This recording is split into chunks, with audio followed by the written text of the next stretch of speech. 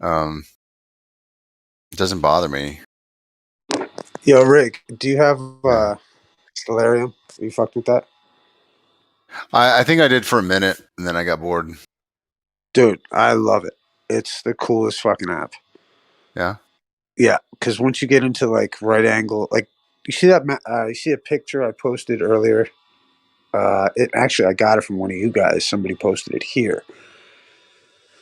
It's got the Okay. azimuthal equidistant with the domes, the two domes. Do you see that? Wait, That picture? it's not the one about Bowditch, is it? No. It's above that. Okay. Or wait, Oh, okay. it's below Kool-Aid's post of Bowditch. That Let me look picture up. there. Oh, yeah. Yeah, that one's Right?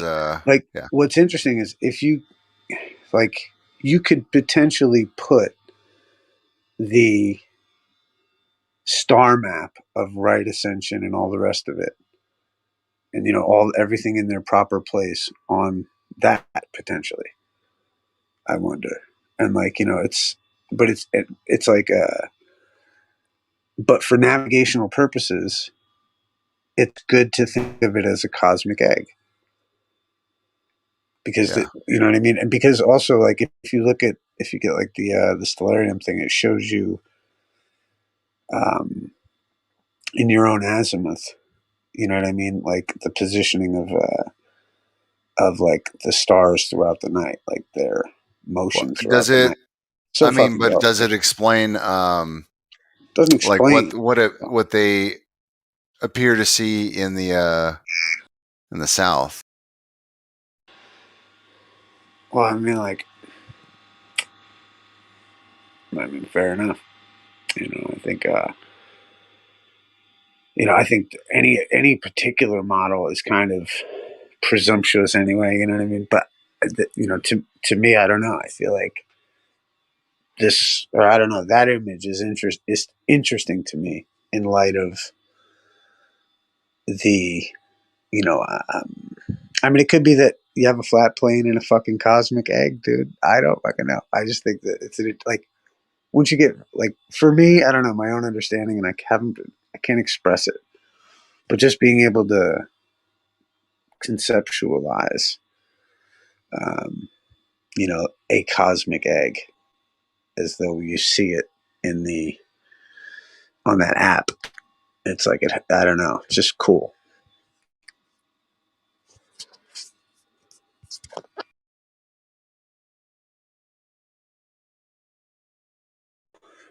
Because then, like, it kind of demystifies why you would be making certain calculations when you're navigating shit.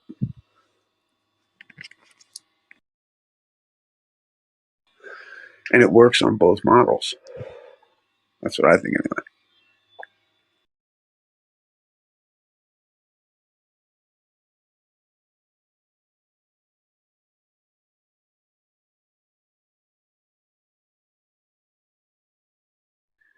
What say you, Don?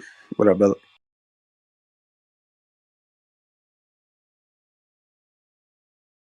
Morning.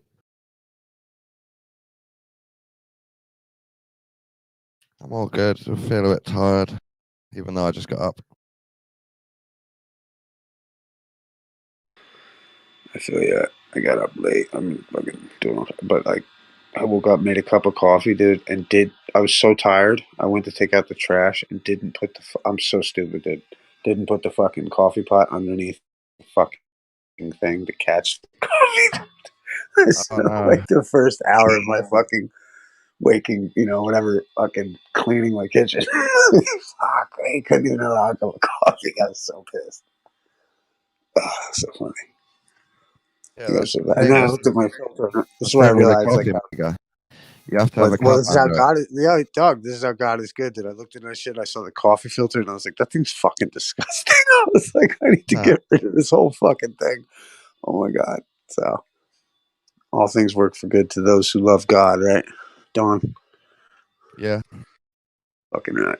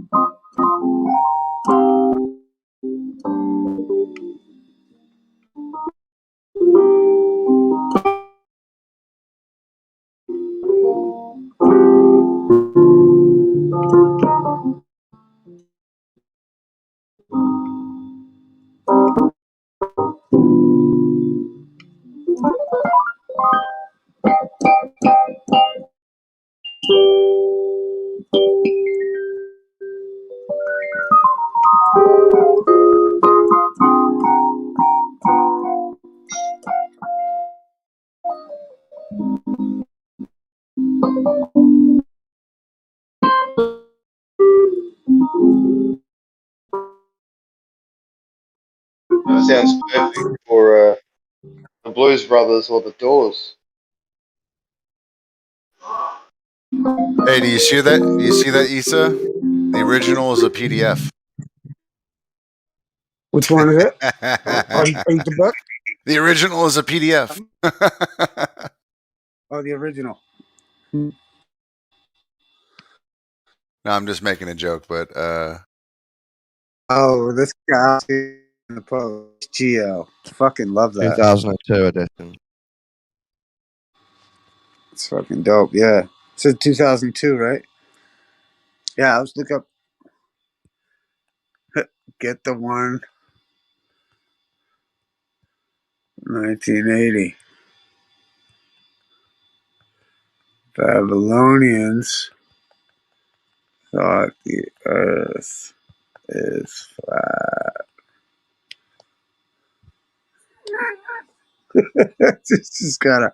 He's gotta love it.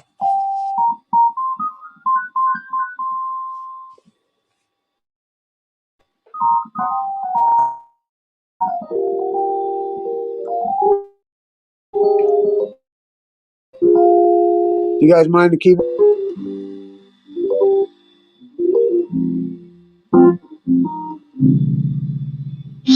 Spice it up with some Doors. What'd you say? Spice it up with some of the Doors. It sounds like it's a perfect sound for the Doors. If you know what I That's mean. It's the Rhodes, isn't it? that's my propane heater.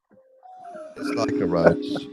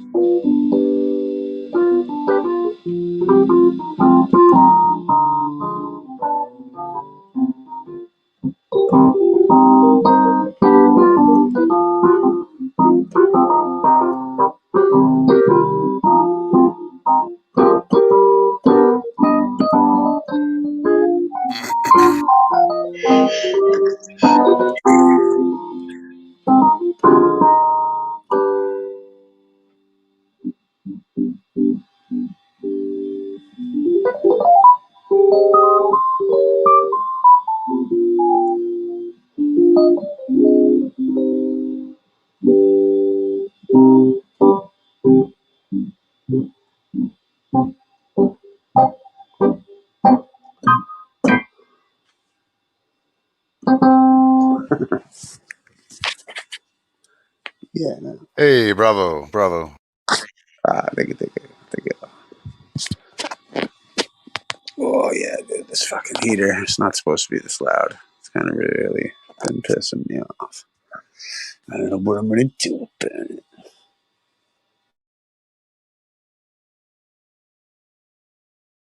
You know, Anton LaVey used to be a organ circus organ player. He used to know all the melodies. Yeah.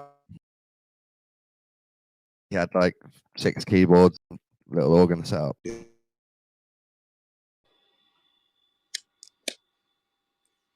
Yeah, he was actually really cool with that. With the music, he was good at the music shit. I don't know about cool, Yeah, but he was. good at the music shit. I did see something about him. I think he was cool. Yeah, I don't know. I don't know. That fucking that shit doesn't intrigue me. Yeah, he's just laughing. I like it. What is that? It's kind of a LARP, isn't it? But I like it. Yeah, it's a little bit much. The problem is too is it's just like, you know, if there is a thing to energy, then why would you call upon that? For fun. To enlighten yourself and to feel deep. Yeah, well, I guess, you know, fair play. People are entitled to whatever. But yeah, just beautiful. You know, why choose that? The Can I hear the lowest octave on your organ? lowest octave, the lowest note, maybe. Yeah. Bass notes. It's really low. What's up? Yeah, Really low. It's vibrating.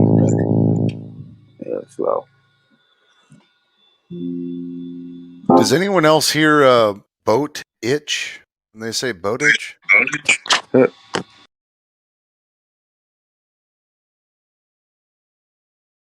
Kind of seems like a play on words.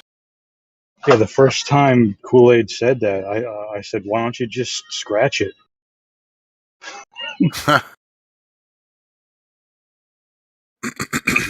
My All right, bones. so he says 1981 edition, but it appears that, let's see, what year is your edition from? Yours is all old Hey, and shit. he could be right. Mine was like a 1980 something. It's like I borrowed it from a guy. Well, I'm looking at this picture that you posted, though. I mean, that's old as fuck. Oh, that one's from fucking. That's from the James Moore book. Okay. Or no, that. Let's see. Where does it say? Nautical Almanac. I don't know who the author of that. Let me see the picture. It Oh, was I just said, part of. It was part of the link to the page. New table. Yeah. Okay. New tables. does it say in this book that the Babylonians used a flat Earth model? Yeah. It says they thought the Earth was flat and that they treated the stars as a cosmic egg. And it says it in this book. It should. Yeah. Not on. Or, I mean, it's part of the history of fucking navigation. Right. I just It's going to be in wonder any book worth its salt is going to fucking have it in there. if it Of has course, the got next it. of It's course the quite a next head pop paragraph for is like, you Kool-Aid. know, That's why I'm hoping it is in there. and then like, I mean, I would, you know, to be honest, I haven't read that version. I do not know it, but you know, it might have been a moot point to put in a book at a time like that. I don't know, because it was more for navigators who practically were fucking navigating. Didn't have to do, you know, I mean, did have to do with it. It became that. I don't know how thick the first one was. You know what I mean? But it's That's what well she under said. fucking. Ah, it's well understood. But it's well understood that they fucking thought the Earth was flat. You know, it's like, what is what's that line? It's like, bees don't waste their time telling flies why honey is better than shit. That's how I feel. You know what I mean? Like,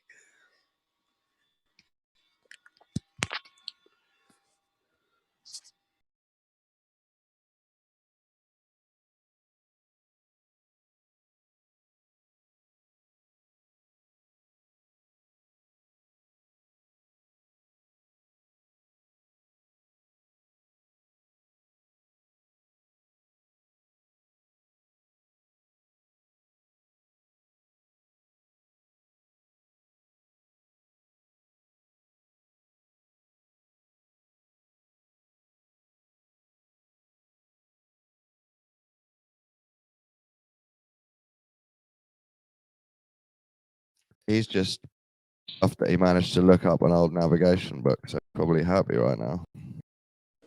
Now, what he is he's sore because I wrote, "Sup, bro, you were right. I can see why you'd think he was the original author. Feel free to come back and I'll show you where you were wrong." That's why he's pissed off. I know he is. Because I said you were wrong. I did what they do. Because they're always like, Yeah. I'll just show you where you were wrong and what you'd mistaken. This is where he's at now. He's in Right. the He's so 1981 pissed. PDF using Oh, he's so Control F pissed. to Let him search go. for the word Babylon. So stupid.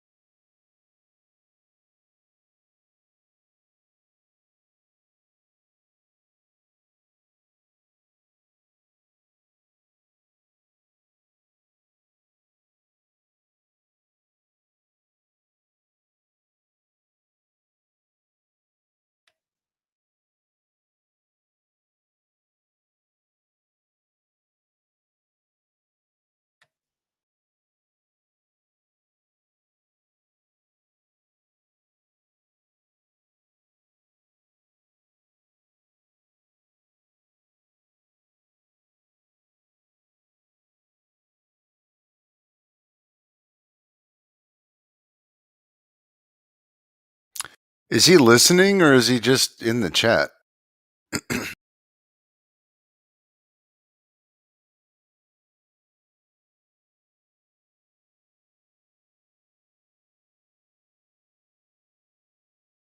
This is a great history. I'm not sure if it's biased. I haven't read enough. It at least shows all the dates and photos of the people and explains who thought what when. It's a vague idea of Earth coming in and out of fashion.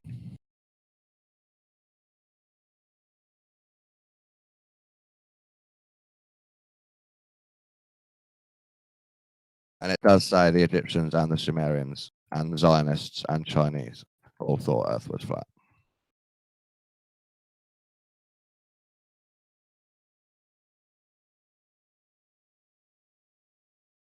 It's basically Greece. So it starts. Yeah, you peeped that. I was like, hey, thanks. I love those books. Okay. You fucking troll, dude. Like, Thanks. I don't know. You got to throw him a bone, man. I mean, I don't know. I haven't had access to that book in so long. It's so cool to now have access to it. Yeah. Well, what book are you happy about? 1981? Yeah, that book. Well, what about? I think I have one from 1802. Fucking right. Oh yeah, did you put in a link here, didn't you? No, I don't stop. I just keep looking.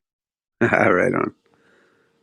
Yeah, man. Yeah, dude. If the James Moore book too is fucking awesome. Like that's what I have yet to see a copy of it. I'm just curious in that. I'm curious if in that book, I don't know. That's why I was curious if you'd posted something about that. Well, here's well, I mean, I think it's 1802, or maybe that's the original year. But here's the one I found. I'm gonna check it. That's the original code. Well, then I think that's what I posted just now. Yeah. No, that's awesome. Yeah, and that's the original version. No shit, bro. Fucking awesome. Yeah, the freaking there's the book prior to Bowditch's book, and this is what always made me think. Like they went like right for the gut, or wow, this is dope. They went right for like, oh, this is cool, man. I gotta say that the what do you call it? That book prior to the Bowditch book. the James Moore book. I'm curious if in it isn't like full of like flat Earth James. references. Okay, James Moore. Yeah, Boat ditch. Okay. that's the link I put. James Hamilton Moore of the Royal Navy, first published. Yeah, interesting. So it must have been like co-opted at some point, and they did something in 1802. But I see here they have 1772. So let me look into that. Yeah, that's 70. Like, I mean, that's, I guess, because it was an older book and like it got revised so much, and Bowditch did so many corrections that they said that they gave Bowditch the pass to be the quote unquote, I guess, original author. And it always made me fascinated why they would discredit the first guy. Did he just change all the projections from, a flat map to a globe in his language? Did he, you know what I mean? Like, what did he correct? I don't know. Instead of putting like, that the stars were 3,000 miles up. Who knows? I don't know what he was calculated, or what he calculated maybe as a flat Earth, and what he didn't, or maybe what he had was completely wrong. And you know what I mean? Like, that's the story. The story is that he was completely wrong about everything, like about so much, that Bowditch's corrections gave him license to be the original author. But that's what's interesting about it, is that it initially was this other guy's book. I wonder if they wouldn't sweep flat Earth under the rug in there. That's what I was getting to, and I was trying to Obviously, get to that talking time, about Kool-Aid. What's that? in that time, yeah, obviously there would have been flat Earth sailors and navigators. It's not that unlikely. Right. It's like, and that was their Christian tradition. That, you know what I mean? Like, I don't know. It's like it's in a fucking Bonanza episode where the pilgrims are like, we're not, the Earth is flat, honey. Like, it's it's admitted history that a lot of people, the quote unquote ignorant masses, knew the Earth was flat. So it's 1772. That's before the fucking American Revolution. Who knows what people were thinking? The Earth is flat. Like, a lot of people may have thought that, and so they corrected that along the way. That's what's fascinated me for a long time about that particular author of this particular book. So if this is from 1802, then they're saying that the sun is 96 million miles away, and we're 95 million miles away right here.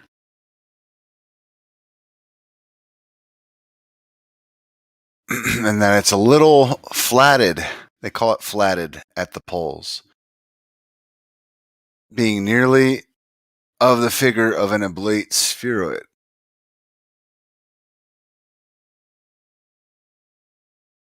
And they say it's about 34 miles longer, I guess, around the sides.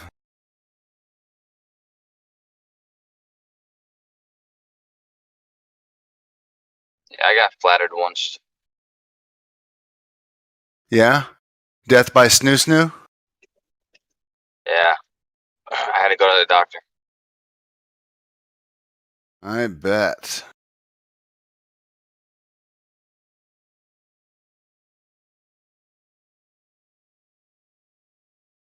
Oh, Rick, you would understand this. I just, Uh-oh. well, it's only because you drive, but, I picked up this, I was like, I got a chick, I was like, oh, it's a chick, all right, okay. And then I got there, and it was like, first of all, she wasn't an attractive person, but she was dressed like a slut, like a whore. And, she was with a guy also. And then I dropped her off at the Motel 6, 'cause I guess she was a whore. And, so anyways, and I just was about to go home, but then I got another ride like 15 minutes later. And it was the same girl. I was like, okay, I wasn't picking her up. But I picked up the dude. I didn't even pick her up. It was just I guess she was paying for the dude. And I was like, okay. And I drove him like 30 minutes fucking into Mexicanville or wherever. Maybe he was the pimp. No, I don't think so, man. Because when she got in the car, that everything was a telltale. Because when she got in the car, she was talking on the phone to somebody else. He wasn't talking at all. So I was like, it was like, you know, kind of obvious. Like, yeah, he's like a, you know, I guess embarrassed or something. John. Yeah. But that's just weird that she paid for his ride home. I guess I don't know. Maybe he Well, gave, yeah, like, a because bonus or something. no, it's so that nobody can track their activity. Like she doesn't care about like keeping a list of where she's been, like whatever. But the dudes, they're trying to be private. Yeah, probably. Yeah, I think so. Because I dropped him off, and then he didn't want me to take him all the way to, like, he wanted to go like a house or two away or something. Yeah, Makes sense. pretty common. I guess it does make sense. Yeah, I've seen a lot of hoes, especially in Austin, man. Dude, there's so much. Dude, I had this one guy. He wanted me to pick up this package and then drop it off, and he gave me a big bonus after, and then a sack of weed. And then he said he wanted me to bang his wife, and just kept sending me a bunch of pictures. I was like, no, I'm good, man. But thanks for the weed. It was good weed. Yeah, people don't know, but there's a lot of crazy stuff, a lot of crazy. Dude, offers, Austin crazy is like, if you're Ubering in Austin, just expect crazy shit to happen. Yeah, Pretty much. yeah. I told stories to people in gyms, but I stopped telling them stories because, well, first of all, they didn't believe the first, I don't know, the 2 or 3 of them or something like that. But yeah, this crazy shit happens so often that I just it's every night, multiple times a night. Like I pretty much once a night. Like some girl's trying to get me to go home with her because it's easier for her or whatever. Like then that's just regular. Like that's just expected every day. When I was single, I accepted. That was like on my first days. Actually, somebody offered something, and I accepted it. Actually, every time when I was single, I accepted it. Yeah, no comment from me, but yeah. Yeah. Well, it's kind of hard I don't really say no to anything, really. It's kind of my problem. I have stories. Yeah. Well, all this stuff, everything that happens in the car, I was reported. I got to delete some of them, but off right now. Shit. You ever have anybody just like? I mean, I've had a group of girls just get naked in my car and just start bouncing around, like climbing into the front and shit. And I mean, all the time shit happens in Austin. That's awesome. Yeah, it was. Yeah, they were cute. When there's multiple girls, yeah, the craziest thing, they just talk about crazy shit, or we're drinking or something like that. Yeah, the only time I've ever done anything or anything like that happens when there's just one girl.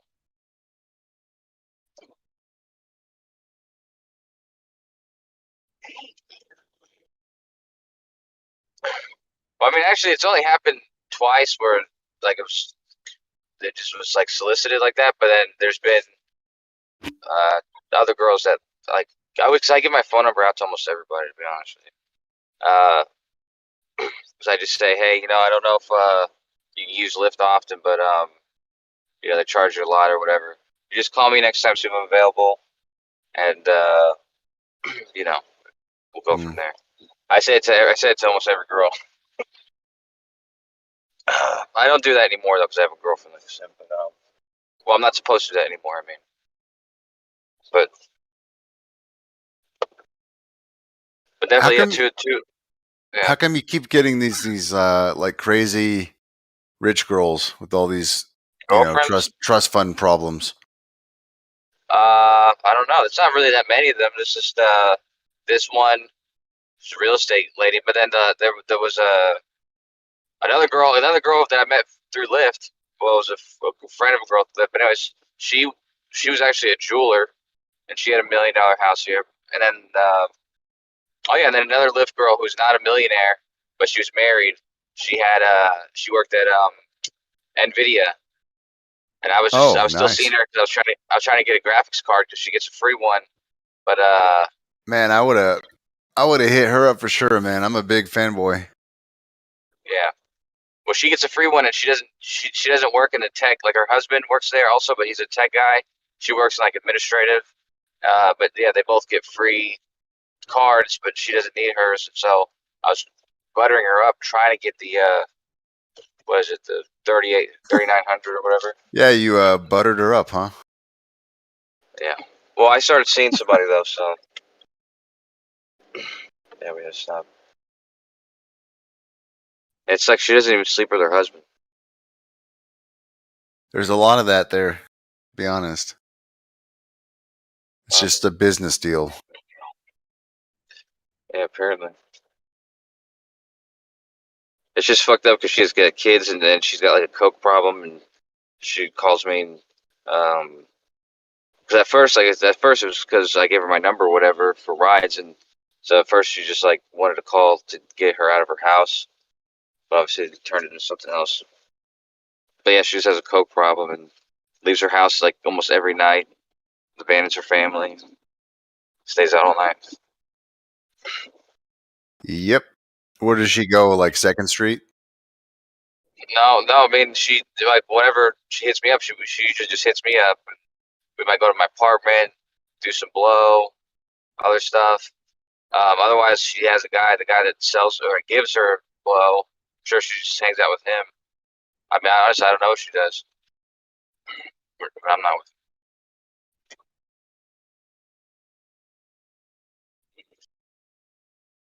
Ding.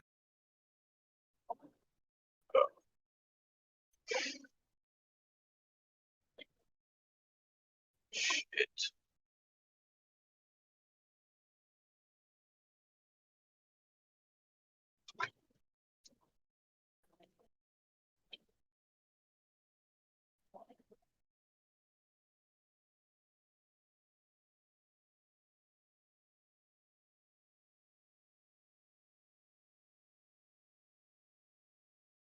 Fuck out.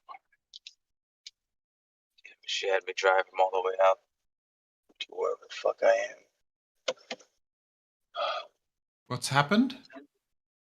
I know it's a long story, but this hooker is paying for this other dude to take him home. I took him fucking like 30 minutes away from the city, and I just don't know where I am. Hang on. What you're taking somebody to go and see a hooker? No, it's cause I was doing Lyft rides, right? And it was a chick. I picked her up from the club with a dude. I dropped him off at the hotel, and then 15 minutes later, the same chick needed a ride, and it was just a dude who came out. So I guess she was just paying for his ride home, and then but yeah, so he had to go like 30 minutes out of the way. I just gotta figure out where the fuck I am. I was driving thinking I knew where I was, but no. Well, what's going on, Mr. Eggshells? You know, Trey, you said something the other night, and I was thinking about it earlier. It was that profound. Oh, doesn't sound like me. You sure you don't have somebody else? Well, it wasn't that profound actually. It was something that I have the same sentiments, and I just never. I guess I'm not as capable of expressing it. You express things, and it was very poetic, I guess. You know what you express. But it was just something about how. What'd you say? You said like we were talking about like spiritual stuff and you know, like life or you know the universal spirit or something. I don't know how it got onto it, but we're talking killing bugs or something. I don't know what it was, but you were saying that you value. I forget what it was. Like you like trees better than rocks, and a frog better than a tree, or something like that, and people better than a frog. I forgot how you said it, but something like that. Yeah, I remember saying that. Yeah, I remember that. Yeah. It's well put. The thing that thought confuses me about is like I think we generally put ourselves at the top of a stack of like like intelligence and things like that, and then we can go, oh, I just value things that have intelligence or agency Sure. or experiencing love. And then I'm like, what if somebody could show you, like, hang on, there's actually another species that, you know, you go, well, but if that's my rationale for liking things, then I should like this other species more. But I know Go ahead. I'd still prefer humans. You know, like if you found this, like, you know, species of monkeys that's like super smart and wears suits everywhere, or I don't know, I'd still be like, nah, humans are my favorite, and I just don't know why anymore. No, but you know, because I've thought about this plenty of times. It's also kind of like when thinking about like when you think about it, like, you don't kill animals or something, but you do eat meat. Like at least I do. I eat meat, right? And so it's like you try to justify it, like the how you cope with that idea or whatever. And I guess it goes along the same lines of what you're saying. And if you think about it as so I would rank them, you know, by their capabilities of their output, like what they're able to actually output to the world as far as like goodness. Obviously, people can do bad things, of course, but people are capable of, you know, actually realizing their will out to the world. So I think I would, and we have also the ability to have these, you know, thoughts and shit like that, so we can output these thoughts out to the world, and it could possibly be good output. So, anyways, I would rank it like that. Like, Yeah. if there was another creature that was able to, you know, have this thought and then transport that thought into, you know, ability out to the world. I think we're the only ones that can really, really do that, like we do. You know what I mean? Yeah. Well, it's interesting because I would thought about it also as in terms of play. Like if something has a sense of play or curiosity, then I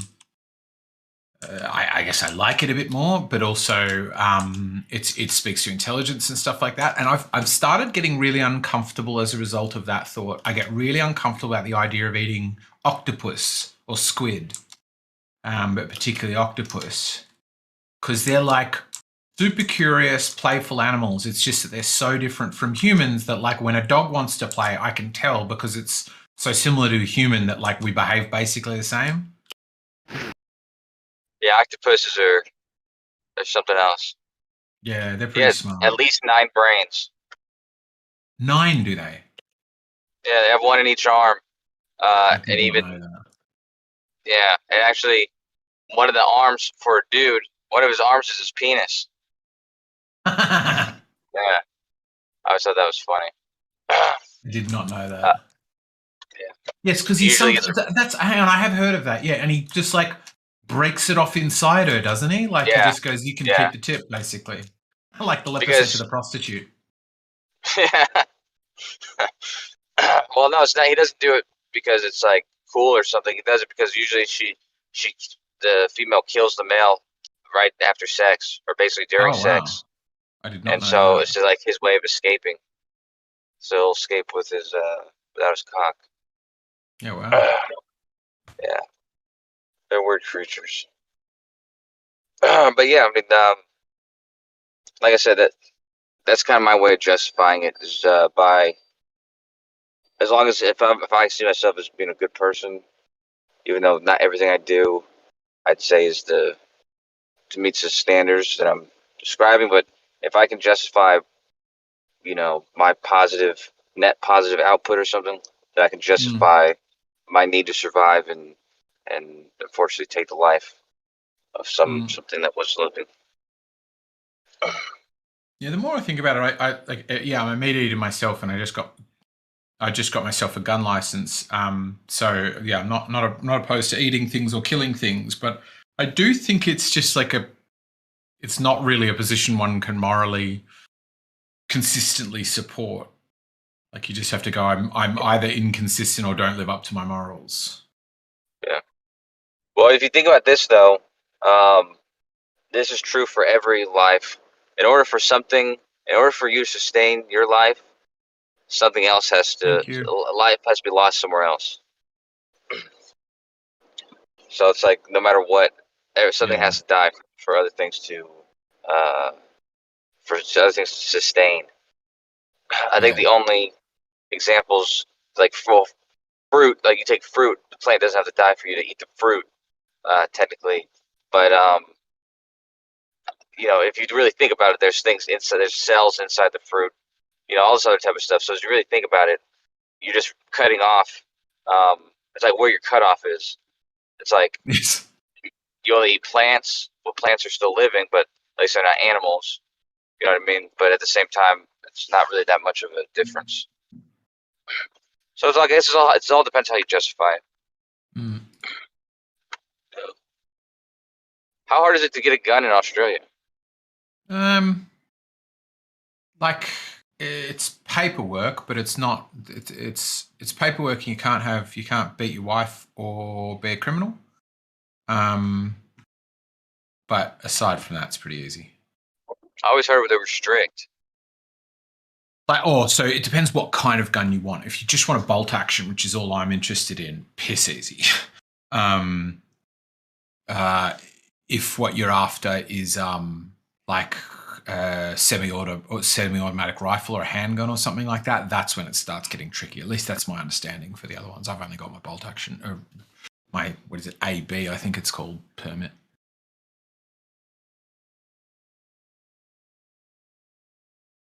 That's cool though. Oh, damn it. Hold on.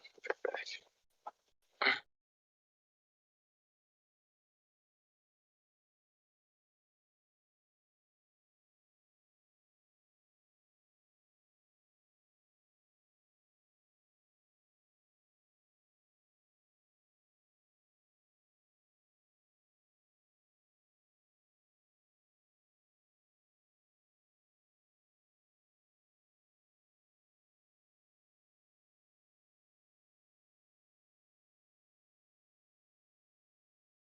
Kidding me.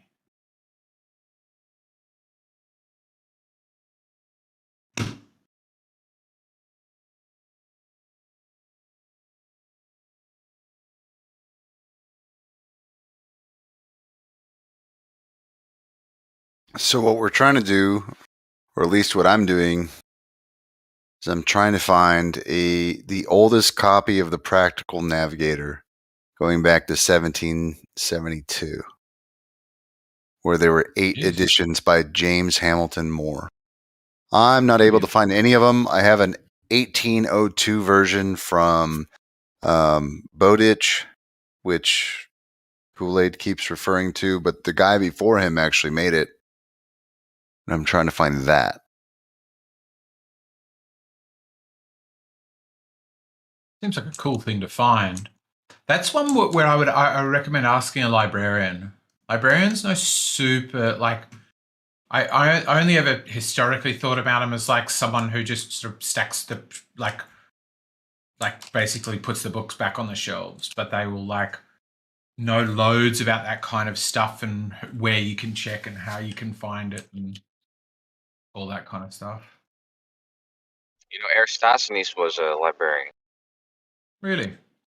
Hey, what's Yeah, the oldest publication that refers to Eratosthenes? I heard there was something in the. There might be something from ancient times, but I heard that there's something from the Renaissance era. Oh yeah. I think it's like 13th century. I don't know. What, there's some record of There's some mention of him, right. but like his like original thing. I don't know.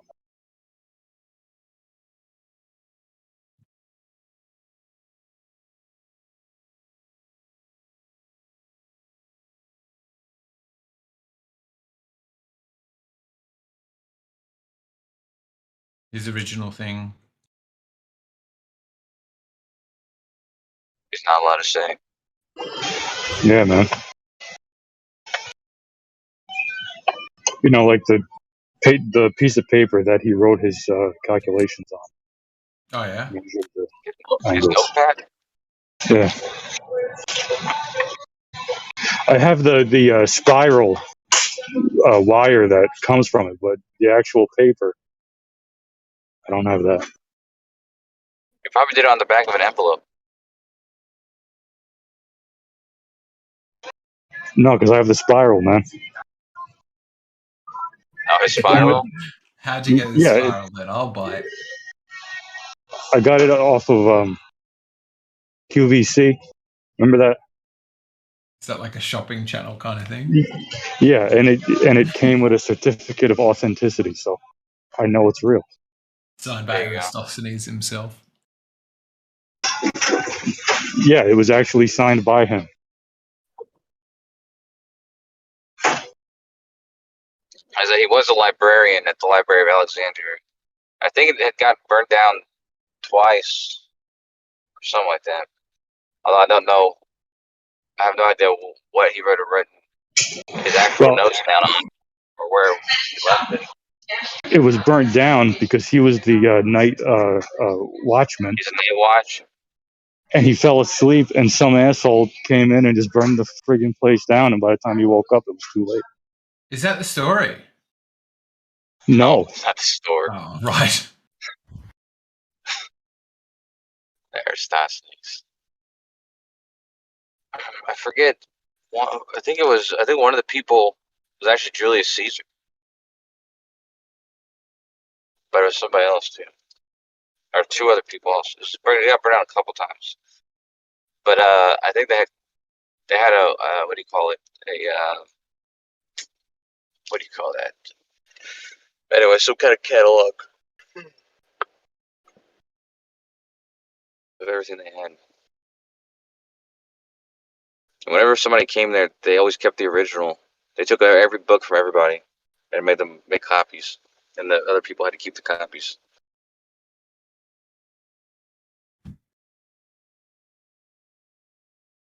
Lends itself to a conspiracy theory where he like read that somebody else calculated it that way and was like, oh, legend. And then he burned the book and accidentally the whole rest of the library. So he's like, I'll go do the experiment myself. Yeah.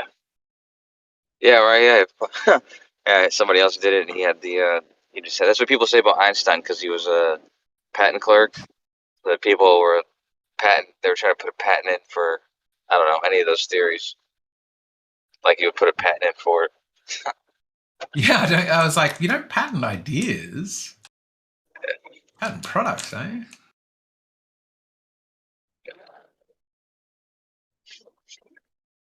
Supposedly he does have patents for like weird clothes or something like that, like women's shoes or women's clothes or something. I forget what exactly.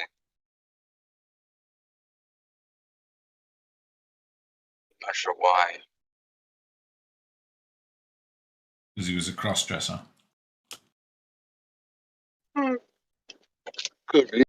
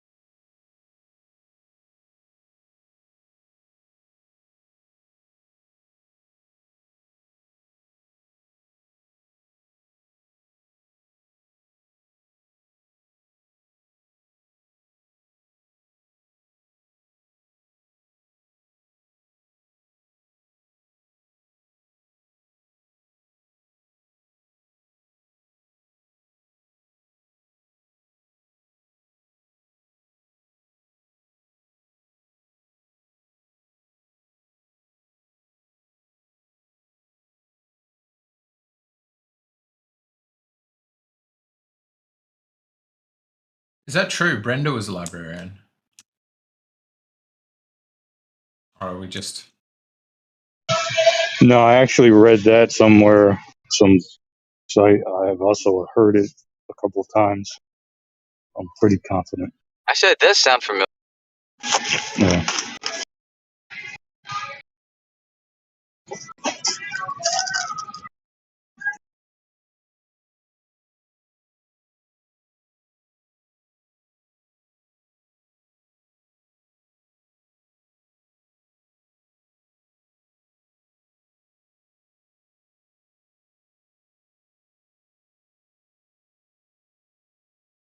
Because yeah, you'd hope they would have that. What was that? Not the nautical. I'm calling it a nautical almanac. That what did you the book with the places for the sextant business? It's the celestial.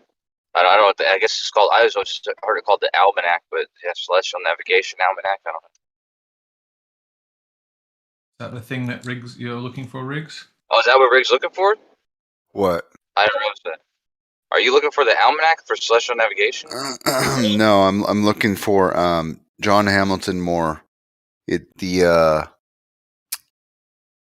new practical navigator and daily assistant from 1772. The original, old school. What is that, anyways? What it was? Did it just give you like instructions on how to navigate? Or? Kind of. Fair enough. Yeah, it's well, I found a copy of it, and it's like a lot of money, and it's from I heard 1783 East. or 1784. Sorry.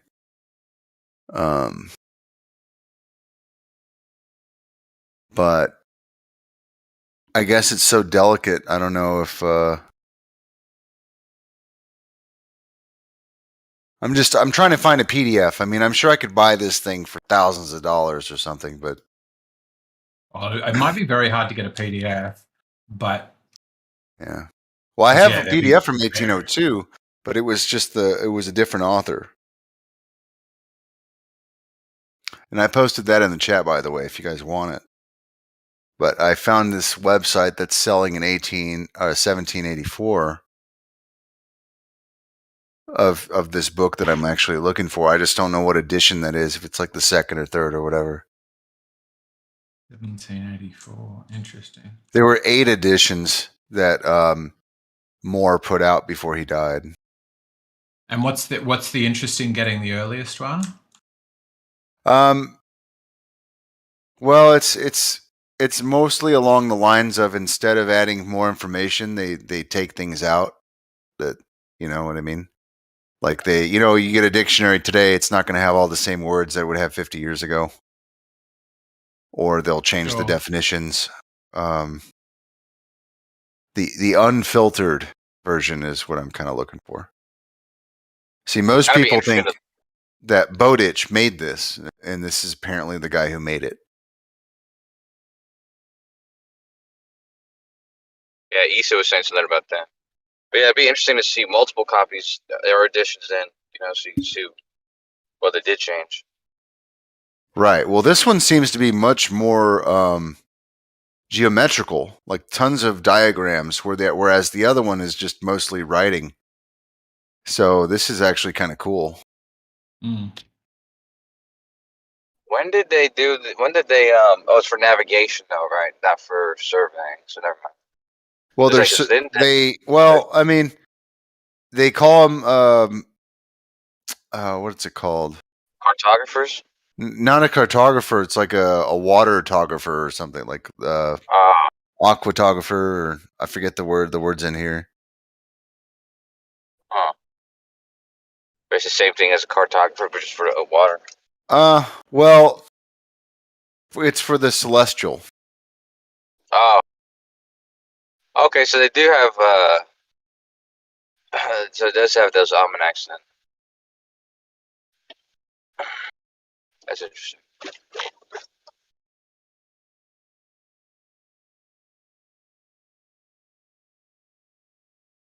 Did they use longitude and latitude back then? Certainly looks like what those lines are meant to be describing. Yeah, it appears that they do, and that's what they're trying to establish. Yeah, so he made this for the Duke of Clarence. I think that's the word, Clarence. And then I think he also sent a copy to George Washington, which he was forever in debt, apparently. He said he was basically, I mean, if you can imagine, like, George Washington basically wrote a letter to him, like, basically saying he's like his bitch. Like I can't owe you enough for what you've given us. George Washington was a surveyor before, well, when he was young. He used to survey for his wife's. His wife's dad was, I think, also a surveyor, and he used to work for him, surveying and shit when he was young. Like he surveyed most of like Ohio and shit like that. Interesting.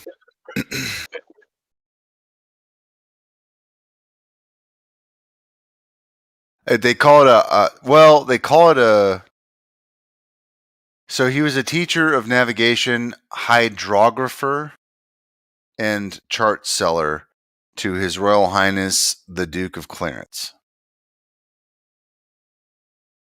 Yes. Clarence. Yep.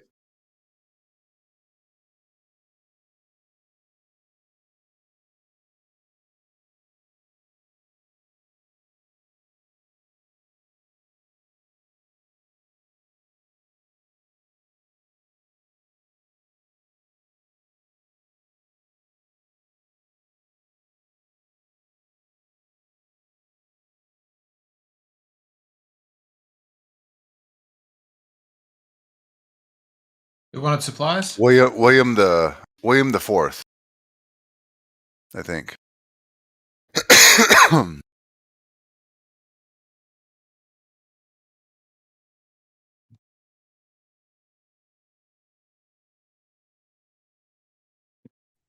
Supplies there for you. Hey, sorry, my mute button's gone. Hey guys, give me a second. is it cool to interrupt real quick? Please. You guys want to hear a rap I wrote? As long as you freestyle with Kosho. Dude, okay. Chemo did that to me fucking yesterday, dude. Embarrassed the fuck out of me. Kosho, I can, if you want me to, I can either read from the rap I wrote right now, or you can go first and lay down some vibes or some shit. No, let's see what you got. Let's see what you got going on, man. I posted this to Facebook. It go, yeet for eternity, serene to the bone, honing the shine of 1,000 souls, more than on a roll, in fact, smoking the first and last bowl. Watch how they roll when the enemies can't control, spirit of God escaping the matrix. Fuck with the bongs and sing-alongs, cross the whole cross with the world on call. Ball till I fall, but I fail to not practice. Words are backlist of a blackened fathom, intertwined with the most radiant loved ones. Souls so valued couldn't fit the world on the notepad. Got the populace in my arms, disarming the swamis with bombs. Charioted a Hellgate army to try and persuade the fallen. So I saved their soul in an offshoot garbage can. Blistered my own being just to make a stand. More than man, you are the whole thing. Sang till my lungs rose through the bloom. Lotus out my yin-yang like it was just a loose piece of change dangling in a set of chains. Come dance with the Most High, I must confess I can't die. Look into the space where I pretend to hide, and I'll show you a light that do more than just glow. Much love to the ones who took the effort to make it home. Nama, nama, nama, namaskaram. And then I was like, P.S. I'm at recess. I'll answer back when I'm through with the reflect. Posthumous stress on my soul, rising these plants higher than the moon. I don't know what I'm saying, but the feeling within don't conclude, so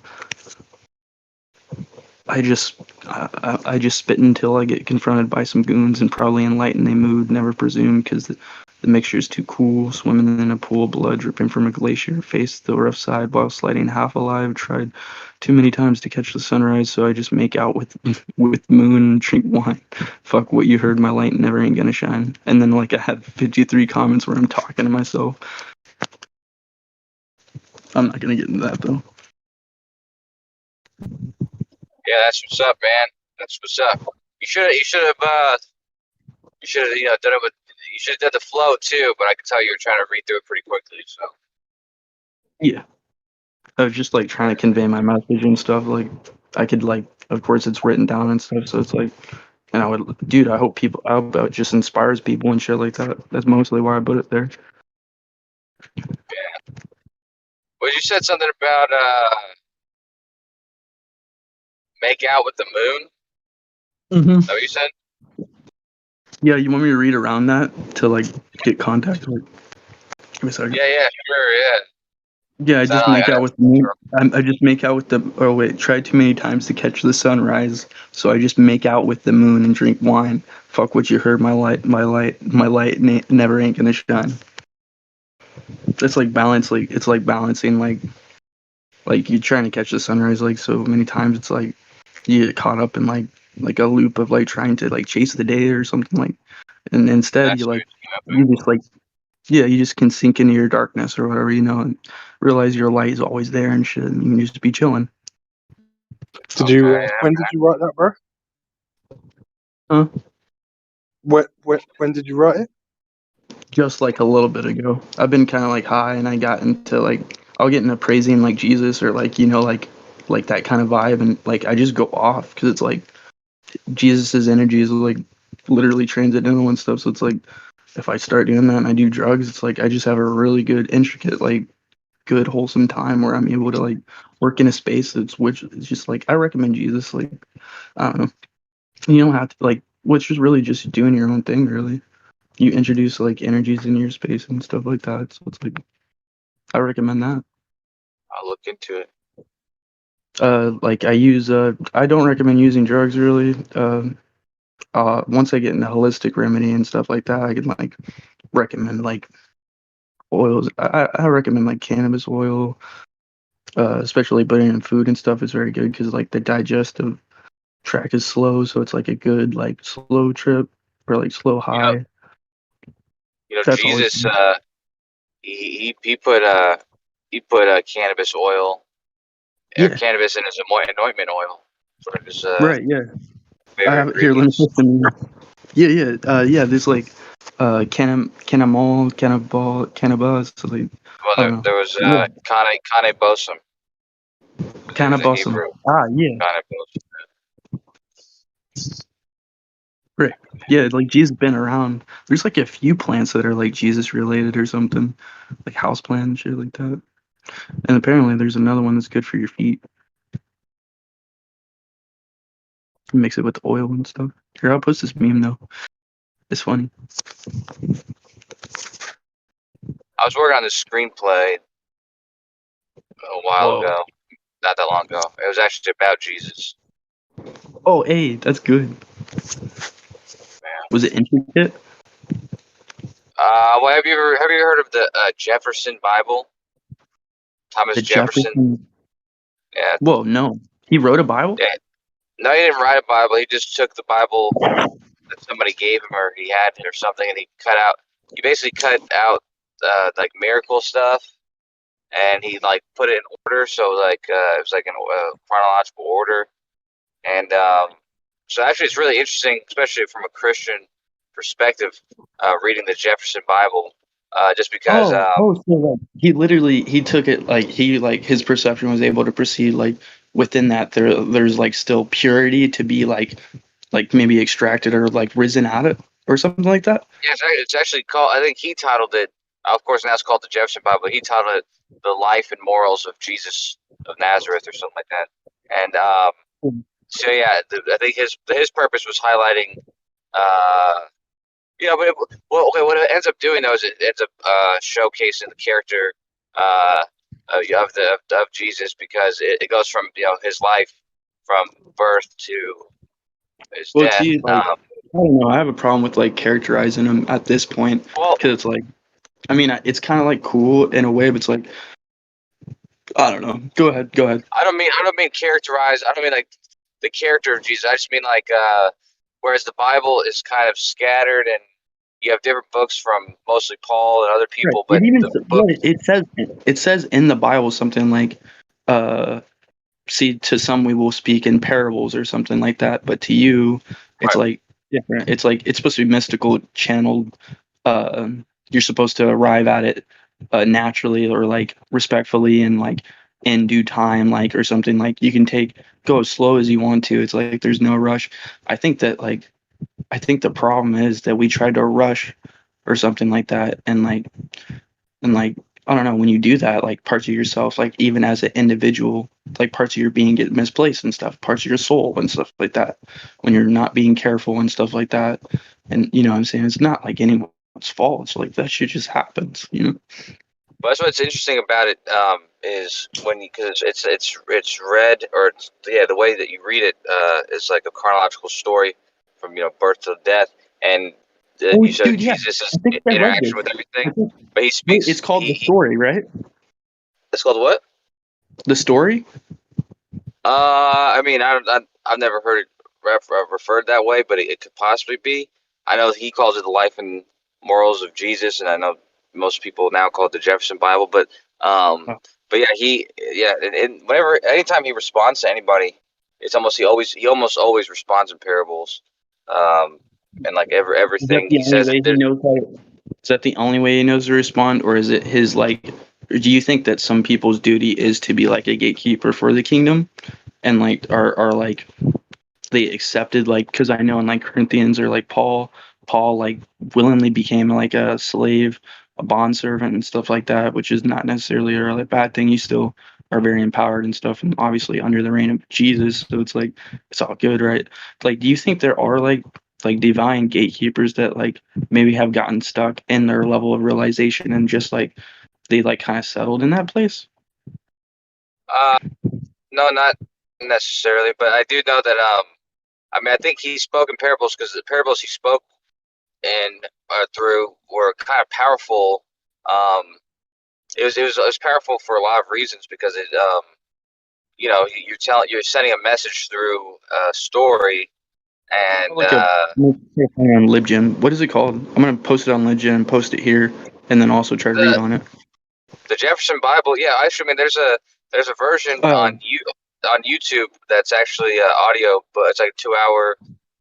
version, a 2 hour If book you of want to somebody find reading that, it. if you want to find that, post that, send it to me personally, or post it right up in here, like while Yeah, we're I can doing post this. it. I can post it here. Yeah, I gotta Yeah, go in a yeah, post second. it. But I'll be back. But I'll post it. I'll post it. Oh shit! I'll post it as I'm going. But yeah, hold on. God damn it, my phone fell. I just Yeah, let want me to do say that a right prayer. I want to say a prayer right now. I want to empower now. everyone in the chat right now to become a spiritual gangster, to own your energy, to hone in Jesus' name, to be like a holy gangster. If you don't want to do this, it's cool. If you already got your specialized role and you're like vibe, it's cool. You don't have to. But I feel like anyone can fit the gangster vibe within their being. In Jesus' name, amen. Amen. Word. I recommend alming at the end of prayers because alm is like resonating. It's like you resonating with all like aspects of yourself, like or something like that. And so at the end of a prayer would be perfect time to resonate with your whole being, right? Because it's like you're sending out prayers, you're receiving. So it's like that resonation is important. All right, y'all. That's fair enough. I'm posting it right now. Hold on. I want to thank whoever actually created this Discord channel because like very good people here, very people that take it seriously. I'm gonna stay here for sure. I'm glad that people broke away from the paradigm of flat Earth and globe Earth. I know it bleeds into here.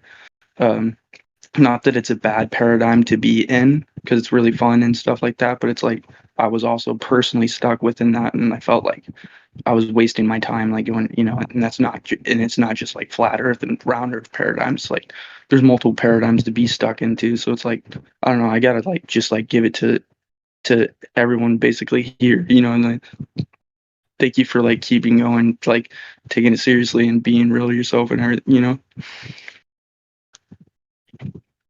Oh yeah. I can't speak about everyone taking it seriously, but I do think that I agree with what you said about it doesn't matter Well, I what feel was like said. okay, Having so respect. even if like okay, so like what's going on right now is like mass psychosis, right? It's like basically they've taken spiritual warfare to a level to where it's like people are disengaged or like disassociated and like unattached to their actions. And spiritual warfare is like your spirit, right? That's important. So it's like even though it's mass psychosis, like people are like human still. So it's like they are taking it seriously, even if they're caught up within like those false perceptions and stuff like that. And even if like it doesn't seem like they're taking it seriously, a part of their being is like at stake or something. So it's like even if they don't take it seriously, you need to or something like that. That's how I view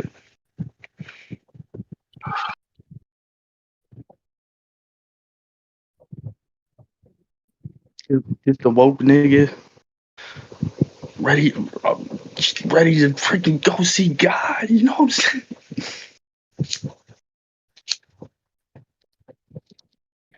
Yeah, that's where I'm at. I don't know. Gospel of Mary is so good. I saw like a chart in there that was like explaining like how a soul is created, or like the soul, or like how to find the center of yourself, like through like I barely glanced at it, like but like the whole Gospel of Mary is so good. I could actually send it here, like I'm gonna share my Google Drive if I can.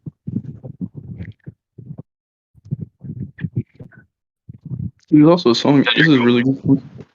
Huh? You said your Google chart? Google Drive. Oh, Google Drive. Okay. How do I I have share like a that? thing of drives, man. My friend shared his whole library, and he has like so like that's how I actually like. I asked him like one time, like way back at the library. I was like, "Hey, you any like spiritual books or something?" Like he like sent me his whole library. I'm like, "Holy shit!" I just sat like in a trailer, like just like reading about the like sacred yoga and like stuff like that. I just felt he like helped me build a home within myself and like keep me safe, even though like I was like fucking up and like fucking shit up, and like he preserved like the part within me that's like everlasting and stuff. Like he helped me, it's like very good friend, man, very good dude. Like he has a whole blog and stuff like that. He's like, I mean, I feel like him and I can save the whole world, dude. Like some Avatar stuff, and we are doing it. We like keep each other alive. We keep each other like awake and stuff like that. And I recommend to do that with anyone.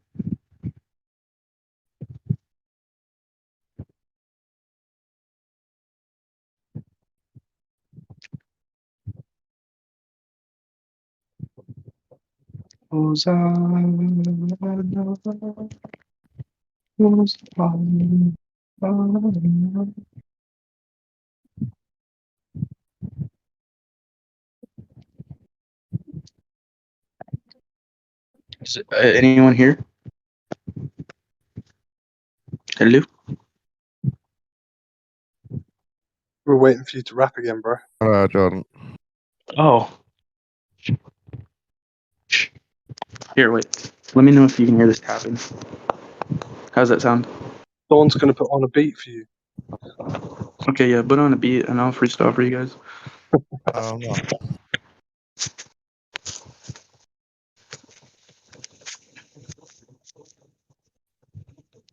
There's a Glober who's slagging your rap off in the text. So here to hopefully hear something good and tell him he's wrong.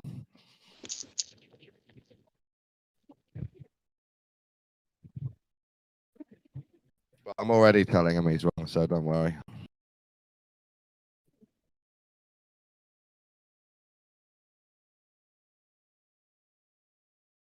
Wait, what? I felt enemy vibes within you saying friend. Don't worry. Dude, Shadow of Death is it's a $1 game on the Play Store. It's free right now. I've been getting down on that, listening to music and flowing on stuff. I was streamed it a little bit before. Pretty cool game. Kind of like Dark Souls, 2D platformer. There's PvP and stuff like that. Planetary Times is a planetary app. It'll show you like what the day ruler planet is. So like that'd be like the whole 24-hour span would be rolling under that planet. Don't know how accurate it is or if it needs updated or It's helped me though, and like in journaling, I've been incorporating the planetary times, and I have an app called Golden Thread Tarot, which I recommend. So I What's the intertwine tarot thing planetary. about? I like tarot. It's a golden it's called Golden Thread Tarot.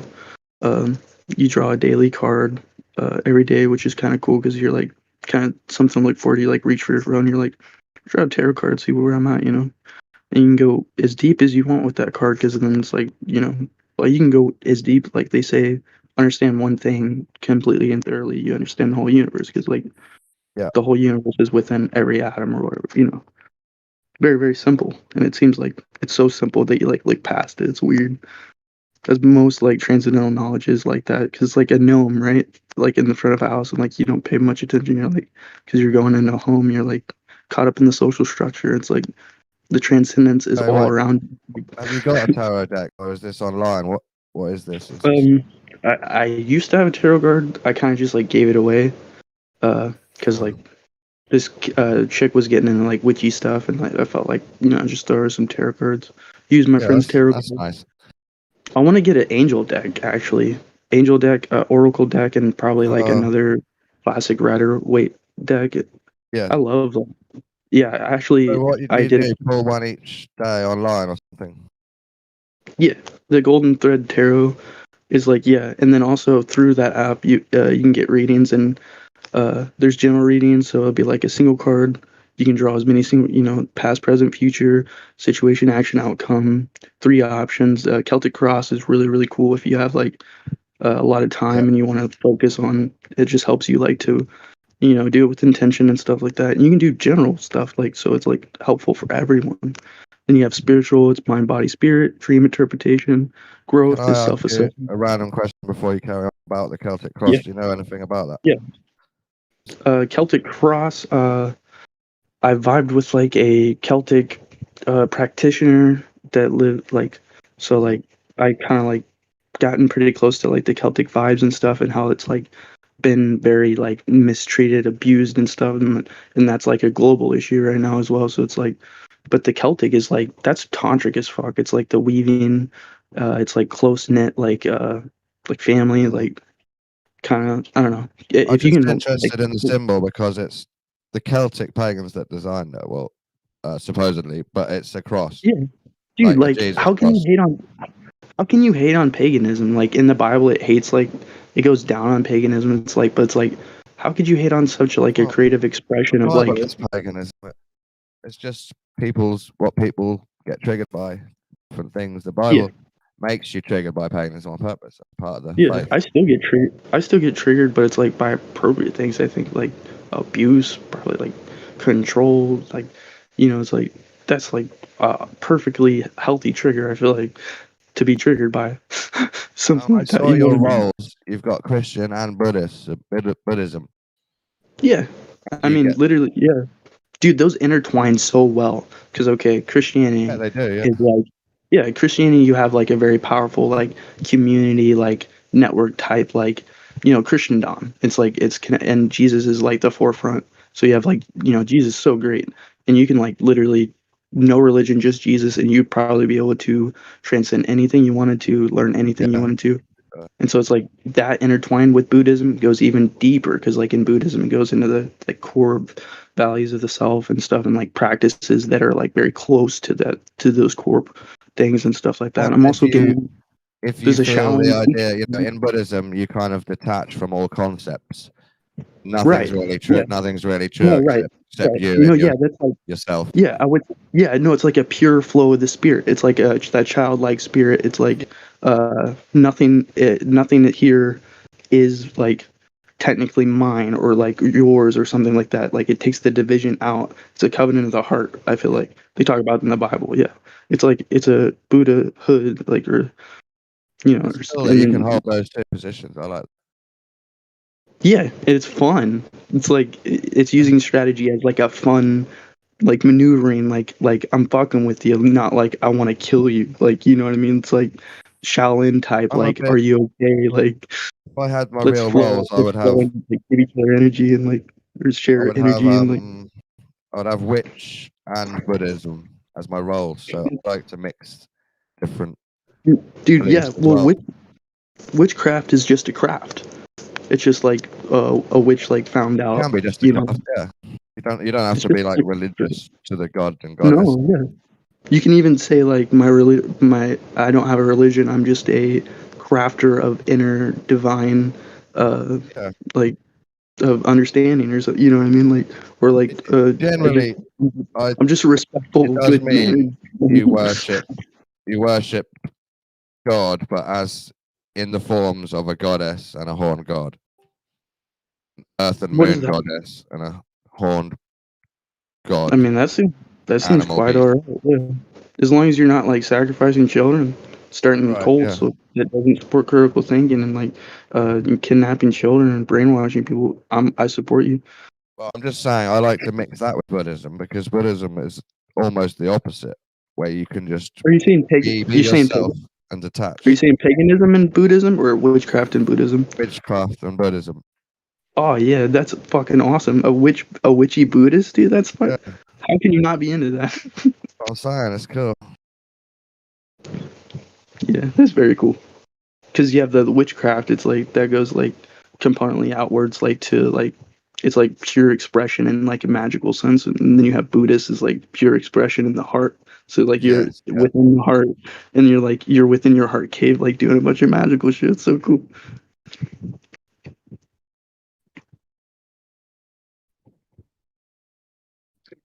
Yeah, I'm at like a certain point. It's like if I don't keep on engaging with people and like listening to music and like I'll just like pass out or some shit or like go zonk. So I'm glad that you guys are like putting up with me and shit. Anyone's like I would love to hear anyone chime in and stuff. Like your input is valid. I'm open to any questions like and I could probably answer pretty complex like questions and it's okay to ask me personal level type stuff too. That's What what I'm here about for. Earth? What If is you need Earth? to PM me personal like questions that you feel like you don't want to put out and for I'm there for you, you know. What is Earth to you? Earth is let's see. So I view Earth as like a mother because it's like and Ram Dass talks about everything being the mother. And that makes sense. It's because like okay, I'm Yeah. eating food. I'm looking at the mother all the time or something or like and if I look at it that I'm also embodying the mother or whatever, you know, like because if I look at it like that's the embodiment or like it's a good way to look at it. It's like I ate the food, I become like the mother. We're looking at each other, becoming like each other. You know, we look at each other's the way we move. That's the mother movement. You know, like so. Earth is a mother, is like a guiding. You You're know, just Earth is nurtured in the garden by mum. yeah, no, straight up, yeah, right. And that's such a good way to look at it. I feel like, you know, I don't know. It's dad then, it's dad in the sky. Oh, So you got Sky Daddy. You got Sky Daddy. The perfect thing, what got me onto the mother and father relationship was Shiva and Shakti. And I right. literally I was like sitting, like meditating, and like I read something about Shiva and Shakti, and I just got shocked, like fucking like shaken up, like fucking couldn't stop shaking. I'm like, and I made a joke. I was like, when Shiva and Shakti visit your temple, but you're not ready. And like later I realized it was like really freaking funny.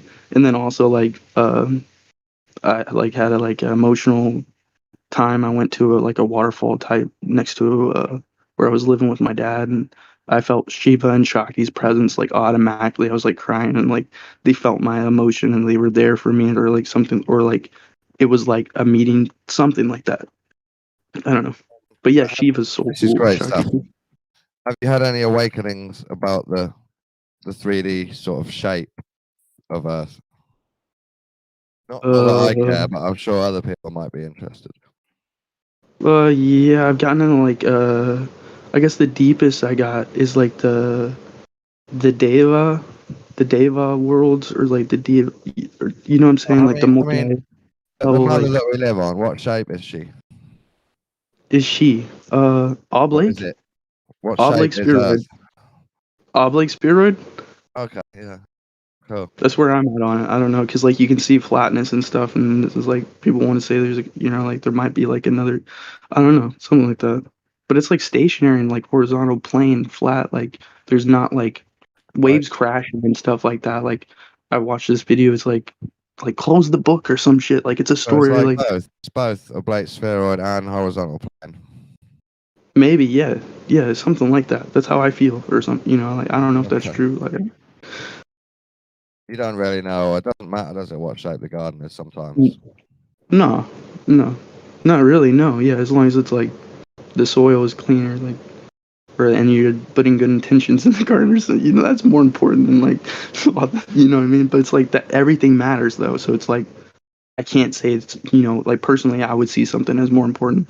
Another person could be like, well, like maybe you're looking at it a different way or like some look, it's like it's just sharing common view. That's a good thing to do.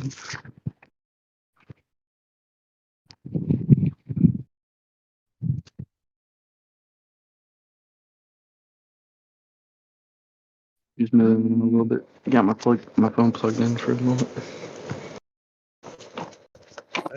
If I was atheist, I'm not. Where's that beat at? Where's that beat at? You got like it. Where's that beat at, man? No, they were just joking because I do. Oh, I make music, but you can't play beats through a Discord because one of us will have a delay. Okay, so should I just put on a beat right now and just rap to it real quick? I don't mind. Yeah, if you want. Alright. Give me something to rap about. Not flat Earth. Not that I'm against it. Like Being a Buddhist Christian. being a Buddhist Christian. Okay.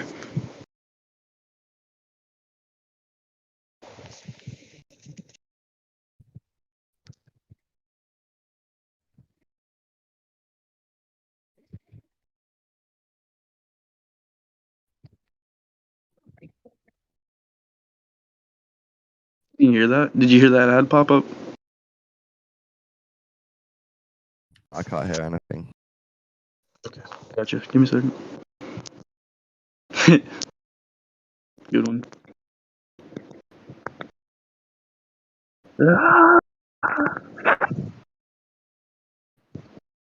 I'm in my hot cave.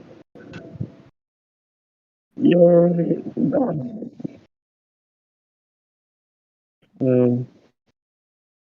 Yo. I be feeling like a Buddha. Great Buddha. I got Jesus on the side. Listen to the watch out, we quick the speaker. I don't know if you've been writing speakers. I got a foot loose. It dropped out of stopped it. I was like, I forgot about my pockets. I pulled out a watch and it was reading the time. It was like, oh. Is that a beat? Yeah, Alright. man. Just need you a beat. Alright, I'll try to wrap this. Yeah, give me another subject. Anyone just say like one word or something or like Ice cream. ice cream.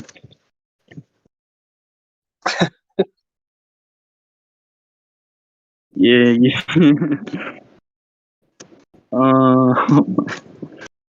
I got that dairy in the fridge. It's like it's frozen like, whoa. What's up, kids?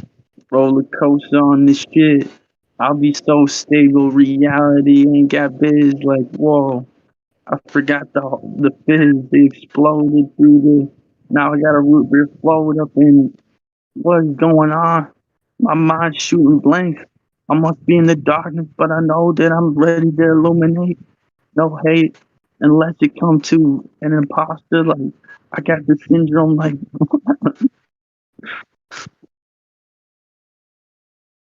sometimes, like I feel as if like when I'm like rapping's not good at all. Like it's like keep going. And, like feels like it's right. Like I don't know.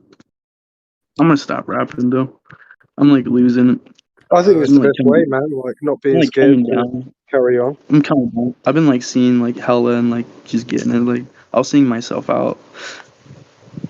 My I'll sing suggestion myself out. is you need to write down rhymes and raps that you're really happy with before you try and say them. Yeah. No, for sure. You'll But I never be also able like to the freestyle I and also without enjoy the practice pure and be expression. satisfied with yourself. No, yeah, like I don't know. I could easily like create like really like transcendental raps like with like my tarot and planetary like readings and stuff like, and then like it could be like a rap every week or something that's like having to do with like the vibrations that might be anticipated. Like I could do cool stuff like that. Maybe it might be cool. I really just want to start a podcast where it's like I have a room, it's a round table, microphones everywhere, and people just come in like bring drugs and like or like bring in like anything they want to talk about. Like maybe some nigga got gnosis, like another nigga got like a rap or like it's like Well, we're show and kind tell of type. doing that now. Show, It's not a yeah, full this is what this podcast. is. Yeah, this is what this is. It's like, but I just want to like, just like, because I need like some grounding, like in terms of like, and I'm working on it. It's like, I need to get like a mala bead set, mala bead, or like, what is it? Yeah, mala beads. So I can like, I need to like get really into like chanting, like How do you feel about government? What is government. Yeah. Well, literally, if you look at the words like right in front of your face, it's a governing. So it's governing, it's limiting. It's supposed to be kind of a guideline on which like is like collectively going on. So it's like not really inherently bad or good. I mean, of course, everything's intertwined with goodness and badness because like individuals are corruptible or pure, equally as corruptible as they are open to being purified. So it's like, yeah, I don't know. It's like that's very basic. Have you heard the occult Latin translation of government? No. What? So governing No. the mind, mentate Right. mind. Oh, right. Yeah. Like matriarch, that goes in the matriarchal dogma and stuff Yeah. like that. Those kinds of, yeah. So basically, mind control Yeah. over That's a few basically, thousand years, or right. But if you look 1500 at it, it's like, years since Latin, if you, people now think it means the guys who help us, but it actually means mind control. no, the guys that help you are the guys that help you. Is the guy picking you up, offering his hand to you. It's like, it's very upfront. Yeah, but most like, people on the personal street experience. now, if you say the government, they'll say, well, they're the guys that make up the rules. They're the ones who decide what's good and what's bad and what's right and wrong. They help Not us. necessarily. They think they do. They think they do, That's and within that's that my thinking, point. Yeah. and if we think that that their thoughts are like a control, they're what are just controlling us, of course, like we follow along, and of course it's like it's not a bad thing. Like purity is a good thing. It's like and like being like controlled is not a bad thing because like the unseen teacher, God or whatever, is like all surrounding everything. So it's like wouldn't you want to be controlled? Like and because it's like most of the time I feel as if I'm in a place that I don't even know like the next step to take or something like that, or which like I'm in a state is like the next step I take, I'm hesitant to take or A like passenger. A passenger. A passenger, yeah. I'm always like Jesus, take the wheel, like take the Kali chakra, like guide us into the golden age and stuff like that, like because it's like I don't know, I trust like Jesus knew his father. Jesus like demonstrated to everyone like very surreal, like good, wholesome, like This is you using the concept and idea of Jesus as an authority. Right.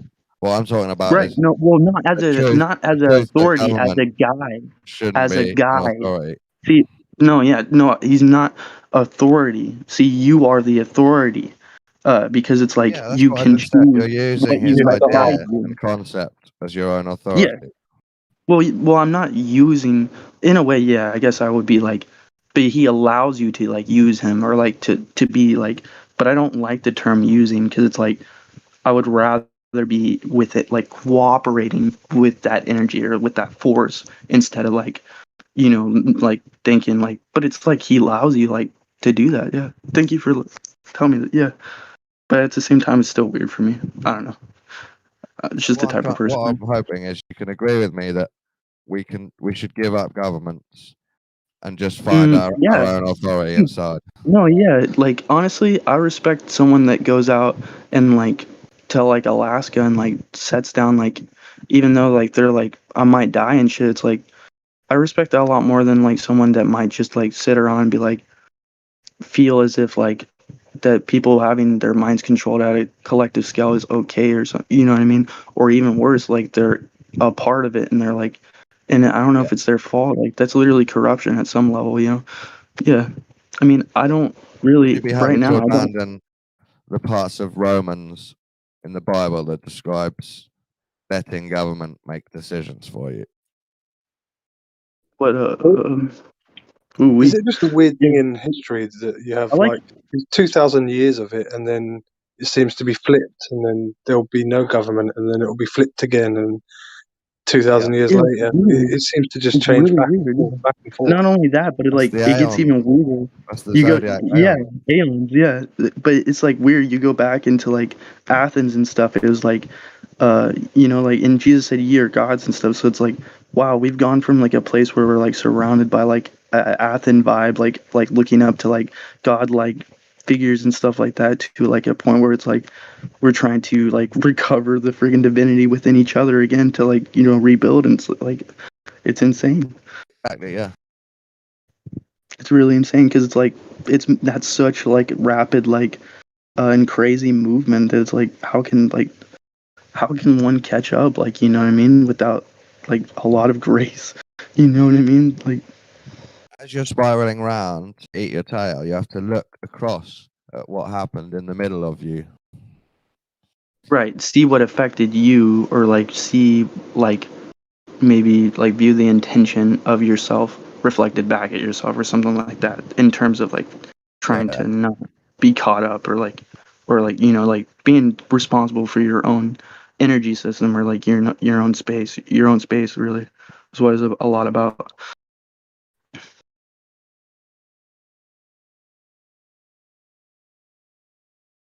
Yeah, I just want to say sorry if I dropped off abruptly before I had to It pick up. happens, man. Oh yeah, I had to pick up You are somebody. forgiven. It's good, man. Welcome back. That's what's up. Thanks for that. Yeah, but yeah, you should check out that thing I told you. I think you'd get a kick out of it. What is it? Let me check. The Jefferson Bible. Yes. Oh yeah, I'll probably check that out too for sure. A kick out of it, like in terms of like I would enjoy, like maybe be get stuff out, like Yeah, helpful no, stuff. I thought about it after I said it. I was like, does that even make sense? You're gonna get a kick out of it. No, I just mean that you would. I think you'd enjoy it. Excited to watch. You get a buzz. Let me see here. Oh yeah, okay, the Jefferson Bible audiobook. Okay, I'm gonna there open that, add it to my watch later for sure. What is Yeah. who's Jefferson? Or I Oh, might sorry. put it Freemason. at low volume right now You while I'm ever talking to seen you. that show? Sorry, go ahead. Is So, that yeah, Don, who you is seen that show? Jefferson? You ever seen that show with George Jefferson from the Jeffersons? Don't know. Moving on up to the east side and all that. I've heard of him. Yeah. Well, he in the show, his character wrote a Bible. Oh, Yeah, and it's really good. what? So a man from a sitcom wrote a Yeah, Bible, character and the actual in the Bible's sitcom. good. Yeah. Yes. Weird. So I don't know if the writers of the show wrote it or if somebody. I think yeah, those character wrote it. So yeah, it's a great. It's a great. No, none of that's true, Don. None of that's I gotta true. reveal to you guys, man, my true identity. I Yeah, half it's believed Thomas you. Jefferson. Thomas Jefferson, the third president of the United States. Oh, He didn't Let's see, write like, it, but he edited a regular version of the Bible. Let's call it King James version, and he just basically copied and pasted, or cut out and copied, or cut out basically and yeah, repasted. he's edited down the KJV. He made it. He edited out the miracles, like the blatant miracles, and then he put it in a chronological order. So when you Oh, read it, it reads like just a story of the life of Jesus, basically, in okay, I order. get you now. Yeah, Yeah, it's you pretty haven't good. told it to me, but it does. I see Well, why let me tell he you did it. this much. Let me tell you this much. No matter who you are, whether you're a Christian or atheist or a witch, when you read it, it gives you definitely a different, and I would say even a more accurate, pure idea of Jesus, because it's. I feel like the New Testament, it's scattered a little bit, whereas this is in order. It tells you, like, these you can follow a story. You know what I mean? I get it. I think it's worth doing. Yeah. Plus, the audiobook's only 2 hours long. So. I watched a creepypasta, and I watched all of the content from the website and the original video, but edited into chronological order, with someone reading all the text files from this creepypasta, and it was great. It extended the creepypasta from a website in 10 minutes to 2 hours, and it showed it all in the right order, and I well enjoyed it. Okay. I am down for chronological order versions. Say again. Hold on. Add picture. Oh, let's see. So I'm in the middle of about to wash my car. What are you showing us, Jordan? Is that your altar? I actually do not have an altar right now. I did it kind of. I was actually just showing you that I was gonna grab this wine right here. I also have I looked up a wine blessing. I already blessed this wine and shit. So Yeah, we used to always do that at my house. Rukata deny. I forget how it goes though. Does it taste better after it's blessed? I'm trying to find cool stuff to show you guys. Oh, hey. Pretty sure I made a Buddha book. I made a Buddha book, and I started with the symbol of homecoming. And I have the chant. Really good stuff. Bodhi Day is December 8th. Church would tell you that this is satanic and you shouldn't be studying Buddhism. Serpents got you. Like, the way I view it is like, why wouldn't if like, I don't know, what kind of creator would not support like transcendental like wholesomeness or something like that? That's the way I view it. Oh, I agree, but the church wouldn't. Well, the church might not, but that's what I was telling you about the screenplay I was making. The screenplay I was actually using the Jefferson Bible as my source, but I was adding in kind of a little bit of a different interpretation, and I feel like some stuff that might be left out of the regular New Testament is Jesus himself probably got inspired by because he probably traveled when he was younger. There's a lot that's left out of his life. He obviously knows things other people don't know, and it's probably because he traveled a bit and he's kind of he's inspired by even some of the Eastern yes Eastern traditions. Yeah. That is definitely sure. It's just the modern church, isn't it? I think it's satanic. Certain parts of the church. Kocho, did you listen to all of that or read it all? Because I have one question about Jesus. Yeah, I've read it several times. Yeah. Did Jesus know he was going to be crucified and die? Is that why he went? That's why he went there. Well, yeah. If you think about it, it's like he was like so like transcendental. It was like he probably like saw everything before it, like even beyond his like rebirth and everything. Cause it's like he walked with that faith, so it's like he had to have known almost like everything before it happened. I get that he can feel it and predict it. What He I'm was like the getting most at is anointed ever. He was the anointed one, and so like everyone knew, like, it's like same with like I guess me personally, like someone explained like if you're anointed, like where you're going or whatever, like they know you're coming. Or it was really creepy how he put it. But at the same time, it might be a good thing or something weird. I don't know. Just trying to figure it out. That might be true too, but that's why I like this story, because it tells it to you in a way in which the thing makes a lot of sense. But he knows, and his followers know. God damn it, hold on. Yeah, he's hated. He's hated by the main Jews, or he's not hated. He's known as being this rebel dude. Yeah, hold on. I'm listening. Yeah, but basically he's protective because he knows when he's in these places, like he's hated by a lot of the main Pharisees and Jews. I get you. That's what I thought happened. Some Christians have tried to deny it, but what I'm getting at is whether he predicted it or he felt it, and he was just good at knowing the zeitgeist of the movement and that he was special, and they would want to kill him. Does this imply that it is a self-sacrifice? Is that what his plan to go there and die to change the world? He was in hiding. Like most of the time when he was doing these things, like he was in hiding. There's a point close to the end where he's at a feast, and he says he's not even gonna go because he knows that they'll fucking catch him. But he ends up going like in like a disguise basically. But he knows that that if they find him, they're gonna try him and all that kind of stuff. But so they weren't supposed to tell where he was, but it was obviously Judas, telling him. But yeah, I think there was he knew there was people who were looking for him. When he went there, he knew they was going to crucify him. So he was sacrificing himself like a lamb to change reality. Right? He knew if they caught him, if someone turned him in, like if they knew where he was, certain people, then he knew that. But so he didn't walk in there. He didn't walk in and say, "Here I am. I'm ready to die."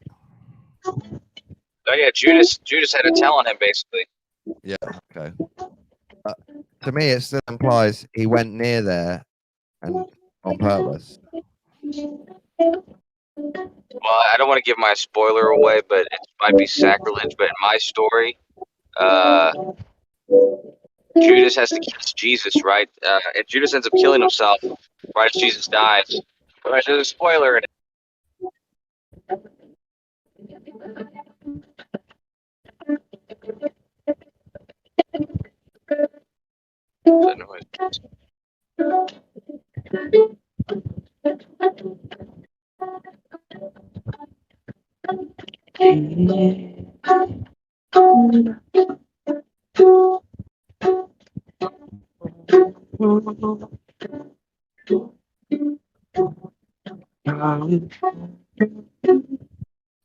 Until I can carry this cross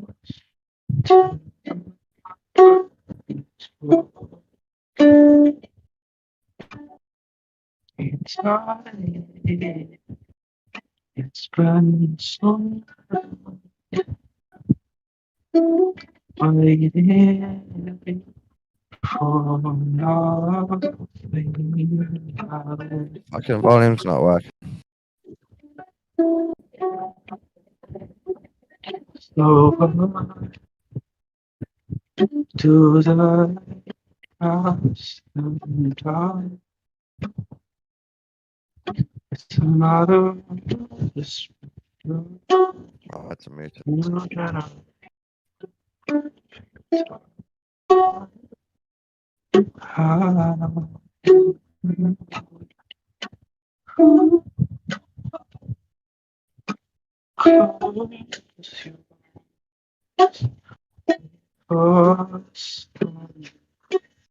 Cold night sky.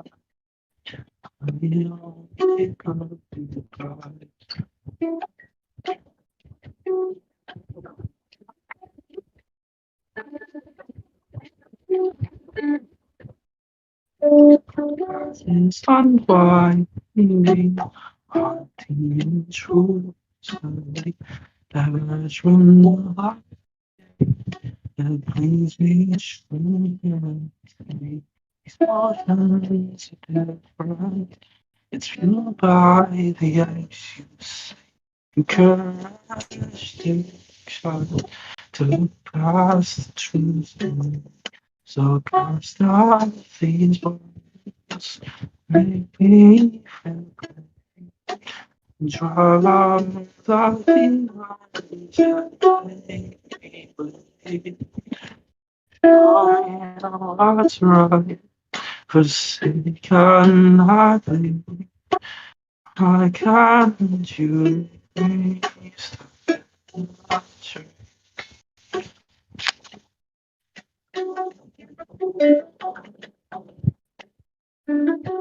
Am I deserted? I no longer And I just keep turning, and your soul is not the deal.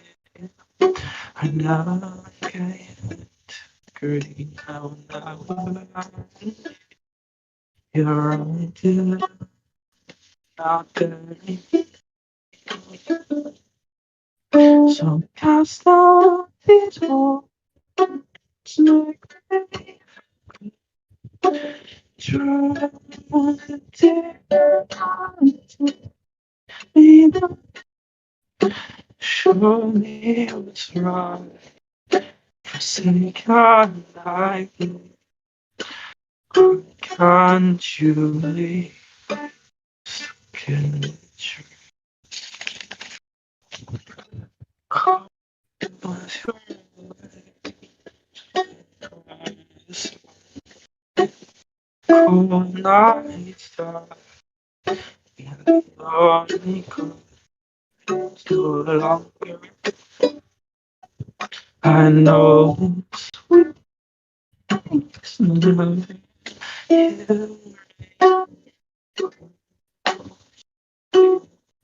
These habits they turn. Man's past. Close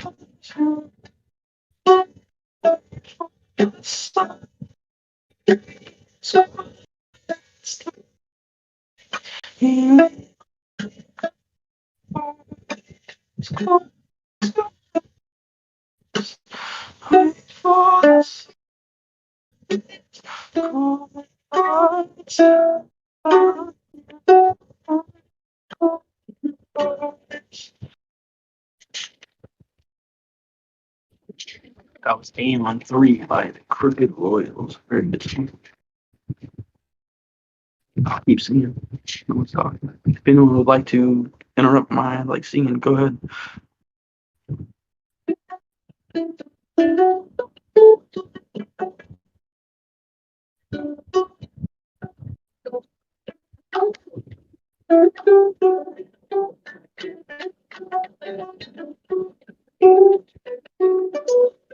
Sorry guys, I was that's nice. That's a nice guitar, but yeah, I was in a car wash, so if it was loud noises, apologize.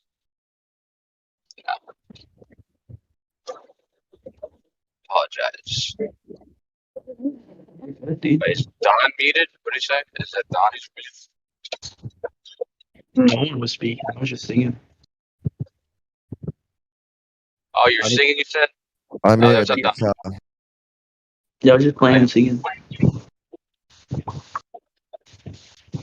What's up? But yeah, I recommend, especially I think Don, you would like it, because you're spiritual in nature, and like I said, the value that I get from it, it's definitely a perspective of the New Testament and Jesus himself that it's not. I feel like it's not really expressed in the way it's normally laid out. I would also like to recommend the Gospel of Mary and Mary Magdalene teachings, because it's she was there to comfort the disciples and everything after Jesus had died. So it's really, really good because it's comforting energy and stuff like that, and it's still she was very, very close to Jesus and stuff like that. She got the message and shit like that. Yeah, it's so weird because in the at least in the Jefferson Bible, she's only mentioned briefly once. Right, dude. Isn't it weird how the feminine presences are they're not I don't know. It's weird. Well, no, there's a part at the beginning though that is it's in my opinion, it's a telling part. There's But no girls here yeah, right now. Only dudes. you said what? Is there any girls in the chat right now? Where are the ladies I at? don't believe so. I Yeah, thought they're often timid. often it'll be Stacy or Yeah, no, there's really powerful chicks here. Yeah. I don't know anyone. I don't really talk to anyone Shines. personally. Sometimes Jen.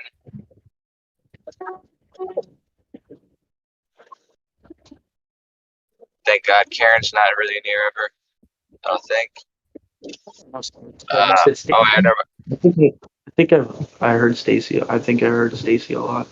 Speak a lot. Yeah. She's really She's sassy, but she's like she knows her shit too. So she's like she only comes out like whenever shit's like she's like okay I've had enough. She's like fuck this shit. She's like yeah. Ladies in here, they have a lot of passion. yeah. Jen kind of keeps him balanced out. She's like the balance. I don't know. I've always got like yeah. I don't know. Jim Panda's like I don't know if he's in the chat right now. Pretty cool dude overall. Me and his vibes are like very close or like something like that or like I don't know. I have no problem with him. That's basically all. Well, I yeah, know. he's one. He's like a brother or a cousin of mine. What I'm glad to see is Witchcraft is doing so good. He's so like centered. He's so with it and shit like that. Like he's taking it a lot more seriously. Like leveled up and shit. It's good to see. Wait, Jim Panda? No, Witchcraft. Oh, Witchcraft. I thought you said Jim Panda's Witchcraft. I was like, Jim Panda does Witchcraft. But yeah, okay. You're talking about Witchcraft, the person. Okay, I got you. Everyone's like does something like that. It's like I don't know. If you look at it all like energy and as energy, it's like everyone's a magician technically, as long as like they're owning their thing. You know, they're always where they should be, kind of like type thing. Like you know what I mean? Yeah. Well, some of us more so than others. Yeah. Well, I mean, I know like Don's if that's the recognition. See, like you recognize, like, oh, dude, this dude's way more aligned than I am.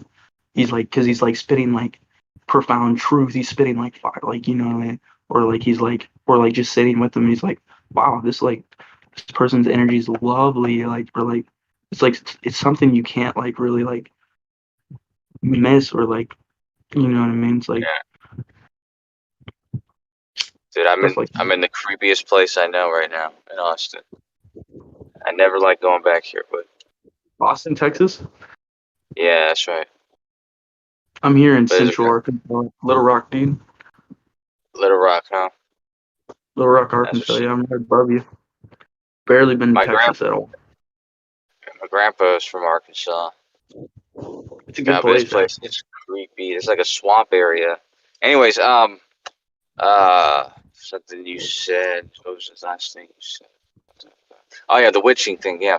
Because I do magic, like spiritual magic of the light kind, but I also do magic tricks.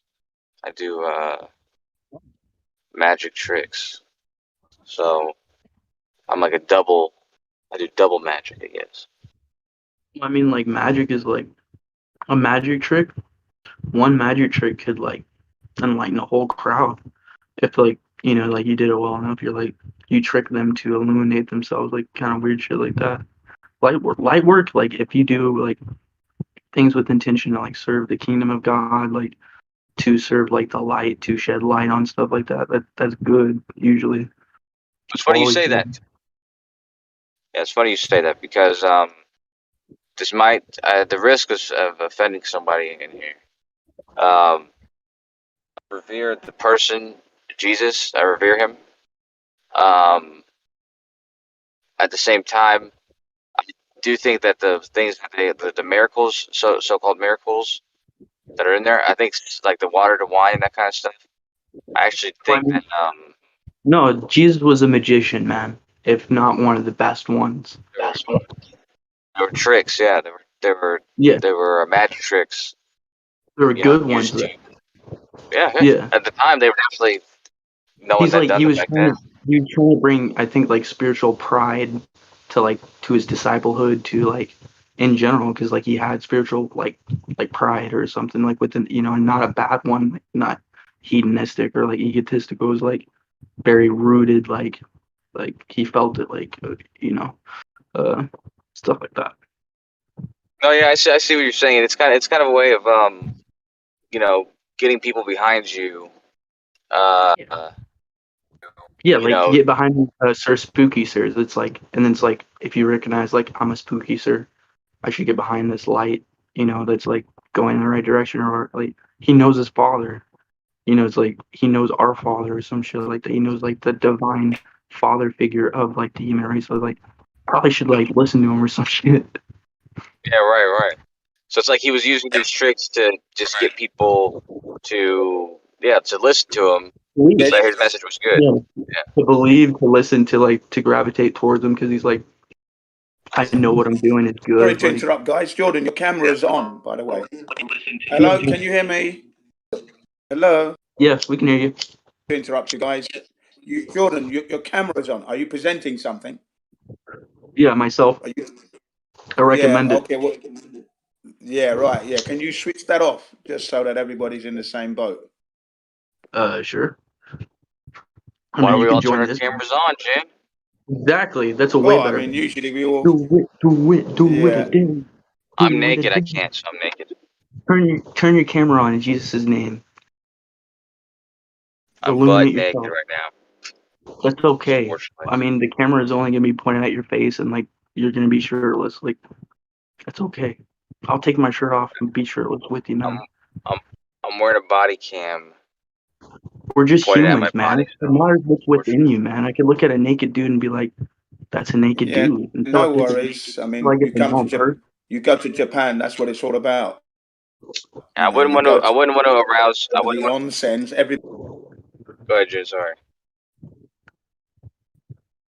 No, I was just saying, if you go to the onsens in Japan, everyone's naked anyway, so no one's got any clothes on in the onsen. I was gonna say, I wouldn't want to arouse you, Jin. So that's why I'm trying to stay modest. Yeah, that would be gay. Hey, there's nothing wrong with that, man.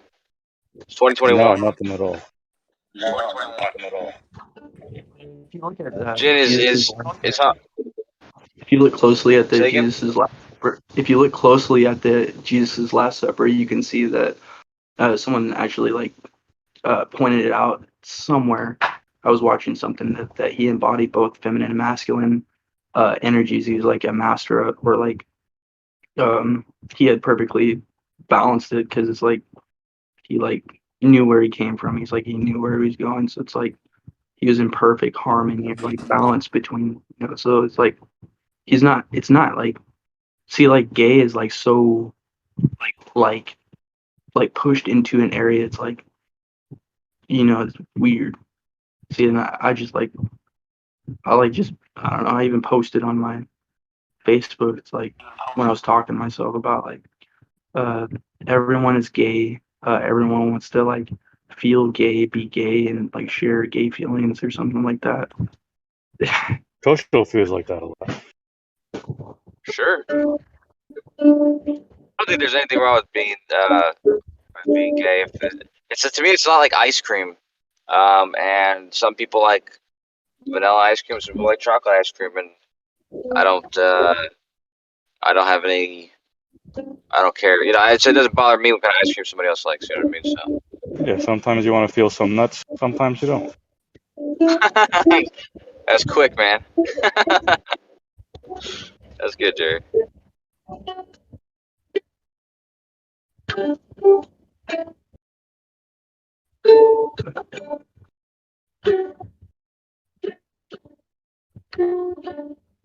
Yeah, Jerry, you're so quick, Jerry. You're always so quick. At least in some regards. Yeah, you're always real quick at that.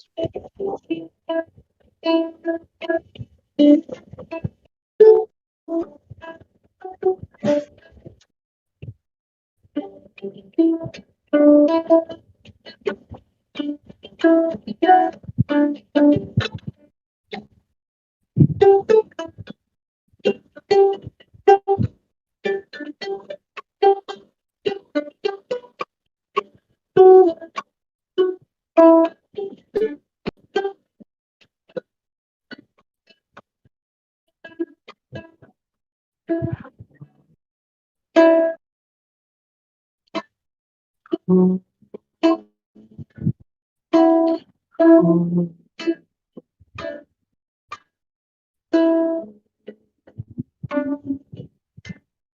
song is that? Beautiful. Just making it up, making it up. We'll call it vibing in the holy zone.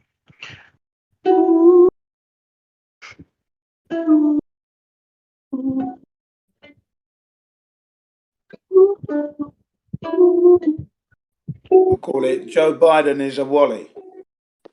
Joe Biden is a what? Yeah, Joe Biden is a Wally. Joe The dickhead. Biden stops sniffing little girl's hair. Seen the sniffing compilation. And I don't support violence, but I've also seen wholesome. So I'm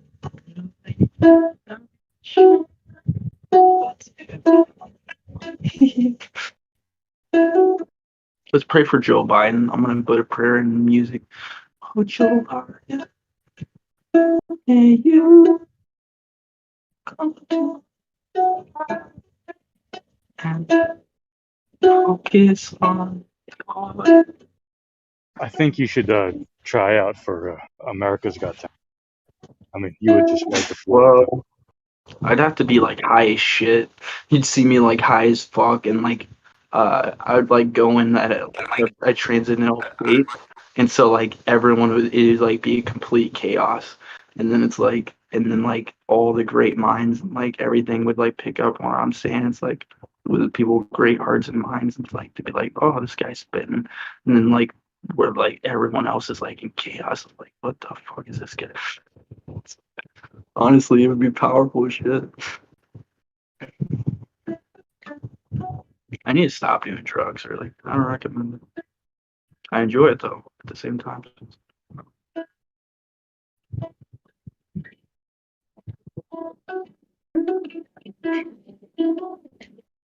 But give me something to sing about, or tell me to stop playing or some shit. If you guys want to get into a discussion, I don't know. Open book, open mind, flow. Well, Jin's in the house. Jin, you got Jim, any topics? Yeah, how you doing? What's going on? You got anything you want to talk about? Yeah, I was just going to post this.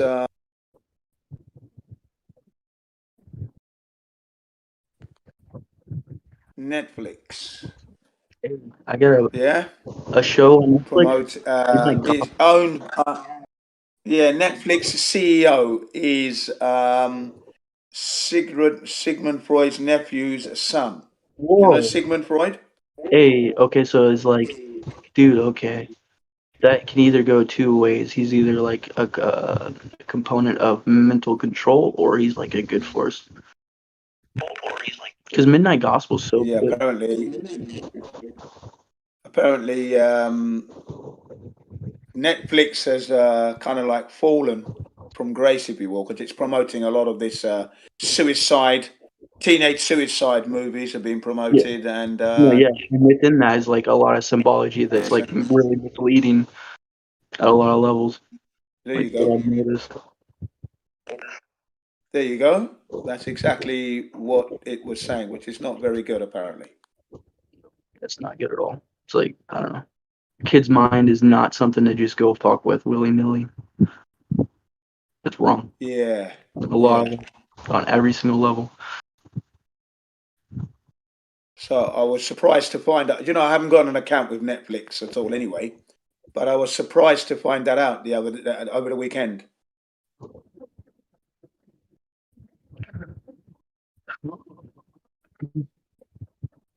Someone else turn the camera on.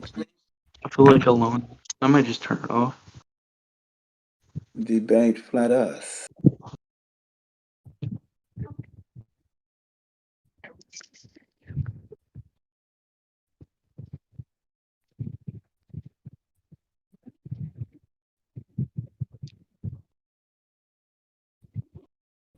Hey, I remember Gen CBR. I think a little bit. Yeah. Lightwater is such a cool, really good vibes, really cool picture and name. Jim Jam, you're cool as always.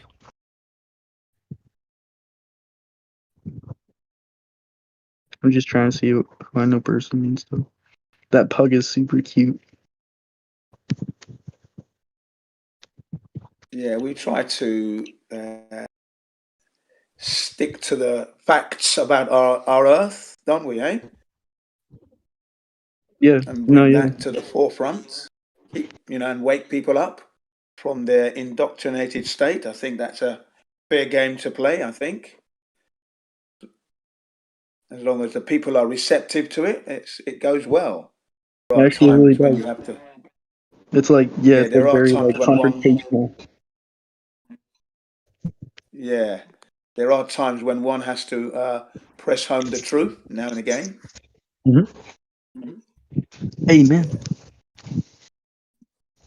And hopefully, they get the message. Yes, I feel like eventually they will, as long as they're not misled along the way. Like the truth is inevitable to realize or something like along that line. That makes sense. Yeah, I think individuals need to want to know the truth, and then you tend to be more receptive to it. But if it's coming along just by happenstance, that you met somebody who's a flat earther, and the temptation to not take it on board is greater, I think. No, yeah. They're in an indoctrinated state of mind, and there's more deception for the globe. It's not proof, just deception, as opposed to them connecting with the truth and then connecting with. No, yeah, it's like blatant deception. It's like, and then all the flat earthers are trying to do is like look at the blatant deception. And it's like, and that's all you guys are basically doing. And not only that, you're like, look at this blatant deception, and here's a bunch of like actual very good knowledge and scientific experimentation, and which can inspire you. That's right. Yeah. So it takes a little while to get that through to them. They may need several attempts and from different people. That's the other thing. Yeah, Loggy was a big influence upon my awakening in general. Actually, very good dude. So was Geo. So are you actually. Like, I mean, just the flat Earth community in general is like really like close to my heart. Yeah. Well, we're lucky that we got these kind of mediums that we can actually do that. Although they're being heavily censored, we're kind of like lucky. But I mean, from these servers and the videos on YouTube, you're actually empowered to go out and do it on the street if you've got the confidence in yourself and the conviction to want to tell the truth in an amicable way. You're not ramming it down their throats. You're not shouting at them, insulting them that Right. It's like you're a retard. None of that stuff. Yeah. Like a solid, like soft-spoken, truthful presence. Yeah. I'm in the process of bringing round a Japanese security man who is the security guy for the Tokyo University of Science. Okay. I spoke to him yesterday. He sent a Skype message today saying, "Thank you, Mr. Jin. I had a very interesting talk with you. I'm looking forward to talking to you next weekend." Yeah. Because he wanted to do a bit more research on the topic matter. And he asked me, "How do you know about these topics? The vaccines and the dangers, and how do I know all about the moon landings and everything else?" I said to him, "Well, really, when you're growing up, you tend to want to know the truth about things as you're growing up to get a better understanding of the world you're growing up in." And I went to school, of course, and I wasn't fully satisfied. So you keep on looking, don't you? You keep asking yourself, what's the meaning of your life? Why am I here? What is this place? Because things didn't quite make sense. All the wars going on, governments in Britain, for example, promising to do things, but they never delivered on their promises. And it's not just Britain, but it's all over the world. Wars are going on, whilst you're growing up. During the 80s, the 90s, you think, when's peace coming? So these things leave you wanting to know more and why this is going on. And that's how it happened, I said to him. Because one is looking for the truth, I found it in places. Haven't found the complete truth, but I found some truths to explain what's going on. And part of that truth is humanity is walking in a trance state of mind, not realizing they're being deceived, which is how this system is being able to perpetuate itself so easy now. What do you think, guys? Yeah, I'd have to agree. Yeah. So that's what I said to him. I said, everybody asks his or herself as to why they are alive and what is the meaning of the life.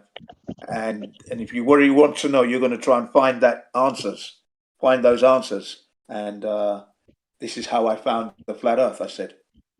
The ultimate number one biggest lie ever told is to lie about where you are living, born, and what the earth is. And then the second crime is to destroy yourself on it. That, i.e., war, to be brainwashed into a situation where you're killing for freedom when you were already free to be born. You see? Right. So there it is. And this is the message we need to get across. So people who are wanting to know the truth find that truth out, and then they carry on searching. And when they find a serious message like the flat earth now, that has to come out.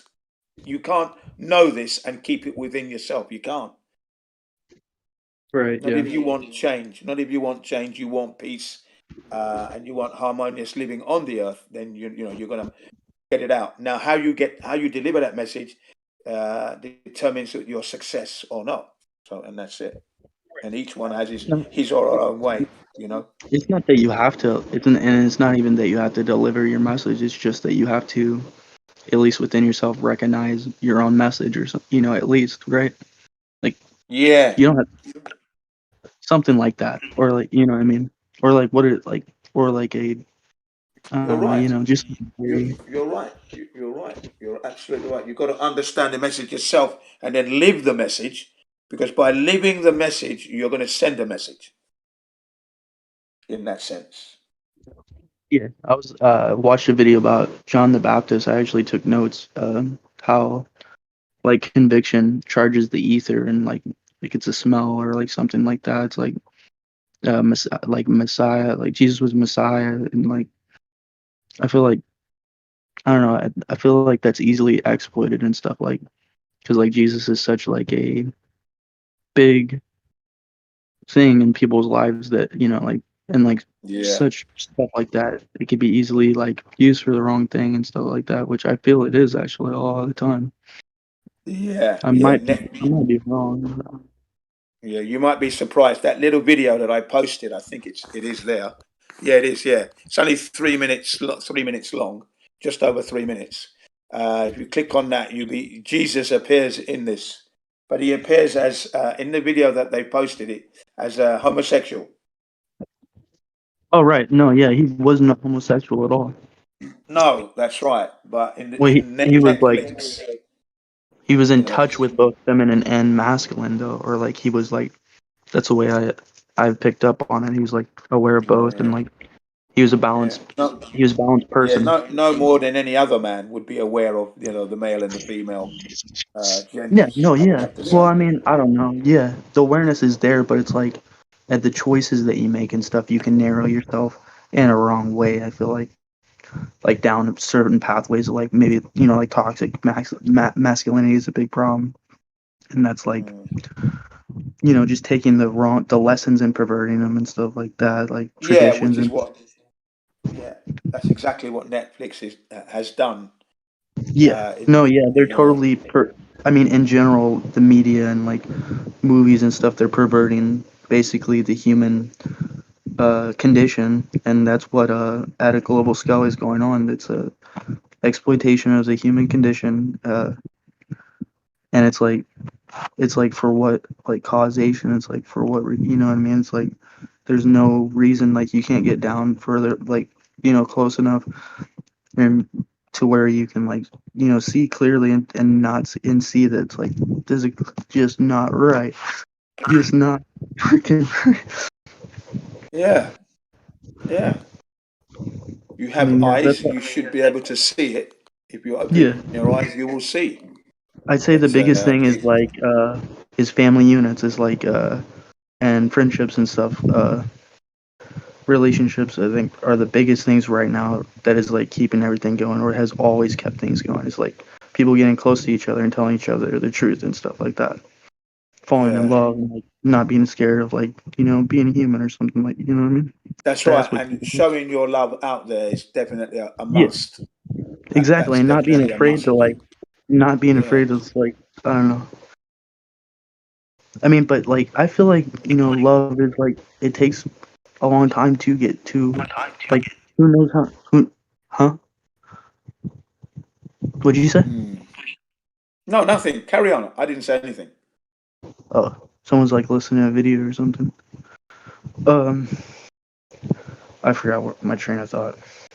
You were talking about showing your love and how people are not Oh confident yeah. enough to show their Oh love, right, sort of yeah. thing. Like I feel is like to get to a place of like actual authentic love, like it could take like maybe a lot of reincarnations, like or incarnations and stuff like that, because like or something to that effect, like to I mean I don't know. Maybe Jesus was like Yeah, maybe all that Jesus like showed and stuff. Maybe that was like maybe there's like a because it like people say they reigned with Jesus for like 3,000 years. So like who's to say like Jesus wasn't like always like been here for like oh so long and like eventually the enemy like got up to him, but like he had already planned it symbolically, like or like divine, the divine providence or something within like the universe, embedded within the universe itself, was like supportive of him because he's like I followed the rules, and it's like or like I played right, I was a good person like all through my incarnations, and it's like even if they torture me, kill me, it's like dude, I got it, in the bag, or yeah, something like I don't know. I feel like I could probably do this, like, but I don't want to go start riots and stuff. It's like peaceful warfare is like the best way to go about it. Like, not that it's like I want to go to war. Like, I'd rather just chill out. It's like, but if I have to, the peaceful approach is way, way better. Like the inner peace, like carrying that within you and like showing that on yeah, the battlefield. Like they just be like, oh, this nigga is illuminated. And if they kill me, they'd be like, well, just like I don't know, you know what I mean? Weird shit like that. I yeah, think it's kind of funny. It's like it might be a little twisted, but it's like I'm not imposing it on anyone, and I'm not like come follow me and like well like I don't know. I wrote down a quote like take up your crosses and reign with me for eternity. yeah. I just feel that humanity is so messed up psychologically that Yeah. we the people Well, I who mean, number greater than well, the well, 1% are well, if you allowing look to at it, be manipulated for this longer time yeah. length of time. If you So think I about it, it's believe. like if you think about it, it's like the mental level is only one level. So it's like if everyone's fucked up mentally, that's like there's obviously deeper causation forces behind that because like the heart is the center. So it's like that's where I feel like the focus should be more so than like, of course, like the mind is a wonderful tool for navigating the whole universe. It's fun. It's like fractals are cool. Like it's like thought form patterns are awesome. It's like tantalizing. It's like it's like a lot of Buddhism is waking up from that tantalization. I think, or like like not being in awe and like because like if something is going on, like a bodhisattva is like free of dullness so that like no matter what happens you have the heart to go through is like keep Yeah, carrying water and wood.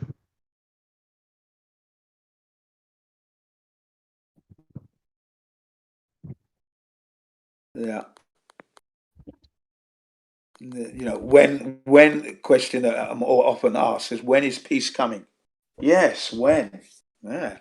When is it As going to soon as be that you no more bombs are raining down on any country? People are not running around and running for fear, well I becoming mean I don't refugees. know, see the Yeah, individual is able to answer that question because they asked it. They're like, okay, so when is the peace coming? If you looked at yourself you'd be like, oh, the peace arrives whenever I allow it to enter, or I move towards peace. Like it's that's that's right. it's like, and like Yeah, it is that collectively, simple. yeah, I it kind of mean, is. Well, I I've said mean, it to the it's soldiers. I've not said that it to the simple to soldiers. Like, arrive there. It's like, but yeah, yeah, I've said it to the soldiers myself that if you want peace, put down the gun. straight So up, easy. yeah.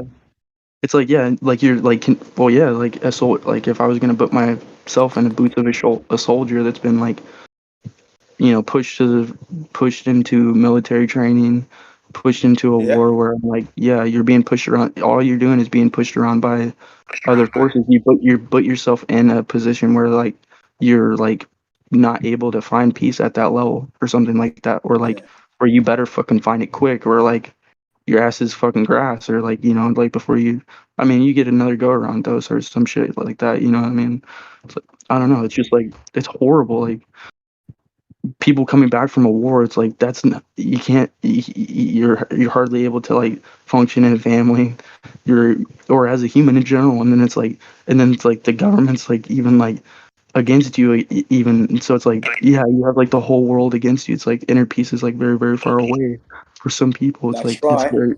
it's very hard to like think about. It's like hard to see. It's like, I don't want to see that. That's not what I, you know. Yeah. I mean, there were soldiers that came back from the Iraqi war, yeah, and they described the horrors that they went through, right, to the point where they threw down their medals that they got because they were disgusted with their behavior. And that was because they murdered innocent people, you know? Yeah, they threw away. Yeah, They because they're like, oh, what is this? What is this? Oh, it's a badge of, um, like dishonoring the human spirit or something like that. Of course, yeah, cast it yeah. into the fire. Like, in fact, like, let me go with it or something like that. It's like, because like something like that.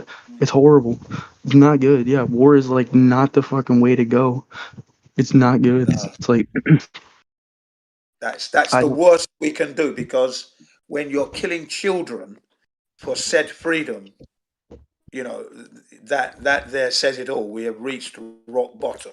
When we're killing babies, babies that cannot, they're reliant on their parents to be fed, yeah, so they can't even speak yet, and they're dead in a pile in a truck to be buried into one mass grave.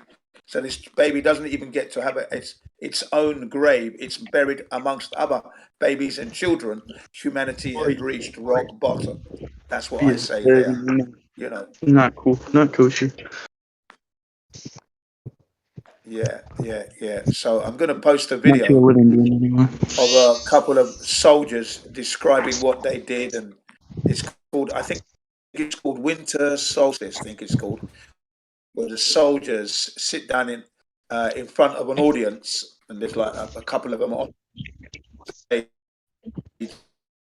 and each one takes his turn to describe what he did, you know, and how they feel there and then, and basically asking for forgiveness. But in the comments of the video, they took a beating in the comments. They said, "You're murderers. You should be going to jail." Blah blah blah blah blah. Okay, that might be so, but at least they came out and denounced what they did and denounced the war of Yep. Iraq.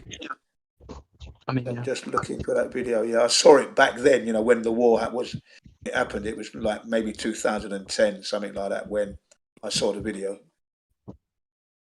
or maybe perhaps before that. But yeah, you know, I never forgot it. You know, No, shooting right. people coming home from work. They didn't have any Yeah. weapons. Shot them dead. I think Shot we've up a talked about it. mosque. I think we've been in the same kind of conversation already for sure. Or maybe it's like, I don't know, maybe we're just catching up with each other now or something. I don't know. Yeah, but we've definitely already, me, you, and I have conversed like about this stuff. Yeah, it's not Ah, cool right. or something like that. Similar, like I definitely Yeah, we yeah. feel it's good to keep speaking that truth though. Like I guess, like I don't know. I Oh don't like to yeah. think about that though. I don't know. But Well, yeah, yeah. You have to, because a lot of people out there are unaware of all these things going on. You see, so you have, you know, like if you like, it should be like your favorite track that you like to listen to. Yeah, you like your favorite music or your favorite movie. So should be the flat Earth and all the other truths. They should be your favorites to tell. Yeah, it kind shouldn't of. be you just you. you've uploaded it and then you shut up about it and that's the end. Now you've got to push it out because the technological medium that we have that should be helping us is being censored to a high degree. Yeah. So anyone with the knowledge should always be set to have a conversation on it, as long as the timing is right. Can't just blurt it out. It's got to be. You've got to select your timing well. Yeah. Just be respectful, really. Yeah. It's always my intention to talk about these truths, but you've got to pick your moment, is what I always say. Pick your battles.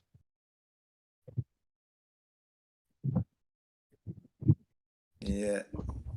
But yeah, you know, I'm still trying to hunt this video down. I'm looking at my other collection now. But yeah, it makes for a disturbing to see the things that they were doing in the Iraqi war, you know? I mean, they killed that guy, Pat Tillman, for example. Pat Tillman, killed by his own men. The famous American footballer who gave up millions of dollar contracts to play American football to go to Iraq. Yeah. I feel like the movie Full Metal Jacket kind of exemplified a lot of that, like putting yourself psychological, like shoes, metaphorically, like of like, yeah, it's fucked up. Yeah, not a good place to put other people. Yeah, it really is. When they discovered that the war they were involved in was purely for the corporate elite, you know, it disgusted them. Yeah. Well, yeah, you're killing people. Yeah. I remember one American, right, in a crowd fighting with the police and those who were pro the Iraq war. And he said this in the crowd as he had this guy by the scruff of the neck, right? One of them officials. You've turned America into an aggressor nation, he said. And he threw the man down on the floor. I thought, yeah, those were real words there, man. You've turned America into an aggressor nation. This guy was livid. He had the guy with a scruff of the neck. It was during a protest against the Iraqi war sort of thing, and the officials were trying to promote the positive side of the war where there is none. And this guy it's like a false you've turned America into an aggressor nation, and like threw him on the ground, you know what I mean? I thought, yeah, that's it. That's what you got to do. That's not what you have to do. That's wrong. Well, no. You know, the thing is, the man, of course. I mean, that's what puts him to the ground. I think that's fair enough. Yeah. I mean, sometimes you know, the man is promoting war, promoting death, right? And then the guy said, "You're turning our country into an aggressor nation, going around the world unilaterally, killing, you know, at will, basically, and it's innocent children, you know." So to try and get that to the official, if you had to grab him by the scruff of the neck to get him to get it, then that was what it's necessary.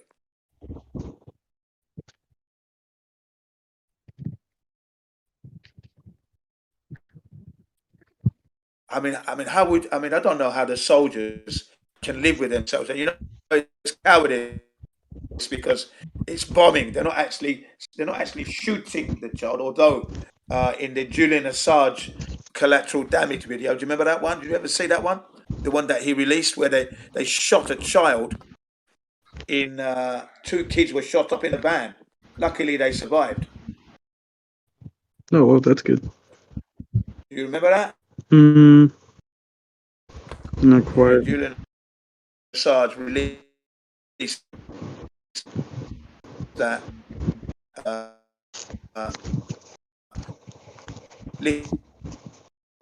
You're chopping up, man. I don't know if it's me or you.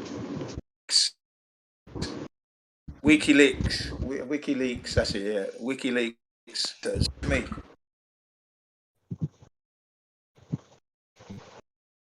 WikiLeaks.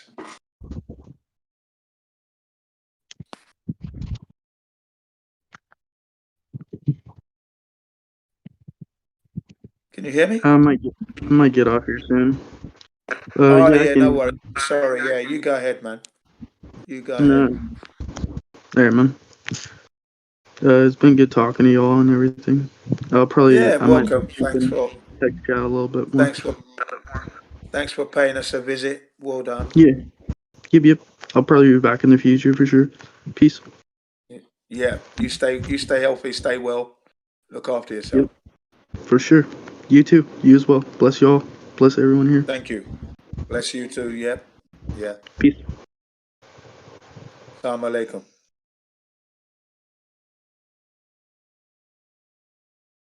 And that was Jordan. Yes, Jordan paid us a visit. Seems like a placid, nice fellow. Just wants humanity to get along. Yeah. He seemed really cool. He just bad at rapping, bad at guitar, but he's really cool still. Yeah, that's right. Yeah. What was incorrect about the image I posted, by the way?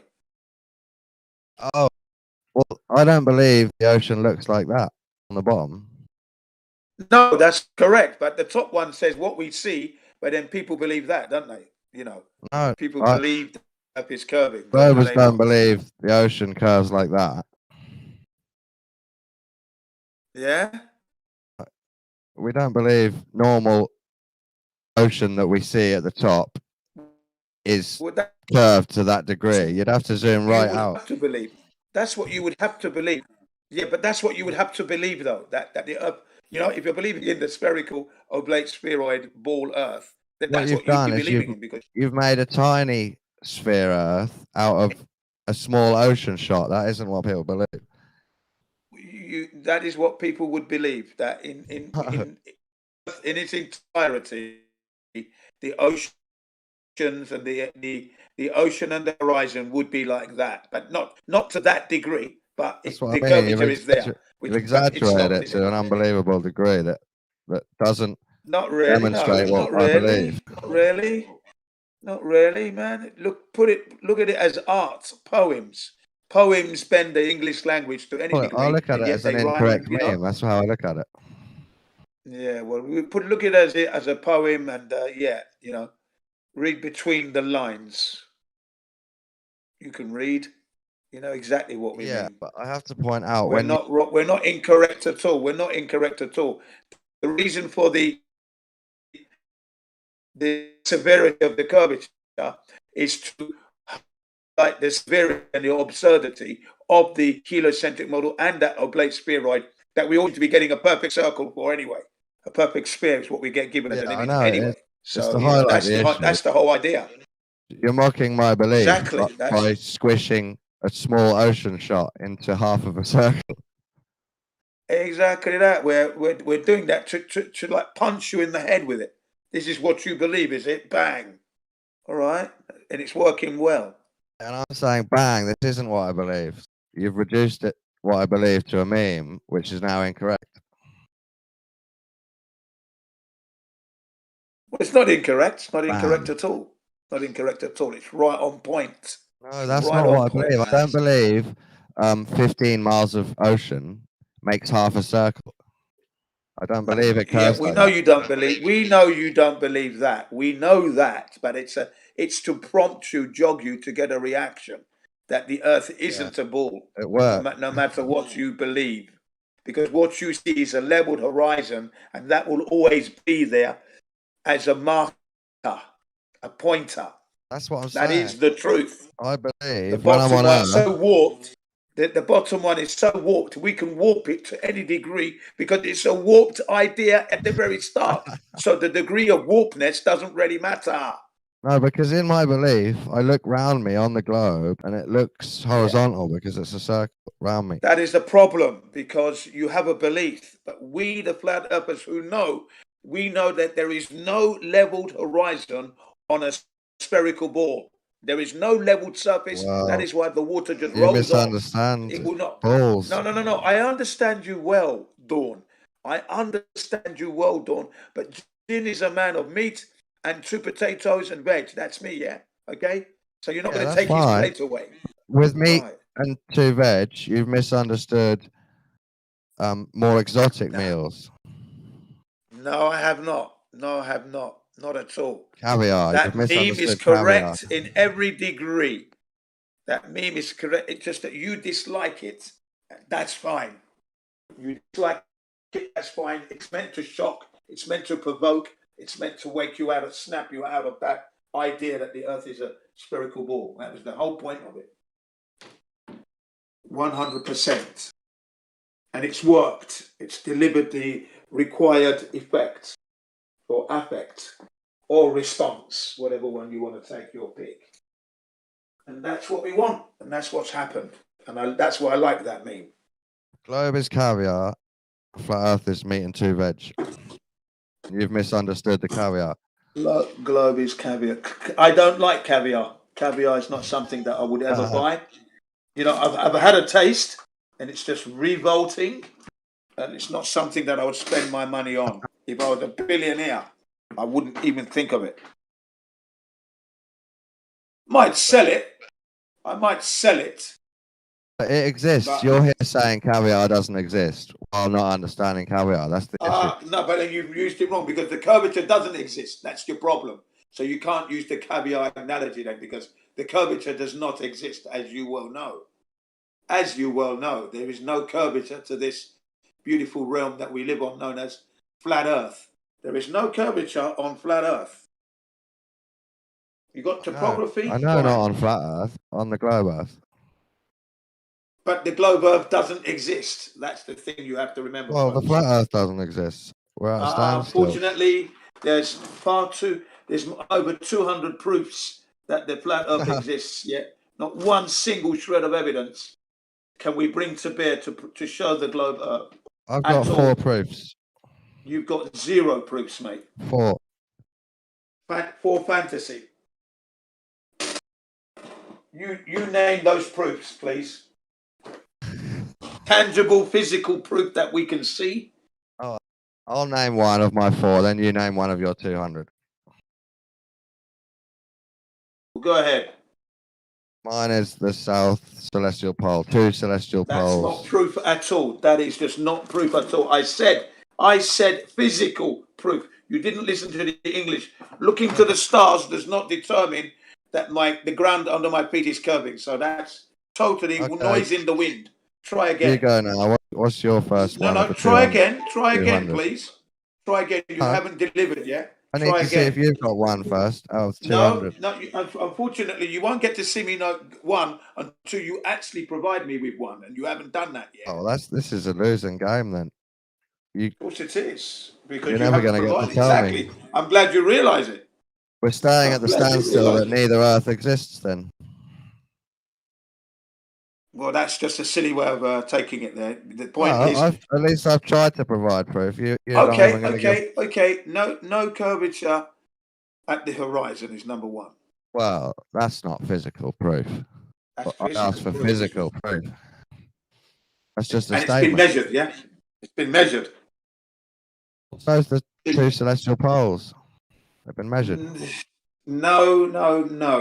You see, the 2. Yeah. I said to you, physical. The poles are not. Looking at the stars is not a physical proof. The Earth is a globe. Not seeing curvature isn't a physical proof. Of course it is. Of course it is, because a spherical ball is a shape.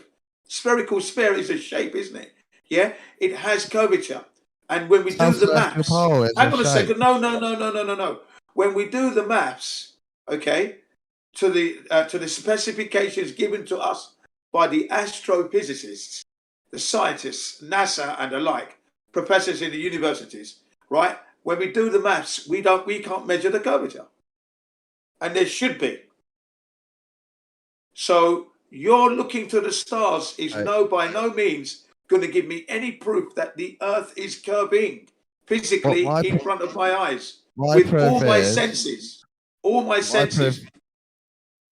My proof is observing and measuring the South Celestial Pole, the 2 celestial poles. Your proof is that you haven't measured curvature yet. Correct. Haven't measured curvature, and everything that we see is level.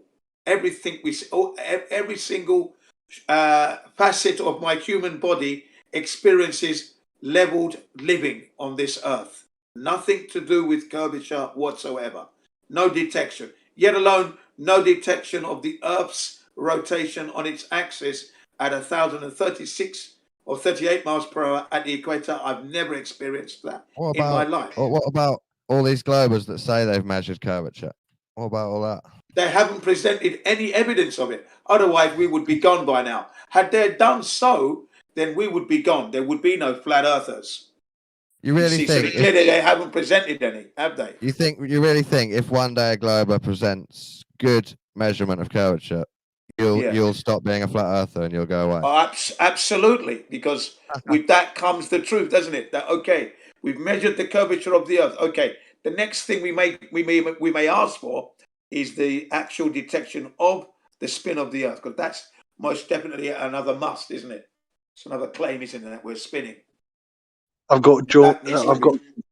I've got Jin winning at the moment, Dawn. Yeah. Well, it's 1-1 for me. No. Well, there is no South Celestial Pole. They're both imaginary points. There is curvature, so it has been measured. Well, show us. And my criteria was physical, tangible on the ground. I did say that. Not looking to the stars. Well, no. Show me looking to the south sky all night and not seeing a rotation around a point. Show me that. The curvature he saw you was argue in our your case. You argue our case. Einstein couldn't prove it. I've come to believe that no optical experiment can be conducted to detect Earth's rotation. He said words to that effect. Okay, so you argue our point that there is no detection of this at all. Okay, you've given two now. Your second one is no detection of spin. And my second one is we observe obstruction at the horizon, bottom up, bottom first. Well, that there is a misunderstanding of angular resolution, perspective. Basically, that's it in a nutshell. Because as you well know, when you are if you're walking down the street, a long street, and you follow the street lamps, they appear to be going down, do they not? Yeah? Well, they don't They appear obstruct. to be shrinking. Hang on. They appear to be shrinking in size. Yes or no? Yeah, Jen, I'm 39. I've seen stuff get small before. And I went to art college. I learned perspective. Okay. I could still be misunderstanding. Would you agree? Reality. Hang on. Come on, we're getting there. Would you agree that is an optical illusion because those lampposts are not really getting smaller? Is that correct? Yes. Right, because it's an optical illusion because they are fixed size. Okay? That's different. That's to correct. what I'm talking about obstruction, bottom up. Yeah, I'm getting there. I'm getting there. That is an optical illusion because that is the law of nature in that depending on your angle, things will always disappear bottom up. Always. That is a law of nature. Always disappear bottom up. But that is not indicative of something going over a curve. Okay? What do you mean? That's law what of you're nature. making a mistake. Yeah, that is the law of nature regarding that optical illusion, because that is a law in itself. It's a natural order of things. Things will always disappear bottom up on a leveled surface. Well, if you think I'm misunderstanding the illusion of obstruction and that other stuff regarding a leveled surface, I think you're misunderstanding how to measure curvature. No, not at all, because we got Pythagorean theorem formula that would help us measure the curve. Like I said, I went to art college to learn about perspective, and I've seen things. I did it in technical before. drawing. I did it in technical drawing. Okay, it's the never vanishing does something disappear into a surface, does it? On technical drawing. That in technical drawing, things shrink to a small size, but when you're on a level surface, but they don't shrink into the surface, do they? But you're not listening now. When you look at a leveled surface, let's say a table, you can make things disappear on it easily due to the angle of approach to that object. Yes, I agree. Exactly. So we're talking straight lines, we're talking angles, we're not talking curve. Here we go again. We're not talking curve now, are we? You see? Angle we're of talking approach. Straight lines. If you're even below... Even with your ship, If you're disappearing below the bottom upwards. table, if you're below the table gets in the way of the thing at the Correct. end. Correct. That's a straight table, by the way, because Yeah. the fact is, when something has gone over the curve, okay, there is no way you can grab an optical device and bring that back. Once it's gone over a curve, it's gone forever, because we only see in straight lines. That's what you're forgetting, except for when refraction comes in. That's the only time that something may be projected downwards, depending on the medium, or upwards. But in the case of the ship disappearing bottom upwards, yeah, that is all to do with straight lines. You see, you're playing my game now. You're right you're in my realm now. No, you I've didn't got your quite get me. putty in my hands. You didn't quite get me, Dan. I agreed that the angle of approach on a table can make a trick where if you put the camera at a lower angle than the table, looking up through the table's going to get in the way of something on the table. And that's how you trick people. You'd be wrong there, because if you put a coin at one end of the table, okay, you stand up, you'll see the whole coin, and it won't be a perfect circle. It might be a little oblique because you're at the upper end of the table. But as soon as you begin to lower your height down, that coin's shape changes because you're reducing the angle of what you can see. Okay, what I'm saying and you don't have to be, and that's not being at the underneath the table yet. You understand the table now? experiments you've seen are actually tricks. I've done that myself so many times. Yeah, I think you tricked yourself. No, on a not at table all. with No, a camera. not at all. Look, it's not like that. Look, I go to the laundrette almost every day. Okay, where I park my bike. If it's a sunny morning, then I don't park my bike right outside the laundrette, because the UVs from the light, the UVs from the sun, will destroy the yellow, fade the yellow, and destroy the material that the trailer is made of. So I park that into the shade. Okay. Now I pick up my basket, and there's a mat that I need to wipe my feet on before I go in. At the bike, where I park my bike, I can't see that mat. But as I'm walking towards the door, the mat appears. You understand? I see that almost every day. Almost. Yeah, so you're seeing the bit of the road, but you're not seeing the mat on the road until you get closer. Correct, because my angle of approach is so severe that it's beyond me able to see it, but it's there. The mat is there. It's not hidden behind any curve, is it? Once something's gone over a curved surface, you will never see it again, because you agreed we see in straight lines. I love this one. I don't think I agree. This one is easy. This one is so easy.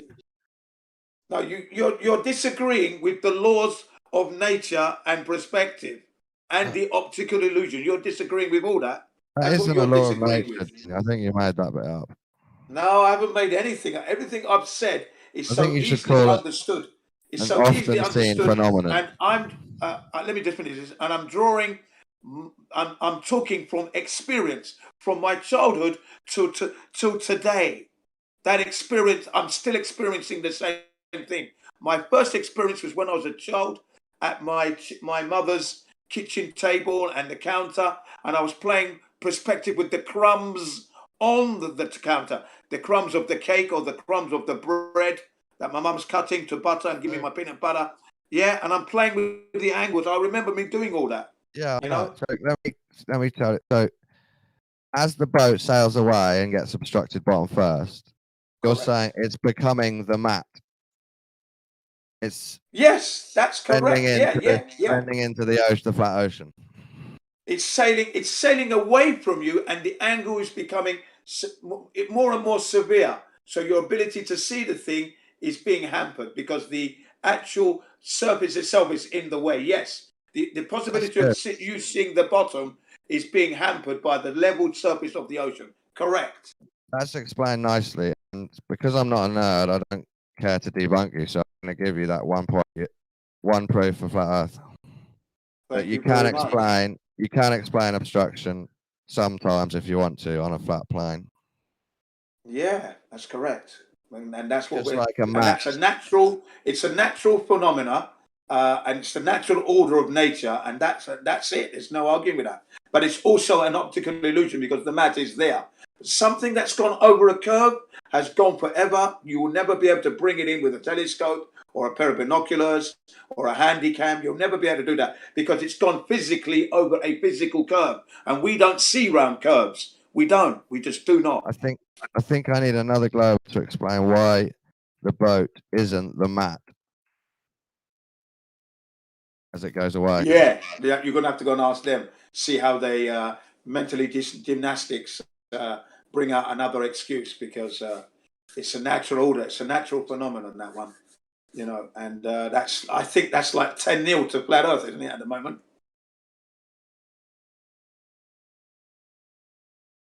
Yeah. We're Flat Earthers united. We'll never be defeated. We're Flat Earthers united. We'll never be defeated. Hey. Flat Earth truth. Flat Earth truth. Flat Earth truth. Flat Earth truth. Smashing the heliocentric model to smithereens. I've got an explanation for obstruction that fits the globe. But all right, go on then. No, I mean, I've already told it. It's going over the curve like that. That's my. But I'm saying you still win 1 point because you made up an okay explanation. Well, I didn't make it up. It's my experience that I experienced almost daily. In fact, I'd have to say daily. No, it's a daily occurrence, because there are many things that I approach that I don't see. A manhole cover, for example. This is a daily happening. Daily. I think I've got it, Jen. I think I've got it. Matt isn't blending into the surface. It's becoming too small and it's disappearing into the vanishing point. Exactly. And that's where you're misunderstanding, because that's a different phenomenon. No. Disappearing in size to the middle of your vision is different to blending into the surface bottom first. It's not, because I'm looking at the bottom of the boat, which is actually on the ocean, and as it moves away, the angle from the ocean gets in the way now. The angle of approach, because it's moving away. The angle is being reduced, and that is why the boat appears to be sinking into the ocean. And you have to remember, this thing's supposed to be, if it's going over a curve, then the actual ship's attitude should also change. Shouldn't be that it's like what you're saying. It's like the curvature. It's like a conveyor belt. You know, an escalator. When a human being steps onto an escalator and goes down, you know, you get that kind of like even leveled. Well, that's what's happening with the ship. But if it's going over a curve, then the actual attitude of the ship should also change. Shouldn't be level, because it's going over a curved surface, and that's the problem. The ship's not doing that. That is the correct way to look at a parabolic curve down. What I'm going to say, Jen, is I need to see you with a camera approaching this mat and decide myself if it's disappeared into a small point or if it's blended into the road. Okay. And now I'll show. Well, I mean, but the thing is, you can do that for yourself, though. You can go take a manhole cover anywhere on your street, okay? Stand in front of it and then walk backwards away and watch it, how it begins to disappear from you. That's all you got to do. It's a simple thing you can repeat in your country, in England. There, you can do that one. Yeah, I mean, you don't really need me to do that. You can actually do that yourself. I feel like stuff only disappears into the surface if it's really flat, like the surface, and there's a certain blur or texture going on the surface. That's the only time it seems to happen for me. Most of the other times, the things disappear into a small point in the middle of my vision. You do what I say, right? You do what I say. You stand in front of that manhole cover, look above it, you get the full, complete, nice, symmetrical circle. As you're looking above, that's 90 degrees above it. And then as you begin to move away, that circle will become an oblong. It'll become oblate. You understand? Because you're moving away now. Yeah? That's back to your example, Jen. You know, was it you that walked away from the camera really far and then came back? Not me, no, I didn't do that. Have you got a video about that? Where you put the camera down and then you walk away really far? No, I know that one. I think I might have it saved somewhere else, but that would have been someone else you're talking about. I haven't actually. In my mind, I'm thinking he only blends into the surface because he's really small. That's what I'm thinking. He doesn't blend in like a natural law, while I can still see the whole size of him. Well, it's just a you know, it's a natural phenomenon, and but it's also an optical illusion because the guy is not shrinking in size physically. It's just because of the distance and the angles. So, like I said, you can easily replicate what I've described to you quite easily with a manhole cover, you know, or put a plastic bag on the ground with a rock on it, and then just walk back from that, and you will see that you're definitely going to notice that the bag's angle is going to change because you're moving away, and as you move away, the angle is changed. Can I ask a question? Yes, please. When this boat is going away, does it reach the angular resolution limit of the human eye? It certainly does. At that point, it would fade into an indistinct dot. That's correct. In the end, yeah. In the end, you won't be able to see this boat because your focal power is now being exceeded. Yes. What if we change our angular resolution limit by magnification? Oh, then you're going to see it again, of course, because you're aiding your eye now. You're aiding your eye now. So now the boat is within the angular resolution limit of the optic. Yes, because the optic is now got a better angular, more powerful angular than my eye. Yeah. Why is the bottom of the boat still missing? The bottom of the boat is going to be missing eventually because it's a natural phenomenon that you witness with your own physical eye. It doesn't change because you've got an optical magnification device to help you see the ship again. So the same rules apply. You just agreed that we have not reached the angular resolution limit of the optic we're using. Therefore, your answer cannot be we've reached the angular resolution limit of the optic we're using because you've already agreed that we have it. I'm not saying that, sir. I'm not saying that. I'm saying that once my eye is no longer able to focus on that ship because it's gone beyond my focal power, I pick up a device, put it to my eye. Now, this device... Angular resolution limit. Please use the correct terminology. Angle resolution limit of my own eyeball, but the angular resolution limit to the device I picked up is greater than my eye. So then it all starts again. There's the ship. So if I keep focusing on the ship with the device, the ship will go beyond the focal power of this device. I'm going to need another powerful device. Okay? So if the ship is within the angular resolution limit, meaning we can see it, let's say our angular resolution is good enough and we can pick out the portholes on the side of the ship. Yeah, with our eye. Why can we... I don't care if we're using an eye or an optic. It doesn't change. Why can I not see the hull of the ship?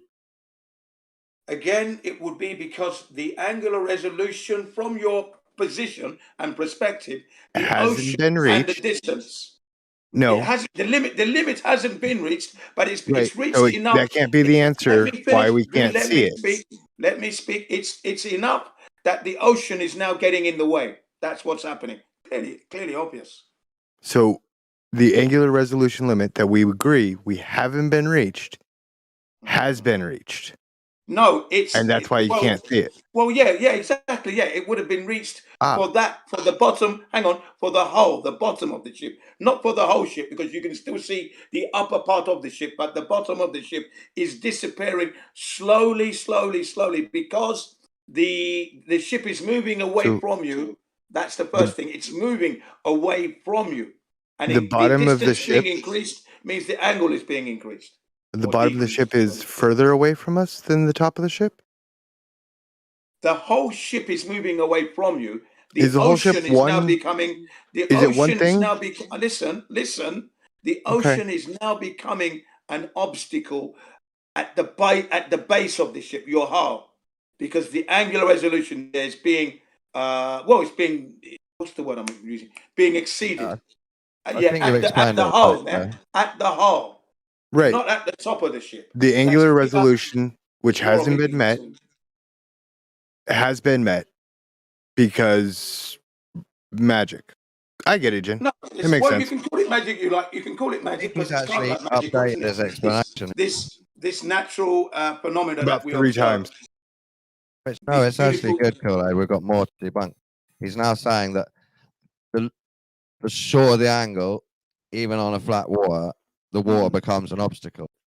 'Cause Correct. it's It less and becomes less an and less and obstacle less in the angle. way. And I Yeah. actually believe when it goes to infinite distances, that would happen. If you had a huge Correct. object and you were looking really flat across Yeah. a textured surface, the bottom would blend in. But I don't think this explains a really close ship half obstructed as when you zoom in once. Doesn't explain it enough, Jim. No, that is exactly what's going on. That's exactly what's going on. So naturally, you're observing it. Clearly not going over any curvature, because like I said, if the ship was indeed going over a curve, then the ship's attitude as well would have to change. It could not be sitting there dead level, going over a curve like an escalator going down. No, that's completely and utterly wrong. It would have to change its attitude. So the angle the of the ship. escalator analogy breaks there.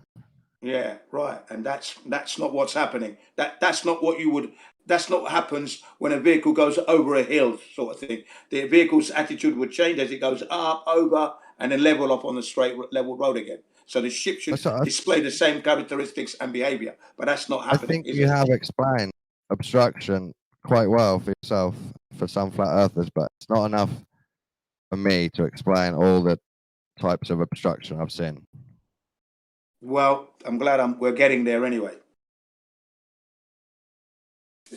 It's easy, isn't it? That's what's happening, you see. This is how we know that the Earth is not a curve. It's the same with an aircraft. The same thing would apply. If you're going to go from Los Angeles to New Zealand, you have to encounter curvature, but that the aircraft is dead level for 19 hours of the flight. I mean, that's just ridiculous not to encounter, because you've got to follow the contours of that spherical ball. And in doing so, then the aircraft's attitude would change. This would mean that you wouldn't be able to, you'd be in your seatbelt for the whole journey, except for a point when the aircraft's attitude is actually level, where you'd all be rushing to the toilet and getting your meal, because that's going to be momentarily, and then you're going to be going down, following the curvature of the Earth. So there's going to be an upward curve, okay, and then a downward curve. Curved flight. You've taken a spirit level on the plane, haven't you, before, Jim? Yes, I have. I've done that. Where I took a spirit level, which I uploaded on my phone, 2014. 2014. The iPhone 6 Plus. I downloaded 3 spirit levels, a bubble app, three types. I've got them on my phone still. And you were waiting for the whole flight. You knew it wasn't going to tilt, but you were waiting to see if it did. Yeah. Yeah. I took my kids as well. My kids were on the plane. Yeah.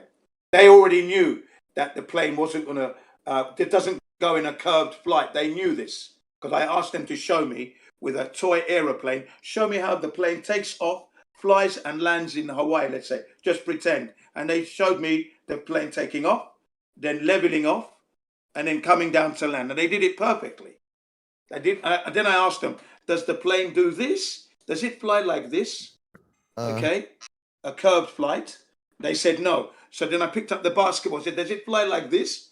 And they said no. And that's right. Okay, so they knew that the plane was level before we actually made that test, that the plane flies a level flight. And then when we put the bubble out. I have to remind you quickly, this is another misunderstanding of the globe model and how planes fly in general. I doubt that very much. It must follow the contours of the Earth. The aircraft's attitude has to change in order to follow the contours of the Earth, and it doesn't do that. And if it were to do so, you would need to be remaining in your seat belted up for the whole journey. You wouldn't be able to have a drink, food, or anything, because you wouldn't have a moment where it's level. So you pull out the table from the back of the headrest in front of you, pull out the table, and then you grab your meal, but you're on a flight, so it may slide off. The level of the drinks, you know, the actual drink in the glass. You understand the implications of what level means in this context. No, that's impossible. I do know what level means, because I've got to put pictures and picture frames up. Level. I've had to make things that are level. So no, I understand precisely what level means. That's not right to say that. I do understand. You know, the ground I walk on in my classroom is level. The table is level. I've measured it using the same app. I do understand what it means. We should not be flying in a leveled flight if we're living like I said, there can be no level surface on a ball. That is why water doesn't adhere to it. It just rolls off because there's no level surface for the ball to stick to or, accumulate on. Hey, Rest Jin, on. have you ever heard of the science of bathymetry? Yeah, I've heard a little bit about it. Yeah. Yeah. Does it work?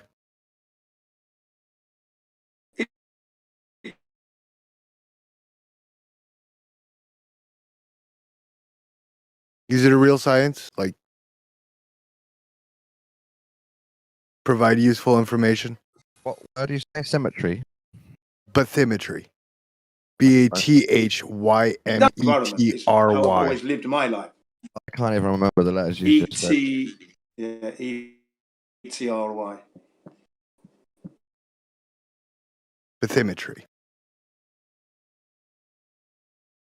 No, that's my environment dictates my movement through it, how fast I can go through it. Yeah, Or how I slow. just wondering if Yeah. these maps are accurate and real, seeing as they Which maps? were originally based on gravitational anomalies tested on the surface of the water. Yeah, well, gravitational thing is the gravitation thing hasn't been proven, so that would be already absurd in itself. That's just make believe. Gravitational whatever hasn't actually been proven to exist. So that's Actually, just it a has. make-believe. No, it hasn't.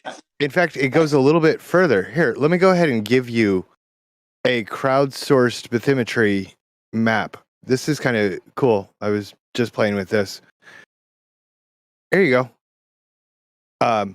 These are all crowdsourced, and most of them come from private individuals. There are some military things that went in, such as the mapping of the Marianas Trench, but Yeah. all of these formations on the seabed match with their gravitational abnormalities on the surface. It's really strange. Yeah, the word gravitational is actually a misconception there because gravitational implies that there's gravity, and we haven't actually proven that yet. So that would be a misconception there straight off the bat. You know what I mean? That's not intellectually honest. I've got a problem with that already. Claiming gravitational whatever is crap. Sure. So let me sort of explain what I mean by that. Maybe you can correct my word choice. The way that it started, and obviously it's advanced now with modern sonar, but the way it started was they had plumb bobs, and they would measure the deviation towards the area, towards certain parts of the seabed.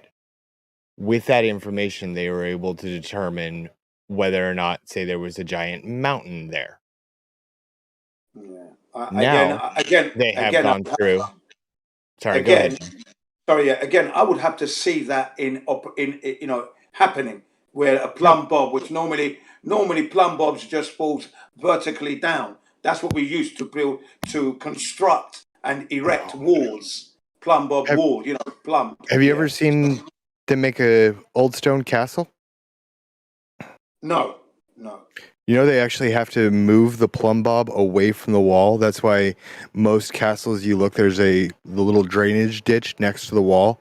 It's actually where the masons would hang the plumb bob so that the wall wouldn't interfere with the measurement. Yeah, drainage ditch have to be at certain angles so they can become draining.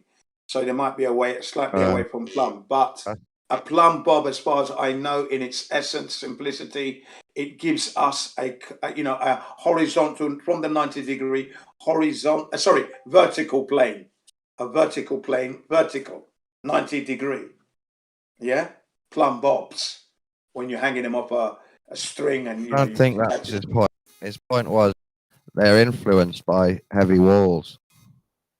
I doubt that very much. That's what I'm saying. I doubt that very much. That's claiming like there's some kind of gravitational, and that's absolute hogwash. No, that's a glorified what's that experiment that I bloody well heard with the two balls? How The could I forget that? Cavendish. Yeah, it's another Cavendish say drive. that, Jen. I was going to say that. That's why they set up the Cavendish next to heavy Yeah, water. yeah, it's just crap. It's just absolute bullshit. Yeah, absolutely impossible. And please, the fact that you mentioned a plumb bob is that I've actually made a plumb bob. I made one at school. Okay, out of mild steel. Yeah, on a lathe. Did they I give you a turned the cookie? plumb bob. Yeah, we made it at school. Yeah, what kind of Okay. cookie was it? Sorry? What kind of To go after school to finish off all the time. I wanted to finish off. So that put me ahead of the class, so much so that my pupils, fellow pupils, would come to me to ask what to do next, not the teacher. And the teacher was loving it, because he was in his office just relaxed. And I had adhered to the safety all the time. And yeah, I really thoroughly enjoyed it. My dad and my brother, who came to the school 5 years later to join on Parents' Observation Day, he was so happy to see the family name and then all that stuff that was made by me. So yeah, that plumb bob, I thoroughly, it's therapy. When you're working on a lathe, it's literally like therapy. So yeah, I'm very attached to plumb bobs, to be quite honest. Although you can make it from anything. You can make a plumb bob from anything, from your mobile phone, anything. Anything with a weight can become a plumb bob. But I actually turned one on a lathe.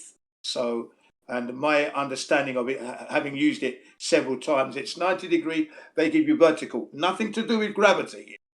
I've never ever thought in my life gravity had something to do with me getting a plum. No, never had that Why feeling in does it my hang down so straight if not for But because of gravity? the weight, it's taut, isn't it? The weight Yeah, is pulling the what's string making taut. what's making a heavy thing on a string so straight down all the time? It's the natural order of nature's laws. That's Yeah, what it is. It's the natural order of that's what things. gravitation is.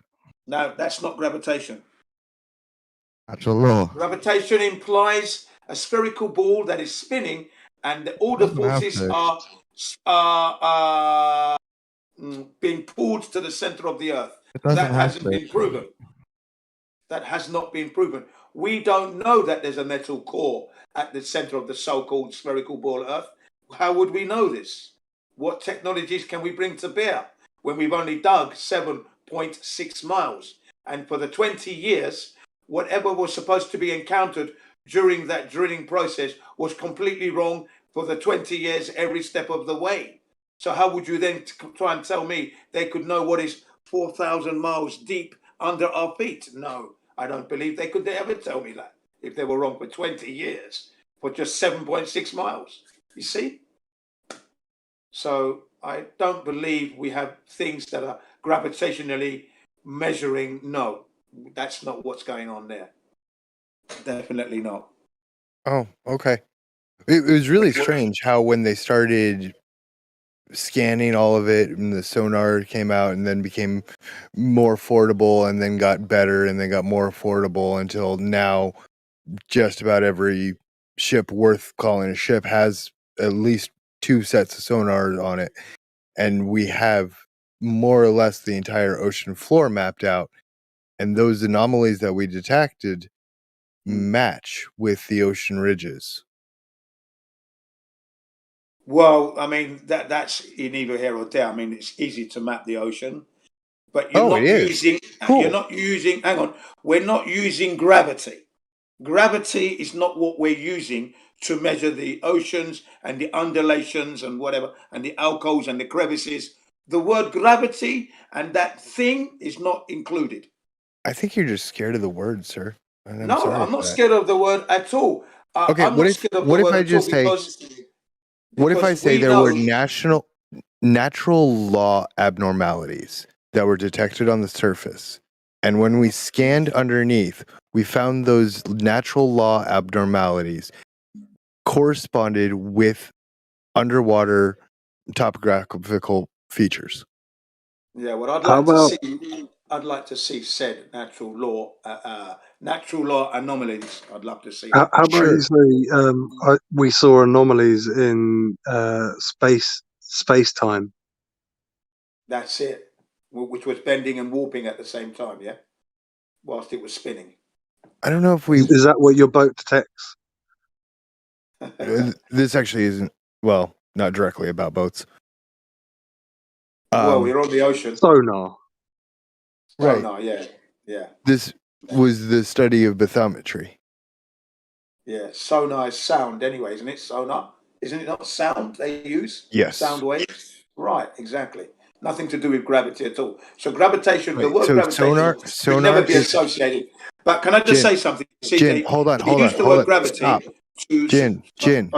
Okay, go ahead. You strawmanned what I said.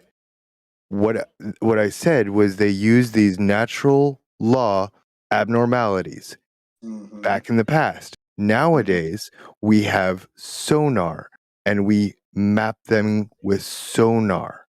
Okay, sonar. Do you see how those are different? Yes, but the Okay. word gravity is I didn't say cannot be it. used. I didn't say that word. I said Gravitational natural blah, blah, law. blah. No, But I you didn't. said it. But I you said said it at the natural beginning. law Yeah, but at the beginning you abnormalities. said that. Yeah, but at the beginning you said that, and that is the standard language that is used when you're referring to these maps, and that is the gravitational blah blah, etc., etc. But I'm saying to you that that would be I've already got a problem because gravity hasn't been proven to exist. It's just a theory which is unproven. So it's wrong to associate those words with the map making because it substantiates gravity as a real thing. And that's illegal in the world of intellectual, honest people.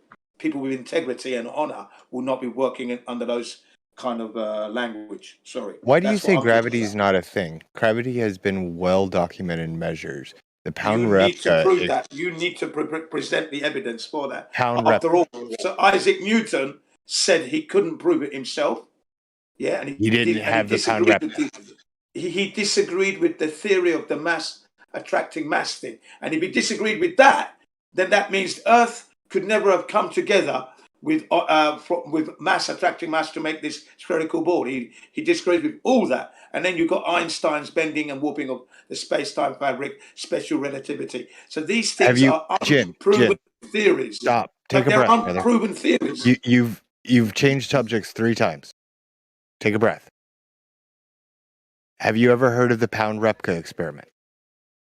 Which one?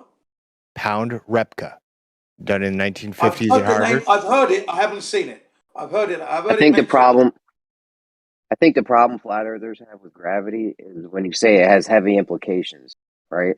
It means space-time bending. It means mass attracting mass. It doesn't have to. Cavendish, huh? It doesn't have to, have but to it does. mean It all shouldn't. It shouldn't, but it does. You guys jump to conclusions and took leaps of logic to get to where we're at right now with this whole gravity word. So, would you like to hear about the pound replica, or would you like to just continue saying that this experiment never happened, Jen? No. Like I said, I've heard about it, but I've never seen the experiment. So if you want to enlighten us all, especially those listening on the live stream, yeah, go ahead. Sure. Is it an actual scientific experiment? I'm all ears like an elephant. Yes. All right. What's the natural observed phenomena? So that's not required for a real experiment. That literally is the first step. That's literally the first step. Step one. You just broken the law. You just broken the law. Step one. You need an effect. All right. Would you like to make a hypothesis? Okay, hold on, Jeremy. You want the effect? Hypothesis without Jeremy. You can't ask me a question, then keep talking. Yeah. How are you going to make a hypothesis without a dependent variable? All right. So the effect that they are observing is called the Mossberg effect. Do you know what that is, or would you like to? That's your natural observed phenomena. What is it? Yeah. What is that? Effect is your natural observed phenomena. It's called the dependent variable. Okay. What was the prediction? The Mossberg effect is when you excite a lead element, it will release a photon. That photon can only be absorbed by the same isotopic lead element at a short distance. Their hypothesis was if they held these two masses apart, excited the bottom one, and sent the photon towards the one on the roof, and it was too far apart, then the photon will have slowed down and be out of phase and not affected by the Mossberg effect. Can I say something? That is not a natural occurring phenomenon at all. It is not ma- natural. It is man induced. It is No, being it's not. induced by humanity here. It's not No. being induced naturally. So that's why it can't be called an nope. That's not a naturally occurring phenomena. You are enticing this thing to work. That's not natural. Have you? So it fell straight away. Does What's the metal point? rust? What's the point, Kool-Aid? Does metal rust? Is metal rusting Yeah. natural? Not Cool. natural. That's the Mossberg effect. Okay. Yeah, it's not, Are we it's good not a now? Point natural about it. occurring phenomena. It's not a naturally occurring phenomena that we observe in our daily lives in the natural world. So it's dead in the Metal water rusting already. is Jin, metal Already if metal rusting is a dependent variable, then that's fine. No, You wouldn't agree, Jin? Jin says metal doesn't rust.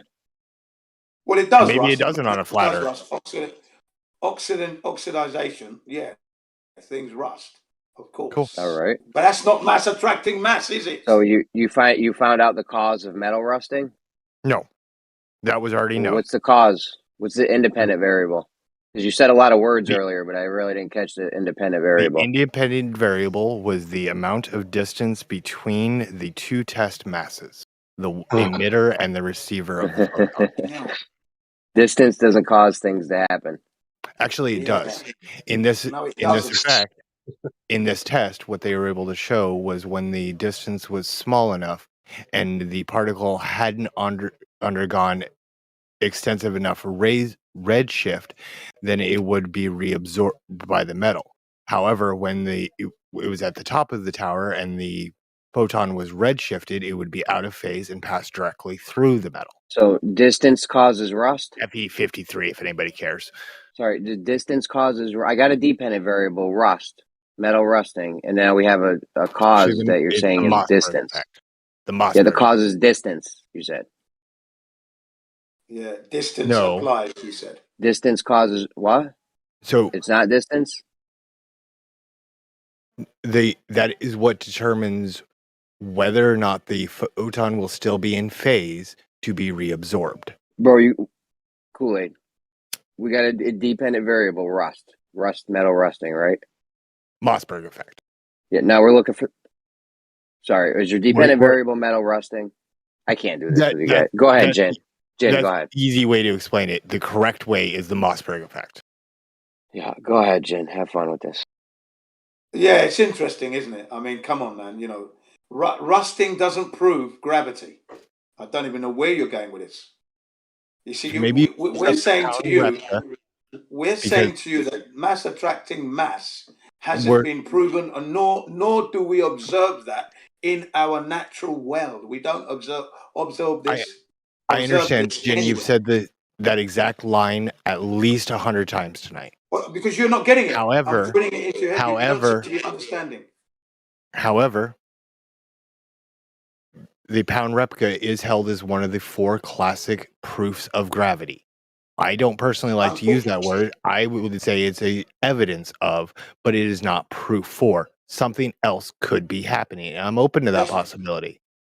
Okay, just because a bunch of dishonorable men gather together and decide amongst themselves that this is so, does not make it so, because I will stand by my guns, both of them ready loaded, that we do not observe what you are claiming. We don't observe it in the natural. Let me finish with you. We do not observe this in the natural world that we live in. Do you understand that? Until we observe that, that is just hearsay, so-so, poppycock, and that's all it is. That's all it will ever be to me, ever. Stop. I can't address more than 2 things. Hold on. Sure. I will provide you a citation of the pound replica. Stand by. But Jin, the Mossberg effect is something we see in nature. This is a thing that happens. It's not complicated. The second thing is, shit, I forgot the other topic you brought up. You was going to prove gravity for me because you haven't done it yet. It's not been Here proven is a anywhere. here is a very easy classroom aid breakdown of the pound replica, complete with the effect explained out in much Doesn't greater prove detail gravity. than I was able to go into here. It doesn't prove gravity. Okay. It shows evidence of something slowing the photon down. Doesn't prove gravity. We don't observe that in the natural world. If they're using devices and We do electronics, see this in the natural world, Jen. what things slowing down? What particles Yes. slowing down? Yes. Give me an example apart from Rust. this experiment. Well, rust is. How is that slowing down? That could be speeded It up. is because if the particle was still in phase, it would be reabsorbed. It is You know only what? not You know what? reabsorbed Rust. because it is not. I'm sorry, Jen. The middle of my sentence keeps cutting you off, and I do apologize for that. Maybe we can try to work on that. Yeah, go ahead.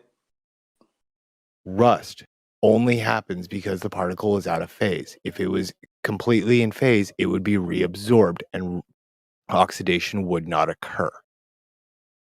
But that can be sped up. The thing is, rust can be sped up or slowed down.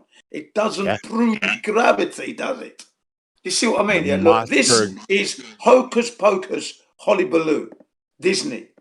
Totally not interested in this. Mossberger effect. Shit. Sorry, it's a doo-doo. And it doesn't fit in the natural world we live in. Talking about rust, which we can speed up and slow down, we can control that. A little drop of oil will slow down that rust in its tracks. Just a glob of oil. Right. Boom. Jen, congratulations. You can slow down rusting. And I bet if you actually clean things, it would help too. However, yes, that doesn't change that the effect I'm talking about is very similar to the effect that causes rusting. Something that I chose because you can see it every day. If you want to see the Mossberg effect, you're probably going to need to go into an iron mine. And I don't believe there are any of those in Japan. I might be wrong, but from their history, they don't have a whole lot of iron. Right. The thing is, it doesn't prove why things fall to the ground. It shows something is pulling it towards the ground. No. It's slowing But it down. gravity has many effects. You're forgetting this, Jin. Say that again? It's a wonder of so many things. Yeah. I agree with what you're saying, but what he's explaining to us is not proof of gravity, as they call it. That this thing that it's just density and buoyancy is the simplest In an evacuated chamber? common sense explanation. To go into rust and The density and buoyancy. that is The just density going and to an buoyancy. extreme. You're not an Einstein. Jin, Yeah. what's the density and buoyancy in an evacuated chamber? Okay, so if you evacuate a chamber, I still do believe that gas would still rise, even if you In an remove the air. evacuated chamber? In an evacuated chamber, the gas would spread around. Do you mean a Wouldn't just perfect stay in one vacuum? place. No, it's not perfect. Yeah, it would move around. Move around or go up? You've changed your story about twice now. No, I'm saying that the gas would flow everywhere still. That's its natural characteristics, to want to rise everywhere. So if you remove air, okay, the like a helium would rise around and fill up that chamber anyway. And then you put a coin in there, the coin is just going to rest on the bottom of the chamber, as it would always do. It's not going to start floating. Because it's still being affected by gravity. No, it is not gravity. You're wrong again. You can't prove it. That's your problem. You cannot prove this thing. I can't, Gravity but I doesn't can. exist. I can show evidence for it. I can show cabinet. Unproven theory, and Einstein's unproven theory has superseded Sir Isaac Newton's unproven theory of gravity. It's an unproven theory. You have nothing there. So please, whenever you mention your maps and whatever, don't bring in the gravitation or this, that, or the other. Your explanation is dead in the water straight away. You've just killed yourself. You've fallen on your own sword. Okay? Whenever I heard that word gravity, I switch off. Boom. Yeah, I know. It's Right. pretty apparent. That's why Yeah. you are now forced to deny mapping of oceans. That's why you're now We can. forced to deny simple experiments such as the pound replica. I'm not Would denying you it. like I'm the not white denying paper? it. Would you like the white paper for it? I did just post a YouTube video. That's okay. Would you prefer? I'm not denying that the you know the under the oceans is being mapped, but it's not being used with gravitational shit. That's not what's happening. And if I could understand the technology more, I would be able to describe it better than that. All I can say is it's sound. Yeah, but you Sound can't even. and time in sound, time in motion. It's as simple as that. You can't Nothing to do explain how a with plumb bob gravity. works. You don't Yeah, I know what a understand. plumb. I know exactly how a plumb bob works. Look, Then explain the you send a Schehallien. signal. Hang on, you send a signal into the ocean, and by the duration of time it takes to come back, you're getting your measurements. Nothing to do with gravity. Gravity doesn't come into it. So don't Jin, bring in. Jin. You see how they tried to wrap up Stop. gravity Jin, in a breathe. simple. I'm not going to Jin, stop. In a breathe. simple thing. Breathe. Hold on. You can't bring up 9 different things. I breathe as I talk. You can't bring up 9 different things and expect somebody to be able to respond to them. Can we slow down just a touch here? Okay.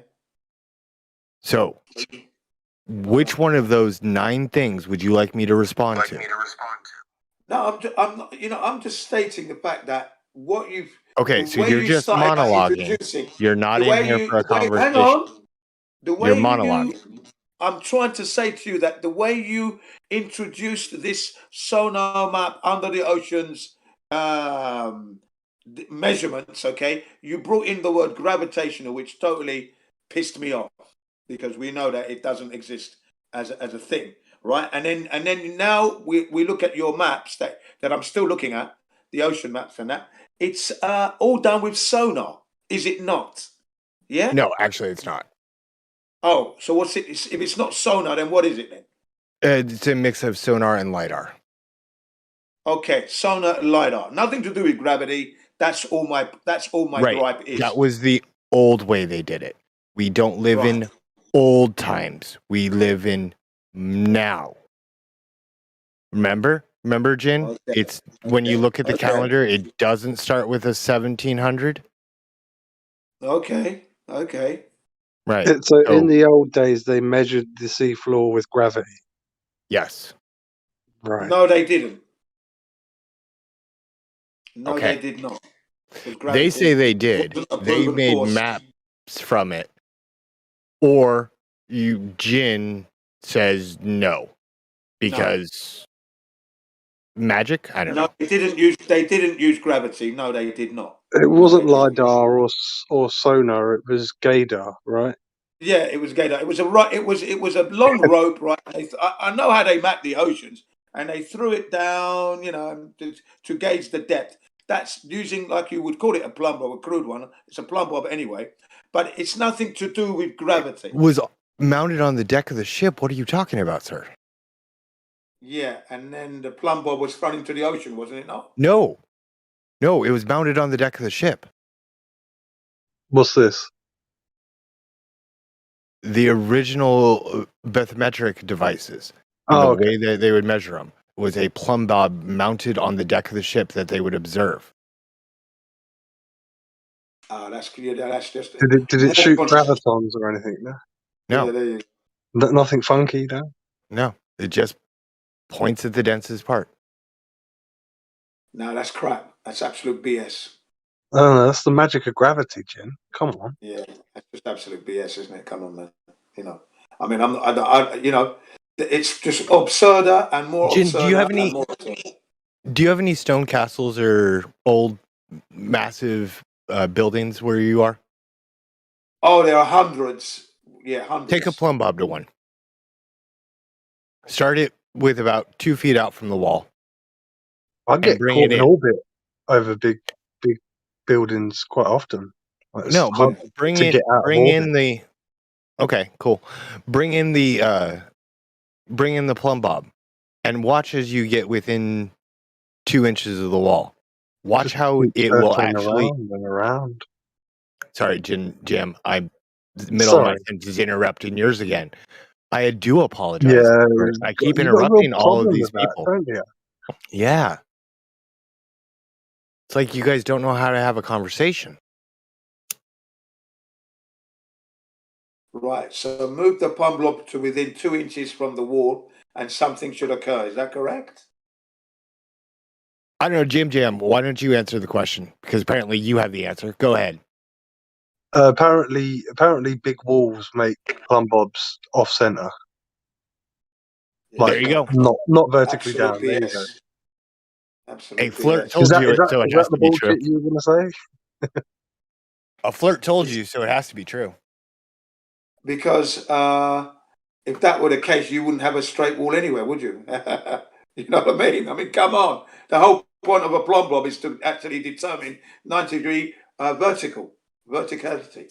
Unless they figured this out and built the walls that had that 6-inch drainage trench where they would hang the plumb bob away from the wall so it wouldn't be affected. Oh, shit. That's what they did. God damn it. No, you're going to have to have it away from the wall slightly. Why hate does it that when- make it not affected? Does that mean mass doesn't attract mass then anymore? Or is what are you saying? Crap. Right.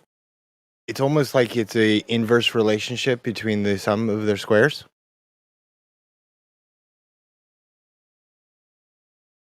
No? Sorry. I use math terms. Bricklayers are using their plumb bobs all the time. Sorry, Bricklayers. let me use flirt terms. When shit far away, it affect less. When shit close, it more.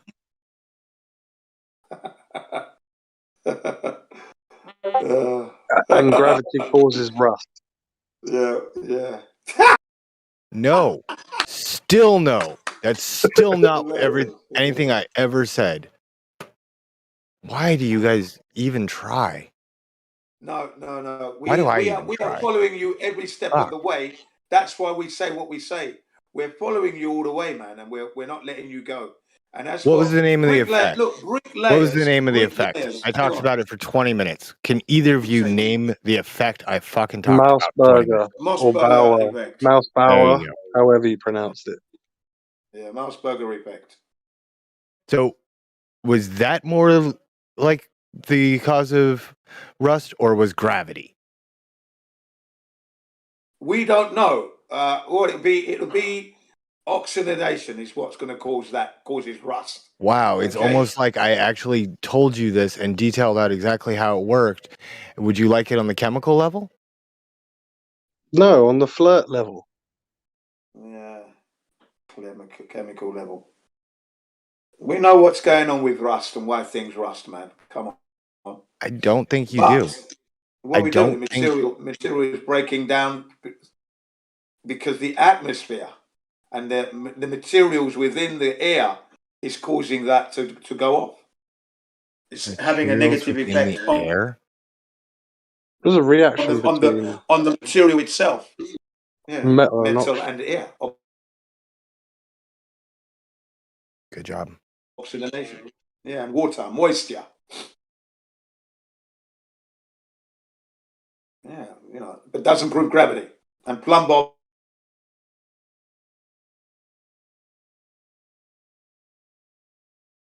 It's quite cool actually seeing I think it was potassium Come on. being cut, and then you just see straight away this forming of the skin darkens as soon as it touches it. And then they set it alight by chucking it in water. Right. What a funny old world, eh? Yeah.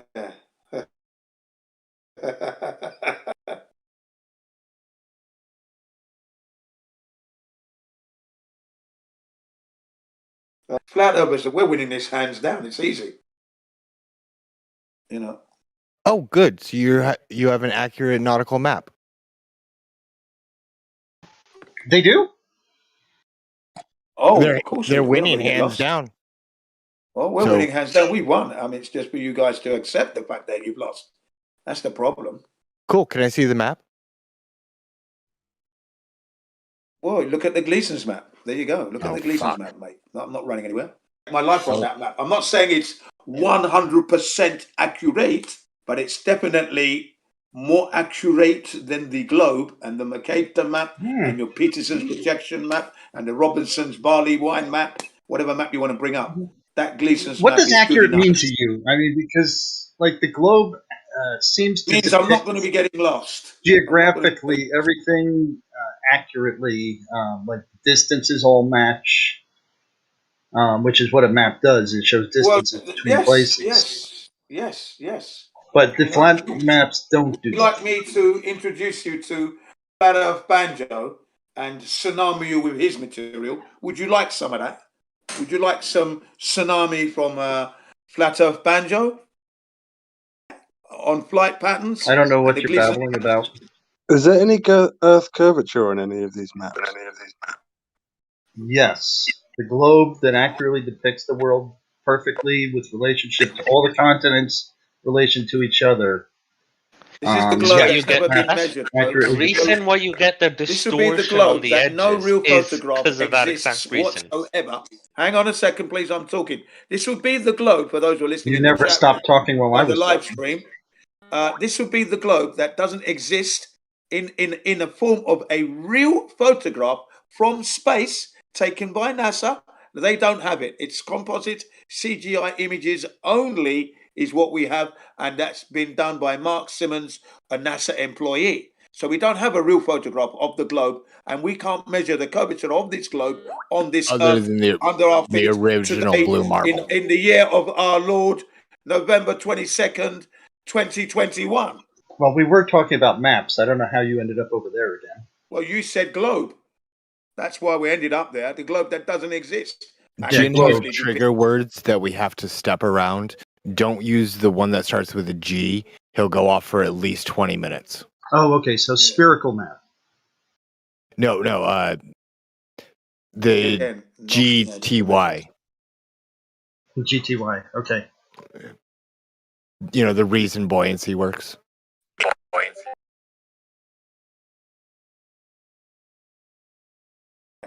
So, no, that would be a mistake on your part, gentlemen. No, we discussed before that you can measure distances between any two places with a piece of shoestring on a globe. No other map can do that.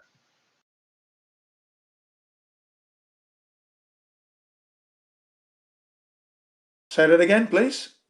I said with a piece of dental floss, you can measure the distance between any 2 points on the planet and get it accurate on a globe map. Earth is not a planet. Earth is not a planet. On a globe map, you can do this. You're on a trigger word again.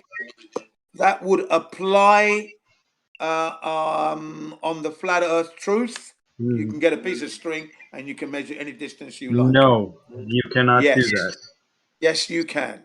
Go to the AE map and measure the distance between Australia and South America. I'm going to do better than that. I'm going to give you a flat Earth Banjo, and you can actually look at how I'm asking you to do it.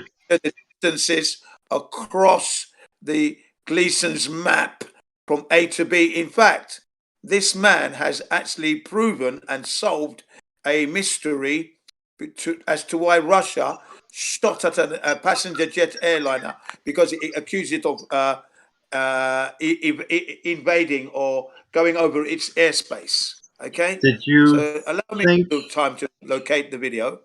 Okay. You think that all that babble has helped answer the question? Like, if you take the Gleason's map and take your piece of shoestring and measure between Australia and South America, and you come up with an accurate distance, explain anything south of the equator, any distance south of the equator, and get it accurately. The fact that we can actually get to Australia and go east to west, north to south, and not get lost does not prove your globe. One. No, that's the only map that accurately depicts that. And the fact that there's no curvature experienced when we since you're not actually having a conversation and you're just over having a talking, conversation I'm going to go away. I'm stating the facts.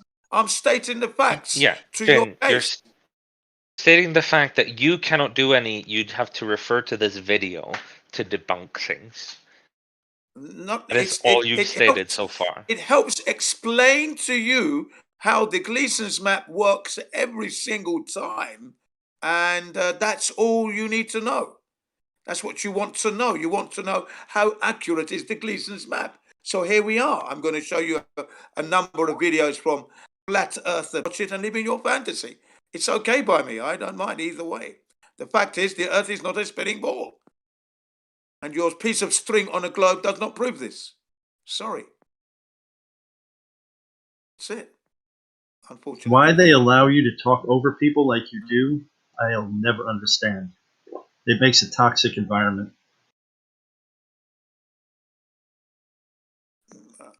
Am I talking over you now? No, I'm not. I listen to what you say, and then I respond with some serious, accurate rebuttal. You don't like that. It hurts you, and then you complain. If that's what you think this entire conversation was, then good on you. You can keep believing that. So this. if the That's what I globe got my is the response only to that. one Cog with the this. accurate maps, and the seafaring people before the globe maps were about, and before they even thought that the Earth was a globe, how did they get about? Just by chance and luck? Well, no. So they would have mapped areas on by hand, and they would have mapped local areas by hand, making their own Right, maps. just shared local with other. Which would be, yeah, these maps would be accurate locally, but if you were to try and take a large portion or like many different of these local maps and try and match them together, you would start getting distortions, especially around the edges. Right, It's but not until we they still got travelled big maps. distances, right? They still traveled what? Sorry, I missed that. Large distances. Well, depends on what you mean traveled large distances. One of the main ways that they traveled by sea early on, but before accurate like navigation on open seas, is they would hop harbors. They would literally drive or sail along the coast of countries and keep stopping at harbors and literally like that's why Cape Town became a very popular harbor, because it was in the middle of the way between Europe and India. They would sail along the harbors, along the coast. And if you're sailing along the coast, then you don't need to know anything about curvature. You just need to sail along the coast. That's actually how I navigate when I'm out in my boat. I do all visual line, sight of land navigation.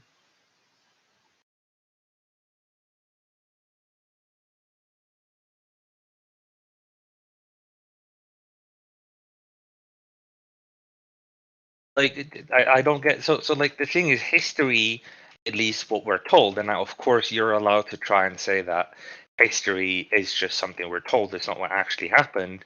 But at the very least, history as we're told it supports our claims.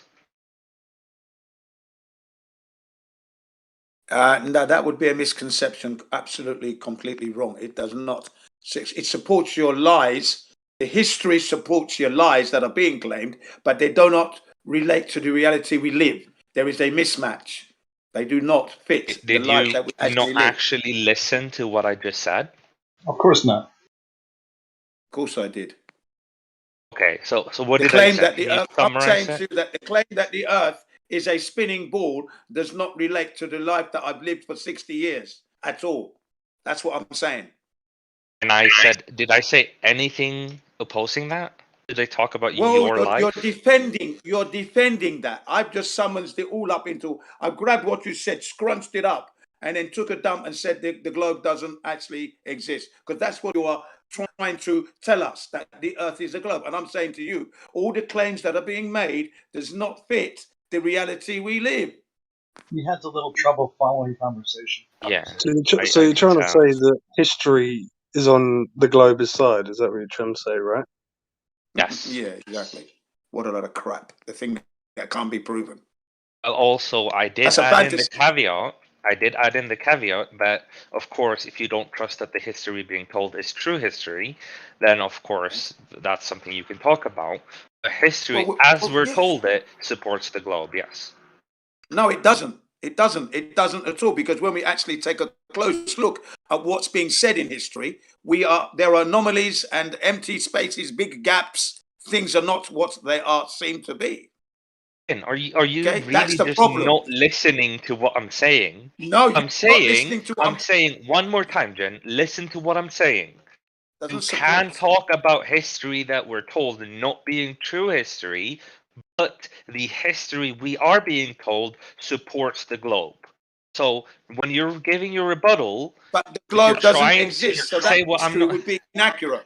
I'm saying that the history that supposedly supports the globe is inaccurate because the globe doesn't exist. Okay? He almost actually We're stuck with the topic, except completely avoiding it. Yeah. Yeah. Come on, man. Don't you get it? You don't seem You to need get to that a say conversation is what you two-sided, say. Jin. You need to say what you say so you can go to bed with your thumb in your mouth and sleep because you know that history supports the globe, but the globe is not there. So what the fuck are you talking about? Jin, making logical Thank you. statements and That's you are not what we're telling listening you. to I'm any telling part you of it. that what you think is being supported is a myth, a fantasy. It is not there. Okay? That's what you believe in. Right? Jen. Thank I you. think Jen has Don't learned that if he misunderstand what I'm actually saying. Don't indulges the try and twist what conversation, I'm it saying. starts to infringe on his Yeah, story. probably. I think I'm getting to you. I'm getting right under your skin. I know it. That's why you're responding in such a fashion. So Because the you way know you're what I getting say. under What people's I say, skin, like Jen, disinfectant to bacteria, it cleans it all up the properly. way you're getting under people's skin is by not listening to what they're saying and then spouting a bunch of nonsense. That is the way you're getting under people's I'm skin. exactly what you're saying, and I'm saying to you that history is inaccurate. Hey guys, So whether it supports your Jen, globe or not, if it is you listen to inaccurate. what I You haven't got said, a can globe to you support. repeat it? Can you Haven't got a summarize my globe to argument? support. Where's your globe, please? all right, hey guys, let me interject with something different. So I just posted Go ahead. a video No. of the best video, apparently, from Ingenuity, the little like helicopter It's thing helicopter, on Mars. Have you guys seen this Oh video? yeah, yeah. I've seen one from NASA. Yeah. This is apparently the This best video. specific one, let's see here. All right, I'm gonna have to watch that in a second. Thank you very much. It's only like Sent it. 30 seconds long. Okay, yeah. I'm gonna click on it in a minute. I'm just trying to find something to do with map making, and I found it now. Good, yeah. I feel sorry for them because I'm going to whip them again with some more information about their history. I'm going to bring history to them. I'm going to whack them with every letter of that word. They're going to be bleeding by the time they've left here. History? You want to know about history and map making? Okay, here we go. You and your bloody history and map making. Folks, feast your eyes on an instrument that was used in the days of Captain Cook and just before Captain Cook. Okay, an instrument was used to make accurate maps, folks. There it is. Look at that. Okay. Look at Thank that you, beautiful Jen. instrument. So, Percent, what's up with this video then? What is your point making, or what kind of point are you making with this? Just asking if you guys have seen it. I haven't seen it, but I saw it just now, and I just wondering what kind of qualms you have with it, because to me it's. Oh, I have no qualms about it being a video. Okay. Then again, What I it see being is a a video low on frame rate. Mars is something else. Yeah. I'm seeing a low frame rate, which is understandable, video of the helicopter taking off, and not seeing any discrepancies of anything. So. Well, who said there was? I'm just saying. I'm just stating the fact that I'm not seeing any discrepancies. Okay. Wonderful proof of the globe. Thank you. Yeah. No, it's not like internally inconsistent if that's what you believe Mars is. It's not proof of Mars, obviously, because we can't verify it whatsoever. But it's interesting. Yeah.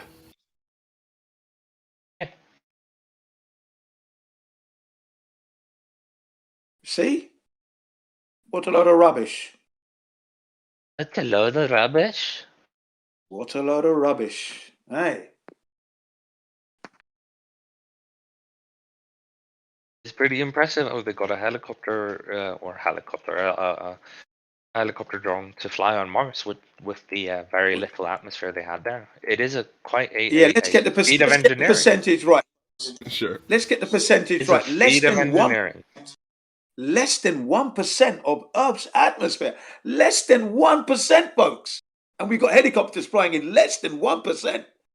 It's not just a helicopter, it's a helicopter drone with extremely modified parts to make it as light as humanly possible. We can't verify that. It's a How do you feat of verify engineering. what you're saying? No, it How was do you verified verify inside that? of vacuum chambers and stuff like that. It was Really? I'd like to see quite that. well capable of flying in the on Mars. Please show us the video of that, please. Wait, I'm sure history backs this up. They have videos of the testing in chambers, in vacuum chambers, of this exact helicopter flying. Yeah. Hold up. So 1% of Earth's atmosphere? Yes. Less than. What's the Less than. what's the It's Tor less value than. on that? Fuck all. How much is it like Tor? I don't remember. You could look up. I'll look it up if you want to. Me too. So if you want it in PSI, just for simplicity, it's essentially 0.1 PSI compared to the 14.7 in on Earth. It's about the equivalent of 100,000 feet, right? Something like that, yeah. So basically It's 0.14 about PSI. It says 6 to 10 torr on the surface. Between 6 to 10 torr. So basically 0.14 PSI. Yeah, a little bit less than that. Yeah, exactly. So let's look into drones. I'm sure drones in general have been tested, like in vacuums, to see exactly when they don't have enough, air to create lift, right? You mean, yeah, actually, Action Lab did one, and it doesn't fly. What did they find on Earth? Like, I mean, when you were testing different pressures, what was the cutoff for a regular drone? For a regular drone? Why did you compare regular drone? I know, but let's just, as a starting point. There's no such thing as a cutoff. It's a gradient. The lesser dense atmosphere you have, the less lift you get. I know, but there's more or less a cutoff of regular, drones that you could buy, right? Not like really, drones. because it would depend on the drone, the propeller configuration. There wouldn't be a cutoff. There's more or less a cutoff, because more or less these drones have the same like RPM that of these blades whirring and stuff like that, creating the same amount of lift, more or less. But the thing is percent is okay. Let's say you have this one specific drone and it has a cutoff a specific PSI. Well, if I just make the inner parts lighter and the propellers bigger, then now the cutoff is way lower, and then I can keep doing that, optimizing the drone, and it's going to get lower and lower and lower until the limitations are technical in nature. As in, I cannot make the internals any lighter and the propeller any bigger without adding too much weight to it. Absolutely, I completely agree. It would be agree. a technical cutoff, not a limitation of the atmosphere cutoff. Sure. So I completely agree, but as a starting point, we can, see what regular drones do, and then we could see if, it's possible to mimic what they're claiming is happening with regular drones, right? The thing is, if you look at the video you've sent, it is clearly not a regular drone. It's got two huge propellers up top and a small package below that is probably, and I can't verify this from the video alone, but probably designed to be very light. So I wouldn't compare a normal drone to this, because no normal drone looks like that. And then you're going to have to put a bungee cord on it to actually lower its effective weight. Wait, it actually has 3 colors, it looks like, in the picture. Than 1% of Earth's atmosphere, they reckon. Unless that's a solar panel. It's not even a percentage. Those are solar panels. It only has one blade, like one rotor, I guess. No, it has 2. Definitely has 2. The things on the top are solar panels. The one thing on the top, that's a solar panel, and then the 2 below, those are propellers, 100%. Yeah, it has one set of propellers. 2 propellers, yes. There's 2 propellers. Just trying to be Are you clear on the counting words. each propeller as like the blade? Because my No. point is, See, 2 so if you see sets the, of propellers. if we talk about the layers of it, the top layer is a solar panel, the next layer is a propeller, and the next layer is a propeller, and then I the don't see base. it. Okay. Well, I'm sorry, Then we it's need a a counter-rotating. It is a counter-rotating propeller. They need to use that in order to stabilize it without a tail fin. Let me get you a better picture then that shows that it is indeed 2. Sorry about that, guys. And I think a propeller technically would be the set of blades. Blade would be the next designation, so it's got 4 blades. But on one plane, there's a propeller. Yeah, so it has basically only one solar panel, or like one kind of like, you know, board. There you go. That's a better picture. You can see a solar panel and then 2 propellers. Yeah, I already found an image like that. You're slow. No, you're a little bit slow.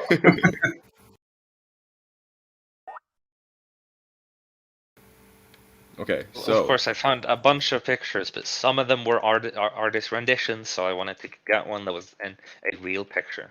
I appreciate you doing the due diligence. Too bad you don't do getting it. an actual image. You're a fucking idiot, bro. 10:30. So what do they claim the blades are made of? Carbon fiber. Okay, so that I'm sure we could find regular drones that are made of carbon fiber. All right, what are you trying to drive at here? Mass ratio? What are you trying to drive at, percent? Okay, you've got to do a couple of things in order to make this simulate Mars' atmosphere. You got to lower the air pressure. You have to lower the weight of the Hello, unit. Masato. You have How to are you? also deal with the fact that it's going to be working in, what is it, 6G? I don't remember how many Gs it is. But in a much lower weight environment. So you've got a machine that weighs a lot less in that environment. I'm not sure what you're driving at. It also spins at extremely high RPMs for the blade length. And it was done in a vacuum chamber. I mean, don't know what. All right, where your so question's coming can in. we find videos of like drones on Earth in vacuum chambers to find where they kind of like stop functioning? There is no such thing as they stop functioning. This is such until an you've arbitrary eliminated way of air, looking at it. all air. I'm looking right here. There's a ratio that you have to have, and it has to do with all the things: the surface areas, the weights, the design of the propellers. Yeah, don't they're not understand going what to you're get trying to get at. they're not going to get the math wrong at this point. I mean, they have the biggest vacuum chamber in the world, so I'm sure they checked this out before they put the fakery out. They probably checked it in their vacuum, like, oh, okay, this works. We made a helicopter, a drone, or whatever work in this environment. Then they put it out. They're not going to just, not try it and then say, hey, we did this thing. It's not like this is the '60s with the moon landing shit. Yeah, but nonetheless, I'm checking like what like, they know we're scrutinizing everything at that point. You can get them on the old vacuums and stuff. On the old shit, but at this point, they know we're scrutinizing the shit out of everything. Like before, they didn't know the internet was going to be a thing, so they could just make shit up willy nilly and say whatever, do whatever. But nowadays, they can't do that, and they know it. So they're definitely going to be way more careful now. It's funny; it still stands up to scrutiny even today. What, the moon landings? Yes, sir. Nah, come on, Moyak.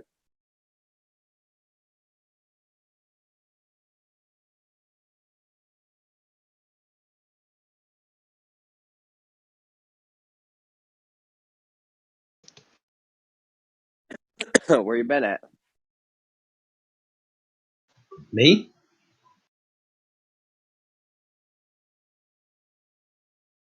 You asking where I've been? Okay, guess not. Yeah, where you been? Is my mic working? No, I asked you twice and didn't get a response. Oh, my mic's fucked up. Let's see. I have been avoiding places where like guys like Mabbit and Jin talk over you. You love Mabbit and John Bernard and them. Come on. No, I absolutely detest those people. What are you gonna do? What are you gonna do? I mean, Jin's Oh, all nothing. right. Look at him. I just avoid them. You're Jin's here. behaving. How much is negative 0.5 atmospheres, like in PSI? Negative 0.5 atmosphere? What do you Yeah. mean by that? That's what was registering on the what's it called, I guess. It doesn't even. I really don't understand what you mean by negative 0.5 That's what the guy said the atmosphere. pressure was, negative 0.5 atmospheres. What guy?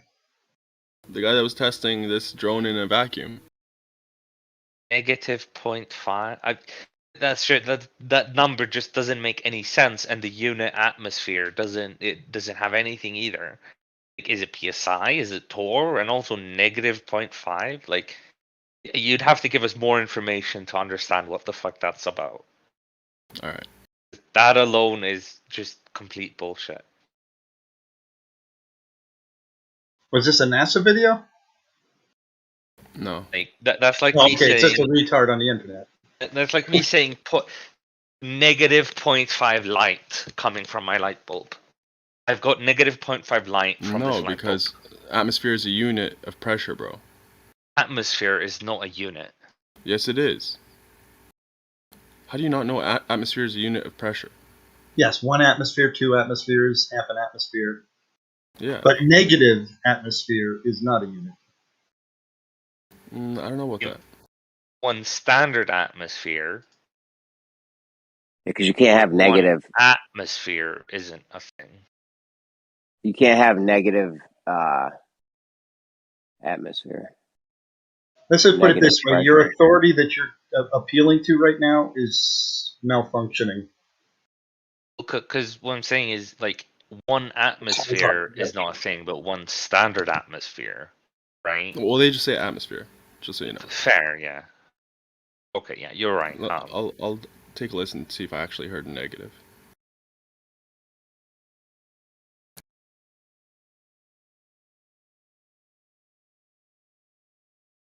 There's a thing called negative pressure rooms. They use them in hospitals. It's not actually negative pressure, though. Really, a negative pressure room?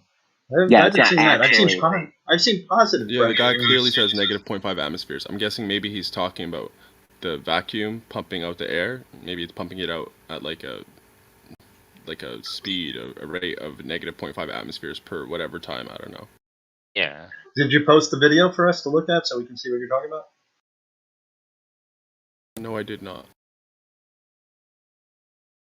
It's something with, like, if you're contagious or you have some kind of It's airborne Action thing. Lab.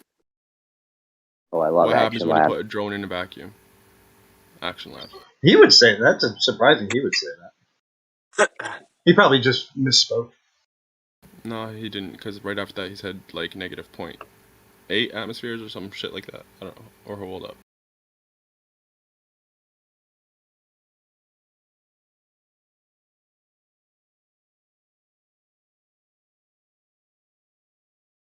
Well, post it with the timestamp so we can actually see what you're talking about. It makes it a lot easier.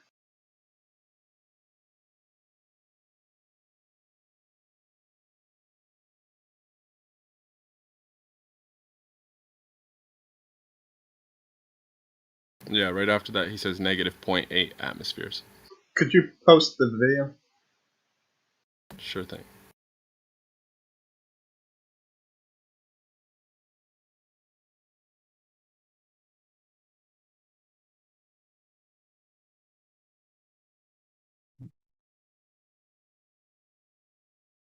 It's like at the 1 minute 18 mark.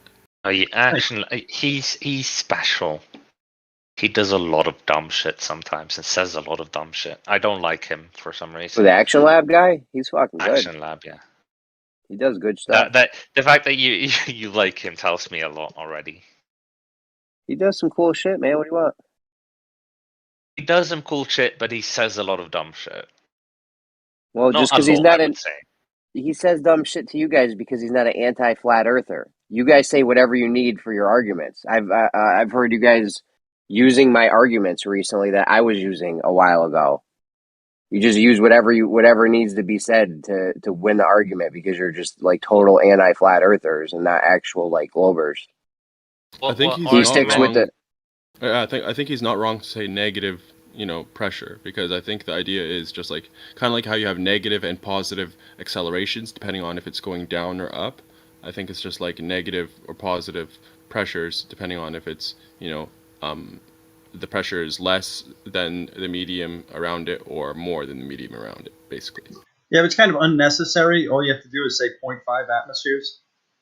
The saying the negative is like redundant. That's a negative 0.5 atmosphere would be like you can even take that as a positive but pressure. like it's saying like the bowling ball is falling at negative 9.8 meters per second square. We know it's falling at 9.8 meters per second square, but you're saying negative because you're basically like being redundant for the sake of specificity. That's actually less specific. If you say negative falling, that means could mean climbing. No, because mathematically they always use like negative, right? So just like making it like obvious. You could say it had a negative velocity, maybe, if you had a reference. In any case, it is overly verbose and redundant and doesn't actually add clarity to it at all. In any case, what is 0.5 atmospheres in PSI? Do I have to Google this? 0.5 would be half, which is weird. At half an atmosphere, I guess that little drone doesn't have the capability of flying, or at least 0.8 it can't. So it would be 7 PSI, half? Yes. So it's you not couldn't fly it at the PSI. top of Mount Everest, that particular drone.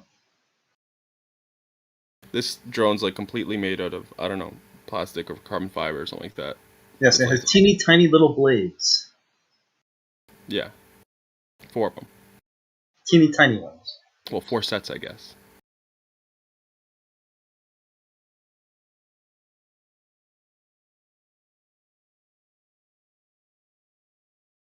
And do you really not understand the concepts of engineering involved with lift and stuff like that? Bro, I mean, you think something that at half an atmosphere, like in 7 psi, it can't fly. You think that something at 0.14 psi is going to fly just because you changed the blades a bit? Yes.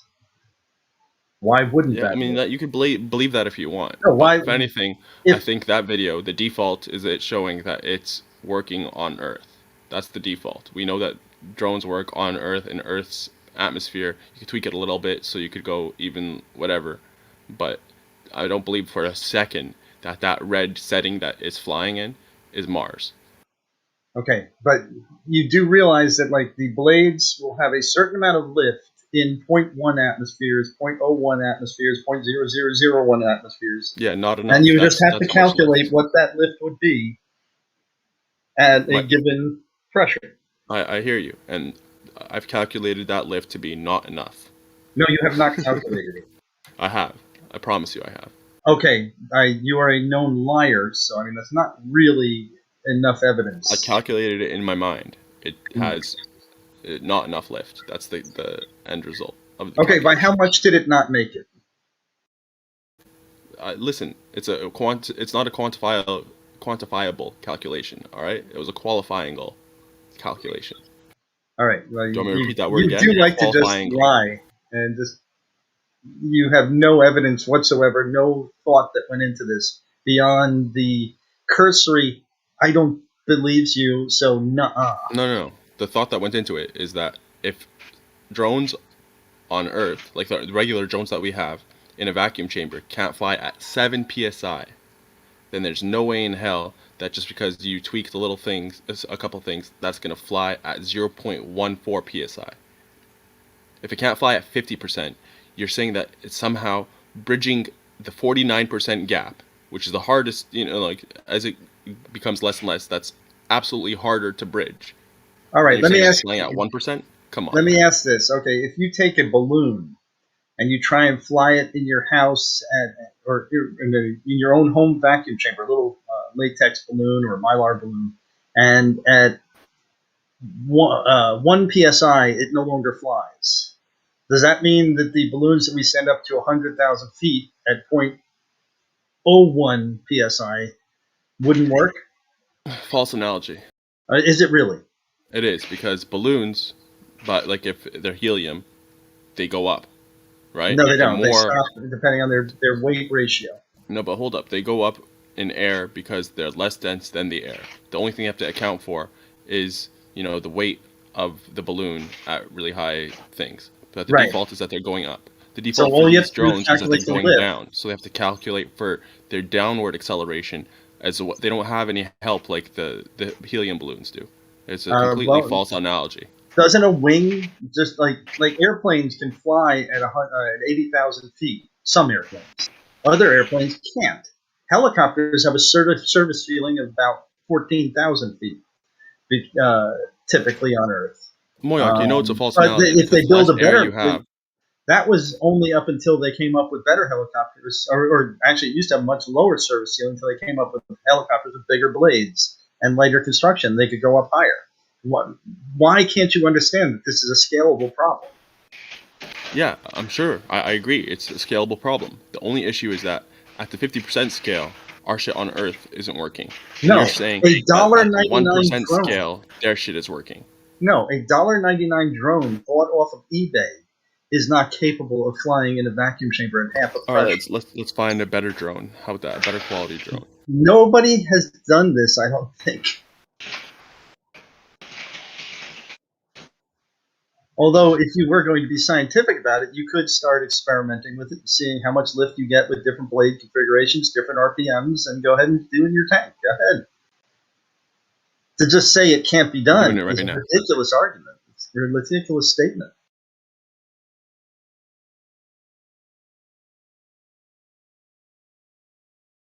And this isn't something most people do because there's not a whole lot of need for it on Earth.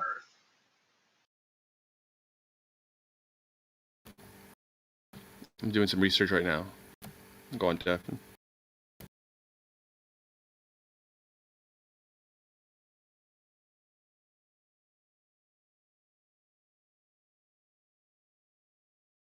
And as Jeremy stated, they did it in a big vacuum chamber.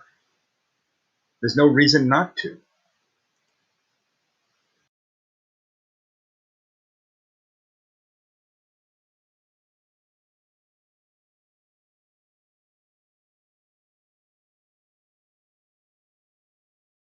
God, I don't even know why I talk to you. It's so pointless.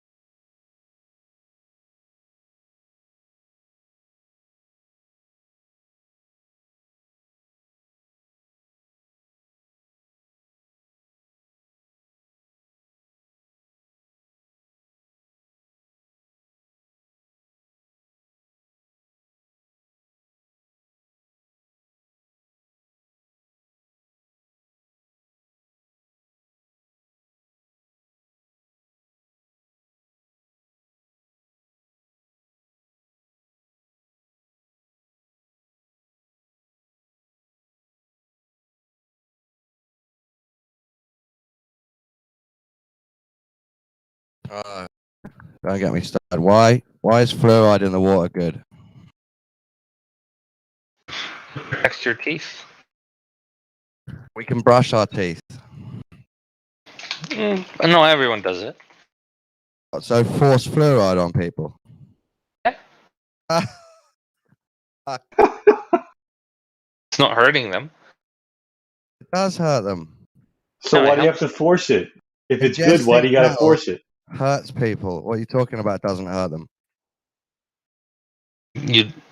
If you didn't have to force it, then they would all brush their teeth. But you Ingesting have to fluoride doesn't hurt people, you just said. in those What are you amounts, talking about? yes. Yes, in those amounts, it does not hurt anyone. All right. Percentage. It seems as if we have a drone flying How at, is it protecting their teeth at if it's in small 22,000 amounts? feet. The small amounts is all you need. PGI Also, put it out. my percent is muted or deafened. I mean, Oh, okay, sorry. it's fine. Small amounts is all you need to help protect your teeth, but it's also small amounts, which means it's not Gummy affecting bear, your health. let me give you my logic. I can look after my own teeth, so I don't want metal in my water. Yeah. Do you understand that logic? Now here's my logic. No, Because wait, we have wait. Your logic doesn't matter. Do you my understand? logic doesn't Do matter. you understand Okay. my logic so far? Well, if mine Yeah? doesn't matter to you, then why should yours matter to me? Do you understand it though?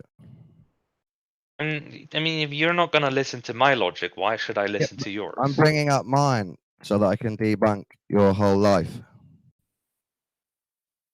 Yeah, I don't want metal in the water, so why should you get to put metal in the water? Is fluoride a Because metal? it's a democracy. And also, yeah, like I said, fluoride isn't a metal. What do you want to call it? Chemical, if you would like. Chemical. Sounds A even naturally worse. occurring chemical? It sounds worse than metal. Actually, water is a chemical. So, shall we just call it fluoride? You could do that. I don't want fluoride in my water, so why are people putting it in my water? It's democracy. Why would you agree to that? Because why it's would you good. agree to putting fluoride in normal water when I don't want it in there? Well, you can Because avoid it affects. You can avoid it, but it affects not only you; it affects everyone. So you'd rather protect other people's teeth and feed me fluoride? Why do you want to protect people's teeth? Why do you Because care it is about one that? of the key health, or one of the simplest health boosting things you could do is save people's teeth. And It in actually- a country where teeth care is a government service, it means less taxes spent on teeth care. And so I'm saving money by doing this. The If it's good, cost-benefit then why can't? analysis is good. If it's good, then why can't the people just realize that on their own? And if they want fluoride in their water, they could pay for it. Why do you have to force everyone to take it? Yeah, I we're have not mixed being emotions on it. I think forced to eat fruit. We're not given free fruit. Yeah. I have mixed emotions on it. I think that one could make an argument that we shouldn't put fluoride in water. Not just that, but I mean, I'm just using that as a base example of gummy bears. How Horrible about the ideology. times? What about the times where fluoride is naturally present in the water? Are you advocating for taking it out? Barry made the point. So did Jim Jam. Yeah, there's Yeah, lots of where's our there's free lots of water good distillery? things. There's lots of good things for our health. We can decide to take ourselves, and stuff that the government doesn't force on us.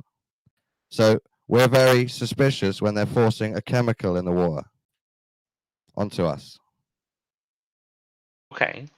You are allowed to be skeptical, but in a democratic No, nation. I'm allowed to tell you it's wrong and evil. And if you agree with it and It's try not and evil. promote it, you're wrong and evil. It's not evil. So by what measure are you calling it evil? You're forcing chemicals into humans. Yeah, it's like Okay. tying a rat down and pumping stuff into them every day. That's wrong. And every time you drink something or eat something, you are ingesting chemicals. You get the point, don't you?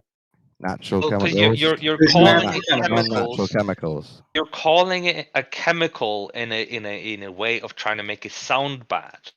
But what we have to look at is the actual outcome. Is it actually bad? I No, just it is think a you have net an good. unwavering faith in the system, don't you? Unwavering, I wouldn't call it, but I mean, yeah, there are lots I of. said unwavering. There isn't just one source that tells me that fluoride in the water is good, and it's not just government based. There are lots and lots of third-party people who have no interest in the government who have verified that this is a true claim.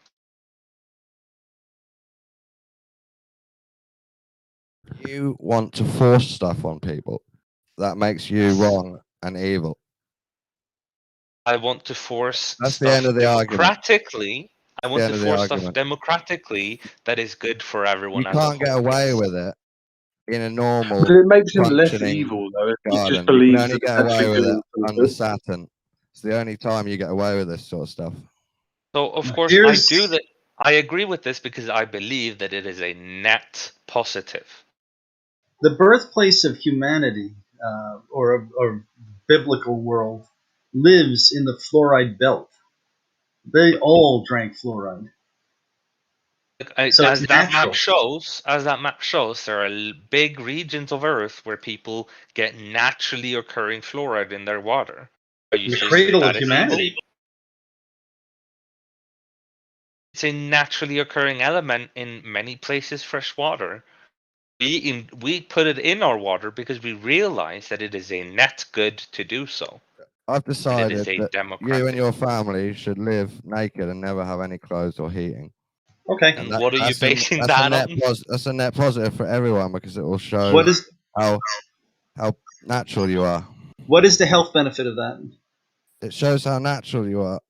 What is the health There's benefit not a of that? health benefit. If you're an animal, why are you wearing clothes?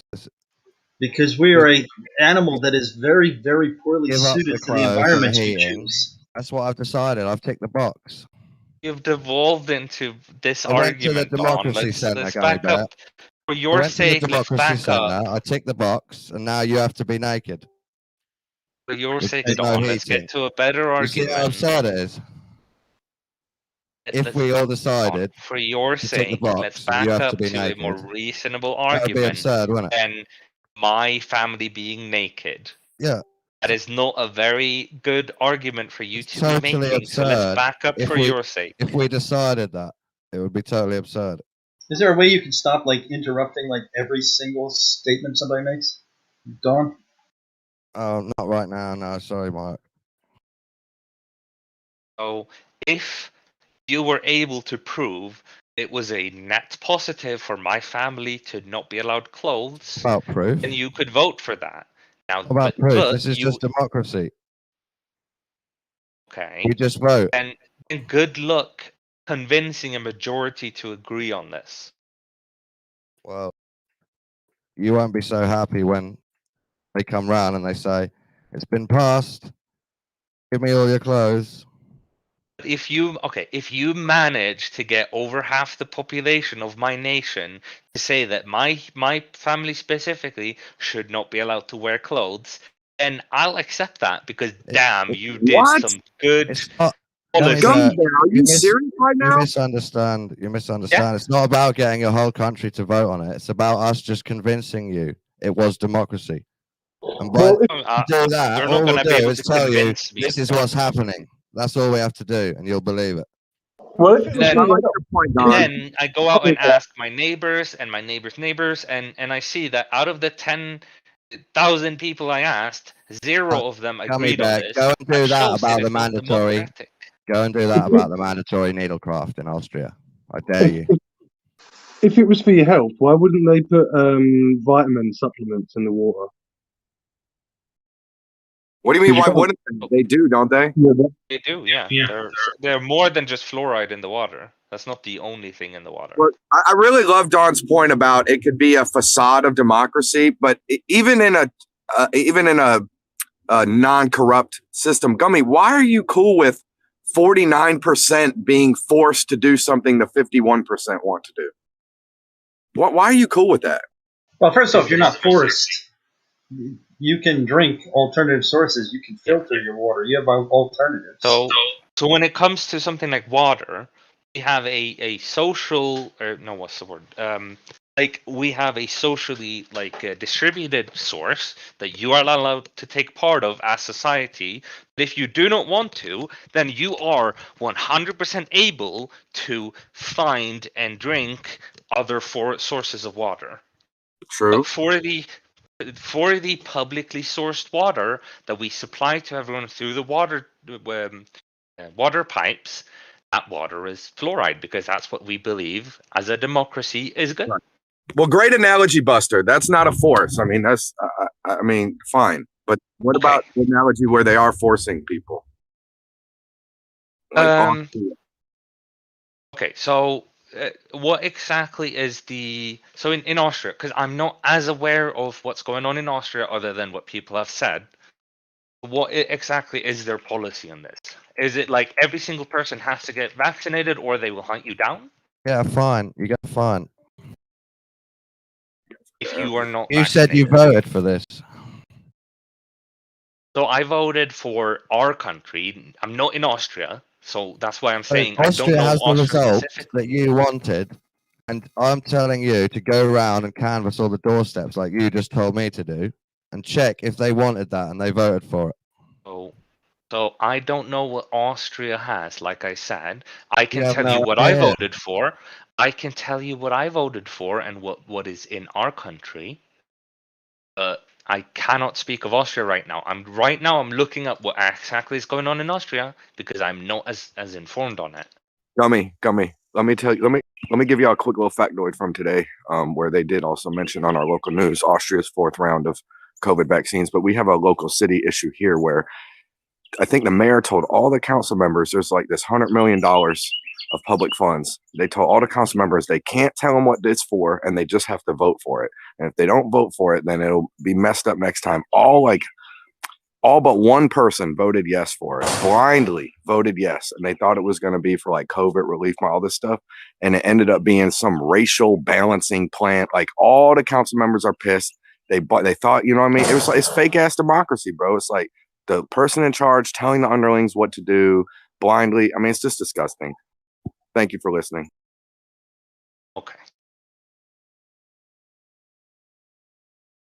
You can't vote like this, Gummy Bear, and be a moral human being. It's impossible. Well, you have no idea what I voted for. You told me you voted for mandatory needlecraft. So I voted for vaccinations to be mandatory, but I did not say in what scope they are mandatory. Okay, I'm convinced. There's no way in heck that thing's flying on Mars at 1%. Okay. Don't care. Good for you, percent, that you Absolutely don't not. believe There's in. no way that those carbon fiber propellers are throwing enough air downwards to fly at 1%, at 0.14 psi. Absolutely not.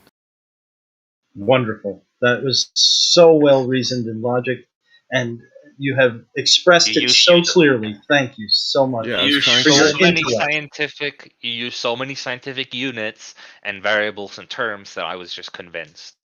That's fine. You don't have to be convinced. The fact of the matter remains that the positive claim is with you guys that it's on Mars. And I'm saying we have without, supplied evidence for hold it. up. You're just blindly All I'm denying saying it. is that without you guys substantiating the burden of proof, I took a look into it just to to be gracious, and there's absolutely no way. So well, actually, the positive wait until claim the is that it burden can fly in proof's a there. vacuum of, or in a partial vacuum of 0.14 atmospheres. Yeah, and they haven't shown that. And that has been demonstrated. When? They gave you the NASA video of them testing it in the vacuum chamber. No, I haven't seen any vacuum chamber footage of them testing it at 0.14 psi. Oh, hang on.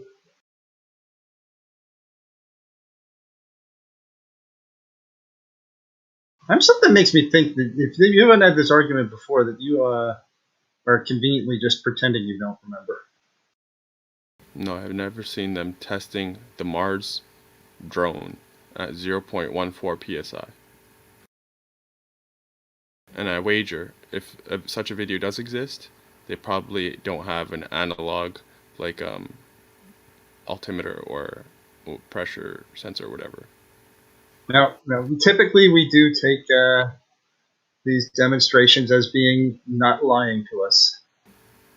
Don't speak for other people. You do, because you're global. No, typically Trust that's me. how science is done. It's, No, that's when not somebody typically how says they science did is it, you can be incredulous, but then you have to go and do it yourself. No, you don't just You believe do the claim, accept bro. what they say. Is it in the video? as Is there they're an set up. analog gauge in the video? Yes or no? Absolutely not. All right, then don't waste our time. Because these videos that I just watched. When Hold your up, these videos that I just requirement watched is with the an drones. analog measurement every time there's a video, then I'm sorry, but you have thrown out 99% of all videos. Well, Of you course, guys that's his somehow goal. threw out 99% of the air, right? And made this thing fly, so. We did. I'm into drones. I've looked into. I don't think it can fly on Mars. Even if it could, just the idea they can control it and is absurd. Well, they don't control it. They That's don't the whole control point. it. They have a predefined flight plan. Well, just the idea that a Built predefined into flight plan can get it back and land it properly without falling in the dirt is absurd. So your DJI can't land on its own. Oh, I don't know if they do. They we can, don't but have they often fall in the autopilot in dirt. planes here either. You don't have We don't someone have there to go pick autopilot it that up and lands move it. planes It's here fucked either, forever. right? So, yo, There's no Moya. such thing as autopilot for planes on Earth either. We always need a pilot to land a plane. No, There's no I autopilot think that Gummy. lands planes. Gummy, the more important thing is that he has a drone that lands itself and will return back to home. Yeah, on right, Earth. yeah, But they exist. On yeah. Earth, that's fine.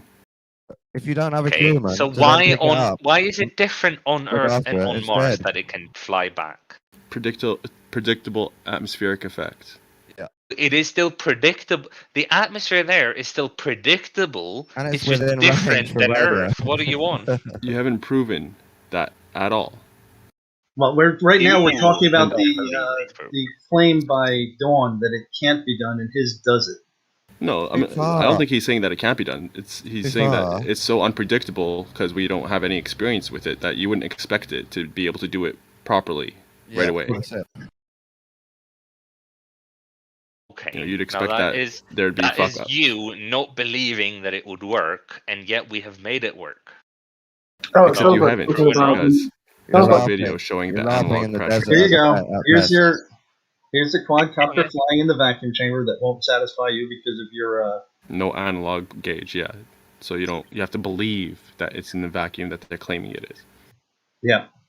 I don't like believing like that. No, you like to just deny. I like seeing. Okay, It's not where's a the vacuum gauge? for me. I believe that you could do it in a vacuum. I just don't believe you can keep doing it on Mars. Why not? Without just breaking your shit. What is the limitation that would keep it from working on Mars? Bro, When it comes back, I've seen. I'm asking Dawn, it please. picks the dust up, the propeller bends, it hits the dirt, and there's no one to pick it up. Okay, why did the propeller hit the dirt? Because you don't know how you control something that far away. It's the You don't control it far away. Huge delay. You don't know what you're doing. When you tell your quadcopter to return to home, you don't control it. It comes back to home and it lands. Yeah, that's like 50 foot, 100 foot. Yes, and one this thing mile. flies much less or flies much lower than your quadcopter does. No, how far is Mars? It's not controlled from Earth. Are you having a problem understanding? Well, then this? you've got even bigger problems. Can you program in a route in your DJI, have it take off, go there, and come back? You think I could make a module to land on a celestial body that opens a hatch, lets out a DJI, and the DJI comes back, all controlled from itself? Absurd. What would be the difficulty with that? Could I program your DJI ahead of time, put it on an airplane, No one's done it on and then Earth, have let it alone Mars. lowered with a crane to the ground and then take off on its own? Nobody's done it. But could it be done with your drone, theoretically? You have a drone, you know what its capabilities are. The distances of Mars, you can't set a computer to automatically let a drone in and out on a foreign body like that. Why? It's too far out. It's not believable. Why? All I do is I send a route up. It takes 20 minutes for me to send the route instructions to it. The route instructions get to it, and then it says, when you get these instructions, do what I said. And it goes, and it takes off, and it goes, and it flies to the left, then it flies to the right, it goes up 10 feet, goes down 10 feet. Yeah, on and Earth. it has It's all little happening on Earth. gyroscopic sensors in it, just like your DJI does. What was the limitation? The limitation is believability.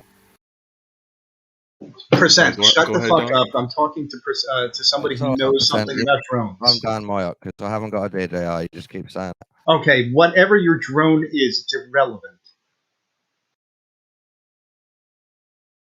It's fine. Technically, if humans were really cool and Mars was exactly how they say it is, and they could do probes that land on celestial bodies, and 3-body problems are fine, and you can just land on rotating planets. If all that was true, 3-body yeah, problem. technically you could do it, but it's not all Okay, true. that's all right. Humans are LARPing liars. Listen, every video I've seen shows these drones being able to, you know, throw down enough air to fly at a limit of like 50% of, you know, one atmosphere. 50%. You haven't tried it. I watched multiple videos. You expect me to believe Wait, that you have they 50% changed? drone? Hold up. Drone You flying expect at me to believe 50? that they changed the specifications, the weight of it, the length of the propellers, enough such that they have bridged the gap of 49%. And it's not. This is exponential. It's an exponential effect, down to 1% of Earth's atmosphere. They bridged that huge chasm. You expect me to believe that? Not a chance. Okay? They're flying on Earth. That's the default. The positive claims that they're flying on Mars provide substantiation. You can't. No, you're right now talking about the possibility of it working, and then saying can't do it on Mars. And we're kind of still on Earth, and we've proven that on Earth, with a reasonable amount of evidence, that it will fly in a vacuum chamber at 0.14 atmospheres. So we claim that it is possible to fly under the parameters that we have given for Mars, as in the atmospheric, gravitational, all of those parameters that we have given for Mars. Those are the ones that we are claiming it will fly under. Yeah, and the burden of proof has not been substantiated. It has, because it's been shown, for example, in the video, it is possible. You just have an arbitrary standard that hasn't been fulfilled yet. You love the word arbitrary, right? Yes. Gummy Bear, in that video, is there any reading of pressure? You are not required to put the pressure reading in the video for it to have been proven. Of course it is. You're saying that the specifications at 1% of Earth's atmosphere, 0.14 psi, is what this drone is flying at. Therefore, you have to substantiate it with that reading. I will give you a little bit of a percent. I'll give you a little bit of a proof. You look at the blade pitch in that video, and you look at the speed those propellers are spinning at. If that was in a full atmosphere, that helicopter would have already taken off. Unless it's made to just whir the blades around and then later hover, like a lot of people do with the drones.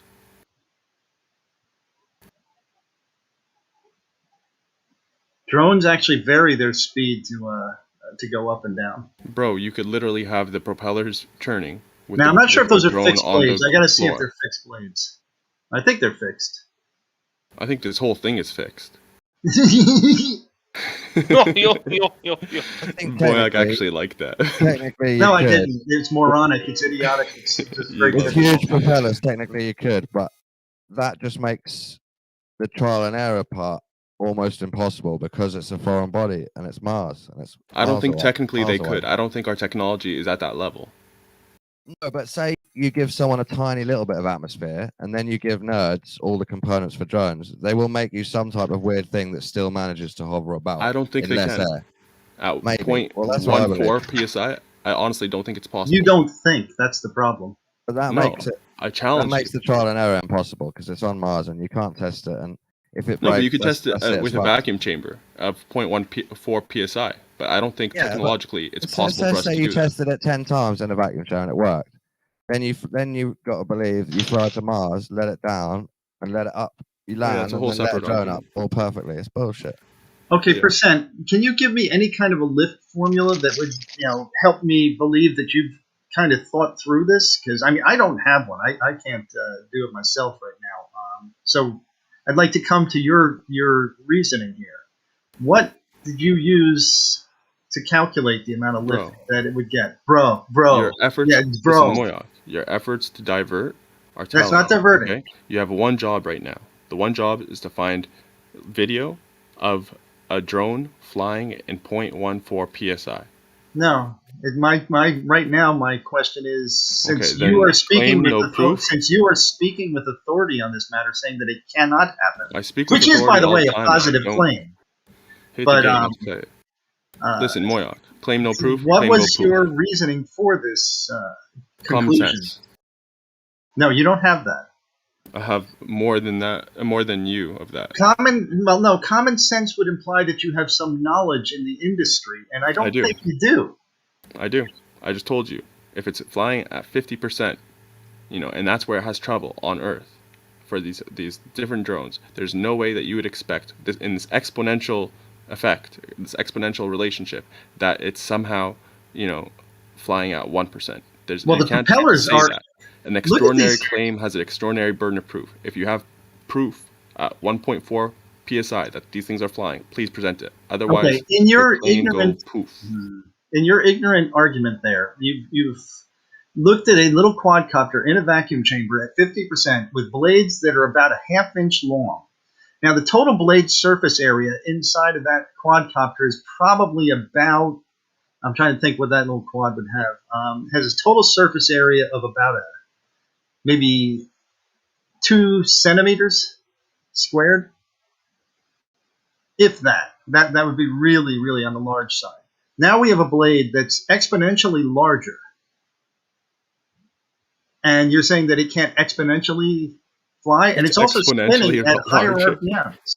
The blade is exponentially larger. Really? Yes. Yo, Moya, you literally just need to. I love you trying to reason it out. But you should try and reason something out. Blades are pretty long, but that's more chance of it hitting a rock and breaking, and then there's no one being there to pick it up.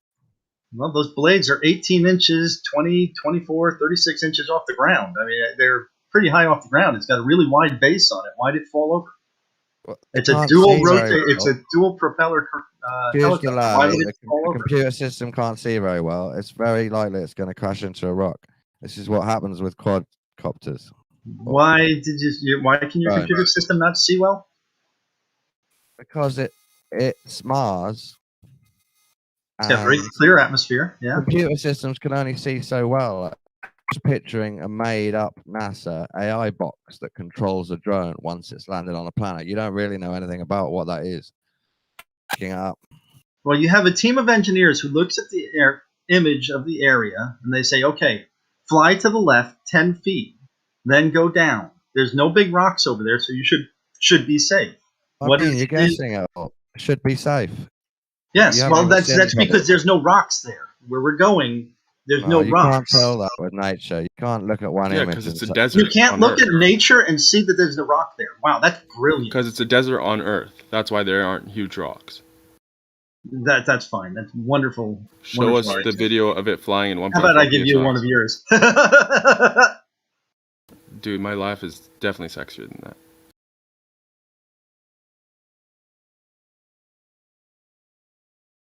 So it is. Dawn has an argument. Dawn's argument that you can't see things in video. Very cool. Amazing. No, Dawn's argument is that regardless of it flying at 0.14 psi, when you add the layer of it flying on Mars instead of just like a controlled vacuum chamber environment, when you add the unpredictability of this land that we have never traversed and experienced and stuff like that, that adds a layer of complexity that would make you expect there to be errors. All right. So what they do, and that's his argument. Analog to I agree this, with it. But my argument, I think, is the first. I'm answering your question. An analog to this would be you go down in a submersible submarine, and you go down like one of these ROVs that they go underwater, and they go into an area, and they look with their cameras, and they say, "Don't crash into that rock. Don't crash into that bulkhead when you're going through the ship." You look at things, you see them, and then you react to them. Same thing happens with the theoretical situation on Mars. You look at the picture, you say, "Okay, I know there's a rock to my left about 10 feet. There's a rock to my right about 20 feet. If I land over there 100 feet away, there'll be no rocks. This is not rocket science. Moyak, I appreciate you, man. I appreciate you especially for your use of the word theoretical. So now answer that question.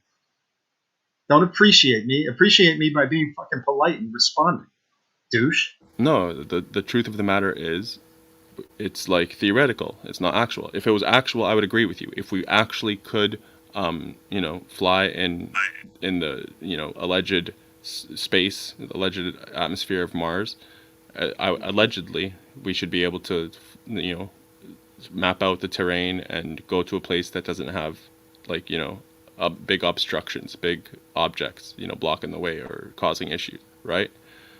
So, I'm fine with that. I think. Well, that's all we're addressing, though, is the possibility of it. You're saying that it's impossible. I never said that.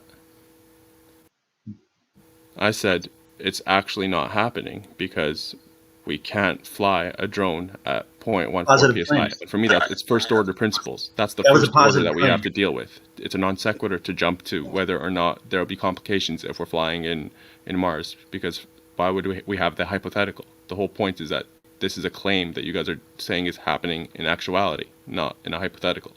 Yeah, but you just made a positive claim. Man, I stay positive. Why are you all so negative, huh? I asked you to find the video of the 1.4 psi in the vacuum. Been provided. I mean, at 1.4 psi, 0.14, sorry, psi vacuum, a drone flying in it, and you couldn't find it for me. Been provided. No, you did not provide any pressure reading. That could literally be absolutely not. When somebody does an experiment and they give you the variables and they say we did this, this, and this. You accept the variables that were associated with that experiment. If you do not accept them, then it is on you to actually recreate it and prove them wrong. Okay, so show the variable of 0.14 psi in that video. Let's see. It's stated. While he's finding that, I have a question. What is the point of proving we have this video of a drone flying at 1.4 psi? Because that's within a vacuum, right? But the Mars has an atmosphere, so why even? No, they say that the atmosphere of Mars is 0.14 psi, 1% of Earth's atmosphere, and they don't have a single video showing a drone flying in that pressure. So that's why you guys are discussing that video. I see. Okay. Yeah. That video was set up in a vacuum chamber at Mars simulated conditions. They claim that video is 0.14 psi. It doesn't show it anywhere in the video. There's no reading whatsoever. You just have to believe it. You have to take it on faith. Right, then it becomes, I'm not trying to take it on faith.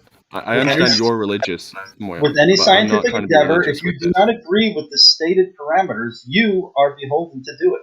No, I agree with the parameters. No scientific paper has ever showed the vacuum readings on the actual gauge. They tell you, here were the conditions. We did this at 70 degrees, or minus 70 degrees.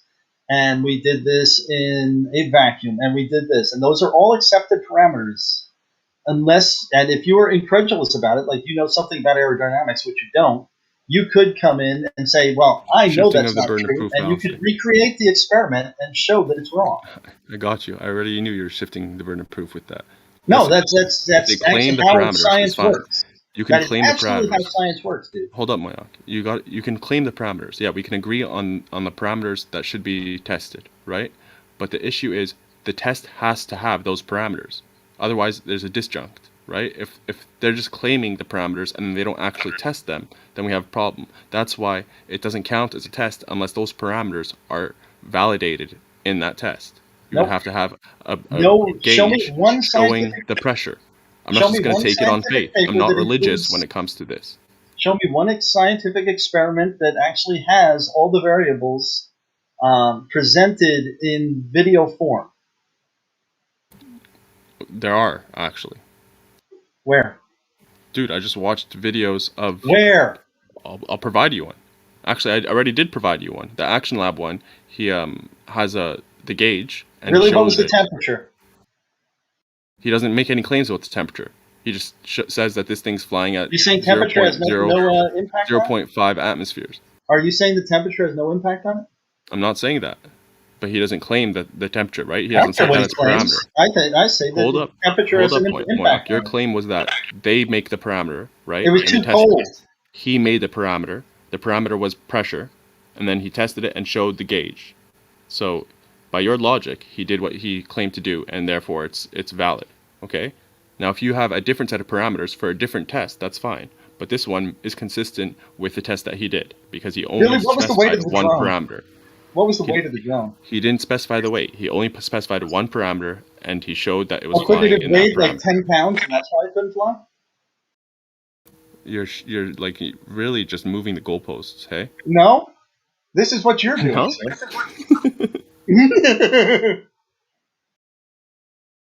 Oh, Lord. You sound like a horse, man. That's okay. You sound like an idiot. Am I imitating you? The answer is no. So you're wrong. Once again, Action Lab is not doing an experiment. What was his independent variable? What was his dependent variable? I didn't say. I said test. Let's try moving the goalposts again, or NASA's not doing an experiment either. They're just showing a helicopter and telling you what's happening. Actually, I would classify what they're doing as an experiment. They're taking into account all the variables, and they're actually haven't. You were just discussing how they don't show the variables. They don't show them. They have it in the papers. Exactly. Now you're getting it. Exactly. It's in the papers. Exactly. Now you're getting it. Claim no proof. Claim go poof. You know what I think is silly is that they think they can determine the atmosphere of Mars in the first place. Well, they've been there. They've been there, so kind of they know that already. Sure, they have.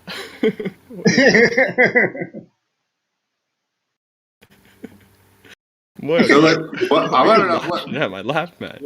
What testing device did they use? Like, okay, fine, they sent a rover to Mars. What was that testing device, and how is that so accurate? A barometer. Is that it? And then what, sent with like radio waves back to Earth? Yeah. That simple? Wouldn't it be? I don't know. I've never done it before myself. Don't worry, they haven't either. If they use parachutes, if they use parachutes, they could also do a rough calculation on that. It took this long to hit the ground under a parachute canopy.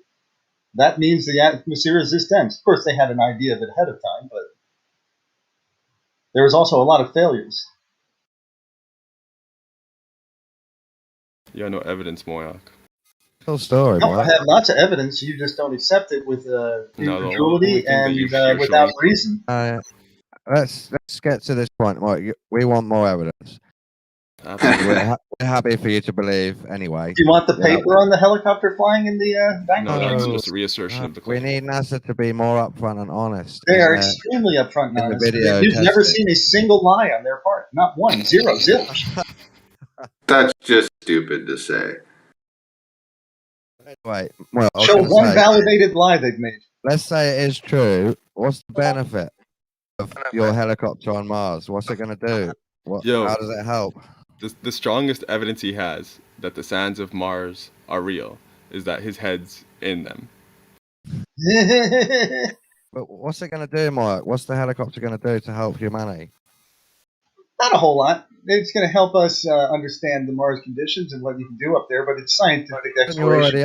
It's scientific exploration for exploration purposes. What more are you going to learn about the conditions that you didn't know before you had to set this up? When you when you were designing your helicopter, didn't you know about the conditions then?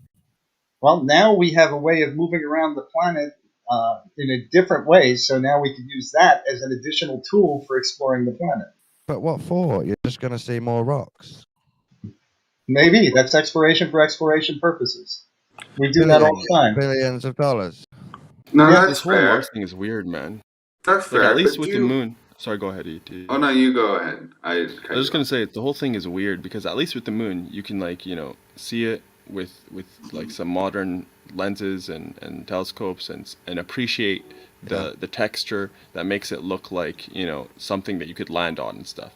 With Mars, you don't really see that. With Mars, it's more just like a vibrating light and stuff like that. So Actually, the it's whole not. thing's weird. I've seen in the what was it, the 1600s, they found the canals of Mars. So they were actually able to determine. I'm not sure if it's 1600s, but going back hundreds of years, they've been looking at the features of Mars. Really? I don't. You haven't explained any benefit for looking around up there.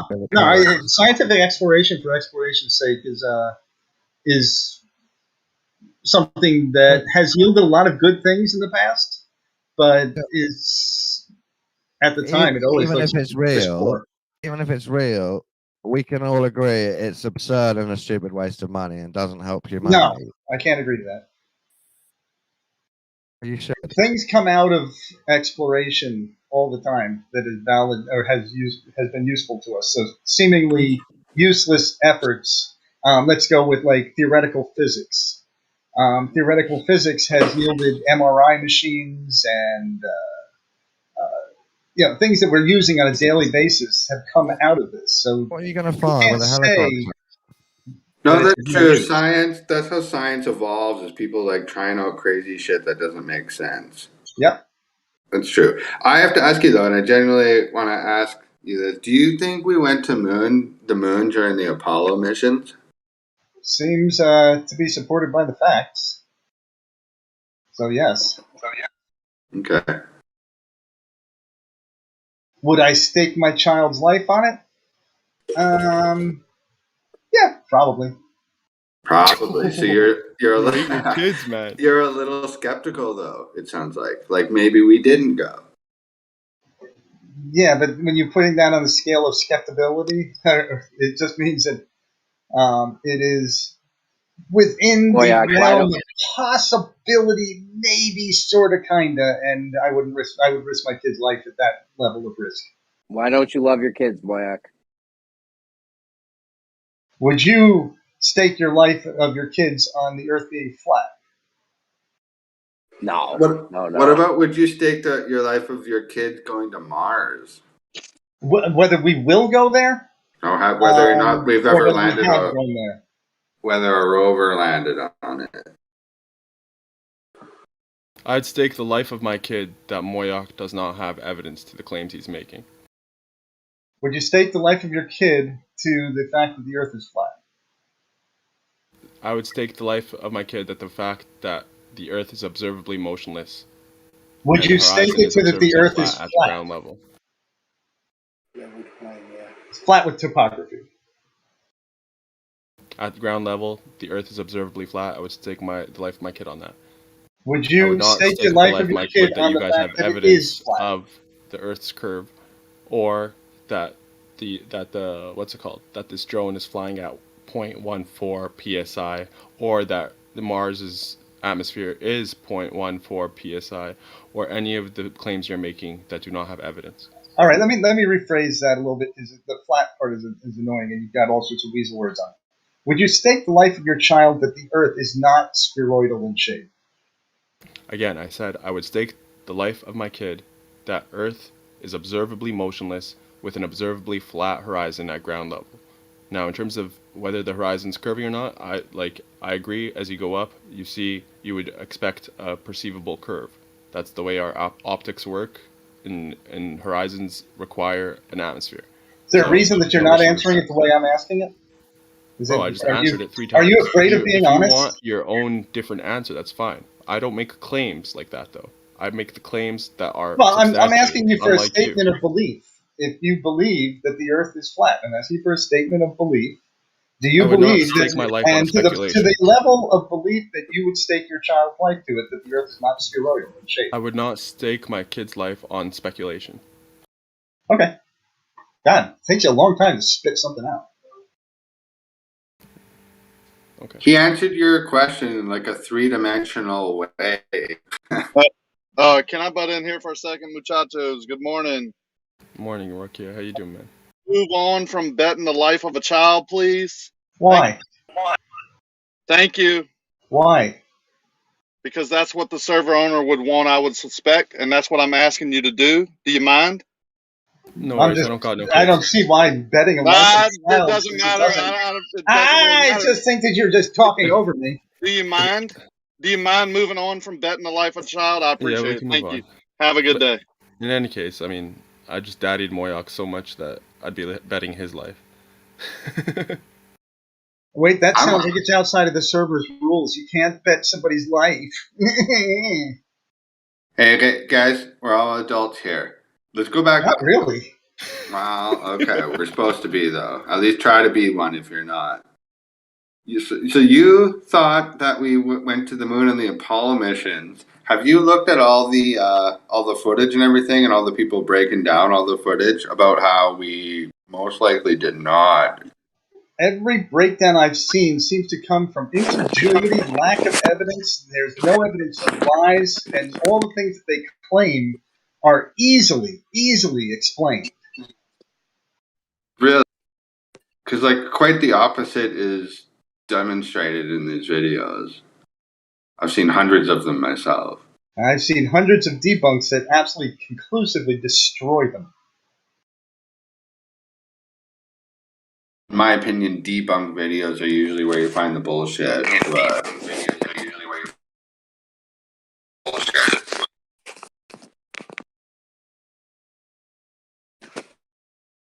I mean, imagine the kind of person starting a YouTube channel on YouTube, like making a bit of a YouTube career out of debunking conspiracy videos. Like, do you really think that's the kind of person that you should be like getting information from? But I know lots of people like me who just come in here, hear the lies, and actually like to chat about the poor logic and reasoning that's used. well, let's break it down, because you guys were talking about the Mars thing. I think that's ridiculous. The moon supposedly went there in the late 60s. That seems a lot more tangible. How did they get through the Van Allen radiation belt without getting fried or cancer 6 months later? Okay. Or less. What levels are they? The radiation. What types of radiation? Alpha, beta, gamma. And at what quantities are each of these?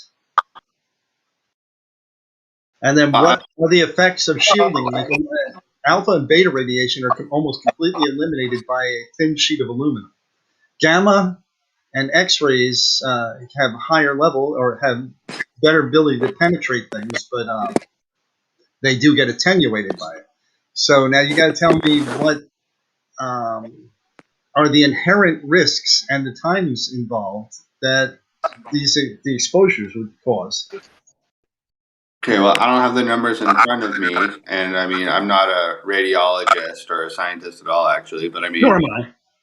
Okay, but I've seen enough information where I'm convinced that people have said... I can help you there. I can assist you there. Oh, for fuck's sake. I can assist you with I'm that out. stuff. Uh-oh. I can I assist want to you hear with that that one. stuff. First of all, they have to encounter gamma rays. Yeah, you don't want to hear the bad. We don't want to hear the truth. I might be back. It's quiet. To encounter gamma rays and X-rays is what we are told, yeah? And Apollo missions between 1969 and 1972, according to NOAA, NOAA, they said there was 27,019 coincided with those events. They are totally unpredictable. You don't know when it's going to happen. And the solar flare can kick out radiation on the lunar surface, 960 rems, instantaneous debilitating death level, right? And that event happened. It was recorded. So the question is, how did they protect themselves? How did they shield themselves from radiation? They would have to travel through 3 radiation belts. 3 belts, not just 2. Not just the Van Allen radiation belts, but a third belt that was created by the event known as Operation Starfish Prime in 1962, aka Operation Dominic, Fishbowl of the Lord, etc., etc. That event left behind a radiation belt 100 times more lethal than the Van Allen radiation belts, according to the experts and Sir Bernard Lovell, British astronomer. What is it? 250,000 rems. That's most certainly, don't even go there. That's instantaneous death. So how did they go through that? Starts at 247 miles off the Earth's surface. Exactly where the ISS is currently operating in right now, as we speak, if it's up there. If it's up there, yeah. Yeah. Well, he ran away, Jim. But in addition to that, the astronauts have been asked, "How did you guys survive going through that?" There's like video interviews of them, and they're like, "I don't know, we just did it." Well, Alan Bean said, I don't think we went out enough to encounter the Van Allen radiation belts. Then he was told at the distance from which they started from. He then replies, "Oh, then we went right through them. But no effects from the radiation? None whatsoever," he said. Yeah. They said they had been discovered on our mission, he said. They said they saw blinking lights in their eyes. Is what they thought they saw. They're obviously just fucking lying. Obviously, yeah. It's crazy. Sorry? Yeah, exactly. They were indeed lying. Because according to the experts and Noah and that was impossible. That would have meant, like, for Apollo 15, for example, they would have been bathed 270 odd flare events, and that was like 19 a day or something silly, they said. Ridiculous. They would never have been able to survive. They carried no shielding to protect them from any radiation whatsoever. No shielding.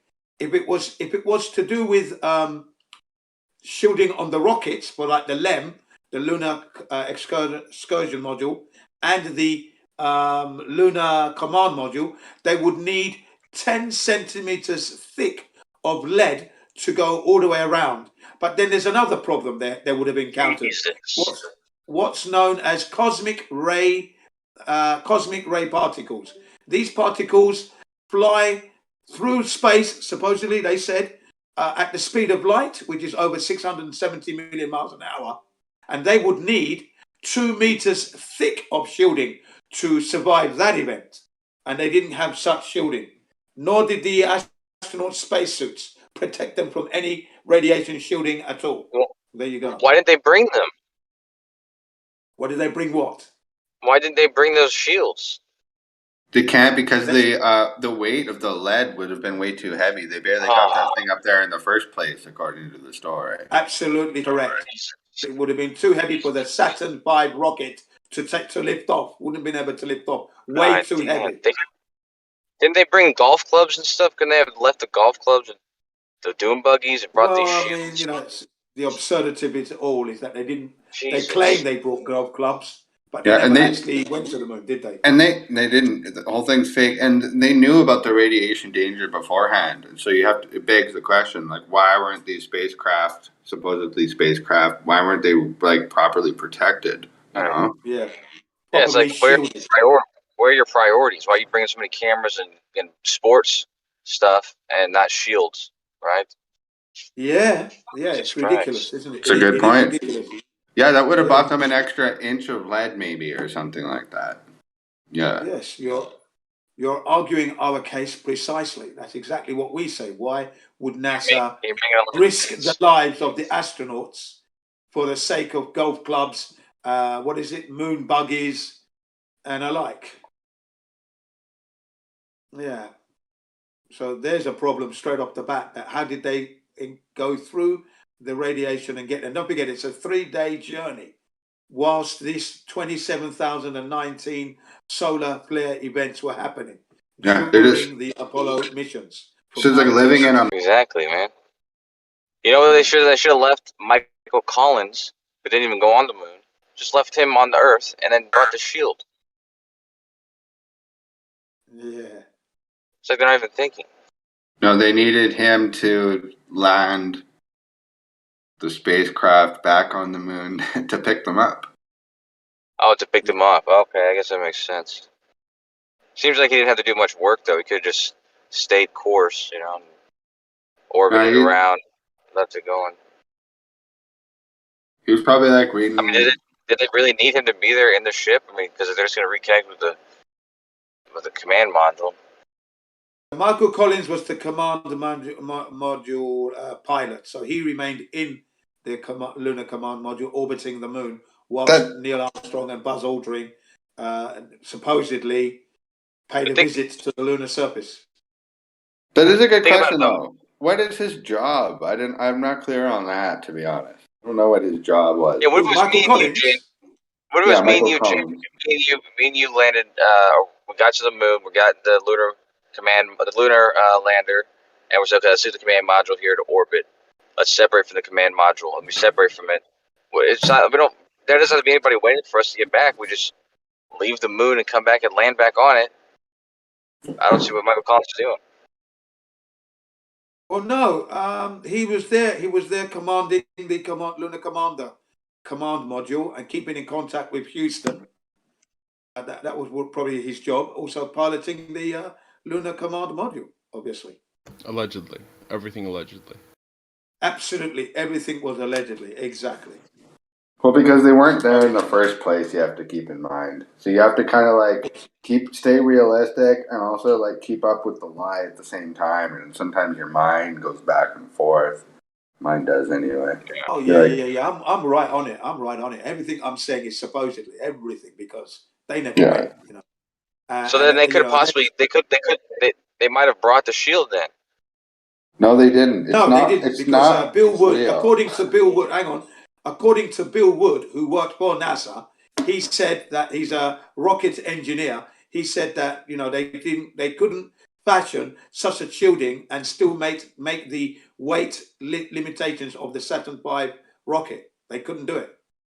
Well, what if they were lying, but not about going there? Like they actually went there, but they lied about the things they took, and they didn't really take, some of the other stuff, and they actually took the shields instead.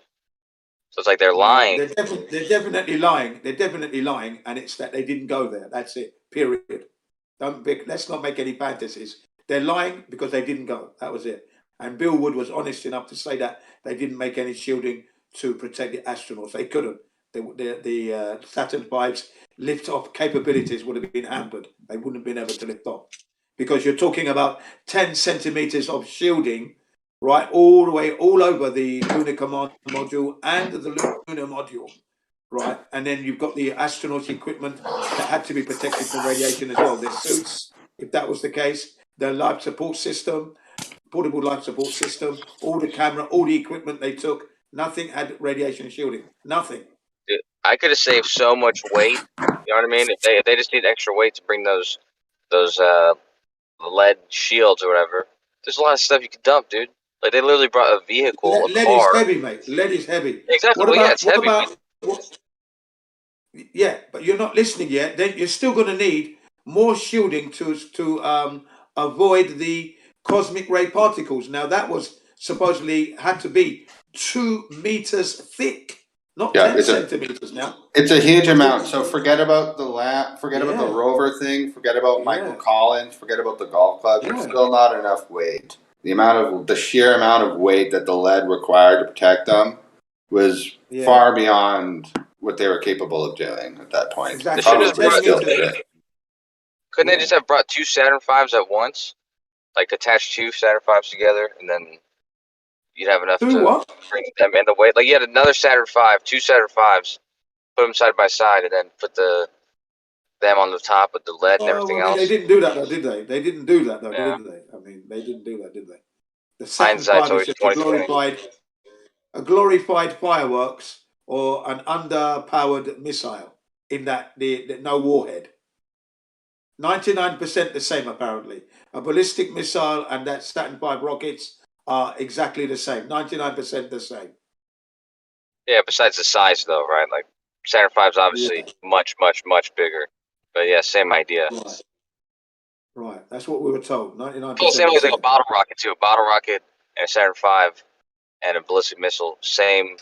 It's exactly the same except for like size differences. Right? Yeah, they operate the same way. Right. So basically, this is what we're saying. There's no radiation protection at all. Zero. Nada.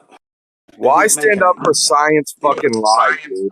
If you go to an area where there's 1/6 gravity, all you do is a couple little hops around, it's a fucking joke. It's disrespectful to science, dude. Where's all the experiments in 1/6 gravity? Where's all the data? Wake the fuck up, Kosho. Yeah. And have you watched? I can't remember which Apollo mission it is. And like, excuse me, it is this absurd though. There's, I think it's one of the later ones. He's hopping around on the moon, and he's all this like doo dee doo da dee da, jumping around. Probably Apollo 16. Like it's a 15 or fucking 16. kid show or something. It's absurd. Probably 15 or 16. You're right. Yeah. Yeah, Scott's uncle, his aunt's husband, actually Edgar Mitchell. He was one of the dudes who went up there without the shields, and he actually was a part of a scientific experiment. Two of them, one regarding psychic shit, but another one he was going up there to collect moon rocks for a specific hypothesis regarding the origin of the moon and the origin of the Earth. Yeah, the mission he was on was integral to collect the evidence for that hypothesis. So they were doing scientific tests the entire time and research and all that. Yeah. Edgar Mitchell's a cool dude, man.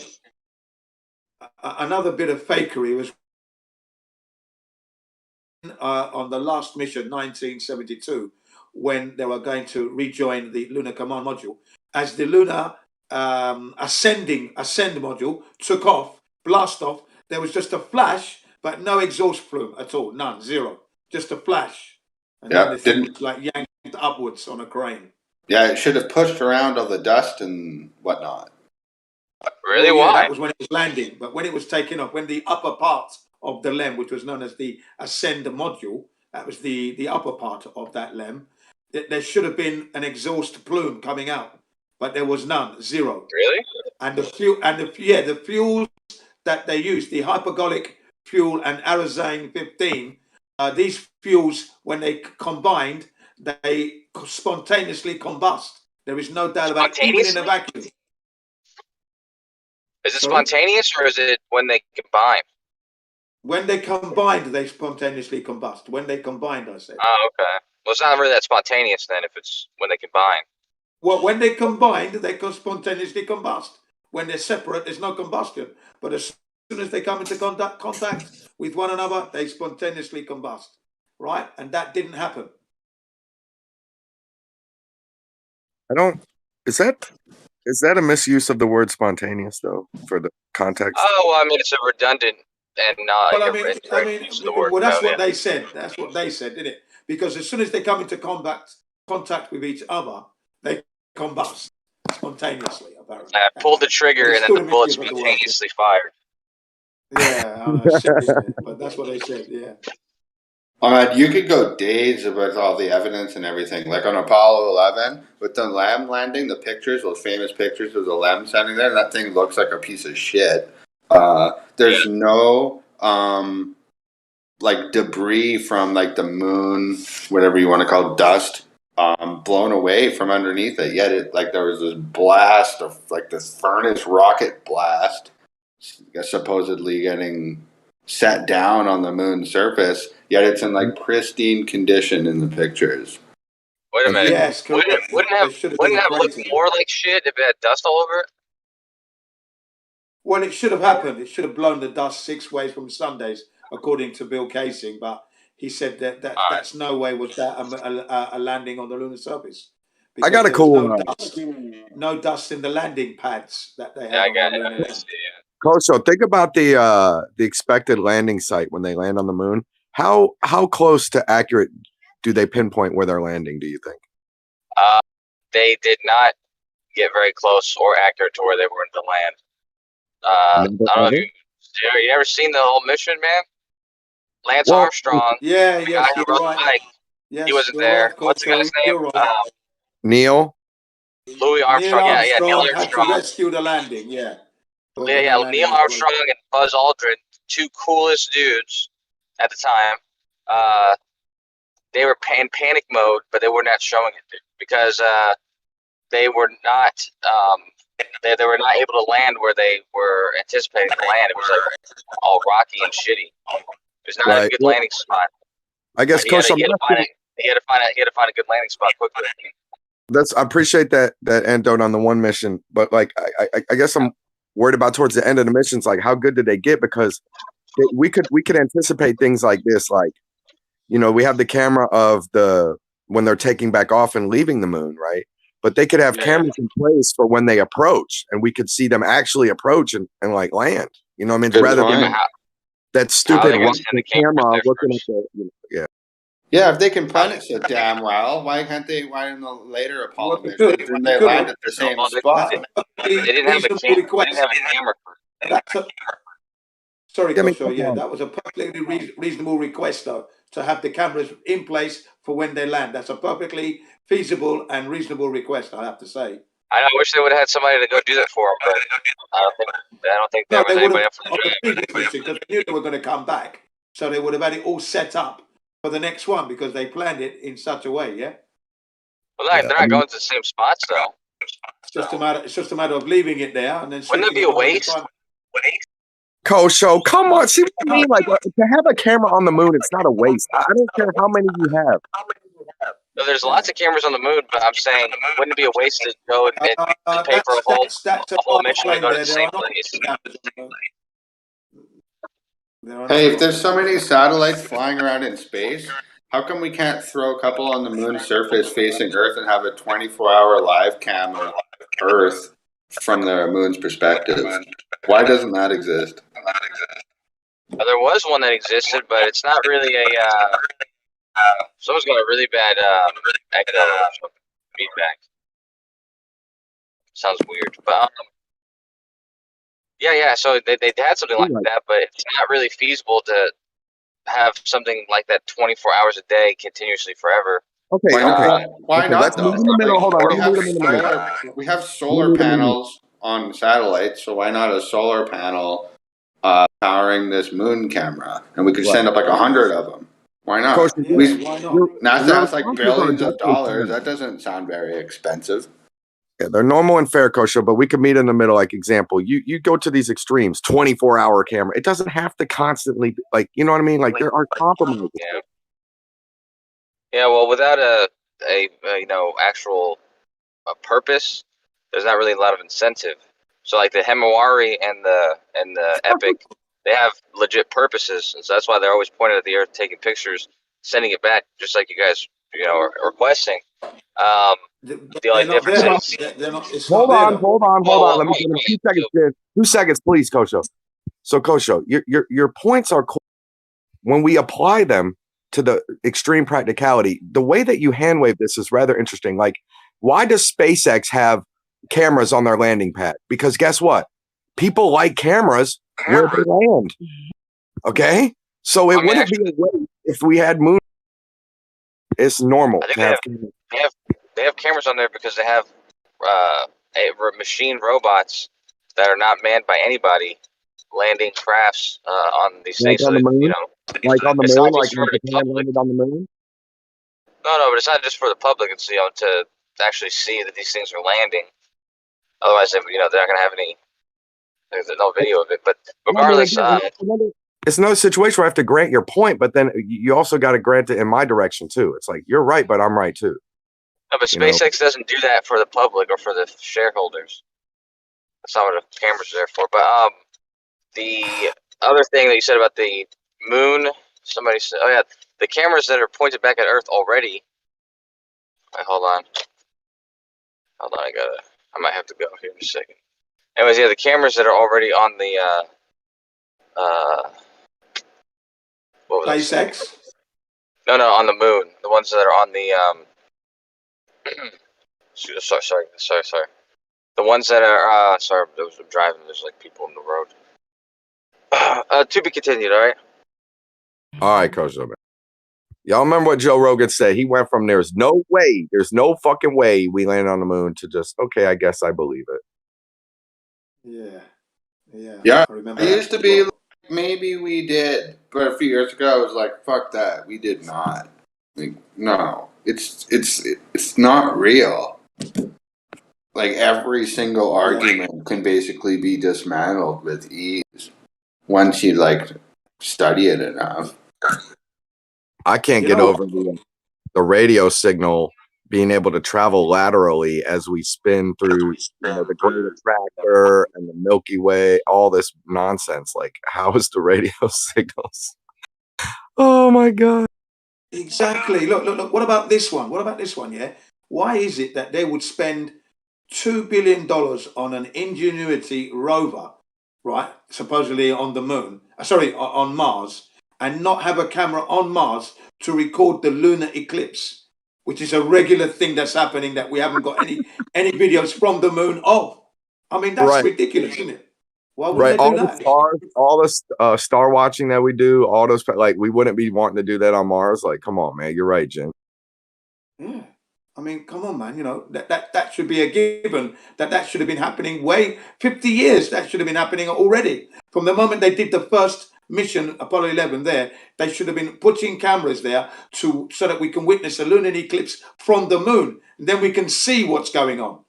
See this actual event from the moon's perspective. But no, we don't have that at all. Yeah, just think of like humanity's like technological achievements that would want to be done. You would think. Yeah. That in fact, I'm demanding it. That's what I want to do. I demand it too. I'm demanding that because that's something that they're going to put. Look, they're going to put a James Webb telescope. December 18th, NASA is going to launch the James Webb telescope. It was supposed to have been launched 2007 at the cost of $500 million. It is like, I think, 15 years out of date or late, and it's come. The price has gone to $11.5 billion. Oh my For God. this James Webb bloody telescope, which is similar to the Hubble. I vote more cameras in space. Just send all these little probes, these thousands of SpaceX. Put a camera on every one of them. More cameras in space. Okay, for your one telescope, I'll take 10,000 cameras, please. Thank you. Yeah, exactly. Yeah, exactly. How cheap is a good camera now these days? Like, well, you get like a P900. That's a pretty good standard camera. That's like $1,000 or less now. Yeah, right? but there's more bad news. There's a Nancy Grace telescope that's going to be launched after the James Webb a few years' time. That's going to be about $5 billion. Nancy Grace is a female astronomer responsible for helping the Hubble to be constructed and other things. So she's getting a mention. She was part of the astronomers that discovered the dark matter. Right. Nancy Grace. More like Nancy Disgrace. Yeah. More like a nasty disgrace to be. That's nice. Yeah, so done. It's so horrible. It's bloody ridiculous. It's so embarrassing. It's disgusting, or it's so disgusting. It's embarrassing. Which way? Take your pick. It's not good either way. I'm going that it's more disgusting, and then it begs the question. I at least always think this. Like, we know the NASA's budget is like, to say it's like inflated is like would be an understatement. Obviously, we all know about like space, like the secret space program, which has been going on for I don't know how many decades. I think what they've always been doing is funneling this money in through NASA into the real space program, where you have like the serious shit going on. That's what I think. No. Don't delude yourself, E.T. Look, what's happening is daylight robbery right in front of your eyes. Why do you think they've got nice houses and they've got nice vehicles and they can travel the world and not have to worry? They are financially well off. The money's just going to the personnel. Come on, man. But maybe no secret space thing going on.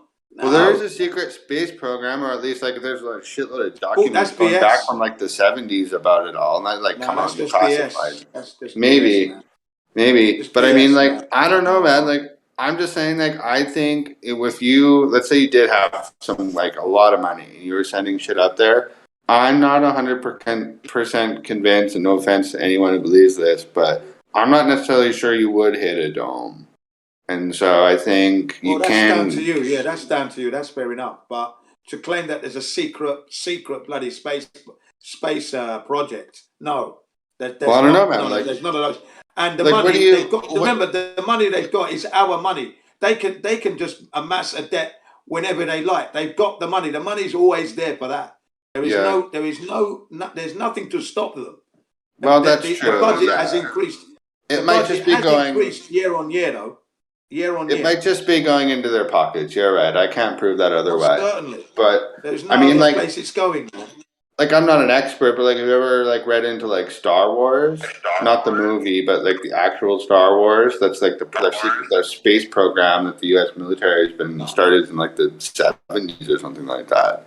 Like that's a real. I don't know, man. It's hard. I don't have the answers, but I don't know. No, they overcharge for everything. They overcharge for everything, man, and then people are funneling it off, stealing the money right off the people. But they're not going to space, are they? Well, I think they might be going in low Earth orbit. I think they might have. I can't prove it, but I think they might have a whole fleet of spaceships actually flying around in low Earth orbit 24/7, and most people would call that space, but not necessarily. Nah, they're not doing that. They're not even doing that. What they did with man, the Apollo missions. They might. I think they might. ISS. What technology is keeping them up then? Yeah. What was that? Sorry. I said, what technology is keeping them up? I don't know. Helium balloons. Drones. Well, I know this. They have drones that can fly around in the upper atmosphere without having to land for years. A lot of that has to do with like solar panels and some like crazy, really sophisticated engine trickery. I can't remember the name of it right now, but I could pull it up if I had to. They can fly drones that don't have to land for years. For real. Yeah, that's a good point, E.T. They could bring that. They could be using that to fool everyone, because everybody that says they've seen the ISS at night, it's just the light that they see. I was just gonna say, yeah, because I've been doing a lot of research this week about like satellites and how fake they seem to be. That explains how these things continually like flying around through the sky at night that you can see. If they were just using that, and then they could just crash them or land them every couple of years and fly up new ones, Yeah. Yeah. Because I was wondering, people were like, because the whole balloon thing, people were like, satellites are just balloons. And I was just like, well, yeah, that is real. And I was watching a lot of videos about that. And I was like looking through the comments of this one YouTube video. And some guy's like, how do they get the balloons to fly in a perfect trajectory going at that speed? And I was like, well, that is a good question.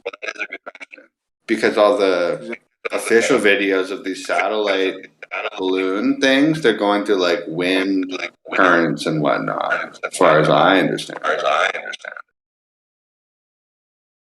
Yeah. So there's a lot of anomalies in the moon landings and the Apollo missions, and the Gemini missions on top of that as well. And none of it is real. It's all fantasy, Hollywood and Shakespeare mixed together. That's all it is. Blatant daylight robbery and a psychological attack on the human race, especially the Americans. I mean, if you look at look for footage of people watching the event live, and then around the world, the one thing that I noticed that it was definitely evident is the innocence of the people looking at the event. The innocence of them all. It's sad. But they all believe it's real. You see, they all believe it's real, and that innocence is very evident in their faces. Yeah, back in the 60s, remember? Yeah, plus they were watching them on just like a tiny black and white screen. Yeah. But you see the innocence, and after the event, they're being ripped off. They don't realize it, but it's quite compelling and telling that in itself. How humanity can how humanity can be so gullible and easy to believe these things innocently, you know? Yeah, it reminds me of 9/11, kind of. Hey, am I distorted? Is my voice distorted? No. No. Just me? Okay. Just I'm the hearing camera. like feedback from someone and it's all distorted. Well, that probably would be me, I think. Maybe it's my... okay. But yeah, that reminds me of 9/11 though. Like, it's the same kind of imagery. Like, everyone witnessed the moon landing, supposedly. I wasn't alive.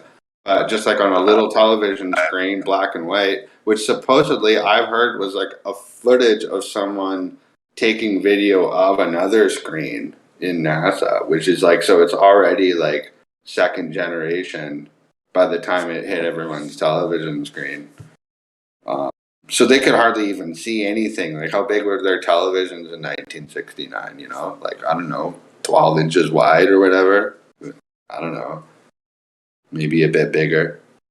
But yeah, it's a lot like 9/11. Like, most people weren't actually there, but everyone was there to like spectate it on their television, you know? So there's a lot of opportunity for fakery.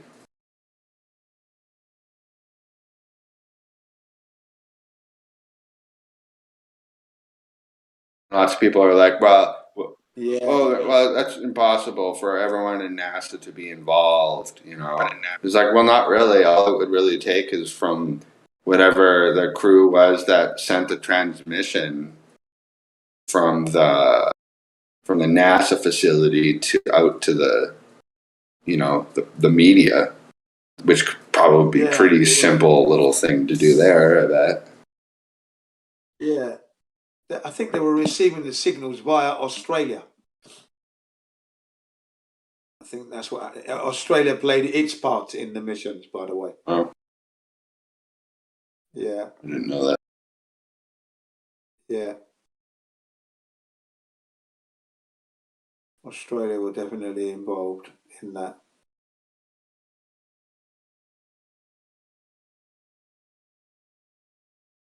Yeah. I don't know, it's kind of crazy, like, talking about the whole moon landing, Apollo moon landings and everything anyway, like, you could literally go on for hours and hours. Like, all you have to do is go on for YouTube and you could watch that shit for weeks. There's so much information about it, like, about just like the shadows and just like the physics and so much. Like, I can't even remember most of the stuff I learned about it just because it's just like, it's just overwhelming. It's just... Yeah, I don't know. Yeah, those images were being broadcasted to Australia, and then Australia would broadcast it back to Houston, and then they're all watching it. That's what was going on there, you know. And they couldn't get a direct feed; they had to take it off of from Australia. Do you think it was a live feed then? Broadcasted? Well, no, it was a to pretend feed, wasn't it? That's why. Well, yeah, but I mean, like, okay, like in a desert. I was just wondering if you thought it was like a live feed versus like a recording. I don't know. But... Yeah, whatever it probably was a recording, a live feed to them, and then the reporters had to record off of that, which didn't please them. They were complaining, why can't we have it from the live feed direct? They were asking. I don't know what the reply was, but obviously they said something that pissed them off anyway. I didn't know about the Australia thing. Oh yeah. It was Australia was the middleman in all that. What are you guys talking about? Oh, Kosha, you're back. We're still talking about that. Oh yeah. And then there was I don't trust Australia with anything. Yeah, there was a woman by the name of Una Ronalds. Her name is Una Ronalds, and she saw on the lunar surface a Coca-Cola bottle was kicked into the scene, right? And then she thought, that's when she knew it was fake. She said, "This is fake," and then she contacted her friends to see if they'd seen it, and they said they hadn't seen it, but they're going to watch the next bulletin to see if they can catch it on the next news bulletin, right? And when they did, they couldn't find it. But the Coke bottle thing, so other people from around the world said they'd seen it, and they thought there was going to be a big kind of like ding dong, and but it never happened. It was suppressed. And they so it wasn't they just edited Una, the it thing. was It wasn't just her; it was like a bunch of people. Yeah. She saw it, and then she like I said, she contacted her friends. They said they hadn't seen it, but they're going to watch it, the next news bulletin, to see if it comes up on that. By that time, they had edited it, but other people from around the world had written into the newspapers in the US saying they saw the Coca-Cola bottle, and she thought it was all going to flare up and explode, but it didn't. They suppressed it. There you go. Una Ronalds, her name was. How do you spell that? Una is U-N-A. They're Ronalds. Ron, R-O-N-O-L-D-S, I think it is. McDonald's Ronalds. Okay. Yeah. Una Ronalds. Australia. Sees Coca-Cola bottle on lunar surface. She was interviewed by, I don't know who it was. I can't remember now. They interviewed her. And she said when she saw that, she knew it was fake. They're not on the moon. Why would a Coca-Cola bottle be there in the vacuum of space? Never heard of this. This is amazing. I'm already finding it. Yeah. I'm full of lots of this stuff, man. Like I told you, I've done 10 years research on this stuff. But the camera guy, the dude you said should have came before, put the camera down. Is it possible they did have some camera guy come and maybe they just left like a, drinks or something by mistake? Well, if they're on the studio, that would hint to the fact that they're not on the lunar surface then, of course.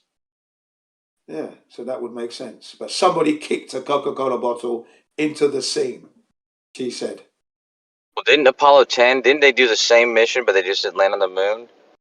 Or is it possible they were throwing trash out the window? That'd be funny. Well, that would be horrible because it's littering. Well, I mean, if they're throwing it out the window, they would have died anyway. The vacuum would have killed them. Oh, yeah. Well, in the Mercury missions, when they were going to pee, when they were pissing, there was a hole that led to the outside of the ship, and they could stick their dinglings in a they could stick it in a bag and then put it through there, or they could stick their dick straight in the hole and piss outside the ship, and they would do that. Yeah, that's what they said, but that would have been a very painful experience because painful or maybe vacuum would have somewhat killed pleasurable. them. Right. Yeah, I think that was a silly thing for them to say that they did that. Really, that just shows another hint to the ridiculousness of the whole mission to even mention that they did that. Pissed out of a hole from this very thin sheet aluminium, less than 2 millimeters in thickness, less than. Right, No.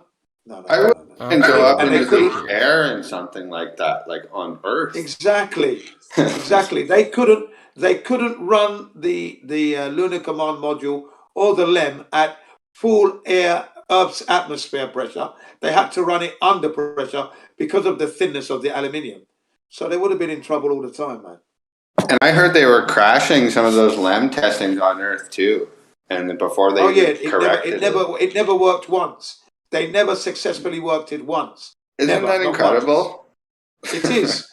And then they're taking it to an environment they've never been, and it supposedly worked perfectly every time.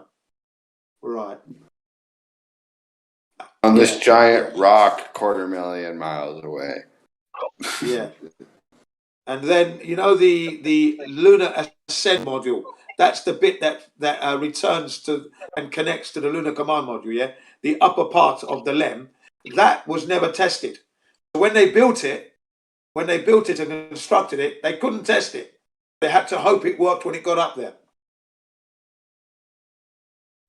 Yeah? It was a leap of faith, for sure. There's some brave astronauts.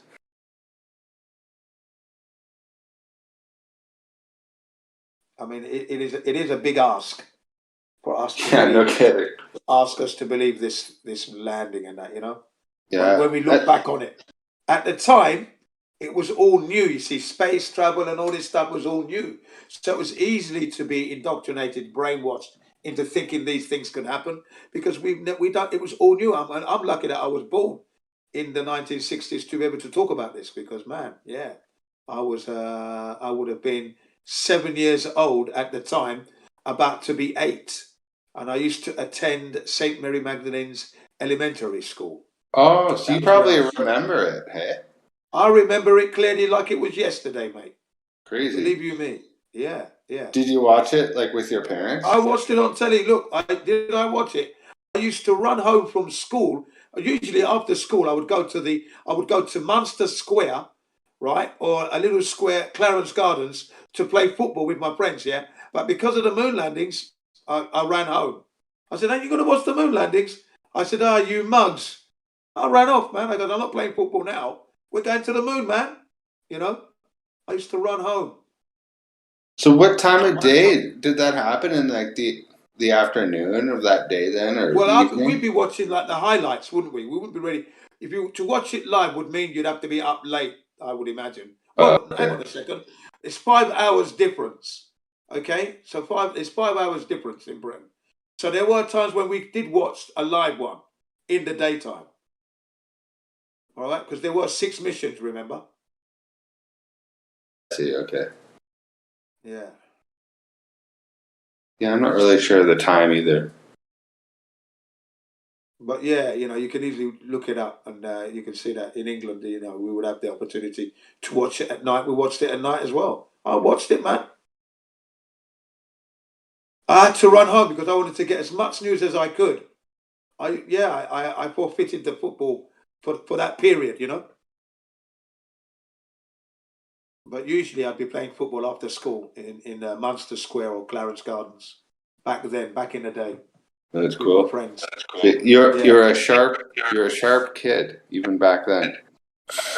Yeah, that's right, man. Yeah, because the reason being, these things are new.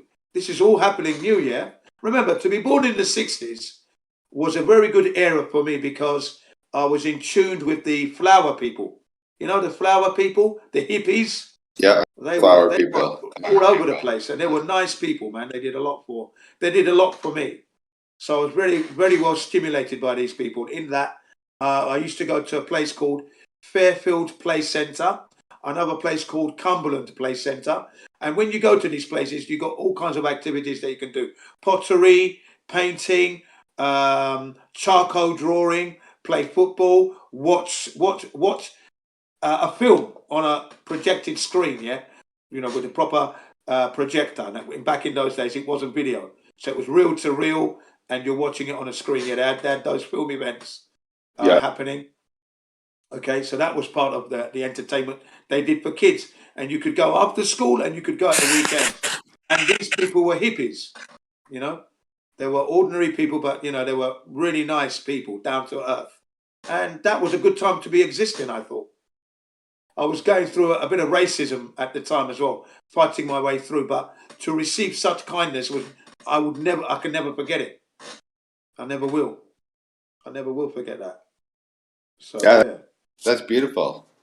Yeah, I kind of wish I was alive back then. Like, I'm pretty happy with the time I've been alive, but I mean, yeah, like from what I've seen from like footage and stories and just culture from that time, it seems like a pretty beautiful time. Music from that time, I think reflected that pretty well. From that time's fantastic. Yeah, the music's good. And we had a lot of American influence. I mean, I used to watch Sesame Street. Sesame Street was so good that I wanted to go there. I wanted to go to Manhattan, live in Manhattan. I wanted to be there, man. I wanted to be there at that time, back in the 70s. Definitely had that yearning to go there. Just through Sesame Street, for example. Yeah, right. Yeah. Back when New York was still good. Yeah, cool. Man, I wanted to go there. Definitely wanted to go there. And then we had other programs we used to watch, like UFO and Star Trek, Tom and Jerry, Mr. Magoo. What's this UFO show? What was that? The UFO was a program which was late. Well, that happened during the mid-70s. Yeah. Was it about UFOs? It's about space. It's about space. UFO. It's about space. UFOs coming in and space You had spacecraft killing the UFOs off, shooting them down out of Oh, space and that. well, Yeah. was it like And another a program. science fiction thing? Or? Yeah, science fiction. Yeah, it was. Yeah, Space Okay. 1999 as well. That was another one as well. That's It was cool. made with a British and American collaboration. People who did like Thunderbirds, they were working on it. Pretty good stuff, man. I used to watch all that. Yeah, it was a good time, man. Trying to think what. What do you think? Do you think we're ever going to go to the moon? I can't hear you. You think we're ever going to go to the moon? No, we'll never have the technology. The moon is not a place we can go to. We're never going to go there. We're never, ever, ever, ever going to go there. We're not allowed? It's nature won't allow it. We won't have the technology, and we can't leave because of the second law of thermodynamics. We're just never going to do that. It's never going to happen. So what do you, Jen? Do you believe there's literally call it a force field or whatever you want to call it? You're literally physically unable to penetrate. Yeah. I believe that there has to be because we got air pressure. So by process of elimination, yeah, there has to be. Do you know what I mean? Otherwise, we can't leave this place. This is supposed to be heaven on earth. Heaven on earth. What is supposed to be? What is the second law? What is that? Well, the second law of thermodynamics. High pressure goes to low pressure. Oh, okay. But I have a question about because second law of thermodynamics. So they think it's entropy, right? And then so they say space is a vacuum, but I like to say that that's kind of BS because I mean, same thing when we were talking about Mars. Like, I don't necessarily believe that, and so if there was. Okay, let's walk through this together then. So let's go through two scenarios: dome or no dome, or we can call it firmament or what have you. Firmament. So let's say no firmament, but also no vacuum in space. Earth could just create its own oxygen, which it already does, and that could slowly just disperse into space. That's why I have a problem when people are like, how can you have gas without a container or gas pressure? You know, they love that one. But second one, let's say you did have a firmament. Well, I guess now there's three variables now. Yeah. But let's say you still have no vacuum and you drilled a hole through the firmament, just pretending like that's hypothetically possible. That wouldn't be a problem for air pressure. And yeah, you're right. Then the third option would be space is a vacuum and you drill the hole through the firmament if possible, and then it would just suck all the air out and everyone would suffocate. Real quick, Jin, if you could please mute yourself when you're not talking, that'd be fantastic. Yeah, some really bad feedback. Sorry, guys. I didn't realize it was that bad. Here's some good feedback. I love the convo. Great convo. Yeah, I'm done my point, so I just wanted to make that point. I think about that all the time. I think it's a good point. It is a good point, I think. Like I know they say you're not allowed into Antarctica if it is the ring around the world. Let's say you snuck by them with a giant drill. Have you guys seen those tunnel boring machines that they use to drill these underground tunnels in Earth? Yeah, like Elon Musk. Elon Musk has that company, the Boring Company. Oh, I didn't even know he had one, but it's been going on decades before Elon Musk came along. These things are huge. Let's say you snuck one into Antarctica, just playing hypotheticals right now, and you found the dome. I would imagine, unless it was made of like diamond or something. Well, actually, they make the drills out of diamond. Maybe that's where diamonds come from. Bro, why are you presupposing there's a dome? I'm just saying, I'm just playing around with the idea because a lot of people believe that. Stop booting me. Who's booting you? I don't know. It seemed like whenever Kosho pops back in, it boots me. Wow. No, I don't know. What is there, like a 20-minute timeout or something? If you don't touch a button in 20 minutes, it kicks you out? No. There's no such thing. No, there's guaranteed. Like that, buddy. Guaranteed, is it? Well, then a mod's doing it. I don't know. Listen, man. All I know is Well, it's ET pronounced has got Ahmed, mine. man. ET, you ever you made a phone call lately? Nope. About what? Or just like phoned home maybe? Oh, Yeah, I gotta go. good one. Good one. Very original. And then he just runs off. ET joke and then runs off. I don't get it, but okay. Yeah, but if you're talking about like using these tunnel borers to find the dome, I mean, it's a bit of an extreme way to go, don't you think? Yeah, I do. I think it'd be easier to just go straight up, like with a rocket, for instance, like we've been talking about. Or maybe you were thinking you could get under it.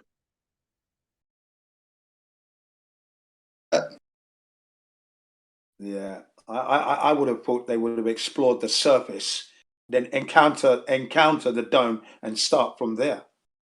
Well, remember, Jin, when you brought up Operation Fishbowl and what is it, Dominic? Yeah. Maybe that's what they were trying to do. Who knows? Yeah, well, that was the intended thing to do, was to create a corridor through this Van Allen radiation belts. That was their intention, but unfortunately, it resulted in creating a third belt. That's what they tell us, 100 times more lethal than the Van Allen radiation belts themselves, to the tune of 250,000 rems, because each belt has 2,000 rems apiece. So 100 times that is 250,000. It's a lot. Yeah. A lot of rems to get through. Perhaps, maybe instead of what people have, like, sometimes people take the Bible, some things in the Bible, like, so literally, and a lot of people are like, that's not to be taken literally, in some people's opinion.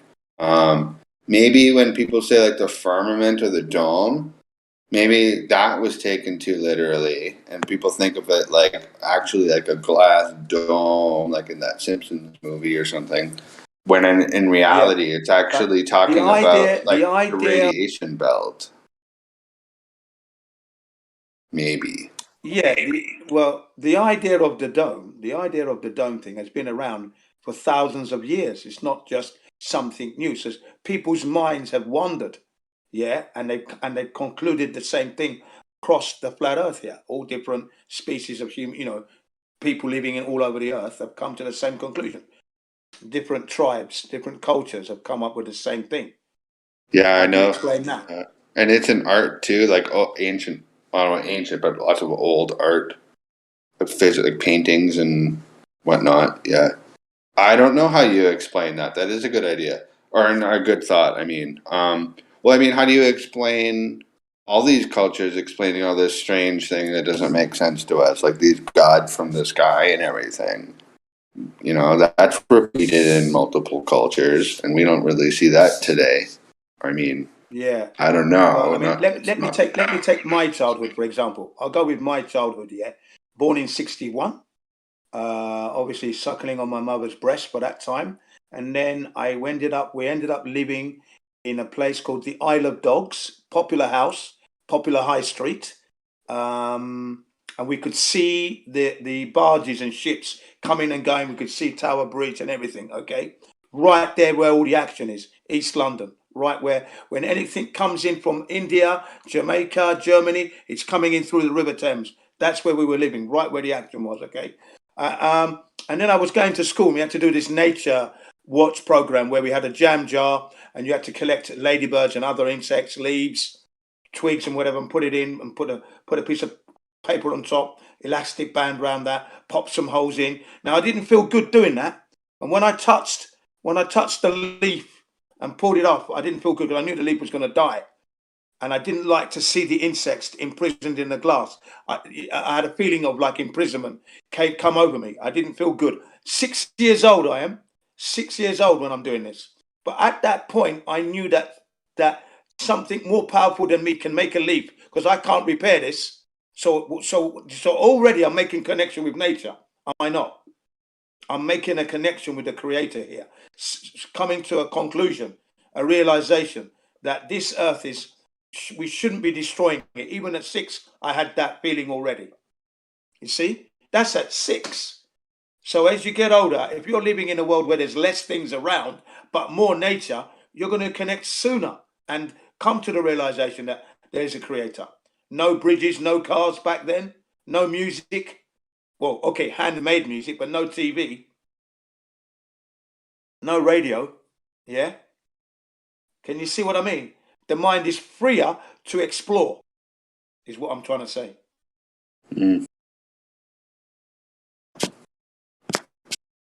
Yeah, beautiful way to put it, man. Hey, Jen, Yes. I posted you a thing in chat about the second law of thermodynamics. It's not about Thank pressure, you. yeah, moving from high to low. It's more about the energy of an isolated system, transfer and entropy that way. It's a pretty simple description below it there, but it doesn't talk about pressure. Okay. Can you tell me where you posted it? What time past the hour? Oh, it's just a second ago, 30 minutes.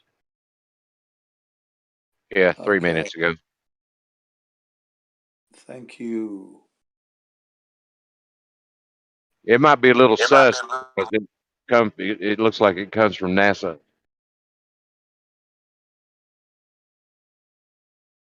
Right.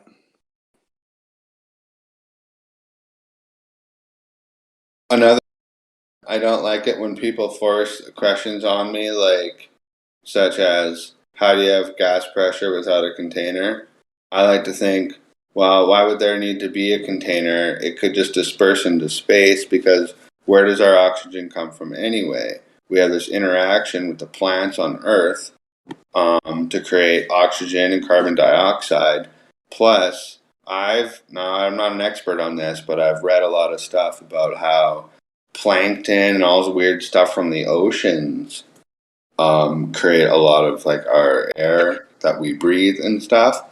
And there's still a lot of that alive today, and so we don't. It's not like we're living in a bubble necessarily, where we're like running out of air. We're just continually making it. Yeah, That's that's all. correct. It's a dynamic system what we have here. Everything's in flux, is what I like to explain. How I like to explain it. We're in flux, and that would explain how the air keeps being put. I can't find that video, man. I'm looking. I'm now at 27 minutes past the hour, and I still haven't come across it.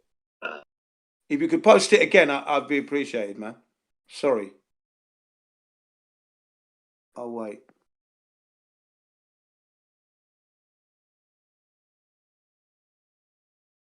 If you could post it again, I'd be great. That'd be great. Sorry about that. I did look. Okay, here we go. Is he going to post it now?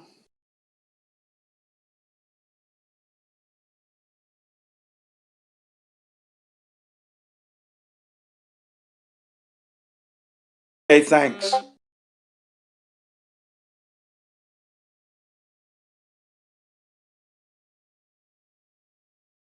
Garbage urine in space. Is that the one?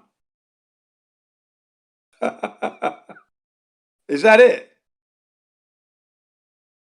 Garbage and urine in space. Oh, no one's answering. Oh, am I muted? No, I can hear you. I don't think anyone's talking.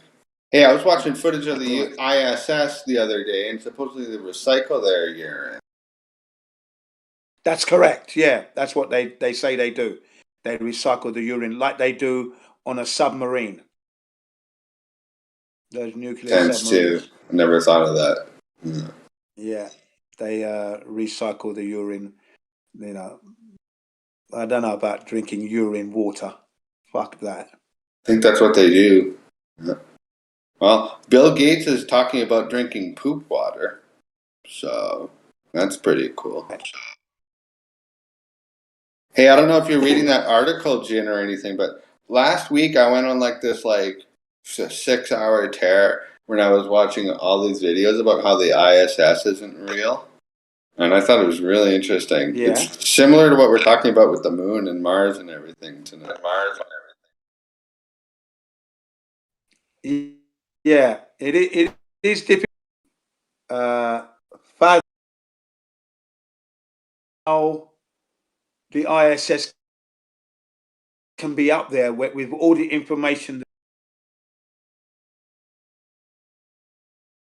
Cosmic ray particles, you'd need 2 meters thick of shielding to begin with, right? Then you've got the radiation problem, and they're swimming at the most intense part of the radiation, more intense than the Van Allen radiation belts. If we're a story, it's currently now at 25,000 rems now.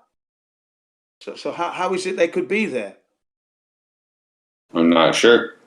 Another thing I find strange, I remember these articles coming out like 10 years ago, and they seem to pop up every few years about how there's a hole in the ISS. This happened again recently, and they all scurried away into one of the little sections of one part of it in case there was some kind of pressure loss or something. Yeah, that happened recently, and it's happened several times as far as I remember. A few times at least over the years. Yeah. It's really funny. And then I was watching these videos, right? And like there's videos of these guys, and they're like floating around in the ISS, and they're going down different hallways or whatever. And then this one footage, and these are like live feeds that they're sending back to Earth, supposedly, right? And in this one, this guy's like turning this corner to go down this other hallway, and he fades away and disappears before he actually turns the corner. And I'm like, yeah, that's right. His legs and body disappeared as he's rounding that corner. yeah, I know that one. Yeah, you know that one. Yeah, that was a fairly well known one. Yeah, and I'm like, what? Yeah, that was one of. Maybe it's Yeah, just that was one something of the you don't first. understand about space time, though.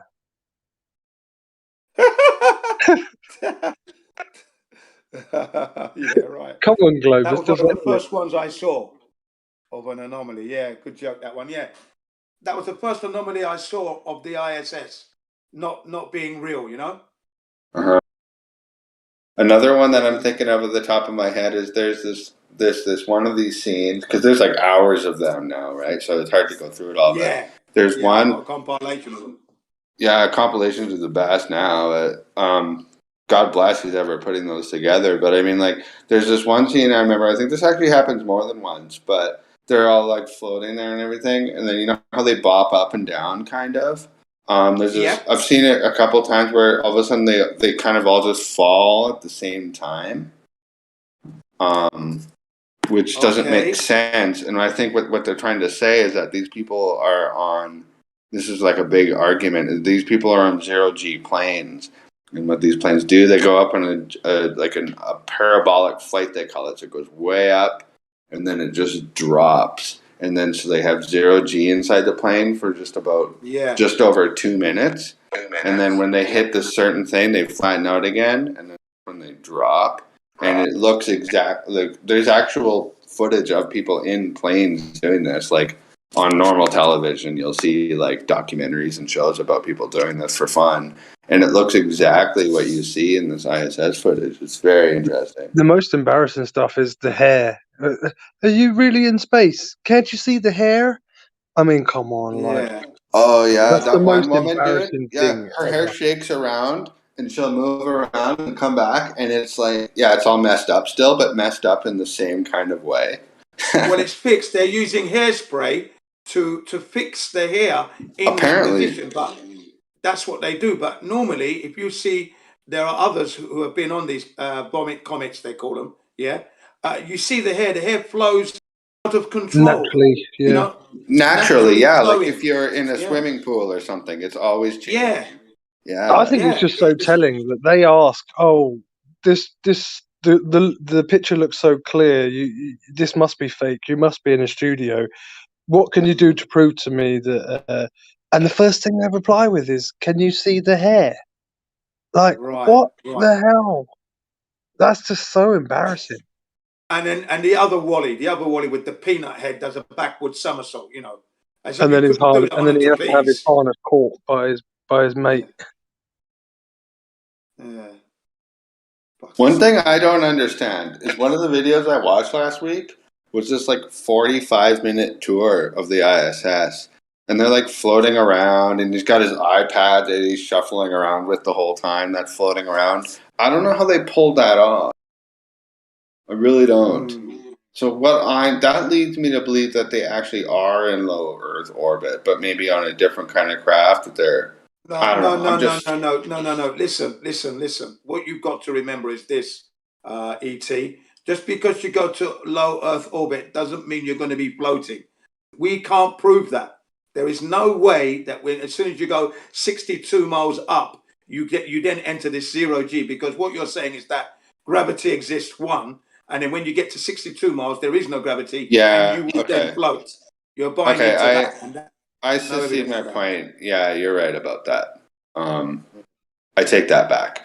I guess what I do, but my question remains though. I don't understand how they pulled off that. Like, you can watch it online. I think I have the channel saved. I don't think I saved the actual video, but you can watch it. Yeah, I think It's if like you watch 45 minutes long. It's yeah, like if how you do watch they? Flat Earth Arsehole, when he covers, Jake Gibson, he covers the recent one with William Shatner and some other dudes that were with him, and he breaks that down how they managed to do that.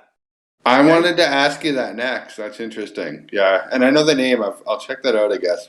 But I mean, Yeah, okay, check him out. Check out one I'll of do his that recent right videos. now. And Flat Earth A-hole.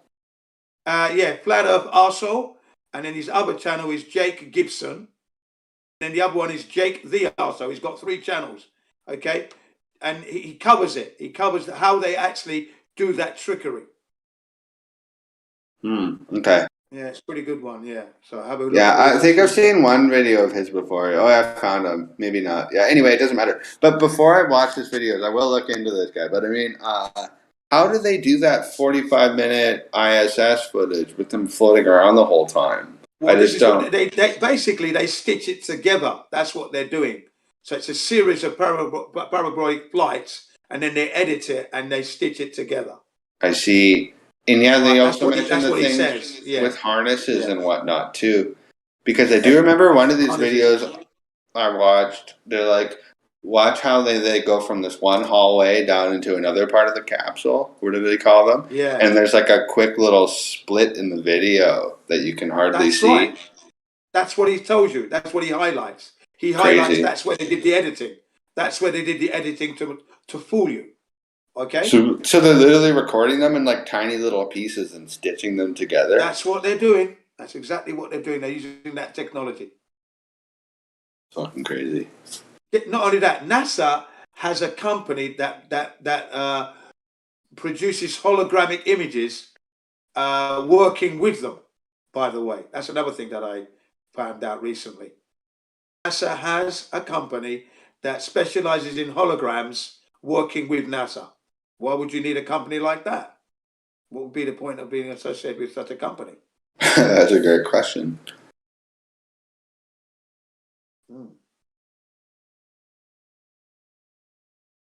So yeah, Jake the Gibson, Jake Arsehole, and Flat Earth Arsehole. You check these videos. He's got just look to the most recent ones. He does it with William Shatner. He highlights how William Shatner wasn't moving around enough for somebody supposedly in 0G. He was too planted on his feet. He should have been floating around, and he wasn't. So are we saying that if he did go up, he just didn't go up high enough? Or they didn't go high enough, one, and the actions of such an environment didn't match what we were viewing. okay. I'm having troubles finding it. I'm finding stuff that first pops up on Google is stuff making fun of this guy. But I'm having trouble finding Jake, type in Jake the Arsehole, first of all. Have you done that one? I'll just listen to what you say. Yeah, just go to Jake the Arsehole, first of all. Okay. He's on YouTube. He's definitely on YouTube. He hasn't been banned from there yet. He's got other channels on other platforms though. I instantly found it. I just typed it in wrong. Sorry, I found it. Okay. Yeah. So And then now, so that go to William videos. Shatner thing. Go straight to videos. Go straight Yeah. to videos and look at the most recent stuff and Yeah, scroll I down always- till you come across the William see, Shatner yeah. stuff. He's got quite a number, so you need to look at them all really. Okay. That's Yeah, the thing. yeah. I've clicked on videos, and yeah, I got Shatner here. So Yeah, there you go. Right. Okay. 1 month ago. I wonder if that was the first one. Probably. That would be about a month. good enough. That would be good enough. Go, check that out, and then check out Okay. other stuff as well. Wicked. I will. Yeah. Thanks for the channel. I'll take a look. And then look up. Don't forget to look up the other one as well. Flat Earth Arsehole and Jake Gibson, I think. Yeah, that's what I tried to do. Didn't work. Oh, okay. Well, maybe he's banned from that then. You got Well, I Flat think I Earth just. Arsehole. I think it's just Google coming up with weird stuff. Yeah. I mean, I found one and it looked like I found it, but there's only 3 videos, so that can't be. Yeah, that right. would be correct. That would be correct. That might be correct. Just check it out, see what the material is, and then move on and check the others. But yeah, Flat Earth Arsehole. He looked at it. Also, Jennerism also has covered this issue quite a few times over the years. How they're faking the ISS. So you might. Yeah, I've looked into it, and I got schooled pretty hard last week because I never really looked into it too deeply until last week.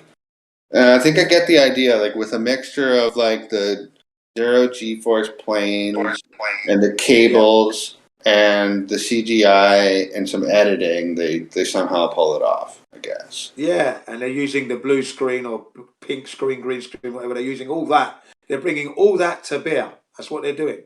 This is why the hologram companies are involved, no doubt. You see, because the technology is advancing every year or every few months. Because here in Japan, apparently they can put in the sky fireworks that look real. You know, on this kind of screen, and you'd think it was real fireworks going off.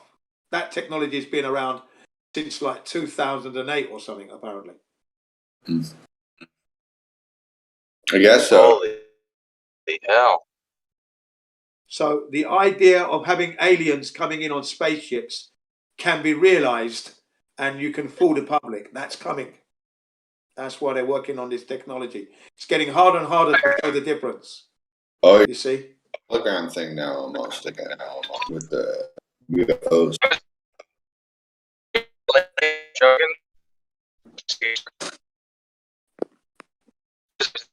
There was a lady guy, she was right,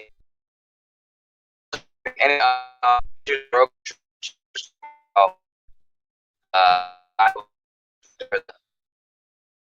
Stayed in area breeding these human. They purposely deformed so that they would grow up and look like they could be aliens or something like that. Kosho, like you they were cutting up. deforming these people. You were cutting up really bad that entire time.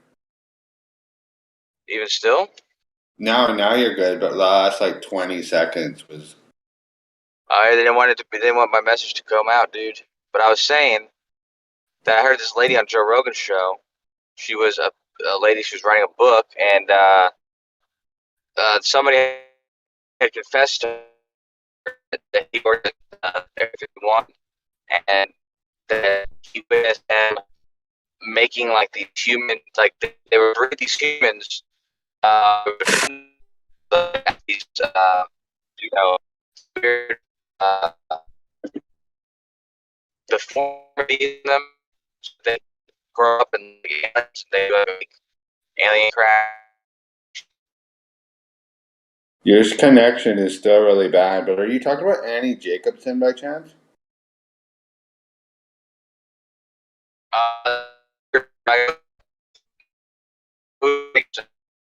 Yeah, I can't hear you, man. Maybe it's me, but your connection is the worst. Maybe come back, leave and come back.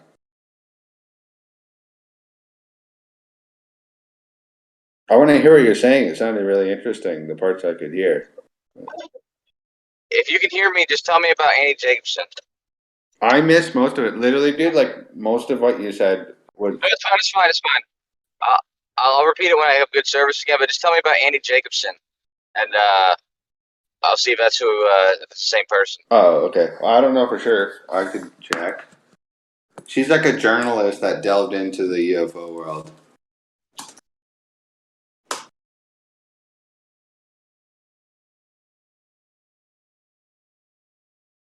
If you read, she was on Joe Rogan episode 1299. Could have been that.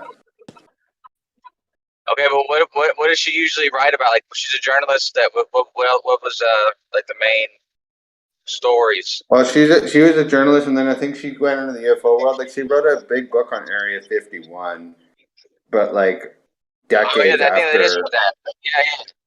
Yeah. Yeah, she's That not sounds like like her. she's not a hardcore ufologist. Like she's trailing No. she's trailing far behind everyone else. But Yeah, of course. But what she was saying, I was saying before that she was talking about like if she interviewed somebody who they were basically claiming that they were breeding these humans, that they were like mutating on purpose, so that they would look like aliens when they got older, to try and fake an alien crash and blame it. I think she said on the Russians. right, it's interesting. I've never heard her say that, and I haven't watched this Joe Rogan thing. I'll watch this now because usually those interviews are pretty interesting, especially with Andy Jacobson. I have it here pulled up. I'm going to watch that one. I haven't read her book, even though it's sitting in my living room. But you know Richard Dolan? Yeah, I've heard him. I trust him a hell of a lot more than Andy Jacobson. And according to him, she believes that the Area 51 crash, or at least at some point in time, was just a bunch of was some kind of like Zeppelin type craft, and the people inside were a bunch of like mutated Japanese children or something like That's that. what I'm talking about. Yeah, I don't know about that. Yo, so we're talking about the same thing basically. We're just describing it differently. Yeah. Yeah, I forgot the exact details, but yeah, you probably remember it better than me. Well, yeah, I'm not an expert in that. I don't know. I never really. I just going off what someone told me, but I will watch that. I'm interested. I'll get back to you, Kosho, after I watch that episode. I'm interested now. I don't know. It seems a bit of a stretch to me, though. Like these mutated Japanese. Well, I don't know if they're adults or children. It doesn't seem that much of a stretch, dude. Whenever you think about like Project Bluebeam or any kind of false flag type of shit, if you want to do a false flag alien thing and like it's half cocked plan, then I could imagine them coming up with a plan like that, but like, oh, dude, we could just like make these people slightly deformed. Yeah. Yeah. Well, that sounds reasonable, though. But until you and you remember like everything that we've learned about the Roswell crash, like you have hundreds of witnesses who come forth and say like we saw like pieces of like metallic debris spread over like miles over this field, and this material was like highly bizarre. And you have this crazy military cover up, and then people coming out decades later confirming exactly what the original witnesses said about this massive debris field of like metallic like material. If it was these mutated Japanese kids coming in from some Zeppelin or balloon or something, that doesn't really corroborate well with what the eyewitness testimony says. I don't know. That's my first thought. I see. Like, what would that be? Like, you'd have a bunch of smashed wooden structure, right? Like a Zeppelin or a balloon of some sort with a wooden, like, what do you call those air balloons? They have those little wooden crate things or whatever. Yeah. I mean, you wouldn't have hundreds of people being like, oh yeah, there's this like destroyed this field in the middle of nowhere with this like strange metal thing destroyed that like went on for miles. The Roswell incident has like hundreds. The Roswell incident has like hundreds of witnesses at this point, like 200 or 300 or more. I don't even know. Yeah. Well, they could be different events, right? Or they were testing a lot of military stuff there. So yeah, lots of radar and stuff. Yeah, well, a lot of people think the radar or the Roswell event was actually 2 flying saucers crashing into themselves, which they say was intentionally done on our part. If you look into that, what kind of cell phone do you have, ET? sorry, So what kind of cell phone do you have? I have an iPhone. Never mind. S. Hey, let me ask you a question. Okay. Do you know what ET is short for? Extraterrestrial. No, he's short because he's got small legs.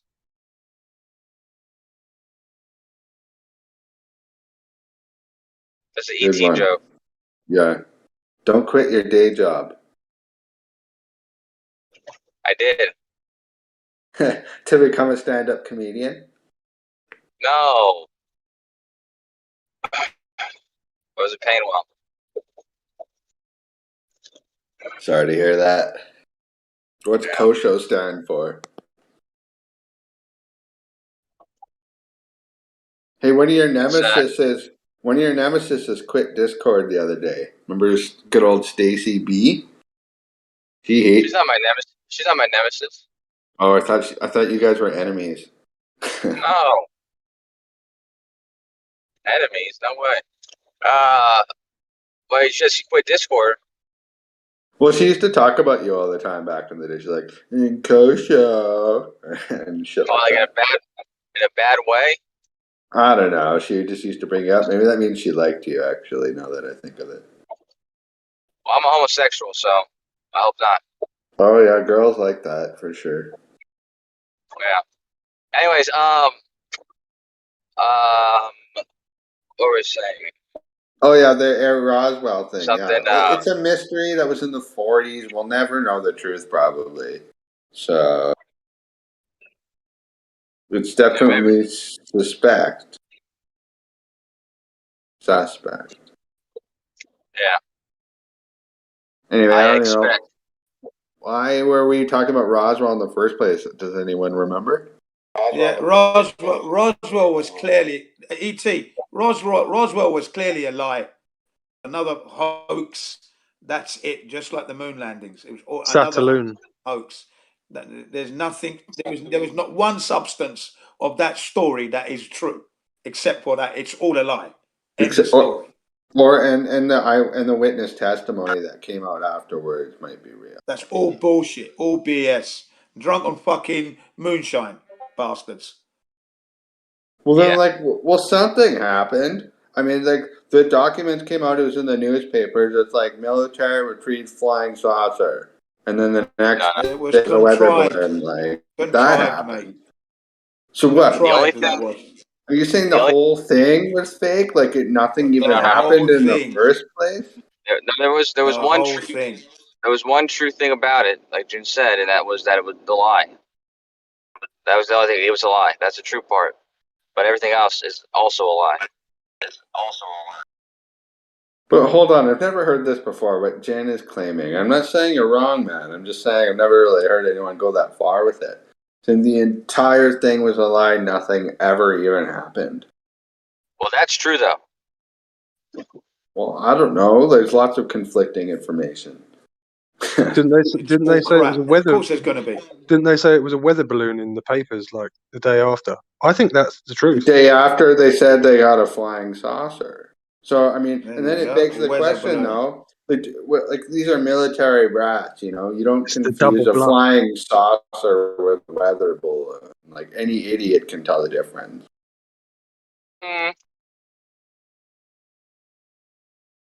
You would think. I don't know. Like, how sophisticated were these weather balloons in the late 40s? Probably pretty primitive. Didn't they used to shape them like flying saucers?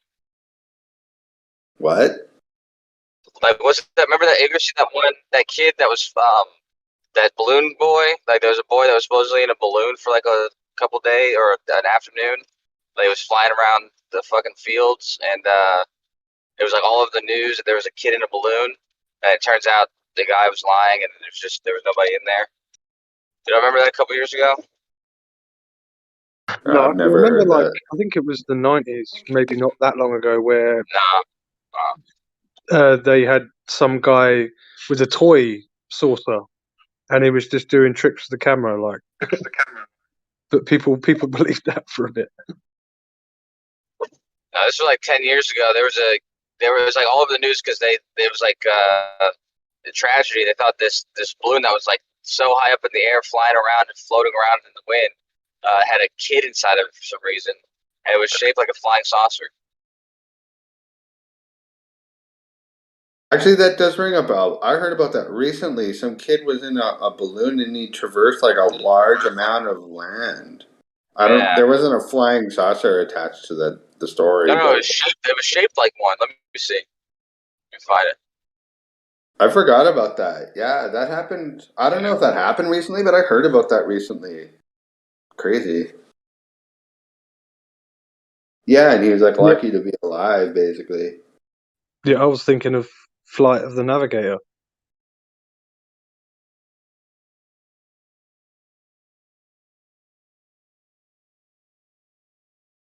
The Flight of the Navigator. You know it. It's, Yeah. a lot of people might not have seen that film. Then I take it. Look at this shit. It looks exactly like a flying saucer. Look at this shit. Okay, let me look at this shit. What shit we talking about Look at here this now? shit.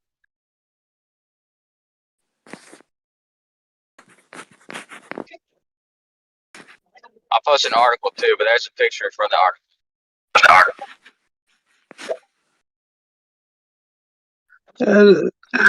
Flying saucer, mushroom. Yeah, it was on the news that he was supposedly, like, when it was reported, he was supposedly in that balloon while it was floating in the sky. And so everyone was freaking out, but Right. it was a lie.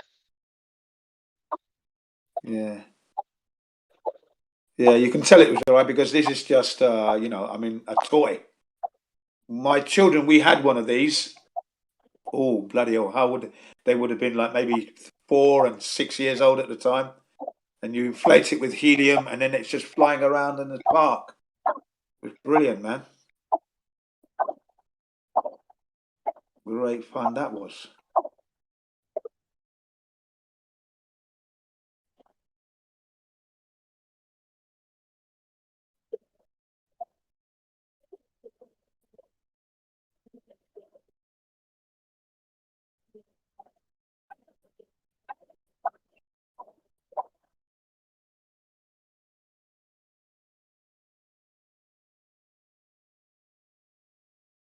If there is one mystery, I would love if I had was granted a wish from a genie or something, and I had like 2 mysteries I could unravel.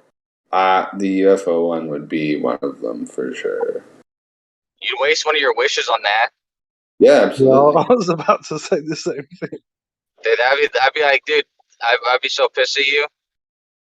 Well, I still got That was a one. waste. I still have one left. That was still a bit of a waste, though. Oh, wait, Yeah, don't man. you get 3 wishes with the genie? Actually, you get 3. Yeah, but you want to you get use them 3. for good things. I I don't know. would have all the gold and money in the world. Most of it, actually. I just want most of the money. I want all the money that exists in the world and all the gold. I want an exact copy of it. I want it in my mansion that is protected by everything. Yeah, Oh yeah, say that.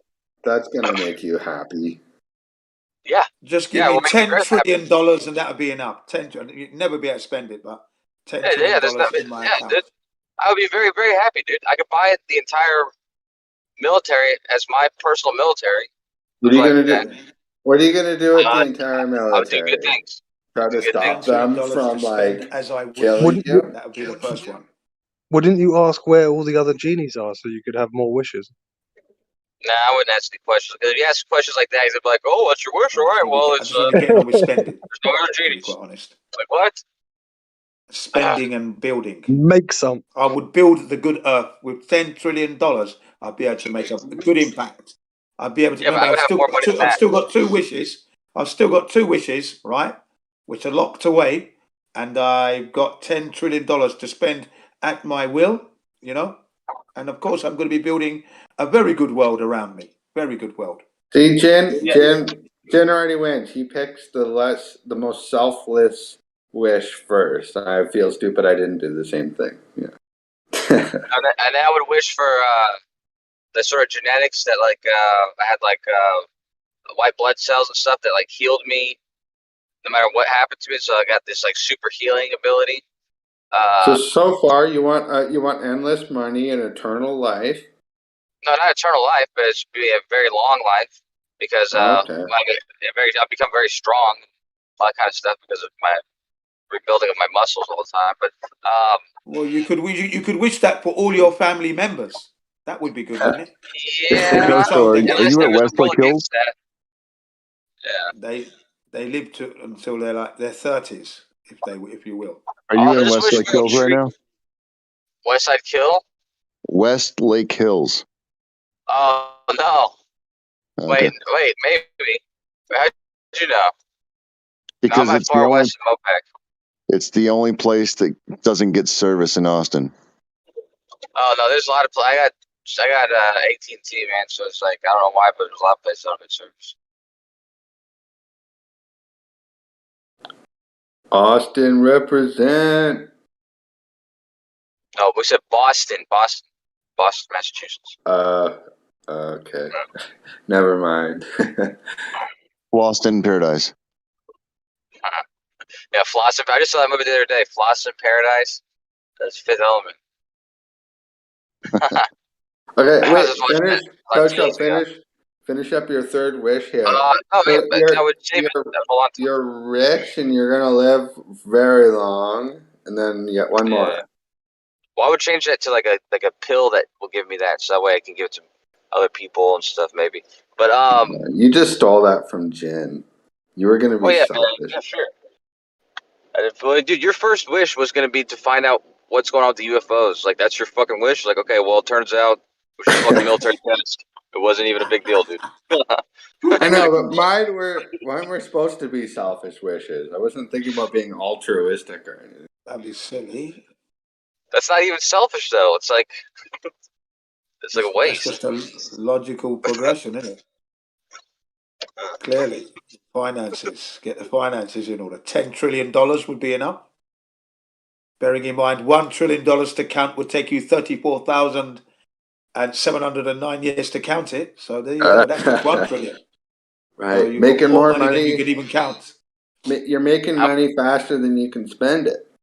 That's it. That's good. That's good. How many years did you say, Jen?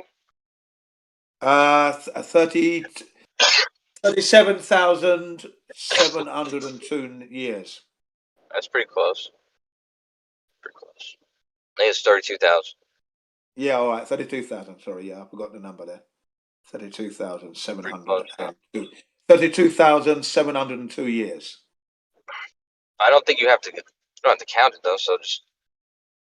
But I still think. Yeah, the thing is, but that's a lot of money, isn't it? If it takes you that long to count. It's not enough. It's not enough though. That's why I said a copy of all the money in gold. Because at least now I know I have more than everybody put together, or the same amount as everybody put together. Whereas 10 trillion, you could buy a military and stuff like that. But then, what if the U.S. military wants to go up against you? The U.S. government has enough money and credit to borrow $10 trillion if they needed to go up against you. So that's You sound like you're not interested in money. You sound like you're interested in power. Very dangerous. The money is a means to an end. It's not. Nobody cares about money. Exactly. Money. You want the power. Well, it's not just the power, the comfort. You know, you want to be comfortable, free to do whatever you want. You got the money. You got the money and the power. You're not going to die. You got it all. I could die. Someone could cut my head off, for instance. You know. I'd be pretty paranoid. Maybe one of your little servants would get a little A little jealous, I'd eh? be friends with everybody. I'd give money to everybody. Like everybody I was friends with. There'd be some people I wasn't giving money to, I guess, that probably would be resentful. Like if I didn't like somebody, I'm like, I'm not gonna fucking give this guy's being an asshole. But anyway, that's enough about the wishes, man. It was just a stupid thing. I don't know. I didn't know it was going to turn into that. I was just saying one of the biggest mysteries to me is the UFO thing, and I wish like one day. I know it probably won't, because like some of the greatest ufologists of all time, like Stanton Friedman, for instance, he lived a long life. He died when he was like in his late 80s, I think, and he spent almost his whole life searching for the answer. And I don't know if he ever like fully got what he was looking for, and I think he felt pretty confident in what he had found. But you know, he died like probably having some more questions that ended up being just mysteries that are to be unsolved. And Got that's my third probably wish, man. true with everyone. It trumps your wish because it actually encompasses it. I would wish that the third wish is that I want a TV screen that I can replay any event that's ever occurred in the past. So that way I could be like, okay, let's see what really happened at Roswell. I just replay it and watch it. Or if I'm like, let's see if Hitler really killed himself or what he did. I could go back and replay it or something No, like that. that's a very cool idea. Yeah, or like, or what was my girlfriend really doing last Friday night? I wouldn't want to. I wouldn't want to watch stuff like that just because like. Yeah, I'm just joking. I'm just saying how dangerous But that exactly. could There's be. a lot of people that would be useful. Yeah, but No, that's such a cool idea. Yeah. Also, you could use that for crime scenes, so it'd be useful. well, it's like I want to see if OJ. Actually, I wouldn't want to see OJ Simpson because I know OJ Simpson did it. You know what I mean? So, like shit. Oh fuck. He's like, oh, you really? Holy shit. He wrote a book called "Why I Did It." Yeah. Well, yeah. No, he? no. It was.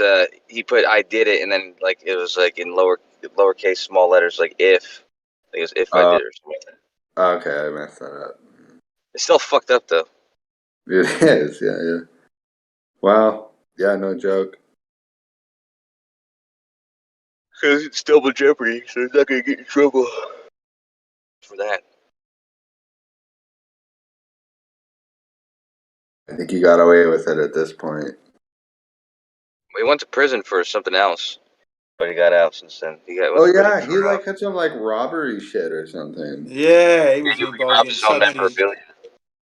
Just a fucking criminal. Yeah, he got in with a bad crowd, didn't he? Well, I mean, it was his own stuff, so I mean, I'm sure he had some sort of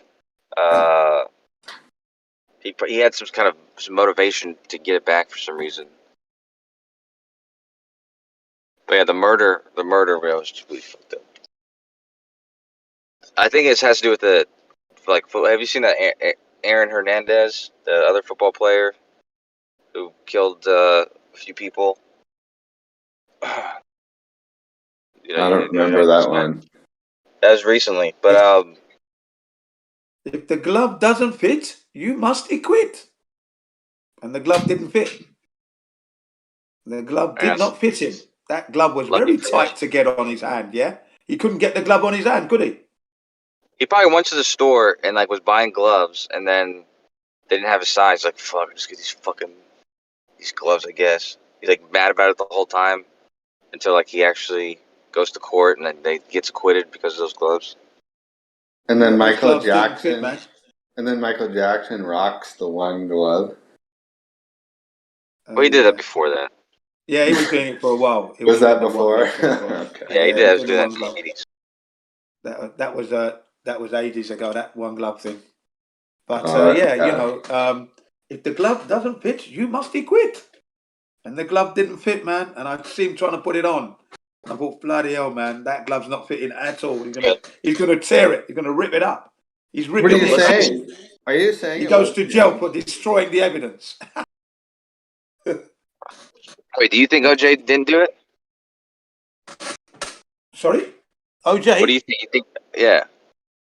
I don't know. Yeah, His action was of a man who did do it. That was his action anyway. But did he do yeah, it? but yeah, yeah. You said So his that action, like yeah, definitely. so that Hernandez guy you're talking about, is that NFL guy that was like drunk driving with his girlfriend and like killed that girl last couple weeks ago? No, that dude. I think that's one of the Eagles, right? Oh no, one of the Raiders.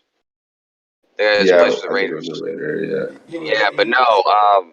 This Is he is killed? this dude. Is he This killed dude was her? in school and he signed with the Patriots, and yeah, and then he actually killed a few people and went to court for it, and then ended up getting found guilty, and then he killed himself in prison. Oh, I don't remember that at all. When did that happen? They want to study his brain because they think that there's like I don't know, they're claiming there's some sort of disease that you can get from traumatic head injuries where it causes you to kill people Like or from kill playing yourself or something like that. from playing football?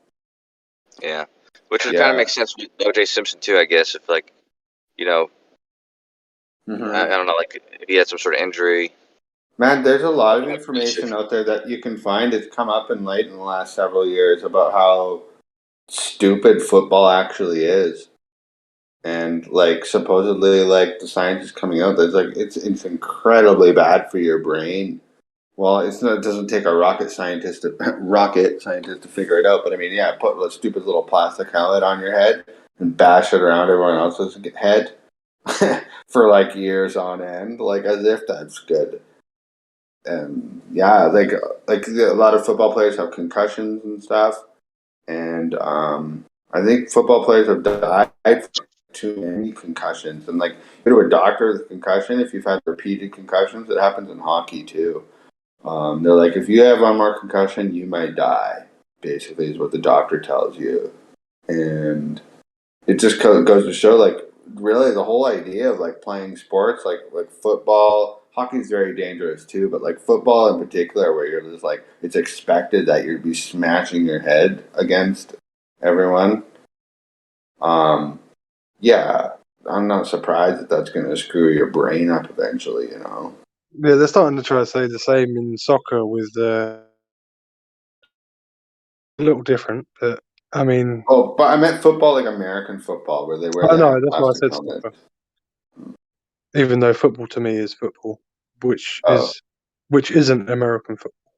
Yeah, I meant the one in America where they put the helmets on, not proper football English. You mean hand egg, right? Hand egg, yeah, sure. Yeah. You don't bang your head all the time in soccer, right? Mind you, I do like American football. It's a great game. I mean, I love the action and that. It's like rugby, but with all your body armor on. I do like the game. I must admit, I've always liked that game. Yeah, me Played it too. a couple of times in Britain. But it's coming out how dangerous it is. Like, just like smashing your head up against everything. Like, that's stupid now that I think about it. You might as well be a boxer. Kinda, yeah. Apparently, fishing's still the most dangerous sport.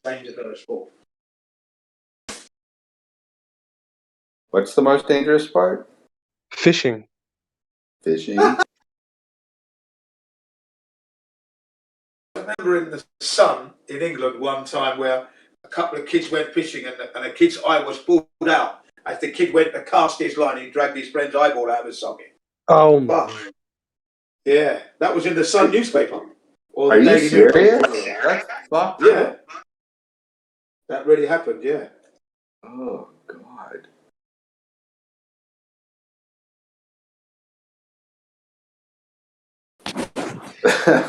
That'd be a good piece of bait for a big fish, though. Yeah. Or you could help him find the fish even. Yeah, I can see it. Go down a little bit lower. Yeah, there it is. It's just behind that rock. Reel a big ass bass in with an eyeball. Yeah.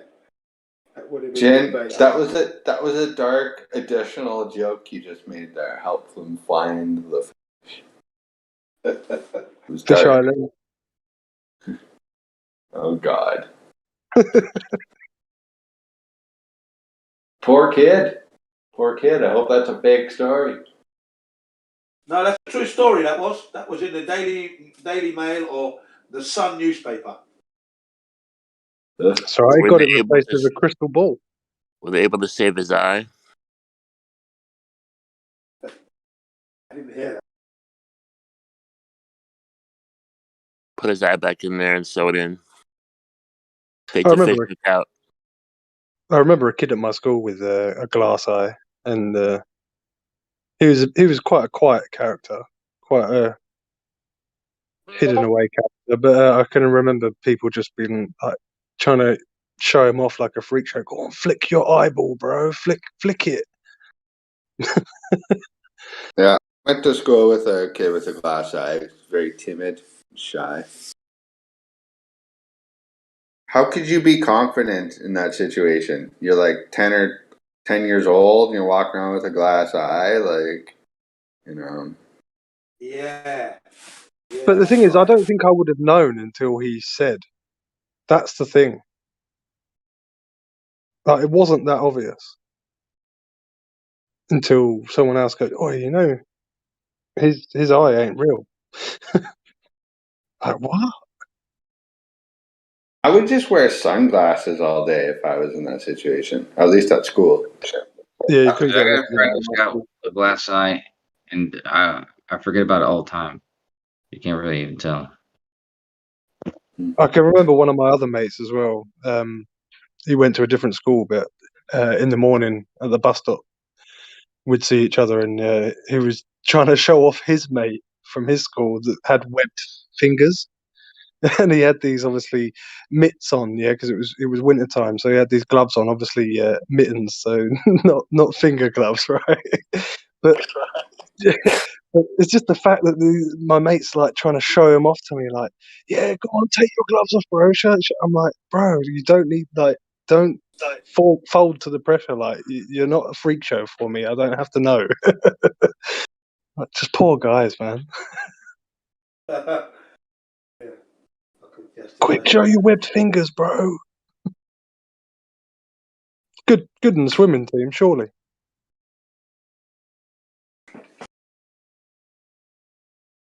You'd probably find all the girls would probably be around him asking him to do it, edging him on, you know?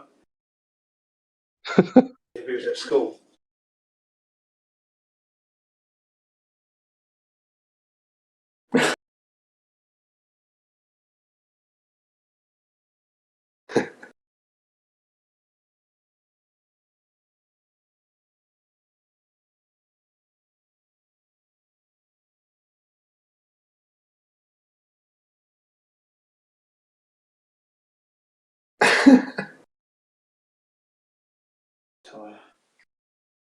Good.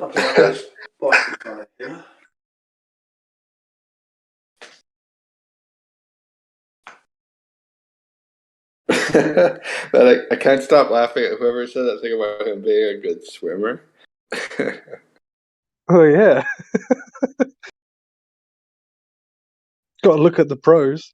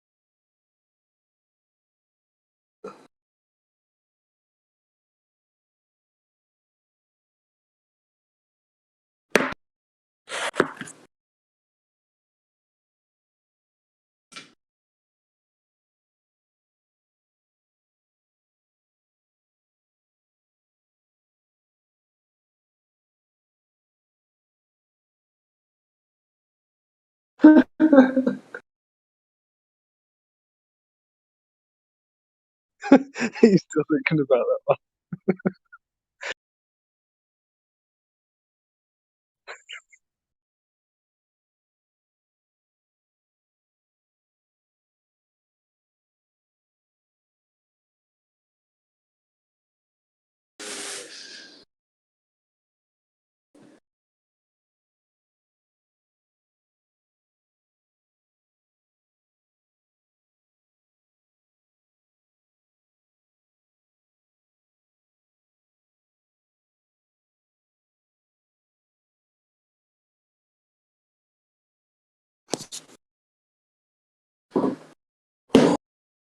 Holy shit, that was funny.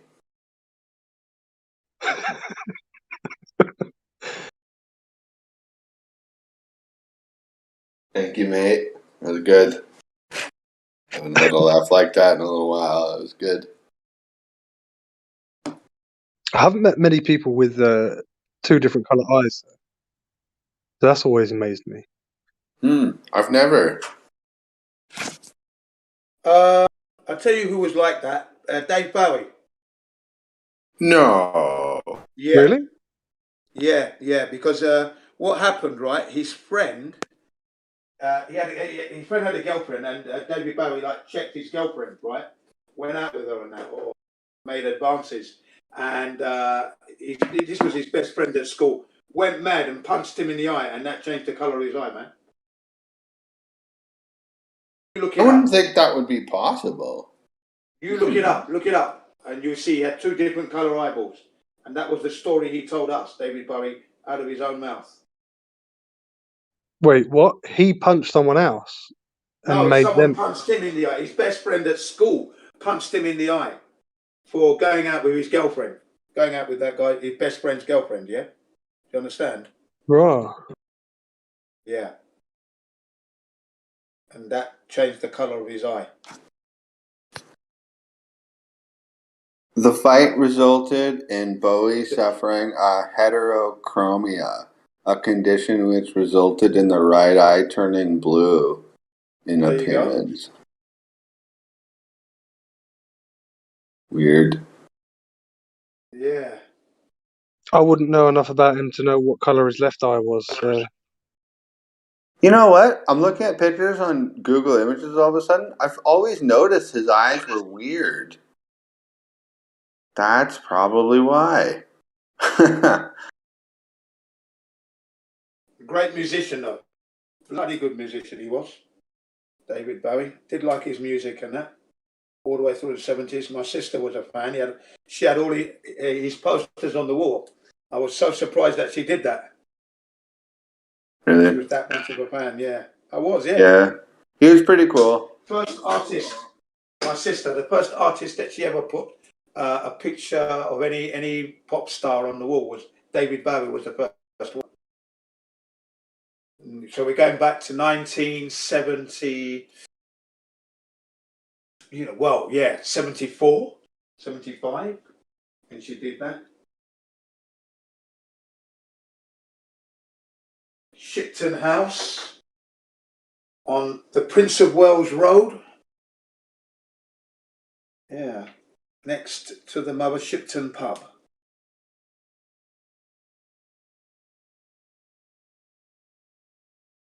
Yeah, man. Yeah, I had a girlfriend once that was obsessed with David Bowie.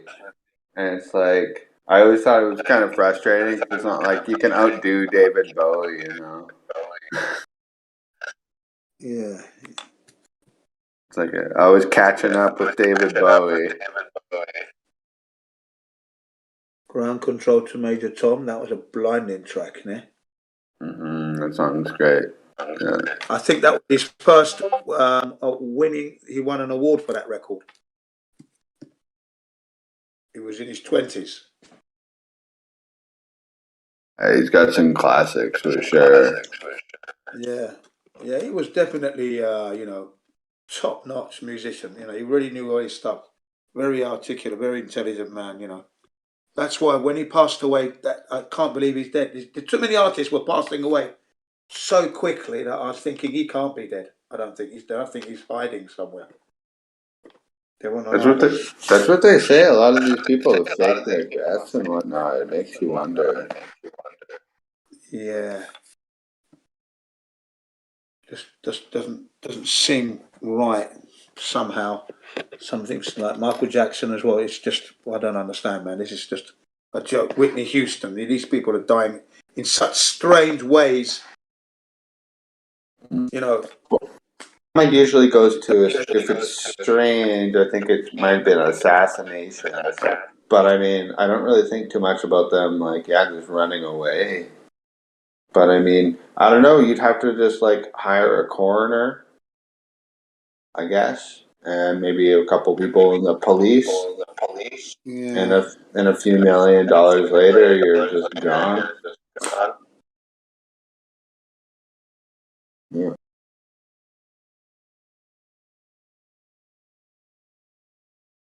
It turns out there's a lot of celebrities with different eye colors. Miley Kunis from that 70s show has different eye colors. Oh, there you go.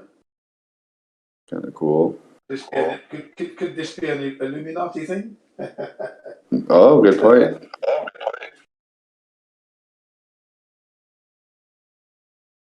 Christopher Walken. A blue and hazel combo.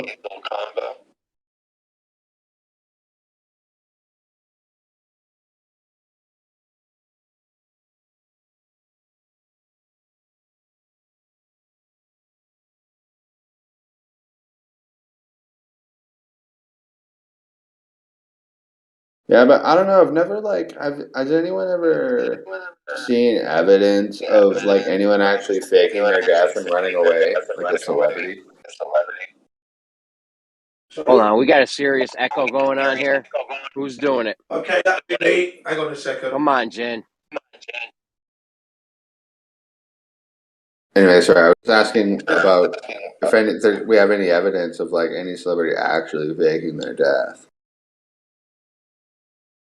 I'm not saying it doesn't happen. I'm just saying I've never. Okay, let me mute me. Tom Sawyer? Didn't Tom Sawyer do that? Would it be that effective if we could all find out? Maybe Lance Armstrong did it when he was on his way to the moon, Kosho. I think you're thinking of Louis Armstrong. Why'd you say Lance Armstrong went to the moon earlier? I thought that was his name. The bike probably had a better chance. You did say that. I heard that. Well, there was the celebrity who pretended like he got beat up by Trump supporters. Who's that?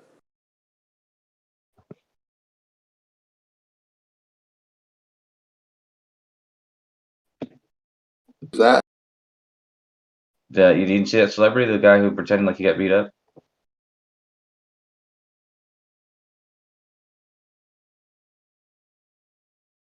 Was Jesse it bike? Smollett? But he mistook the people for a set of stairs.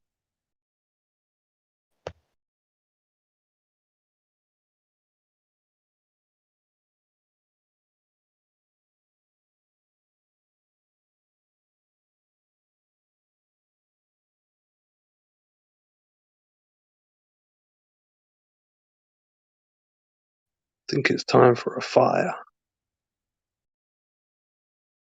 Today. Choppy choppy. Chop chop.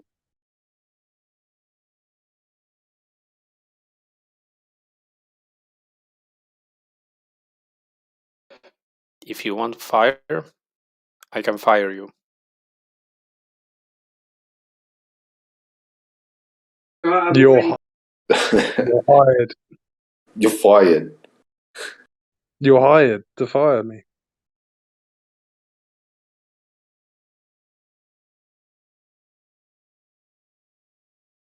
Right, slacking.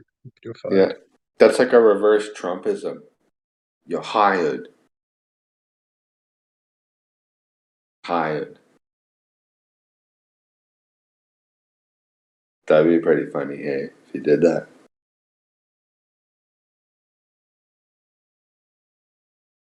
Surprised during Trump's presidency, he never used that "you're fired" thing one time when he like got rid of like whatever people around him that he was firing or getting rid of on his panel or whatever. I don't think he ever did it once. I think maybe because he was trying to be as professional as possible, but I would have been all over that. It's probably copyrighted by the Apprentice. Oh yeah, maybe. He can still use "you're hired" though. So when he gets elected in 2024, and he starts bringing on building his crew, he can be like, "you're hired." That'd be pretty funny.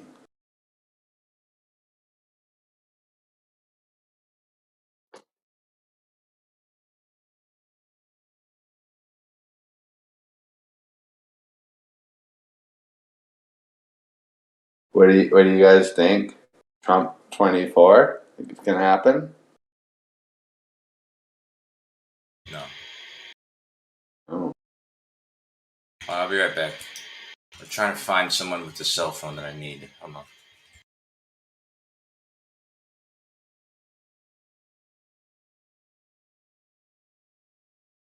Do you think it could be his wife that becomes president? No, she They still can't haven't because had the she's not first an female American. president yet. She's not an American citizen. She'll never be president. Well, she might be an American citizen, but she's not American born. And I think the law is that you have to be born in the States. And she's from Europe somewhere. But his daughter Ivanka could be president one day.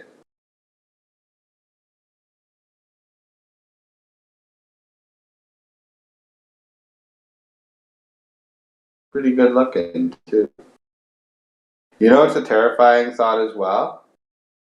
AOC can be president. She can run in the next, I think for 2024. She is old enough to become president like a month before you're allowed to be of age. Like I think you have to be 35. And I think she'll be 35 like just before the next election. I don't know if she'll run or not, but she could run for 2028.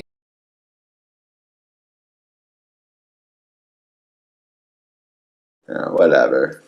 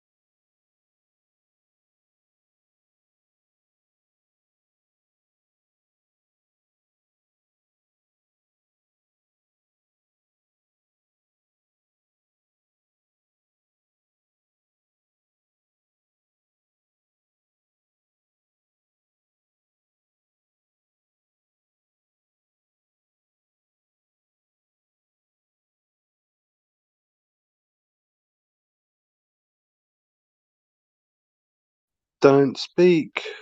I know just what you're thinking.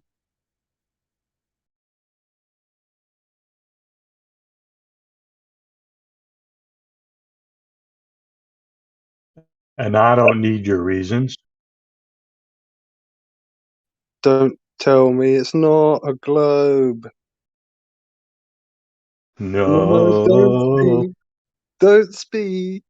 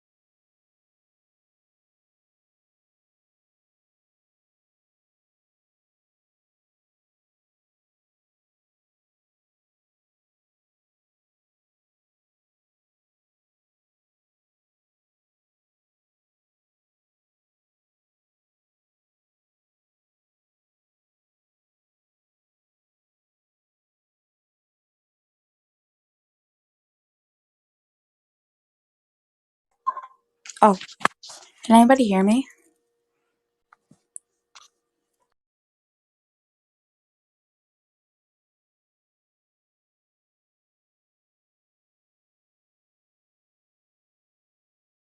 Yep, loud and We clear. hear you. Yeah, I just realized that most of it's taking place in the text chat. Never mind. I just thought everybody was muted because they were AFK, and just I thought I was unmuted for a second, but I wasn't. I'm stupid. Never mind.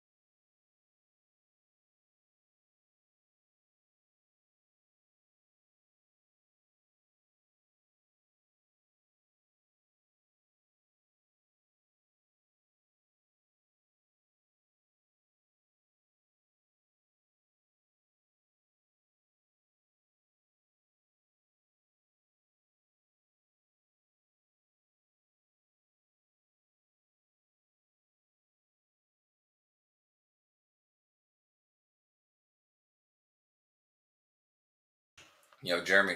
Can you hear me, sir? Stay right here with that. Daddy's making you some lunch right now. Okay, a little peanut butter jelly time. Whoa, dude. Make me a What's plate, up, please. Tosha? Oh What's up, boy. Tosha? A little peanut butter jelly time. Oh yeah. Oh, no, dude. I just ate. But hey, dude. No, What kind of phone do you have? I have an iPhone. Oh, okay. Fucking. Fair enough. Why? What's up? What's up? I'm getting help from Joby. All right, he's helping me do this GPS thing. I'm trying to find somebody else other than Joby that can help also. Will you stop with your goofy GPS thing, bro? You need to do the lines in one spot. I told you this. Joby's our man, dude. He sent me his shit just now. Turns out he can help. Give me a second. Bro, it does no good to make all these lines all over the place unless you need to have other methods of line making. in that same exact spot.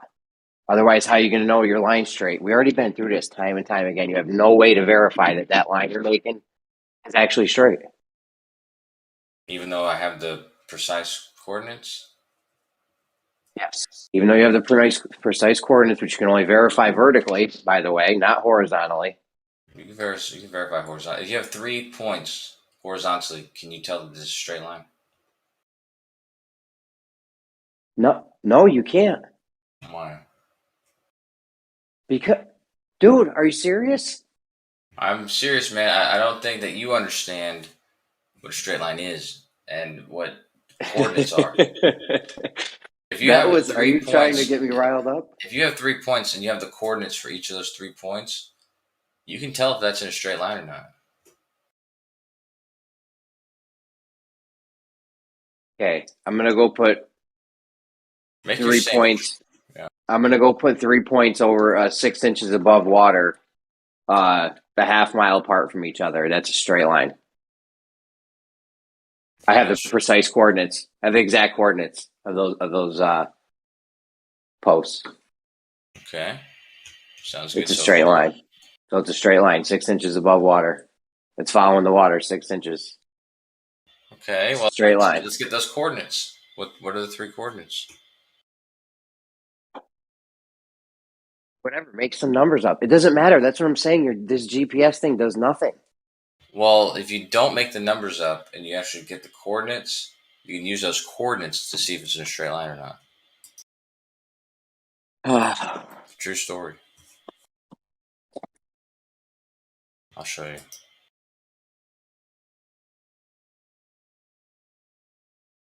Hold on, bud. Daddy's coming with the peanut butter jelly time.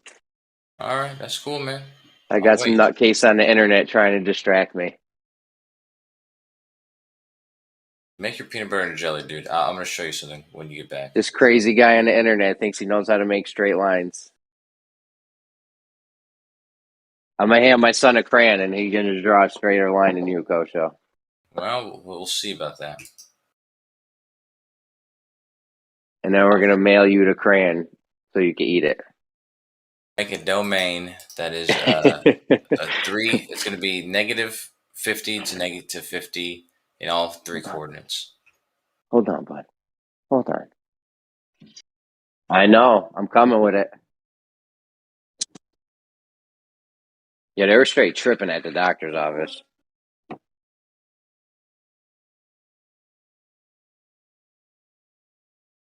My son ripped my mask off. Then the lady's like, I can't come into this room unless you're wearing a mask. I'm like, all right, I got to go out to my car, get another one. And meanwhile, the secretaries in the front of the thing aren't fucking wearing, like, one of them was wearing a mask. Another one wasn't, had it under her chin. Another one had it under her nose. So I'm like, what the fuck? I don't want no problems, though. So I just fucking ran out, got another mask. He ripped that one off. Then they were like, well, we'll get you a mask. I'm like, well, I'd rather run out to my car and get my own mask. I want nobody touching my mask that I'm about to put on my face. So they're like, well, you should put on gloves. So I was like, oh, whatever. So I put it around my ear real quick, grabbed my son. He fucking threw that one on the floor. I'm like, yo, that shit ain't gonna work. You Crazy. in trouble, dude. They're wilding with it, huh? Stop causing so much trouble, man. Bro, my son's in beast mode.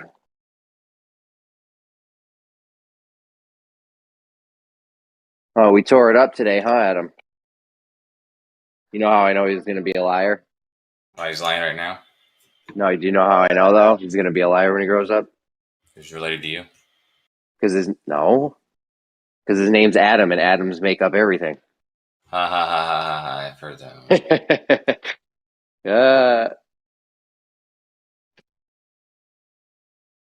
one. Do Adams make up everything, Adam?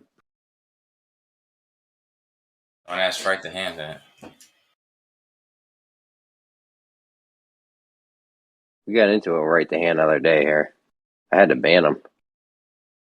Yeah, that happens to him everywhere.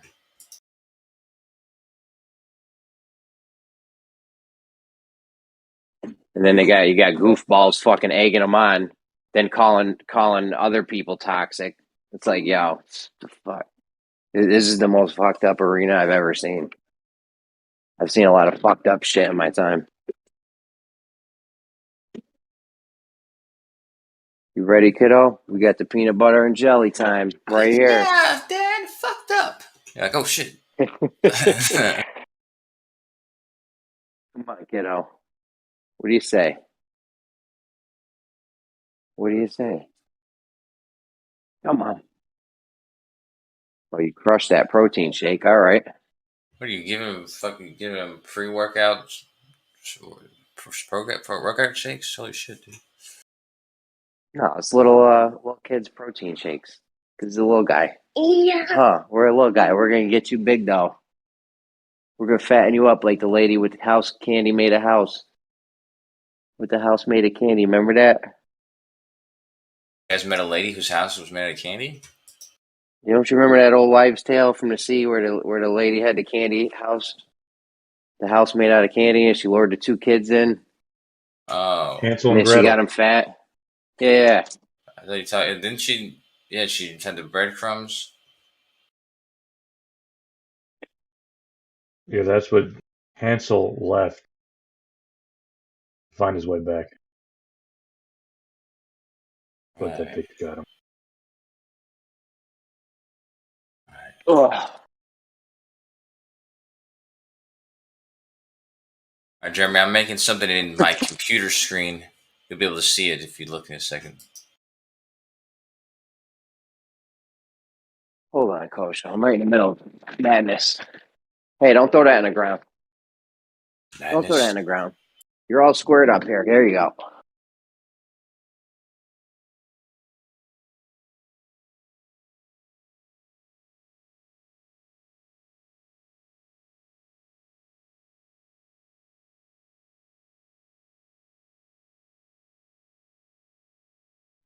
Hi, sorry, I lost my phone because it was off speaker, and then I literally was like trying to listen to the conversation to find it, and then I found it. Nice. Oh, I hate when it happens. Yeah. Sometimes I won't be able to find my phone, and my mic will be open too, and I can't shut it off. Yeah, I actually heard you talking about your son. That's how I found you. How how old is your son? He's 3. Well, to be honest, he doesn't know if it's his son or not. It is. It definitely is. It could be mine or Coach does, but it's most likely mine.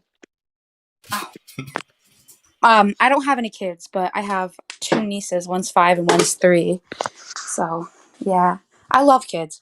Oh my god, they're a riot. But I have to watch one of them for like 12 hours today. But I actually gave her to my other sister to watch for like half an hour while I do some cleaning because that's impossible. I like to clean with her, like, oh my lord. But yeah. Get out of there, kitty. Yeah, you can't get nothing done with these fucking kids, I'm telling you. No, you literally can't. I'm like a very clean person. Like, I decorate well. I love, nice cozy things. I'm really clean. And a lot of the stuff that I have for decorations are not expensive, but like glass and like, holy crap, like, I mean, if it breaks, I'm not going to be mad at her. It's just, dang, it's like really, really hard to like childproof a house when you don't have children yourself. You know what I mean? It's crazy. Just don't keep any forks next to the outlets. Oh, no. It's like, mistake. I literally had to like go through everything. All the glass candles had to get picked up. All the like the wine glass case, everything had to be like locked and loaded before she came over. She's a big alcoholic. No.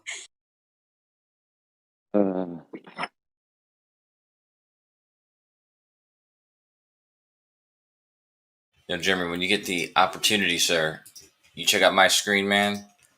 You're gonna. Bro, is this your goofy GPS thing? Well, no, I'm just trying to explain to somebody how you can verify a straight line. That's all. Yes, we're going to make a straight line with GPS. How do we verify that is a straight line? With not using the GPS, obviously, right?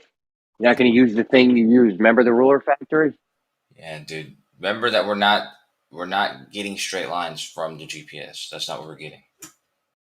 So then what are you doing with this? If this ain't going to make you a straight line, what are we doing here? The GPS is giving us accurate coordinates. That's going to form a straight line, right? And then how do we verify that is a straight line? The straight line is separate. Okay, that's not what the. If you can verify, if you can get accurate measurement, accurate location, and you can verify the accurate location, that's all you have to do. Pocho, sometimes when I talk to you, I feel like I'm in Fear and Loathing in Las Vegas after they took out of drugs, and I walked into the hotel bar and it was like full of lizard people. Oh my god, dude, that's exactly what I feel like when I'm talking to you right now. Listen, dude. Listen. When you have a position, you test the position 10 times. Make sure you're getting the same exact position. Guess what, dude? You can confirm that you're getting accurate position. Now, if you have two accurate positions and they're XYZ coordinates, like the coordinates on the screen that I'm showing here, XYZ, you can map out 3 coordinates in XYZ coordinate space, and you can see if they form a straight line or not. Right, and then now we're going to need to find out if that that is actually a straight line or if they lied. Dude, if you that was what the whole point of testing the accuracy of the positions. If you All you're getting is a position. That's all you get is a position that does nothing. Positions, you can see if they're in a straight line or not.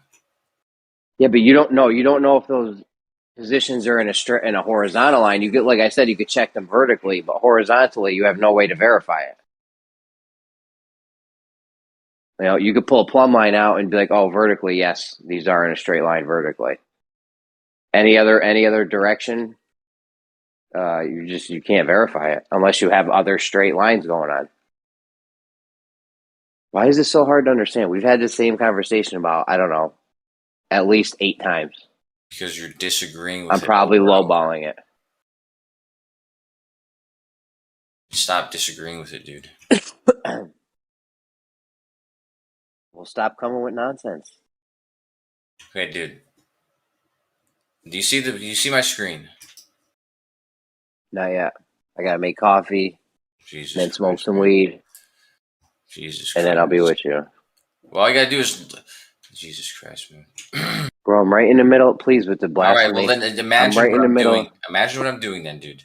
You know what an XYZ coordinate system looks like? It's got X, Yeah, Y, Z. of course. Yeah. Okay. If I'm using coordinates in that system, okay, that's the coordinate system I'm using. Now I'm using a device that is giving me a position.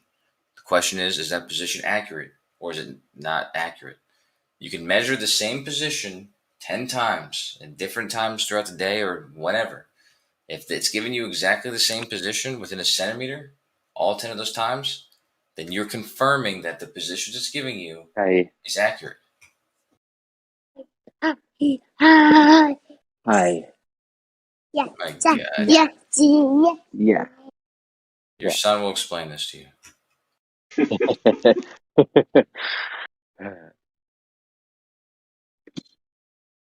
I mean, I can give my son a crayon. He can draw a straight line, and then I can verify if that line's straight or not. You, on the other hand, have no way to do that. You know what you should do is start off small. Right? Go get a yardstick. See if they form a straight line on the yardstick, and then we can work our way up. You know, you got to walk, crawl, and then, you got to crawl. Trying to run right out the gate. Listen, jabroni. You're trying to do a pole vault, and the pole is going to land up your ass because you don't know what you're doing. Jesus Christ. Listen, dude. Listen, man. If you have something, let's just go one at a time.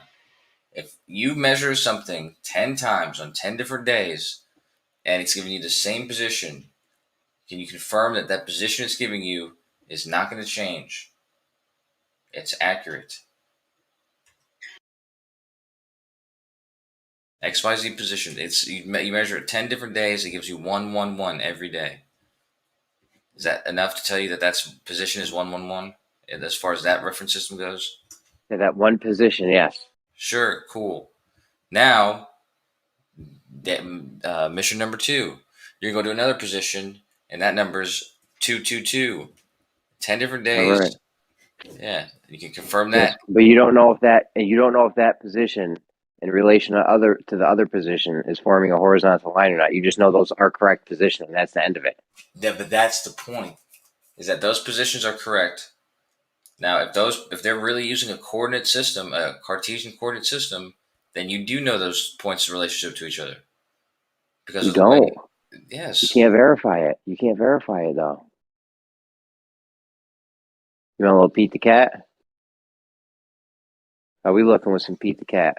So, are you claiming that those positions are accurate, but there's no way to tell if it's a Cartesian coordinate system? There's no way to tell if they are aligned horizontally with each other. Yes. No. Like I said, there is. You should start off small. Go get yourself a yardstick or something, and make 3 of these points on a wall. Put the yardstick up and be like, okay, and then keep moving it out. Go find yourself about a maybe half a mile long wall. All right, you be all set, bud. Do you not trust that the Cartesian coordinate system is real? I don't understand how you can. Bro, I don't trust. I'm past trusting. Way past trusting anything that these guys do. If the coordinates are correct, then what's the point of the numbers if they don't represent a coordinate system? They're telling you it's a coordinate system that may or may not be accurate. We have no way to check. You do have a way to check. I just told you how. You can start small, do a yardstick, make 3 points, see if they're all squared up. Like, oh, okay, yeah, this is a straight line. You can make another point, work your way out. You want to just go for the gusto and make a straight line from fucking Hawaii to Bermuda. I'll tell you what I'll do. You slimy piece of shit. This is what I'll do. I'll take. Remember, I was going to do the building thing? Remember that? I got a different idea. I'm going to take the floor of a building. I'm going to measure all 4 corners on the bottom, on the floor, and all 4 corners on the ceiling. And what I'm going to create is a cube. Okay? Maybe. And if I create a cube that is within tolerance of... is the floor flat in the building or no? Yeah, it's going to be flat. And the floor is flat. So they make flat floors in buildings. You know they use self-leveling concrete sometimes, right? That's fine, dude. I'm not worried about measuring the curvature of the Earth at this point. I'm just saying, if the building's flat, that could mean that levels flat. Well, guess what, dude? If this is within a centimeter of accuracy, then it's not going to be able to discern any curvature of the Earth anyways through that layer. All I'm going to do is see if it's giving me straight lines in all directions. And if I make a cube... How do you know if the building's straight? How do you know if the building's straight or not? Because the positions that I obtain from taking these 8 measurements, these positions I obtained when I plot them in a coordinate system, that coordinate system, or the shape that it should make, should be a cube. I should build a cube in a coordinate system by plotting all 8 of these points. If I can't do that, then you're right. Then there'll be some issues with the positions. But if it does plot a cube, that means that I did indeed get accurate positions in all 3 directions.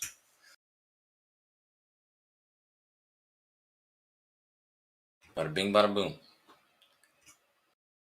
No, that was nonsensical what you just said. Jesus Christ. If you go into a building,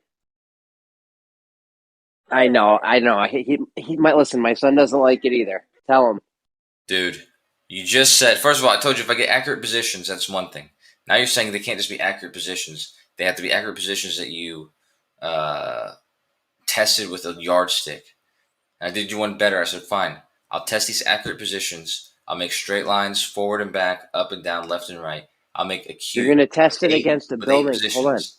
You're going to test it against a building that you don't know if is the building curving or not. Did they use self-leveling concrete and it's curving, or is the self-leveling concrete flat? I'm worried about that amount of curvature. Okay, I'm testing the well, that's the amount of curvature we're trying to check for. I know, but this is not a test for the curvature yet. I'm still trying to prove I'm trying to prove to you that it's giving me accurate positions. Once I can bro, we're past the accurate positions. Kosho, listen, I don't know how you could be this smart and stupid at the same time. We're past the point of accurate positions. Yes, the positions are accurate. Then why in relation to each other, are they horizontal or not? If the positions are accurate, then you can plot them and see if they make a straight line. You don't need to test that against anything. If you've already confirmed that the positions are accurate, then if you have 3 points, you can plot those points and you can see if those accurate points, if they plot a straight line or if they don't make a straight line.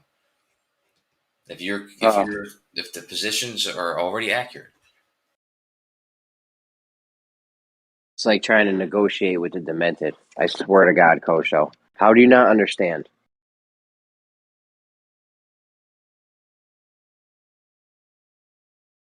You have 3 points. Yes, they're real points. They're giving you accurate positions on those points. Every time you have a chair in your room, and every time you put the GPS to the chair, it gives you the same spot. Okay, great. Now we want to know if in relation to each other, these 3 spots are forming a straight line.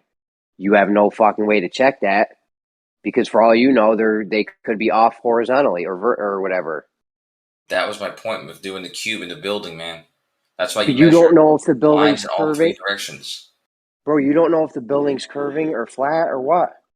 Yeah, if you plot the points and they make a cube, then you're going to say, okay, they're giving me not only are the positions accurate, but the positions' relationship to each other are those as they exist in a Cartesian coordinate system, the same way you understand them to be. Otherwise, the numbers would be arbitrary.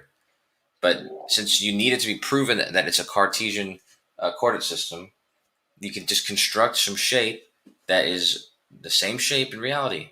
Make a straight line, like the side of a building in reality, plot those points and see if it makes a straight line. Then, once you're confirmed the positions are accurate and the coordinate system is Cartesian, you can then plot 2 points much further away and build an even longer, more straighter line. And there would be no argument against it because the positions are accurate and it's using a Cartesian coordinate system. Listen, they were saying you weren't one of the top Globers the other day, all right? So are you or are you not one of the top Globers? I mean, after talking with you for a while, I thought you were, but now I'm not sure anymore. I'm not a Glober, dude. I'm a baller, first of all. Second of all, the crazy thing about this is, Jeremy, the only issue I'm having here is trying to convey this to you. This is an absolute. If those things were true, if the coordinate system was confirmed and the positions were confirmed, you can use those and construct a shape using a 3D coordinate system and the points that you've measured. All right, so you're going to make a straight line using this GPS thing, and we're not going to check it against anything. That's what you're telling me. You can check it with whatever you want, but it's not my. I'm not I already know that it's like you can confirm it. So if it can be confirmed through this method, how do we confirm it? I just told you how to confirm that it's a accurate position. You can measure the same position 10 times. We know the positions are accurate. How do we confirm that in relation to each other? It's forming a horizontal line. Right. Like I said, you can take a building and measure 3 points on every corner. So measure all 8 corners, and then measure 1 point in between each of those corners. How many corners are in the building? No, maybe just a whole floor. You don't have to do the whole building, or maybe the whole building, a whole floor, whatever. You want to do 8 corners because you're going to build either a cube or a rectangular prism, whatever. But the point is to see if those points that you found were accurate before, if the shape they're creating is the points are in relationship to the same way they are in reality, meaning that the 3 points that are along the horizontal, along the vertical, and along the forward and back, if those are in the same order as they are in reality, those points that you've plotted, then you're going to be it's perfectly reasonable to use that as a 3D coordinate system. All right, so so we're assuming that the building's straight and flat. You're not assuming anything about the building. Well, how are you going to know? What is plotting this building out going to tell you? If you're not sure if you're not sure if the building's curving or straight. You're not sure if the GPS lines are curving or straight. What does this even do for you? This does nothing for you. If you confirm the points are accurate, and then your thing is, well, we don't know if the points they're going to be accurate, but what relationship do they have to each other? Maybe they're not a Cartesian coordinate system. Maybe it's some random coordinate system for whatever reason. So, okay, well, let's go ahead and confirm that this is an actual 3D coordinate system. Let's plot a shape. It could be a cube. It could be a single line. Let's plot points along this thing to see if they have the same relationship, in the coordinate system as they do in reality. That's all you'd have to do. Listen, you're spiraling. All right, you have no way to tell if the building's straight or curved, and you have no way to tell if your GPS lines are straight or curved. So measuring it against something that you don't know what's what does nothing for you. Okay, if you have accurate positions, okay, and you're confirming that the accurate positions that you've measured have the relationship of a 3D coordinate system, you've confirmed both these two things. So at what point are you worried about it being curved? It's giving you accurate positions. That's been confirmed. It's a 3D Cartesian coordinate system. That's been confirmed. The points it's giving you, you can now use and place them into a 3D Cartesian coordinate system. You can plot the points. Just like I have a GeoGebra open right now. You can plot those points all in here.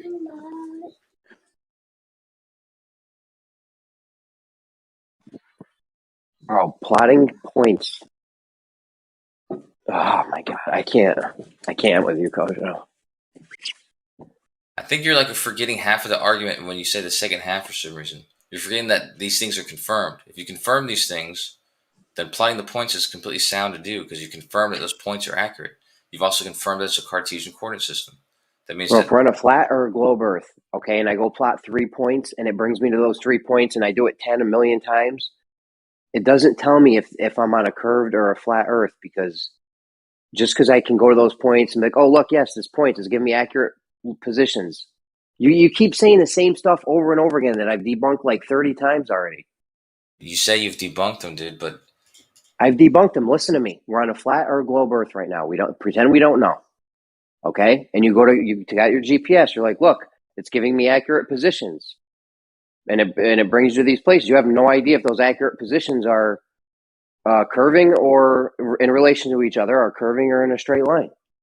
So you're saying the coordinate system could be warped? Yes, I don't trust these goofy motherfuckers. These satellite, NASA, and any of these people. Okay, I'm past trusting people. Okay, we're done with that. That's fine, but try to make sense of what you're saying, dude. You're saying that the coordinate system, the same one, this is a single coordinate system being used for everywhere. But you're saying that even though I'm using it as a 3D coordinate system, it's possible that it could be warped in places so that I get it to look like a straight line when it's actually curved. If that were the case, it wouldn't work for everybody. Kosho, what Jeremy is saying is absolutely correct, right? Your coordinates are not determining the curvature of the Earth under your feet. It's not happening, is it? Jim, and try to follow along, Jim. Try to follow along because we're not. I'm following along, and you know and I know that maths and numbers can be formulated to simulate something, but not appear on the actual physical Earth that we live on. So, Jeremy is right to be skeptical of the numbers that you're throwing out and the system you're employing. It's not trustworthy. You can test your hypothesis this way, dude.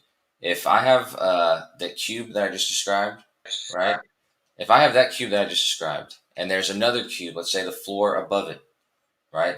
And let's say I also have, I don't know, something somewhere else, and another building somewhere else. In order for this coordinate system to be warped, but actually give me something that looks straight, the actual coordinates, the numbers, the distance between each coordinate is going to have to be distorted, which is going to fuck up the rest of the coordinate system, right? So you can't build a coordinate system that's warped like that without fucking up the coordinate system somewhere else. So this is not going to give you accurate positions. If it's giving you accurate positions, but it's giving you a warped coordinate system, it's not going to give you accurate positions somewhere else in the building or somewhere else in the area. You can't rectify it giving you accurate positions and being a warped coordinate system. But you're monologuing now, Kosho. You're going on about it a bit too much now, Kosho. See, now you know what it feels like. You're talking a lot, and you're not letting anyone get in. I'm waiting for a sound. No, you've explained it. Look, Kosho, I've been listening. Kosho, I've been listening. You've explained it clearly enough. What I said then. And I've said to you, no. I've said to you, I agree with what Jeremy's saying is that no, he cannot trust the numbers. It doesn't prove that the Earth is a globe. It's not going to prove it. I know, it's but not that doesn't going to add prove it. anything to the conversation, man. We're actually trying to get Doesn't to the bottom matter. of this. I'm telling you now, whatever you're trying to do, you're trying to present the globe. You're trying to present a method of determining whether the Earth is a globe or not, and that's not it. Okay? Dude, Thank you. Dude, you're adding nothing to this whatsoever, man. What is there to add but the truth? What your method is not going to deduce whether the Earth is a globe or not. Wait, what's this magic method? Yeah. Concise. Sure. Go ahead, Corso. You got another chance to monologue again. No, concise. Oh, concise. Go ahead then. Okay, I'm guessing that actually prove the Earth's a ball. So, you know. What up, Wisdom? Let hear Coach show out real quick. He's got some GPS thing he wants to hit you with. Jen just has no clue what's being talked about. What we're talking about doing is a method to create a straight line. Is what we're talking about doing. The method to create as straight a line as you can create, and the method that I would use would be one that uses precise, accurate positions that give you coordinates for those accurate positions. All you gotta do is connect any two positions, and you'll have a straight line to do whatever you need to do with it. Does it require a z-axis? It has an X, Y, and a Z axis. Yeah. Well, wouldn't z-axis effectively be begging the question? No. Why not? Because it gives you X, Y, and Z coordinates. So There's no begging any question. There's X, Y, and Z coordinates. What gives you an X, Y, Z coordinate? The GPS system. Right. So the GPS literally integrates z-axis, reifying what's in question right now. No, it actually gives you X, Y, and Z, and your computer can translate it to latitude. But the numbers it's going to give you is going to be X, Y, and Z. It's not reifying. It's not even considering a globe when it does that. It is. X, Y, and Z. On a globe, how do you get the readings of the z-axis then? It just gives you its position. It gives you a position in 3D space by trilateration. It's got 4 different signals, and there's a distance to those signals. And when it creates those spheres, it finds the point that all 4 of them intersect, and it'll give you your position. So it sends signals all the way through the Earth. What? So it sends a signal through the Earth. No. Now, how do you get an accurate z-axis? It's giving you a 3D coordinates, your 3D space. That's what the spheres are for. It has 4 spheres that are going to intersect, and the coordinate system that all these signals are coming from are using an XYZ coordinate system. So it does beg the question of the sphericity then. No, it doesn't. It does is it works within a coordinate system, and it has its position in that coordinate system, and it has the time it takes to get to your receiver in this coordinate system. That's all it's using, and the code it sends to you is only based on its position and the time it takes to get to you. Okay, so the time it takes to receive the signal, and then how do you get the z-axis though, bro?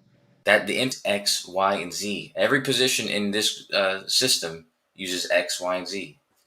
None of the positions are only 2 coordinates. Determine that position, Kosho. I'm not asking you what it gives you. I'm saying how does it determine the z-axis? The z-axis is existent there, so the position of the signal, whenever it sends a signal, it sends a signal that has its position. Its position is X, Y, and Z coordinate. And it sends the time it takes to get to your receiver, and it sends the position it was in. So given that, it creates a sphere, which you can then reference with 4 other spheres. You can see where they all intersect to get your position. Okay. Just like I said at the beginning, for whoever was listening, you're literally begging the question. So you don't have just this magical z-axis. We have the Lorentz system, which uses XY coordinates. We send signals, receive them. We use trilateration, and then we determine a location. In order to add this magical 3D sphere z-axis, it requires the presupposition it's there. And that's what you just said. You said, well, it's there. Well, since it's there, okay, well, that's what's in question, is if it's actually there. The z-axis is purely fictitious assumption of sphericity, and then you actually work that in with the readings of the XY.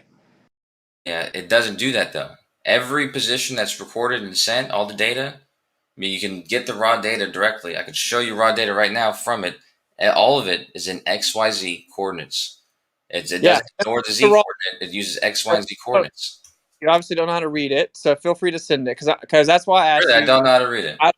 I know you don't, because that's why I asked you how to get the Z-axis, and your answer 3 times in a row is it's just there. It's on the file. Yeah. Yeah. That's How do exactly you? where it is. How do you get it though?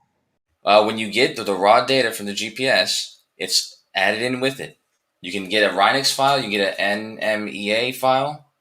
They'll be formatted in many different ways. You can get the raw binary file, but you can see in the Rhinix file. In the Rhinix file that you'll get directly from the signals, it'll tell you the position of any given signal where it came from.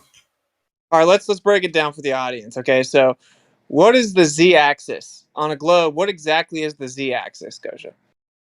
The X, Y, and the Z-axis is going to be. I mean, on a globe, it's not referencing a globe, so I don't know why you're saying on a globe. The X, Y, and Z axis is all arbitrary if you're referencing a globe.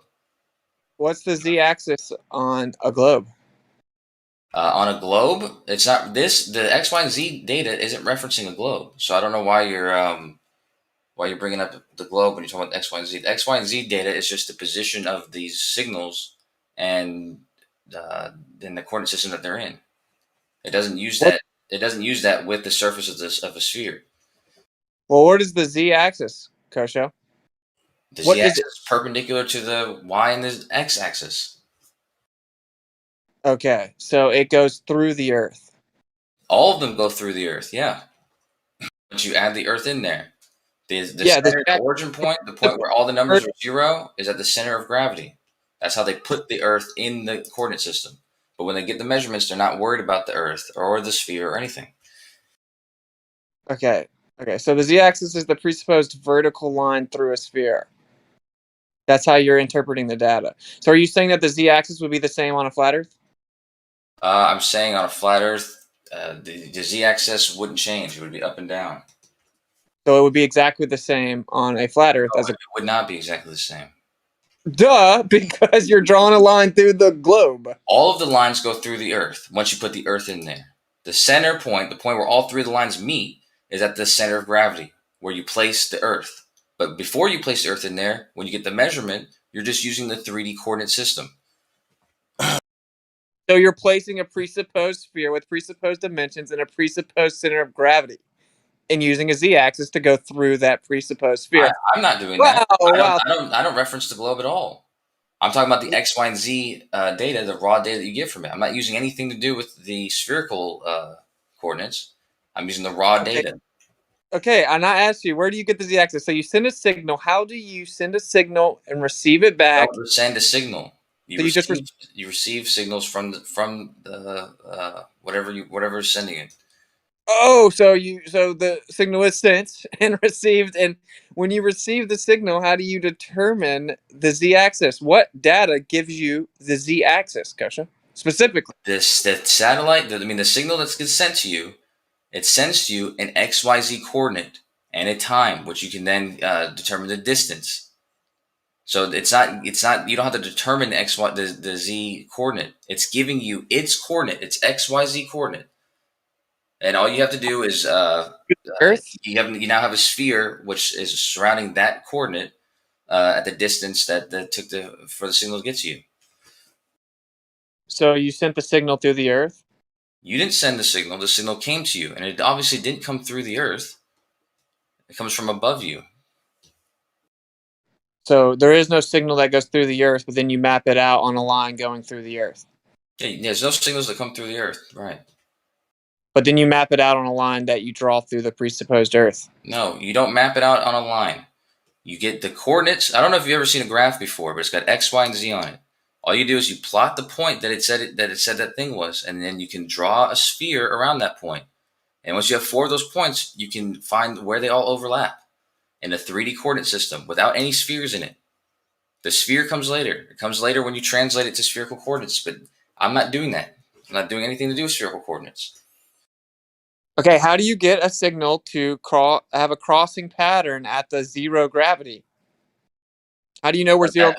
Because that's where because these satellites are part of a coordinate system, and they're all orbiting that 0 point. Oh, they're part of a presupposed coordinate system relative to a spherical Earth with the center of gravity. The center of gravity would be the center of this Earth. So if you're going to intersect something there, you're going to have to know the dimensions and then map out the readings relative to the presupposed No, sphere. you don't. Yes, They're orbiting that point. So the satellite or whatever, it's been doing 2 laps in 24 hours. It's making a circle where the center of that circle is the origin. The center of the circle of the orbit is the origin. Yes. Okay, so that means that we have to believe that the satellite is going in an orbit around a ball and then take the center of that orbit and draw a line through the middle of it. This is just objective. Yeah, if you don't want to believe that, that's fine. You can believe it's doing whatever you want. You can believe it's doing whatever you want. The point is it's giving you accurate positions, which is the only thing I'm using it for, is the accurate positions it's giving me. The accurate coordinate positions, or 3D Cartesian coordinate positions it's giving me. I'm doing nothing. I have nothing to do with satellites. I'm having nothing to do with the Earth being a sphere. I'm getting the positions from the GPS, and I'm using that to construct a straight line. Wouldn't it have been easier just to admit from the beginning, well, if you don't want to believe in that, that's fine, instead of pretending that I didn't know what I was talking about? Like, you don't know what you're talking about. I mean, I had to say the same thing over and over to you like 5 times. This has nothing to do. This has nothing to do with referencing the ball Earth. This is using the positions it's giving you. The positions relative to a presupposed center of gravity based on a presupposed orbit around a presupposed sphere, but it has nothing to do with the ball. It's positions in the reference frame that it uses. It uses a single reference frame, and all the coordinates are based in that reference frame. Based on a presupposed orbit around a presupposed sphere. Based on wherever those objects are, they move around twice in 24 hours. I mean, you can say whatever you want about them, but that's what they're doing. That's the data they're giving to you says they're doing. So even if that's not what they're doing is they're giving you accurate information. So it doesn't matter. That's what I'm saying. You don't have to worry about the fact that it's a ball or not a ball or satellites in space, because that's not even what the point would be. The point is to confirm that these are accurate positions, and if you can use them as accurate positions to construct straight lines, which if they're in a 3D Cartesian coordinate system, you easily could. Yeah, you're taking the 3D Cartesian coordinate system, presupposing an z-axis through a sphere, and then you're having an orbit around a presupposed sphere. And what you're saying is, effectively, if we take the data built upon these presuppositions that I don't want to acknowledge because it decimates my point, and then we compare them to the sphere that I'm going to prove, they match. Duh. That's not even the point, man. The point is to use these positions that you're confirming are accurate to construct a straight line. The globe has not even come into this yet. As long as you can confirm that these positions are accurate, that the positions that you're getting from whatever is sending these signals is giving you accurate positions, then this can be used to make a straight line. Because 2 points in a 3D Cartesian system can make a straight line. Are you saying the coordinate system would be inaccurate without a z-axis? I'm saying it has a z-axis. If it didn't have a z-axis, it'd be a different coordinate system. But the coordinate system that's used has a z-axis.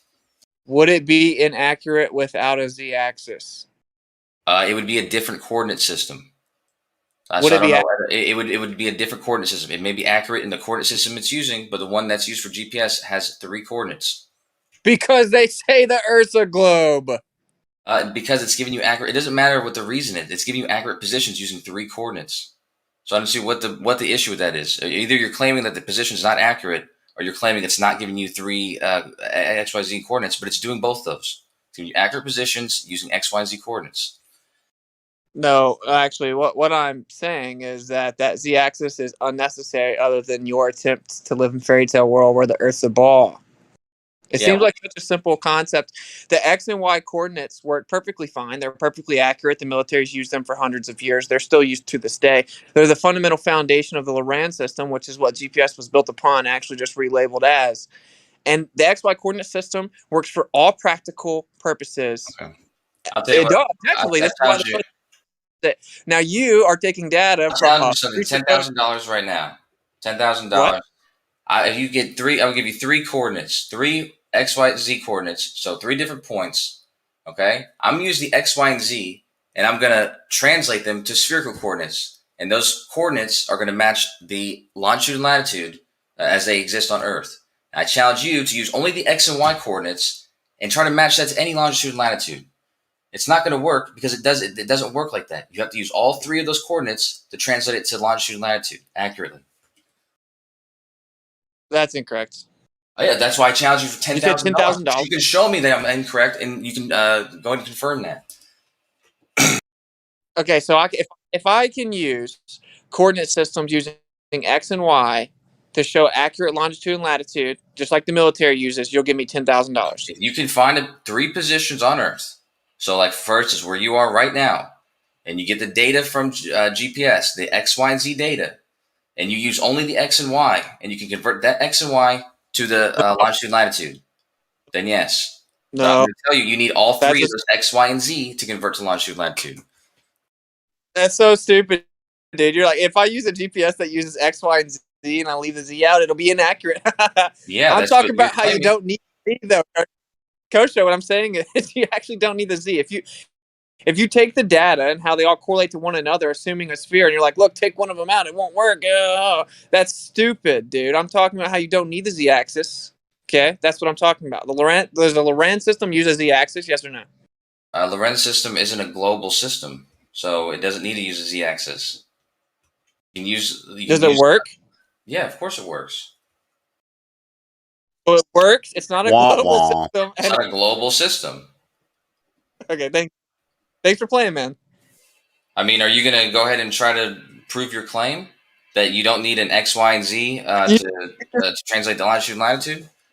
Because you actually do. You can't just use X, Y. The information that you're getting from GPS, information I'm talking about using, right? The data that you get from GPS, it gives you X, Y, and Z data. The Z is relevant. If you didn't have the Z, you could not translate it to longitude and latitude accurately. Can I translate longitude and latitude using the Lorentz system? No. What? Yeah, you can't. You're not gonna be able to measure exact positions anywhere in the globe. The Lorentz system is gonna have a reference frame unique to any given series of towers. Okay, so you're saying I can't determine longitude and latitude with the Lorentz system? Not for anywhere on Earth. You can find any point in that reference frame. It's gonna have a specific reference frame for that series of towers. Yeah, you want to bet $10,000 on that? That it has a reference frame for its series of towers? I know for a fact it does. It's not a global system. No. Well, can it be used for longitude and latitude on the Earth? It's going to give you the coordinates in that coordinate system. It can give it to you in whatever format you wanted to give it to you, but it's only going to be the domain is going to be in that reference frame. It's not going to be because you're using outside of that. You're using towers, dude. Duh. Yeah, so however you formatted that reference frame is, you can receive the thing, but that's not the same thing as being able to find your position using X, Y, Z coordinates for anywhere and being able to translate that to an actual position anywhere on the Earth. Does the Z-axis go down vertically through the Earth? Does it go down vertically through the Earth? I guess at the poles. At the poles, it does. Yeah. Right. Okay. So the Earth actually isn't a globe with the Z-axis going all the way through it, though, is it, Kosho? In that reference frame, it is. Yeah. Oh, in the reference frame of the presupposed sphericity. In that reference frame, that's where that Z-axis is. Yeah. Okay, man. Well, you don't need a Z-axis, and the Lorentz system works, and it gives you longitude and latitude using the XY coordinate system. Cartesian coordinate system still to this day is what the military uses. You then pull out some graph or some, representation of your presupposed fairy tale sphere, and you add a Z-axis, and then you take the data. You're like, look, if you take the Z-axis out, it won't work. Like, duh, dude, that's how you came up with the data. That's how the data was broken down. Yeah, so so it makes sense of what you just said. It makes sense of why the GPS data is giving you X, Y, and Z coordinates. And now you're saying, oh, well, you need them because they were put into this system. Yeah, it's put into this system, this X, Y, and Z system. You can map the different X, Y, and Z coordinates and it's not talking about X, Y, and Z over a plane. It's doing it's like 5 million 5 million or 5 million meters in either direction. Or I think it goes up to 7 million meters in either direction. Okay, that was my whole point. That was literally my point. Is what? We can And move it on now. uses XYZ data to give you accurate positions? No, my point was that suppose its satellite adds in the z-axis, assuming the Earth's a sphere with a zero gravity location relative to that sphere. It places the sphere with a certain dimensions relative to that center of gravity, and then draws a line vertically through the middle of it called the z-axis, and then it actually maps out coordinates relative to that. And that's all it does. And you pretend that that makes it accurate because of the presupposed algorithm incorporating a z-axis. It doesn't do that at all. It doesn't do that whatsoever. I told you, the sphere has nothing to do with its raw data that it's sending. The sphere is only added in by your computer, by your phone or your GPS device or whatever. But the raw data as it comes in has nothing to do with the sphere Earth. Coach, I have to keep asking you the same questions. Then how do you get the z-axis? Because that's the position that it's in. It's giving you its position. It's giving you its position in 3D space. That's where the signal is actually coming from. Earth, it has a z-axis, and it stops at the surface. Did what? So your z-axis, its location. You're talking about the satellite, right? Oh, satellite, whatever you want to, whatever it is, it's sending the signal. Whatever it is, it's sending a signal. It's sending its XYZ coordinate, and it's doing that because it needs its XYZ coordinate plus the time it took to get to you for you to use it as a sphere that you can then compare with 3 other spheres and get your accurate position. This is what I told them before. Like to have that extra component, it has to be comparing it to something. Like, what is the reference frame to create the Z? It has to be. It has to be internal, man. Because like, how does it spit out a number if it doesn't know where it is? No, all those points they already they use the same reference system, so they're not surprised. Calibrated. They're calibrated when they're put into orbit. They're calibrated in the same reference system. Dun dun dun. Dun dun dun. How is that a problem? They're using the same reference system. Coach, are you paid to do something like that? Is that an issue that they're using the same reference system? Well, it's a reification fallacy.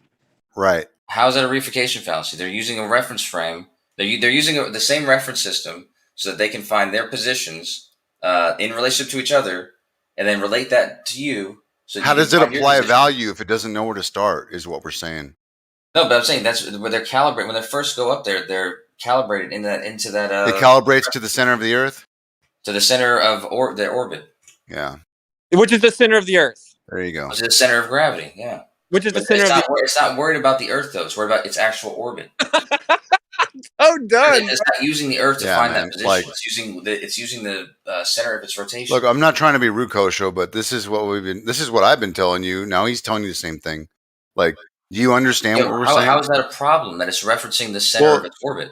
Because you have to have a point of reference. It can't spit out a value unless it knows what to compare it to. Yeah, but the center of its orbit. If the reference system has a bias towards the orbit, then it already thinks it's a globe. So then the reference is already spherical. It's not a bias. It uses the origin point as the center of its orbit. So that when it goes in a circle, it goes in some circle twice a day. And it knows that the center of that circle there you go. that it's going in is the origin point of its reference system. That's all it's doing. It's not referencing the globe or anything. It's referencing the movement that it's making and using its position or determining its position that way in that reference system. And if it wasn't doing that, that's all the information it's giving you is based on those facts. If those facts were wrong, then it wouldn't be giving you accurate information. But it is giving you accurate information. So that's what I don't understand. Is wait a second. So you're referencing this thing. You just said that it wouldn't give accurate information without the Z. However, we have a system that works without the Z. Please explain. That's a different system. Same thing. It's a totally different system. Just like if you have cell phone towers. You have cell phone towers plot your point on a plane. That's fine. That's a different system, though. It's not doing the same thing. It's not using X, Y, and Z data. It's a system that doesn't presuppose sphericity based on an orbit. This so happens that this system, the GPS system, the raw data it gives you, does use an X, Y, and Z. So the reference frame it's using is using an X, Y, and Z coordinate system. That's our point. Yeah, that's my point. That the coordinate system is giving you is X, Y, and Z. So you can use it as if the coordinates it's giving you are coordinates in X, Y, Z space. How are you not understanding this? Okay, so the Lorentz system, much older than quote-unquote GPS. In fact, GPS is just rebranded with an added z-axis. The Lorentz system uses the same methodology, right? Receives signals, and then it gives you a coordinate system, right? X, Y coordinate system, Cartesian coordinate system using signals. The Lorentz system, used by the military. It doesn't give you that reference. It has to already be in a reference frame. Its positions have to already be known in that reference. Calm down, man. So the Lorentz system used long before GPS. It receives signals and gives you Cartesian coordinates with the X and Y coordinate system, okay? Now, what you're saying is that with the presupposed center of gravity, which means the center of the Earth, then you can add in a Z-axis and you can get an accurate location on the supposed globe Earth. So objectively, it works without the Z-axis, without the assumed radius value, without the assumed center of orbit, center of gravity, all the same thing. All you've done is create a program that will map it out on a sphere, adding the Z-axis presupposed, which is why at the beginning I told you that you're begging the question and reapplying. You don't have to map it out on a sphere. Listen, dude, the coordinates that you get from GPS, are they going to be accurate or not? Simple answer. Yeah. Yes, they are. Okay, when you get those 3 X, Y, Z coordinates, the coordinates it gives you, okay, these aren't coordinates based on it being a sphere. These are coordinates based on them being accurate positions. With the center of Earth assumption. It doesn't matter what it's based on. It's accurate positions. You can compare 2 accurate positions to each other without having to worry about if it's a globe or not. The positions are accurate. As you just said, you can compare 2 accurate positions. That's not true because it requires the assumption of the center of a sphere, Kosho. So are they accurate or not? Within the presupposition, yeah, they've made it work, or they wouldn't have actually put it into use, would they have? Right. So they're accurate positions. So are they accurate? Are they accurate and you can use them, or are they accurate and you can't use them? I never said that you can use them. Then you can use them as accurate positions. I mean, I don't know why you're claiming they can't be used when no they're one used claims as accurate positions. That's a straw man. No one claimed they can't be used. That's the whole argument. We're saying it doesn't. No, man. Just like you had to concede that the Lorentz system works perfectly fine without a z-axis, so that means the Earth is flat and a globe. Your logic is laughable. It does not prove that the Earth has a z-axis with the center of gravity because you presupposed it and then worked out an algorithm to make it work out with. Dude, you don't even know what the conversation's about. No one's proving the globe using this, dude. I purposely am not bringing up the fact that they're in orbit or that they're satellites or that there's a globe because I'm not using to prove that. I'm using the accurate positions that the GPS gives you. That's all I'm using. And okay, I'm using that they're accurate, then they can be used as being accurate. I'm using the accurate positions that the Lorentz system give us. So where are we at now? Yeah, the only problem with the Lorentz system is it doesn't give you positions for anywhere on the Earth. So it's not as useful as a GPS, which gives you accurate positions and gives you the positions anywhere on the Earth. Actually, the Lorentz can give you locations all over the Earth. Not a single system. No. No, you can't use a single system for yours either because you still use trilateration. Yeah, of course, but I'm saying you can't use like a single Lorentz system doesn't encompass the entire Earth. It's only a series of towers. It does your system. No, this system encompasses the whole Earth. No, it doesn't. It uses trilateration with different towers. Yeah, it uses trilateration with different towers, yeah. Okay, so that's specific to that. The Lorentz system isn't set up all over the Earth, though. That's the problem. It's set up for a specific, if there's like a military engagement or something like that, like a base somewhere or a certain region that they're in, they have different towers that are set up in those places. It's not set up everywhere in the world. It's in the Lorentz system all over the Earth, and then they rebranded it GPS with the Z-axis. How are you just eluding your grasp? Didn't do that, actually. They did do that. That's why they used the Lorentz system long before. The GPS has the exact same use case. The only difference is it claims things float around in vacuums that can't exist with a Z-axis. That's the only difference objectively. Yeah, well, the only difference is that the information you get from GPS doesn't matter if it's XYZ. Okay, what matters is the information is giving you correct. If it's giving you correct information and it's using XYZ, then the fact that it's giving you XYZ data, it's not a point that's discrediting it. It's the data is correct. The XYZ data it's giving you is correct. So is the data as being correct. But so is the data the system gives you called the Lorentz system. That's fine. I don't know why is that an issue? It renders your point moot, dude. No, it doesn't. My point is that you can use these as accurate positions. And if you're admitting that they can be used as accurate positions, then how's my point moot? Just because you can also use another system that gives you positions that are accurate. Oh, okay, so it has no actual value in the discussion of whether or not the Earth is a ball. Yeah, this is a question about whether you can use these to make a straight line, as was said whenever it was first brought up. Well, then the accurate rebuttal would be like, no, we don't presuppose the z-axis to make a line. So if they're accurate positions, you can use them and connect them. If they're not accurate positions, then you can't use them. They're accurate positions, use though. them So and connect them if you assume the Earth's a sphere, but it's not. You don't have to assume anything. It's in an XYZ coordinate system, and the positions are correct. There's no assumption at that point. You can use them as if they're points in an XYZ coordinate system. I'm going to disengage. The z-axis goes through the middle of the Earth. You have to have the location of the center of the Earth, the radius of the Earth, the center of orbit, all the same thing, in order to get your z-axis. So whenever you say, it's all presupposed. It's baked None in. of that is true, though. You don't need any of that. That's Then you don't need a z. at all. I The agree. Earth, the size You of don't the need a Earth, z the then. radius, none of that has anything to do with it. You just said you need the center of orbit. No, the center of the orbit of these objects, Twice the a circle day. that these things are going in. These things are going in some circle. They're in two different positions and two different times of the day, opposite sides of each other. It can form a circle that is of all the points that it's going in. It can mark all the points throughout the day that it's going in. What's the center of the orbit? What's the center of the orbit? The center of the orbit is the center that they're all going around. It's going to be the center of gravity on the Earth. There you But it's go. not Where's the center of gravity? the Earth, though. All right. There's Well, no center that of proves it gravity. right there. Hey, Whitset, I got a question, man. Before you're probably going to leave, but I need to find this guy, Seventh Day Truth Seeker. He has some very important info I can't find, and I thought maybe you could help me get his email or something. Yeah, I can ask around. Yeah. Well, it has to do with the video. He cooked up an accelerometer into the back of his car and drove around the lake, and it showed a flat surface.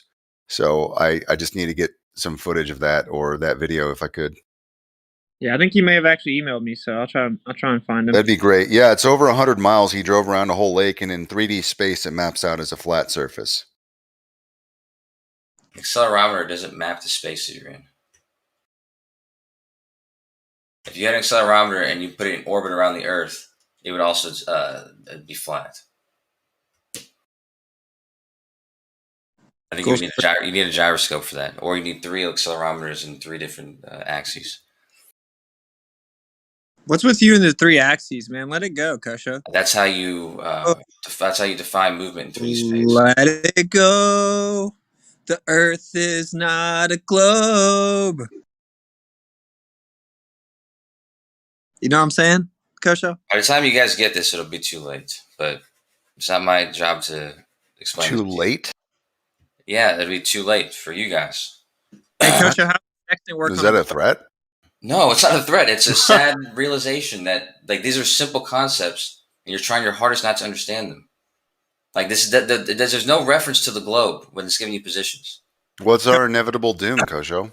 Do you sit behind your keyboard and just rub your hands feverishly together?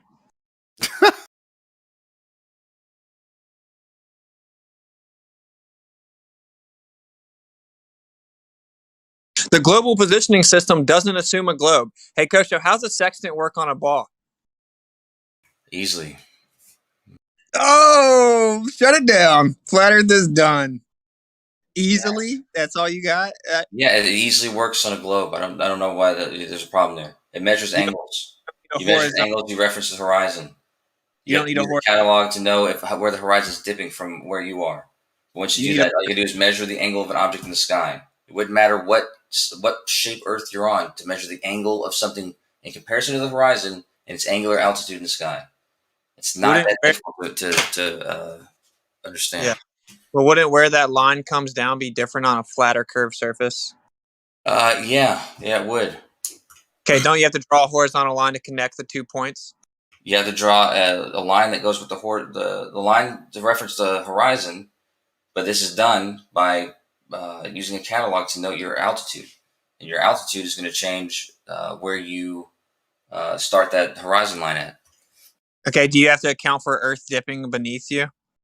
That's what the horizon. That's where the horizon comes in, with the altitude. The horizon is assumed horizontal in using a sextant, though. No, it's not. Yes, it is. You use a catalog to determine where to adjust your horizon. Oh, so you have to adjust it for the curvature? Yes. Oh, really? Yes. Okay, link it. All right.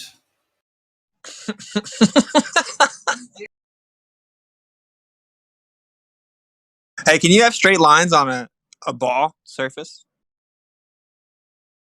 One lesson at a time, man. Hold on. Okay. Well, just for the audience's sake here, you can't have straight lines on the surface of a globe. You need a straight line on the surface to actually complete using the sextant. There You you go, get sir. points, and they would objectively be different on a globe and a flat Earth because the line would land in a different location, and of course, you'd have to account for the hump in between you, and you wouldn't have a horizontal line, thus rendering the sextant useless.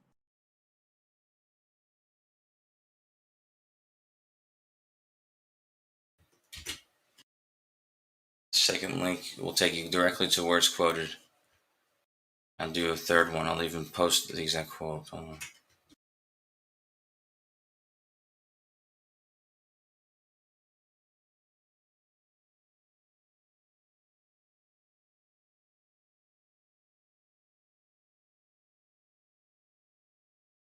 Oh, this link that says you can account for curvature, but then you have to correct it, attributing it to refraction.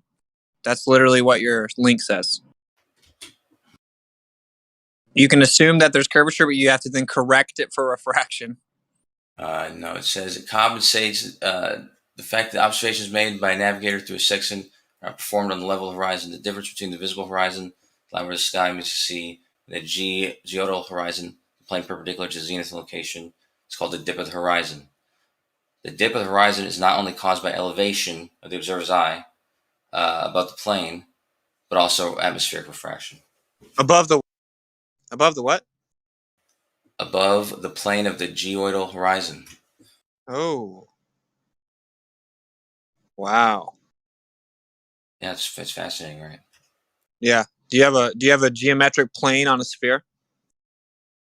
It's saying the geodal horizon, so that's It says probably going to above be a horizontal plane. plane. Do you have a horizontal plane on a sphere? Sure, you can put a horizontal plane anywhere on a sphere. Why not? Oh my god! So if I draw a horizontal plane on a sphere for 200 miles, it's gonna work. It's just gonna be a plane. I mean, do you understand what a horizontal plane is? Oh yeah. You understand that it's tangent to the sphere? Oh, it's tangent to the sphere, so the sphere is dropping down beneath it. Why don't you? I think you need to do some research, man, and figure out what some of these terms mean, because you're asking some pretty elementary questions. If something's tangent to a sphere, then yes, the curve is dropping away from the plane in every direction. Indeed, that's what tangent means. Have you ever considered that your remedial approach has required me to actually drop down to elementary terminology? Well, so far you've asked for the correction for the dip thing, which you said didn't exist, and it's right here. It's going to exist in every catalog or every almanac that you use when you do celestial navigation. It's assisting you so that you don't make incorrect measurements. But if I'm wrong about that, then you can show me, or you can show me that this link didn't exist or whatever it is you're claiming.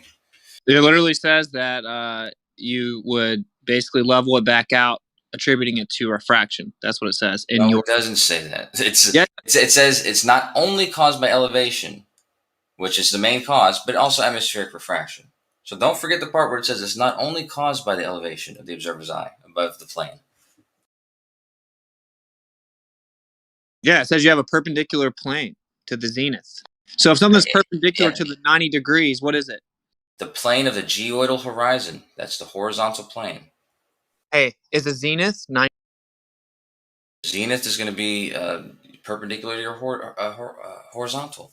Right. So it's 90 degrees, and then we have a line perpendicular to the 90-degree zenith. What would that perpendicular line be? The perpendicular line would be the horizontal plane. The horizontal plane that's going to be off from the horizon, which is what this correction is for. Because the apparent location fluctuates over distances. Because the apparent position fluctuates depending on how high you are above the surface. And conditions. And you still have to assume that it's horizontal plane. No, you don't. You're not assuming it's a horizontal plane. If you're using a horizontal plane, if you're using a level, a point that's level from where you're standing, then it's going to be horizontal. as long as it's the same, as long as it's a plane created from that axis. So it says elevation of the observer's eye above the plane. Mm-hmm. Yeah, so the plane perpendicular to the zenith line, which means horizontal. Yeah, that's right. It's horizontal, and it meets So that's the the horizon. way you could triangle, right? What? That's the only way you You're not creating a triangle when you're using a sextant. Yeah, you are. No, you're not. You're measuring an angle, a single angle.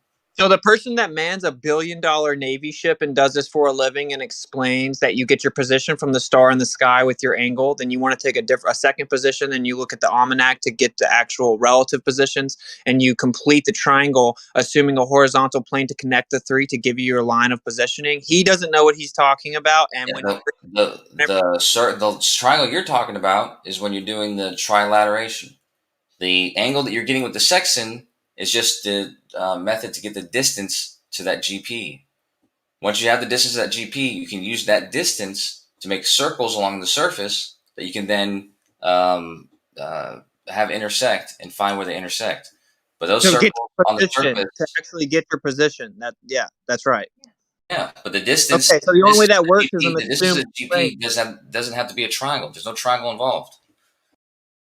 There is objectively a triangle because that's how you connect to get your circles, Kosha. Yeah, but that's not. We're not at that point yet. We're at the distance to the GP. To get the distance to the GP, which is the only reason you're using a sextant, doesn't involve creating a triangle. The reason that you use a sextant is to figure out where you are in the sea. It's to find the distance to the GP. You look at a star, you want to know what your distance is from that star's GP. You use the sextant, okay, and then you get the angle to the star, and this is how you ultimately come to figure out where you are. That's why we use sextant. That's not what the sextant's for. The sextant's to find the distance to the GP.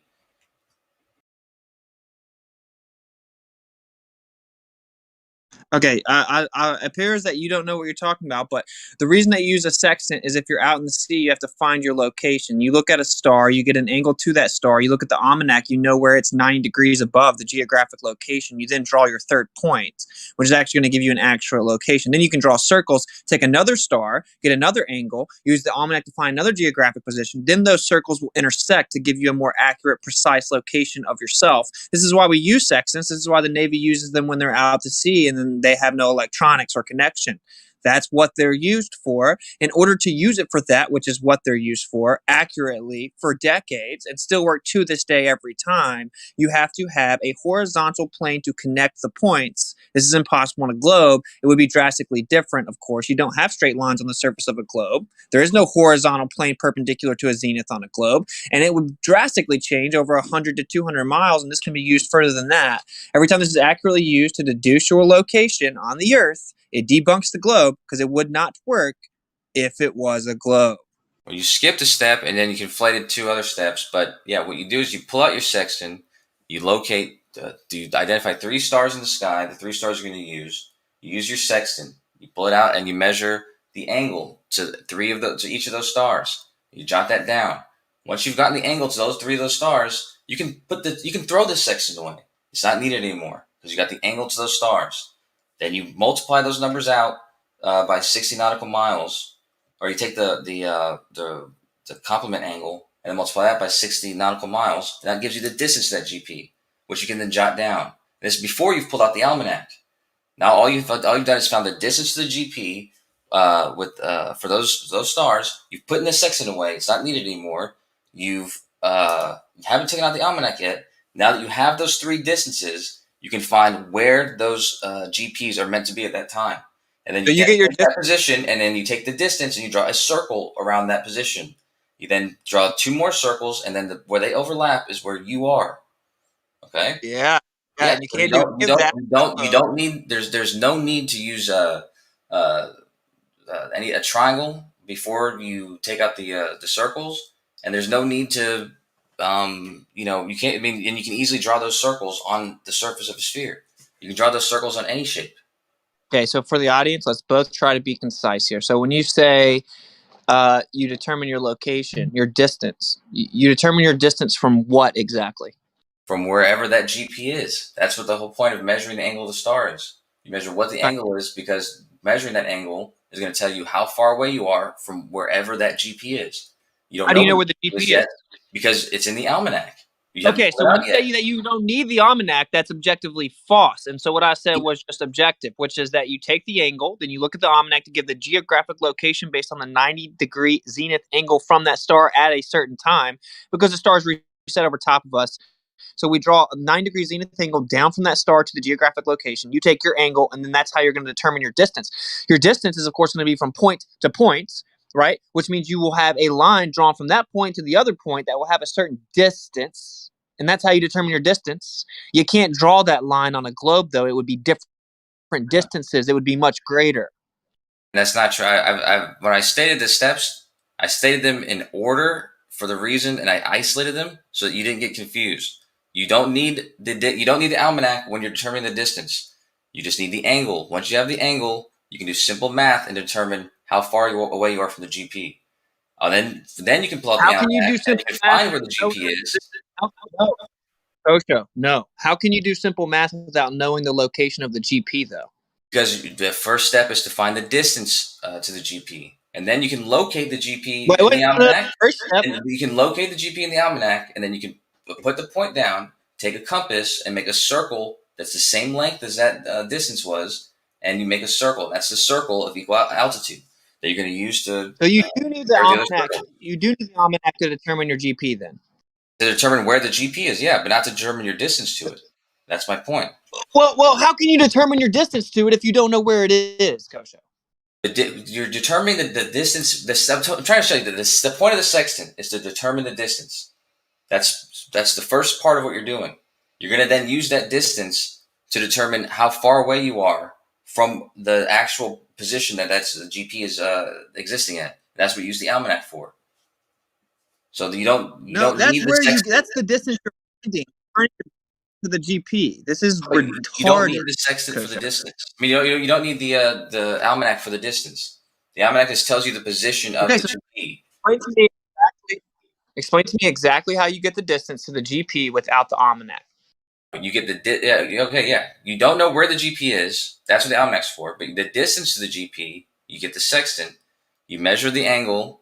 You measure how the difference between the angle between zenith and the star. Let's say it's 30 degrees. You multiply 30 by 60 nautical miles. And that gives you the distance you are from the GP. And then you use the almanac to find where that GP is so that you can make a circle that is 60 times 30 nautical miles, or 1,800 nautical miles. You make a circle 1,800 nautical miles in the radius that's at the position that the almanac says the GP is at. Okay, perfect. So when you get the GP, you get the distance to the GP, right? That's a line from your position that the angle gives you to the star out from you, horizontally extended from you, right? It's a line of distance.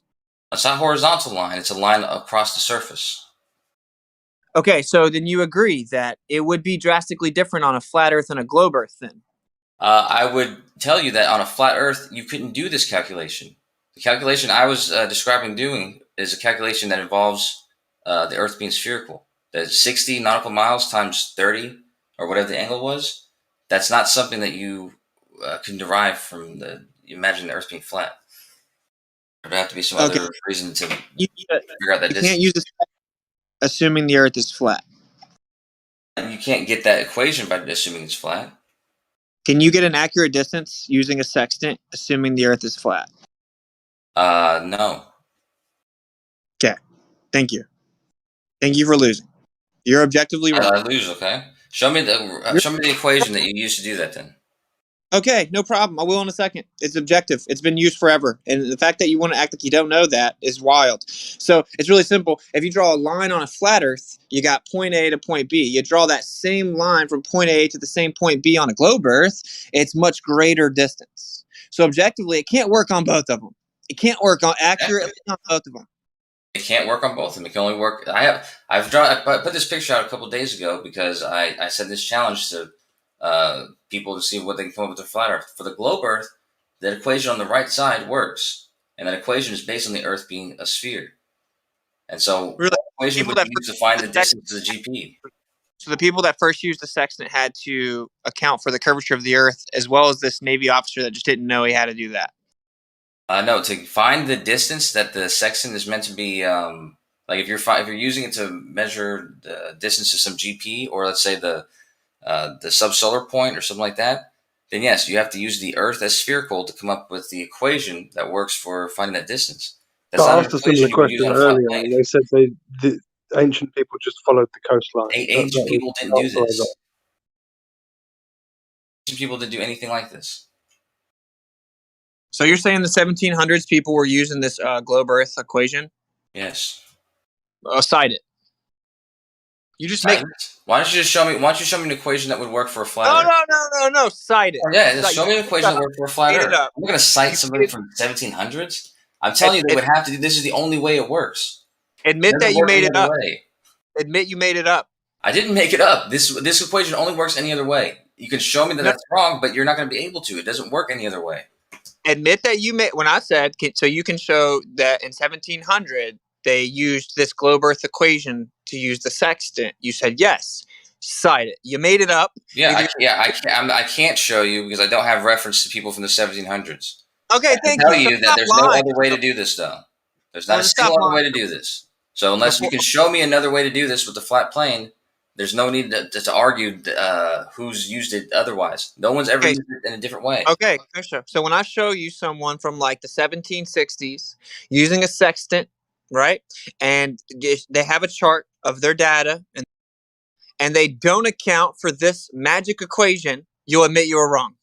Yeah, if you can show me somebody using the sextant measuring an object in the sky, the angle of it, and using that to determine the distance from the position beneath that thing. Yeah. Like at the GP or whatever. Yeah. Show me that using some other method. Yeah. So, and once I show you that you can get the accurate distance to positions using a sextant without this magic globe Earth equation, and you've also conceded that it would objectively be different on a flat Earth and a globe Earth because a globe Earth would be a greater distance from point A to point B due to the convexity of the surface, you will then have to admit that the sextant doesn't work on a globe then, right? Sure.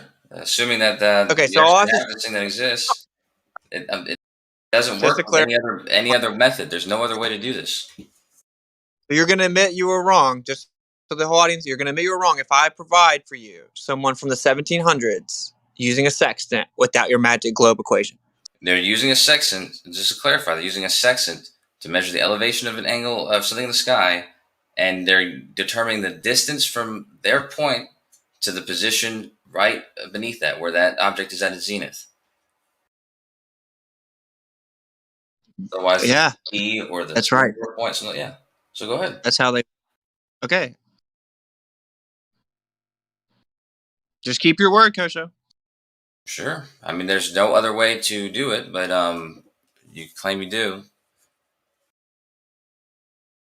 Well, just objective. I just listened to the dude that works for the Navy explain how it works. He breaks the whole thing down. You draw a horizontal line on the surface. It's just objective.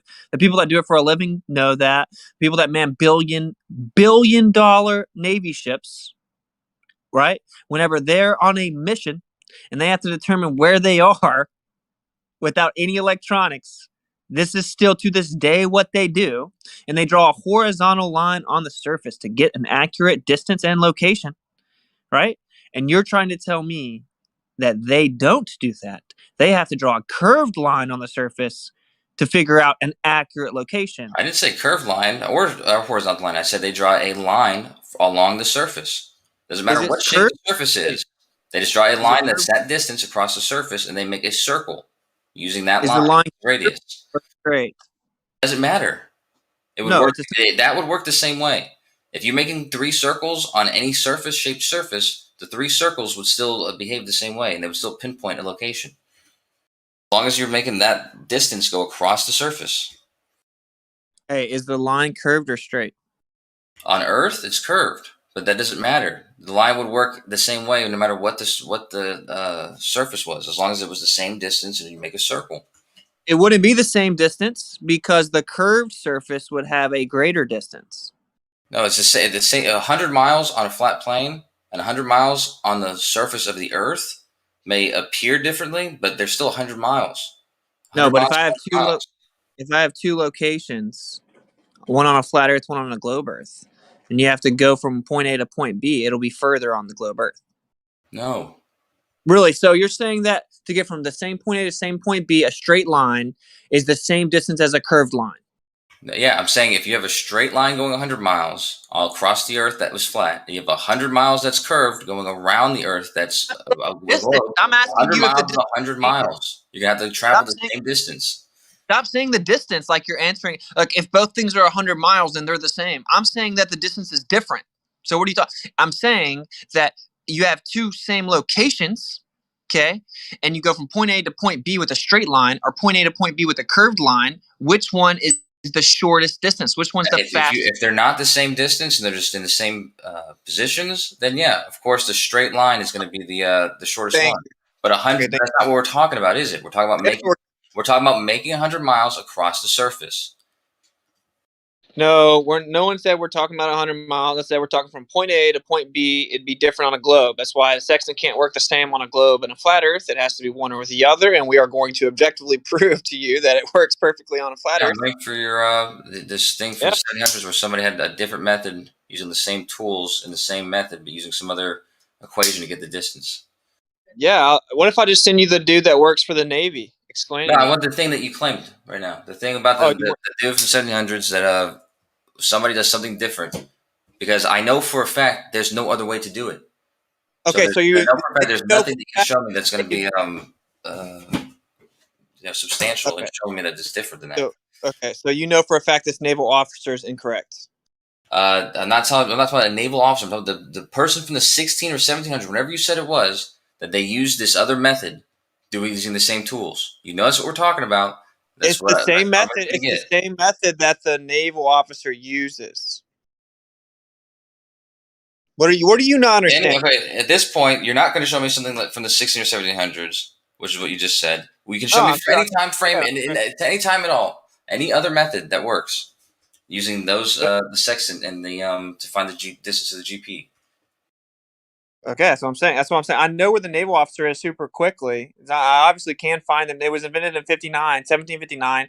They started to use the sextants for celestial navigation from that point forward, and they all use it the same way. It's very rudimentary. The fact you don't understand it's just a byproduct of cognitus and pride. Okay, and so I've even gone to a modern example of $1 billion Navy ship in modern times that still uses the same methodology. And you're acting like that's not efficient. Your argument is that the methodology is inefficient. So you are going to have to say this naval officer just got lucky, but he was wrong. That's what you have to say. I want to show you the equation again, dude. I showed you an equation that works. Okay? It works because the Earth is a globe and it uses the fact that it's going along the surface of a sphere. If you have another equation or another formula or some other method to use the sextant to find the distance of the GP, only instead of assuming the Earth is going along the surface of a globe, it's going along the surface of a flat plane. That's what I'm asking for. That's what I'm saying doesn't exist. And if this naval guy has that, anybody has it, that's fine. All right. I'm about to drop it in here. We are all waiting for your concession, by the way. We're waiting for the other method. I'm going to grab it. It doesn't exist though. There's no two equations. I mean, there's a single number, and it goes linearly by the angle. You just multiply the angle by some number, which gives you the distance. There you go. Naval officer explaining how it works. Let's see if you can find your equation there. Hey, guess what, Gusha? You can't find it. It's not there. Let's just find out, man.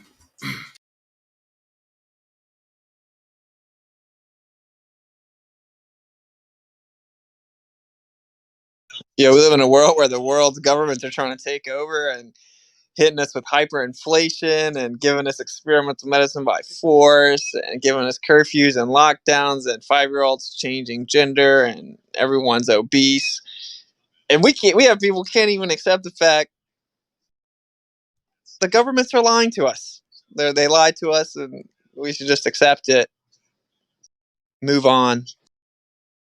Progress, maybe. Nope. Nope. The world's fine. The governments love us. Look what they're doing.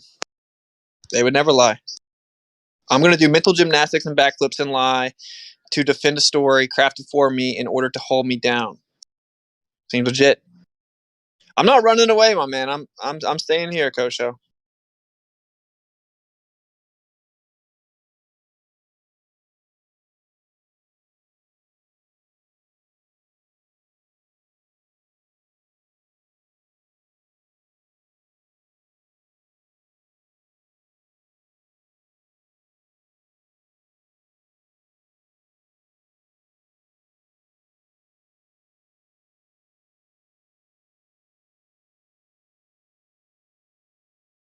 Imagine not understanding Pythagorean theorem and pretending flat earthers are dumb.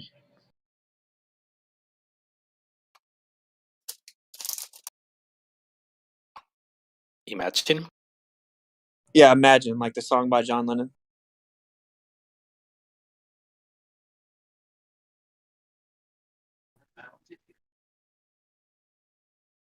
This naval officer manning the $1 billion ship just got lucky, bro.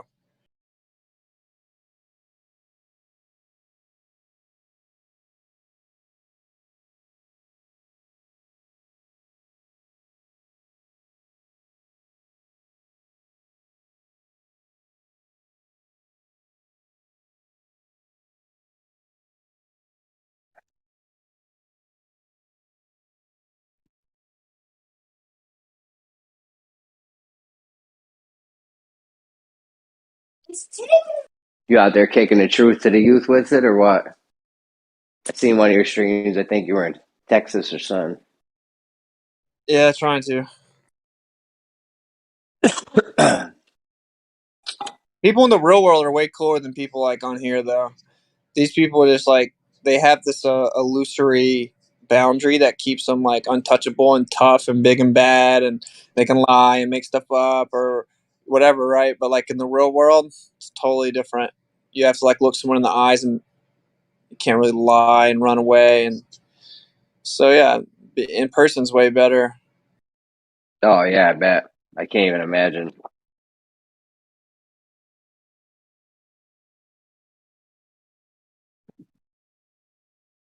I'd love to be out there doing that shit, dude. I got shit to do though. That's fucking awesome that you're doing it. I mean, how many people can we let know though? It's like,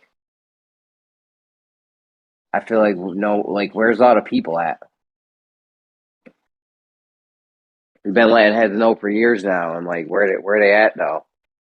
Yeah, I We're don't know. not doing enough, or Like 60, 70,000 people had to hear me break down flat Earth one night, you know. So I reached more people in one night. Whether they all woke up, of course they didn't, but a ton of people were coming up and grabbing cards or taking pictures of the QR, like asking questions or turning around and listening. And that's like 70,000 people sitting there. So you can let the globe zealot gamma males on the internet pretend like, you know, we're dumb and that we're doing nothing. But 70,000 people heard it, bro, and there's nothing they can do to stop it. They can't go back in time. They can't stop me from talking to the 70,000 people, as infuriated as they are as they stalk my channel and watch me do it. They still heard it. what do you hand out cards and shit? Like, do you have like Discord on it, or like where do they? I have the 24/7 Flat Earth Discord on my QR code. All right, yeah, nice, My YouTube and a few other things. nice. Yeah, if there was like a team of people like you out there doing shit all over over the country, over the map, over in UK, whatever, I feel like we'd be making some forward progress there. Like you see people like doing it and getting arrested, clown, taking pictures of the clown and laughing at him, what's it, not believing him.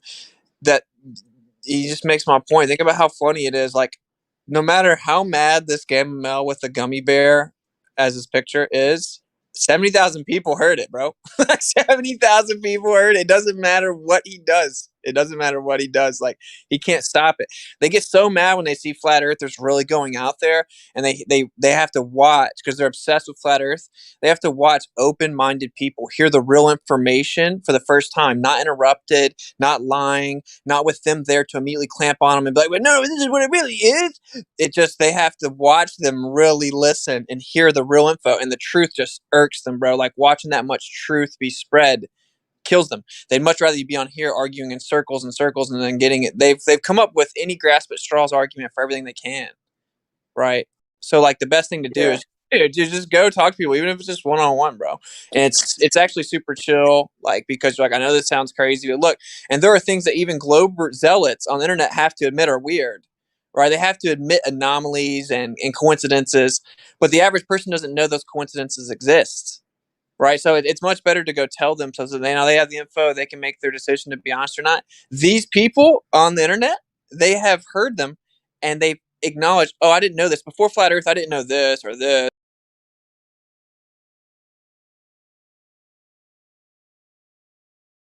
I didn't know that flat earthers made me realize that the light bends everywhere and makes the earth look like it's flat. Thanks flat earth for making me realize that Mother Nature just plays tricks on me, right? They've learned more about the discrepancies and the specifics of their model than ever due to flat earth. They've just chosen to ignore them as though they're all repetitive coincidences. The average person doesn't do that. So there's my monologue. Don't worry about the zealots, bro. It's like, these are the dudes that have a girlfriend that's cheated on them 10 times and they will not listen to you tell them that she's cheating. So I was like, okay, sorry, bro, marry her. I don't think I personally need to stop what you are doing with it.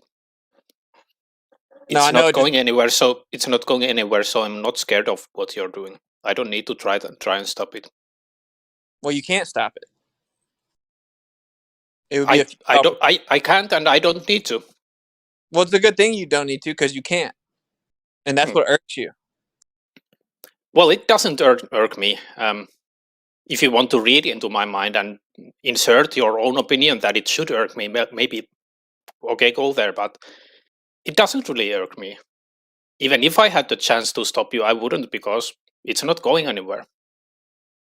Oh, okay. It's like, am I irked by this huge lump of rock over there because it's moving so fast and it's going places? No, I don't need to try to stop the rock. It's not moving. So yeah, I'm not irked at all by you talking to people. Okay, so what are you talking about? He went all over it's the not country. going anywhere.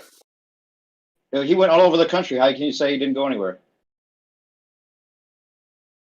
Sorry? The movement, not the person. Oh, the flat Earth movement? Yes.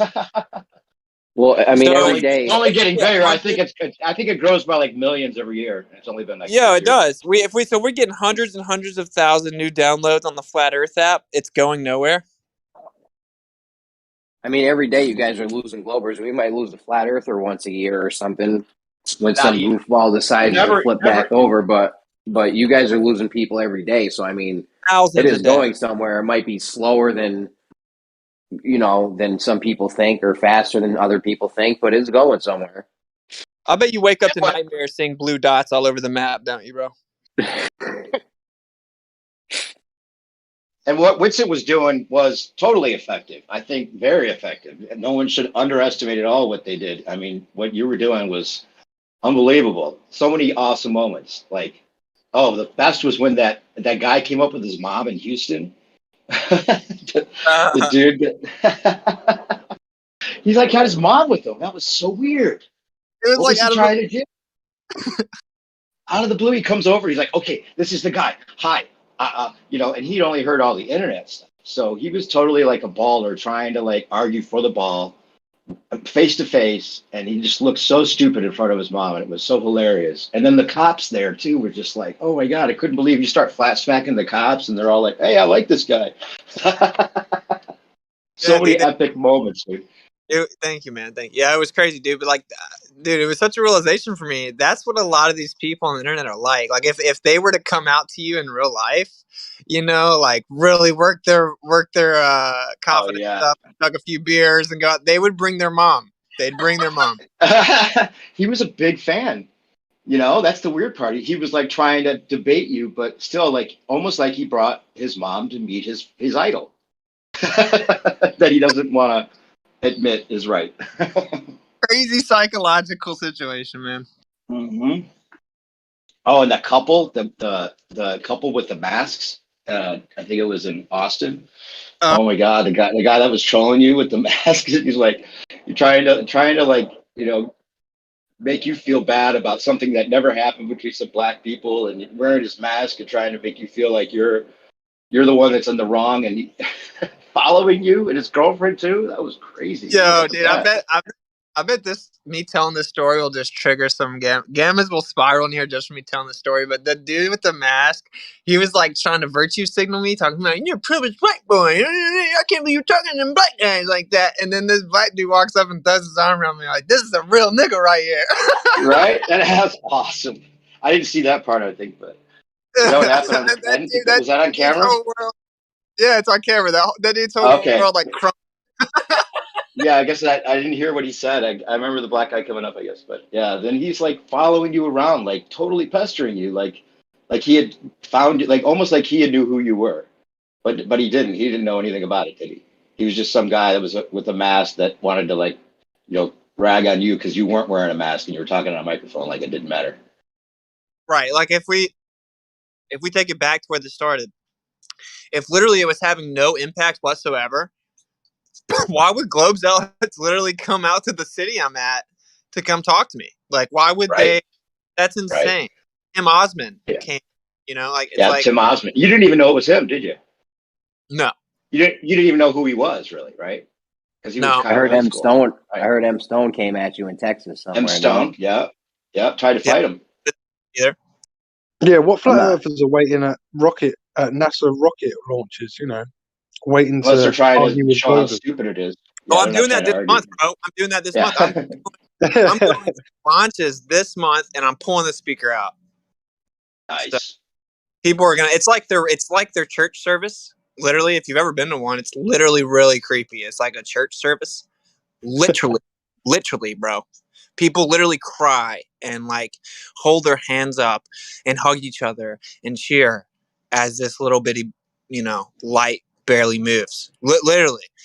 So yeah, I'm doing that this month because we're in Florida. Are you? Okay, cool. Are you good? Are you touring? Are you going to keep going? What's the deal? Yeah, but not in the same way. So I'm trying to work out all the details. But yeah, I'm going to keep doing it. Yeah, that Austin. Go ahead. Sorry. Now I got Rockfin, so I can do the whole like don't get genetically modified activism too. Just not on YouTube. But anyway, what were you saying? Oh, I was going to say that whole. I think it was Austin, but yeah, that whole scene down there where they were doing like the bar, where people were hanging from the bar for however long. That's where the masked guy was with his girlfriend at the end. But that whole scene in the beginning, there were so many triggered people. Like that guy was just having a spaz.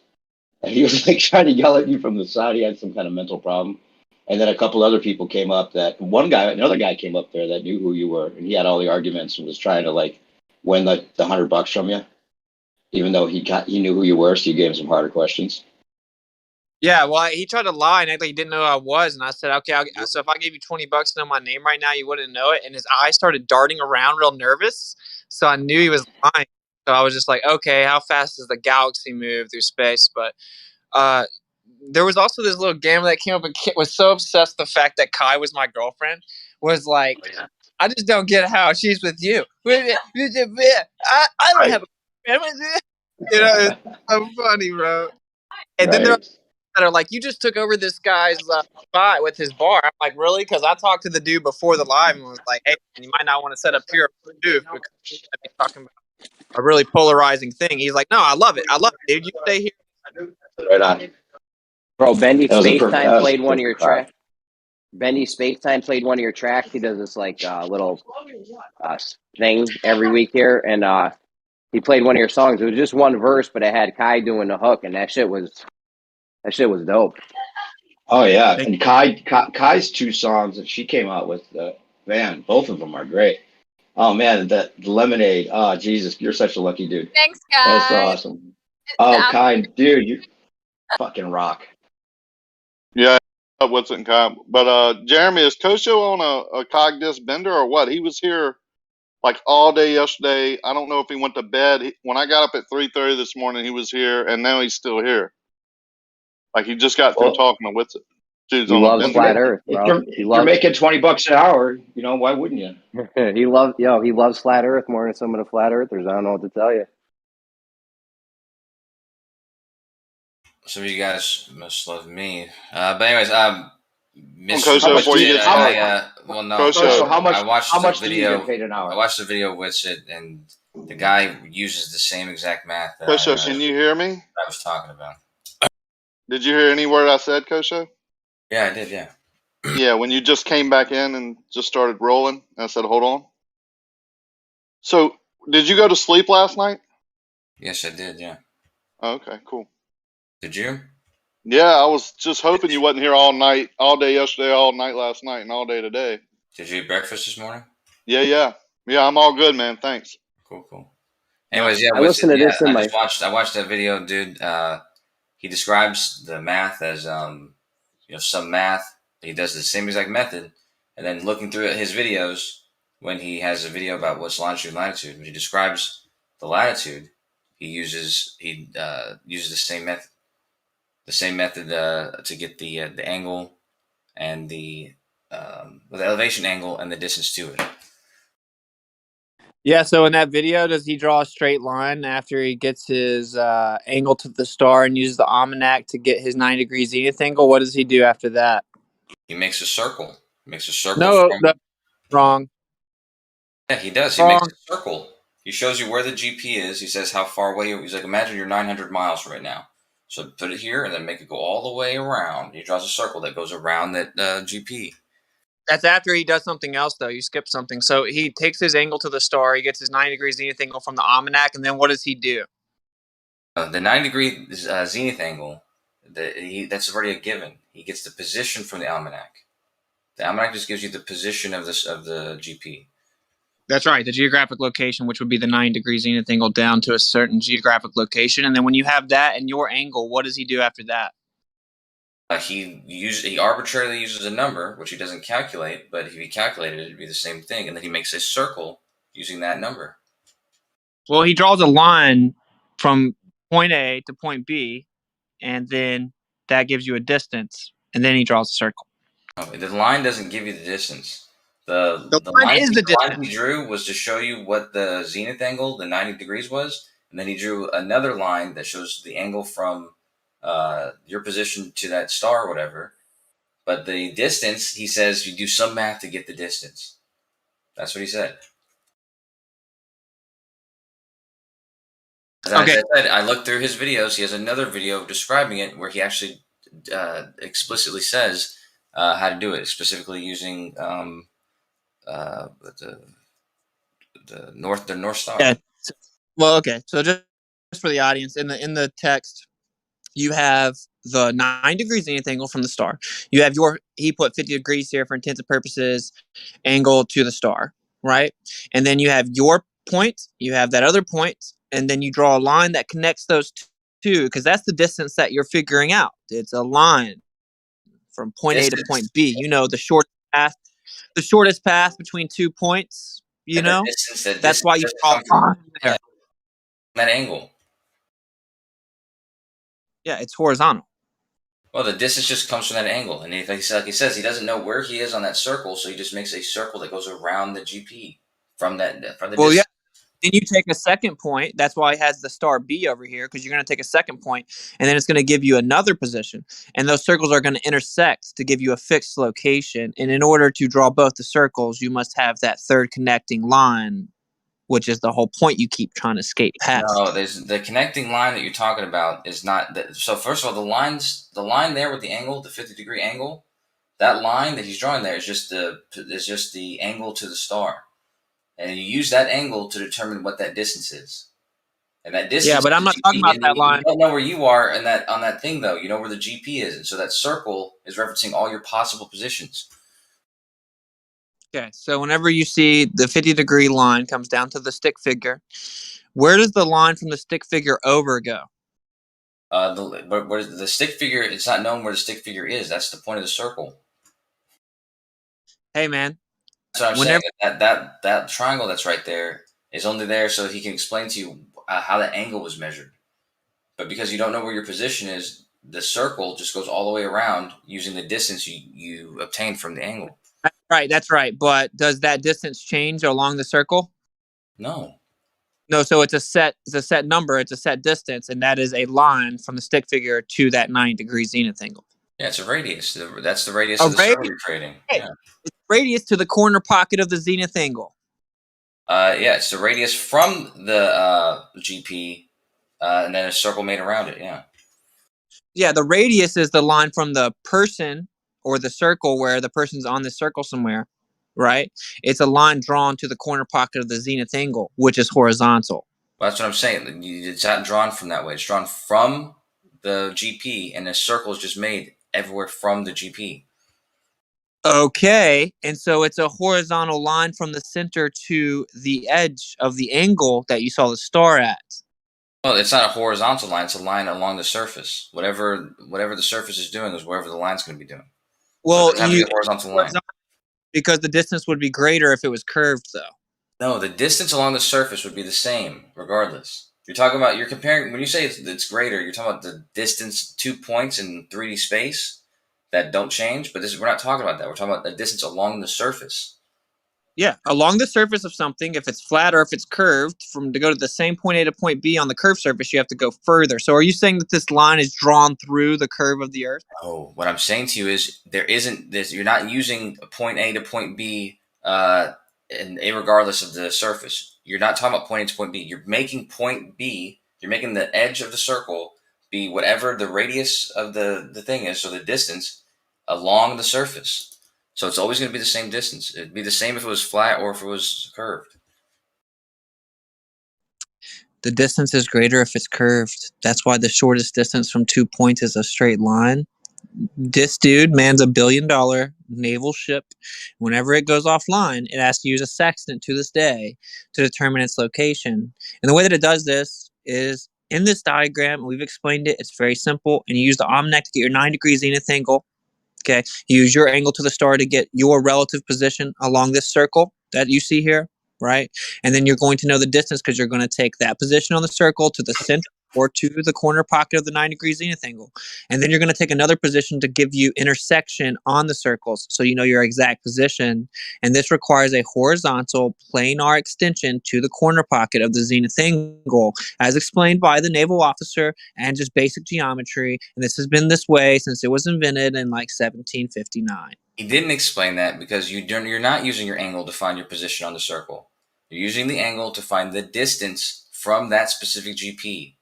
All you need is the GP's position and the angle, which is going to give you the distance, and then you're going to make a circle, which you do not know your position on that circle. You just know that you're that distance from that GP, so you can be anywhere on that circle. It's not until you have another circle intersected that you can pinpoint your position. That's right, Kosho. I just said that, and everyone. No, you said you get the angle to find your position on the circle. No, yeah. Where the circle is, and to find your exact position, you have to get another point. I literally just said that, explained that's what the B represents and everything. And you are constantly trying to whistle past the graveyard because you don't want to address the fact there's a horizontal line that connects the 9-degree zenith angle with your position on the circle, and it's just objective. Yeah, the line doesn't have to be horizontal. It just has to go across the surface. Would the horizontal and the curve be the same? Would the horizontal on the curve be the same? What do you mean? Would the horizontal and the curved be the same? 100 miles on a horizontal planar flat Earth and 100 miles along the surface of a spherical Earth is going to be the same distance in both cases. Not the question. Yeah, well, that's the problem, though. That's exactly what's happening. He's just creating a distance of 100 miles. To get the distance, you use the angles, and then you have a line. No. You are determining the distance of the line, Kosho. To get the distance, you need one angle, and that gives you the distance along the surface from you to the GP. There's nothing. There's no horizontal at all. Assuming horizontal, Kosho. It's not assuming horizontal. It objectively is, though, dude. It's not, actually. I told you, the equation to find that angle is not assuming a horizontal. It's actually assuming a curve. Because to find that angle, you multiply the angle by a linear distance. So 60 nautical miles by that angle, and that gives you the distance to the GP. And that the only reason you do a linear angle like that is because you're assuming that the Earth is curved. You don't get that angle by assuming that it's horizontal. So you can't use a sextant on a flat Earth. No, you can use a sextant on a flat Earth, but you can't use this equation. You'd have to use this equation to determine the distance to the star. What equation would you have to use to determine the distance on a flat Earth? You'd have to use a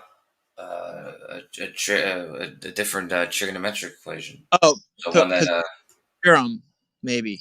So what? Pythagorean theorem, maybe. Yeah, so that but it'd have to be a right triangle, and the angles would change at different rate. I mean, as the angle changes, the distance would change. It wouldn't be linear. It wouldn't be consistent. Dude literally says Pythagorean theorem in the video. He doesn't. Yeah, he does. He doesn't. He says trigonometric function is what he says. He says what he says. I'm not going to explain the trigonometric function because it's math or whatever. I just want to explain how it works. So you can't use the theorem with a sextant. Is that your claim? I said what? So you can't use the Pythagorean theorem to use a sextant. Well, the Pythagorean theorem does not involving the angles. So sextant is just telling you the angles. And then to determine the data or to interpret the data, can you use Pythagorean theorem with accuracy? You need distances to use the Pythagorean theorem. Angles aren't gonna you're not gonna be able to do anything with it. But the trigonometric function that you would use, like I said, would give you different angles, or for different angles, it would give you different distances between the angles, which is not the same thing as the equation I'm using. The equation I'm using is consistent 60 nautical miles between any degree. So if it's 2 degrees, it's 2 times 60. And if it's 10 degrees, it's 10 times 60. And that only works on a globe.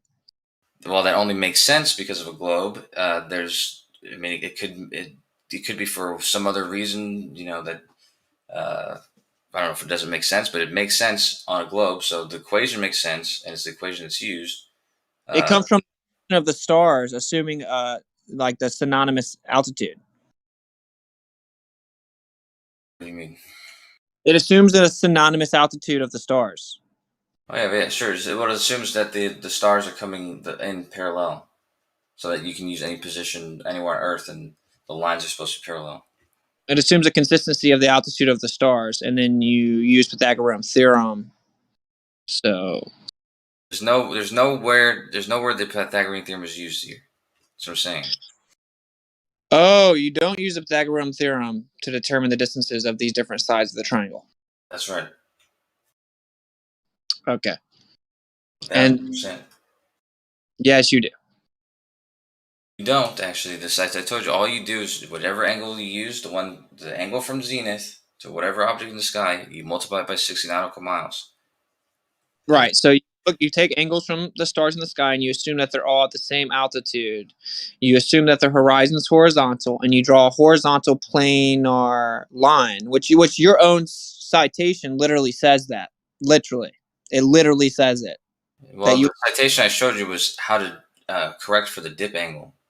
Yeah. Because you have to correct in addition to just using the sextant in your fairy tale, because it uses a planar assumption, and you're arguing against it. No, it doesn't use a planar assumption. It says the plane of the geoidal horizon. It's not using a planar assumption. It's using the geoidal horizon as a horizontal plane to set the sextant up so that it's referencing the correct zenith angle. Oh, so it uses a horizontal plane to work. Yes, that's anything that you level is using a horizontal plane to work. Right. So the sextant wouldn't work unless you assume a horizontal plane. Yeah, it would be useless. Sure.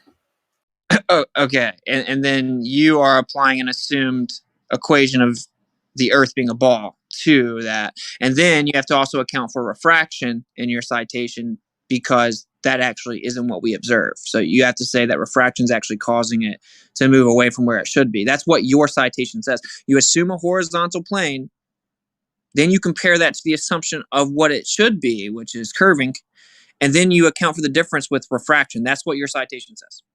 About the horizon, but if you to tear all that down to what the purpose of that is to make sure that the sextant is referencing the correct zenith angle. So when you measure the angle to the star, it gives you the correct zenith angle, the angle from zenith to the star, which is what you need. You just need that angle, and you multiply it by 60 nautical miles.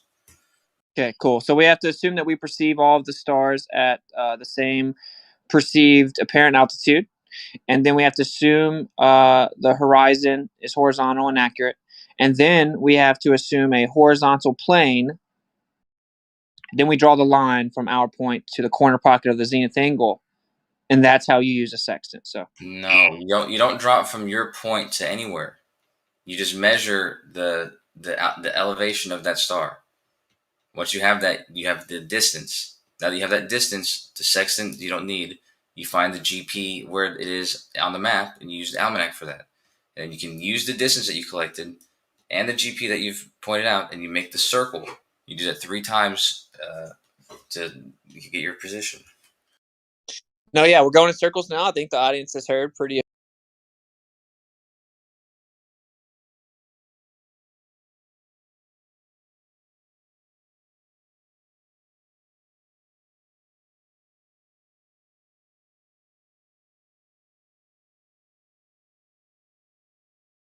A horizontal line connecting the two, right? And then you're going to take a second position of a star to get your circles to intersect, to give you a more precise position.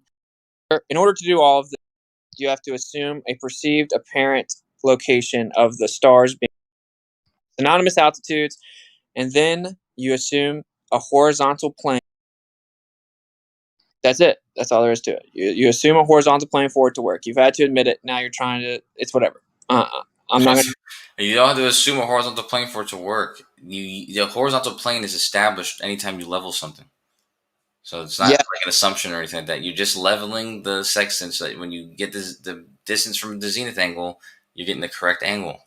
Right. So you have to assume horizontal and level to be able to get an accurate angle. Thank you. That's not an assumption, though. If you're going to measure that it's horizontal.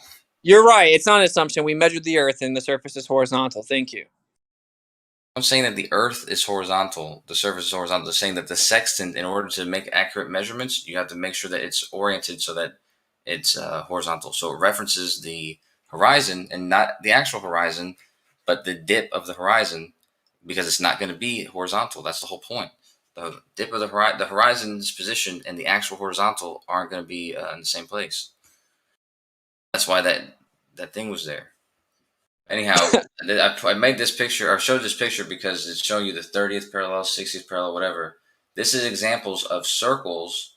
If you pretend the North Pole is a GP, and these circles going around these latitudes, these are circles being drawn on the surface of a flat plane. They're all equidistant.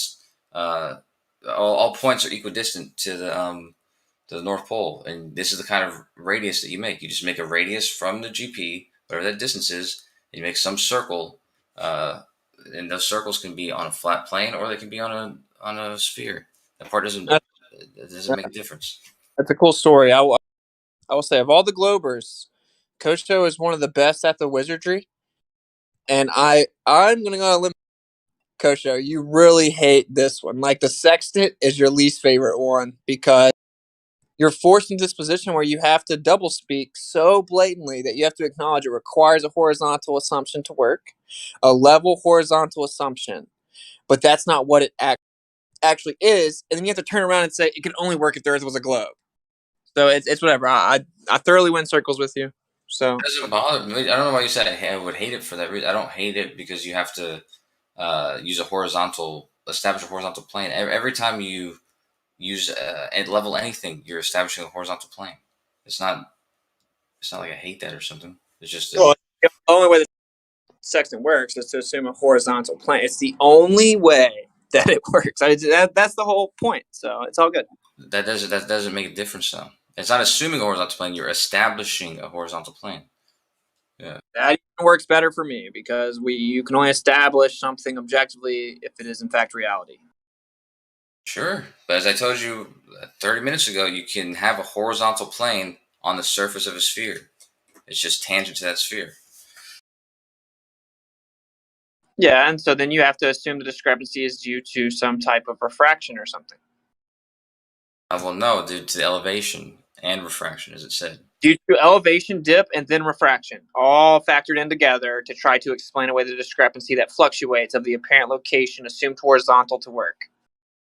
But the consistent part of that discrepancy is going to be the elevation. Yeah. Well, yeah, if you go higher above a flat surface, it's going to consistently change your angle of view. That's right, yeah. Yeah, so that's what we expect, bro. Don't make it weird. They lied about the Earth's flat. Don't make it weird, bro. I'm just trying to imagine a horizontal plane above a horizontal flat. The horizontal plane that you establish above a horizontal flat plane, the horizon on both of those are going to meet in the same place. But that's just No, the horizon is a apparent location that constantly fluctuates, and if you go higher above it, your perception of it changes throughout the day, hour to hour. This is expected. I'm by the ocean right now. That's what it does every day. Yeah, you're talking about with refraction. I'm saying with respect to the altitude alone, though. If you're on a flat plane that you don't know where the edge is, there's no edge. That you can. No one knows where it is, and you have a horizontal plane that's raising up with you. The edge of that horizontal plane and the edge of the actual horizon of the plane of the Earth, they're not going to be in different places, except for because of refraction. Well, I asked this before. Maybe it's a stupid question, but how do you get a circle of equal altitude on a globe? That's why I posted this picture just now. The one with the yellow lines and the red lines. These lines are assuming that the GP was the North Pole, and you're using the distance from the North Pole, which let's say it's somewhere that puts you at 60 degrees north. Then the circle that it's created would be this top circle, and then this bottom circle and this red circle. All these circles would be circles of equal altitude if the North Pole was your GP. And you can do that for any position. Well, do I come to the realization that the Earth is a sphere where Mother Nature tricks me to think it's flat and everything only works assuming everything's flat and horizontal before or after the jab? Do I have to take the jab to realize it? First, you have to word it correctly rather than assuming the consequence as you're wording the question. That's a nice self-projection, as you literally always affirm every time you've ever said anything. Okay, now that's quite the claim, that every single word coming out of my mouth is a projection and a affirming of the consequence. Affirming of the consequence. That's the consequent. Anyway. If I was just affirming the consequent, I wouldn't be a flat earther, would I? I would just do what you do and just believe what I told was true. If I ever see any discrepancy, try to explain it the best I can and continue to affirm the consequence. So what I do is objectively the opposite of that. Wizard, before you go, just so that we don't live on bad terms, I suppose, I do respect the fact that at least, as monotonous as it was at times, at least we didn't succumb to completely devolving to like just insults or whatever. Yeah, for sure, bro. It was quite the circular argumenting. It's all good fun and games. When you go down that road, Earth's still a globe. When we wake up tomorrow, it'll still be a globe. That would be exciting. If I could wake up tomorrow Doesn't and matter look how out many the ocean memes and you see a globe, that'd be I'm wild. afraid. Wouldn't the waves be hella crazy on the spinning globe? Because I'm sitting here looking at the ocean, and it's just chilling. Nature's crazy, bro. Sometimes you get big waves, sometimes you get little waves. Well, you never have giant Earth keeps tsunamis spinning. over the entire Earth, so. Was that you last night who said the thing about the tides, or was that somebody else? Yeah, the Earth moves. According to your model, the Earth actually moves. Right. But that's what I'm saying. Is that the high tide and the low tide, and the tides throughout the day or whatever. You said how weird it would be if it was rotating. Those tides are occurring because the Earth's rotating. Like the pull of the moon and the sun, that's that's making the bulge. But the reason why there's, in most places 2 high tides, 2 low tides, is because the Earth's rotating in that bulge. Or it's because the Earth has electromagnetic field around it, and there's wind, and the water's constantly trying to find its level. But who needs science and logic? Let's make up fairy tales about how the Earth actually is pulling the moon while the sun pulls most of them, but the moon pulls the Earth at the same time. Okay, I'm crazy. Game on. All right, man. Well, I'm gonna get out of here, guys. But just so you guys know, it doesn't make a bunch of sense to me that the sun is pulling the moon and the Earth, and the moon is actually being pulled by the Earth while the moon is actually pulling the Earth, and actually causes the tidal waves closest to the moon, but also on the opposite side, the same magnitude in the opposite direction, because it pulls the entire Earth away from the water. Story, bro. That's what your story is. It's not. It's actually not our story. Your story of incredulity and our strawman of our story is Hold on. wrong and hilarious. Oh, so when I cite NASA saying what I just said, all you guys are gonna have to fall in line like good little brainwashed puppets, and then say, "Never mind." I have to. I got to correct what you said about the equal magnitudes. It's not equal magnitudes on both sides. Yes, it is. It's a greater magnitude on one side, so there's two high tides, and there's one of them's higher than the other.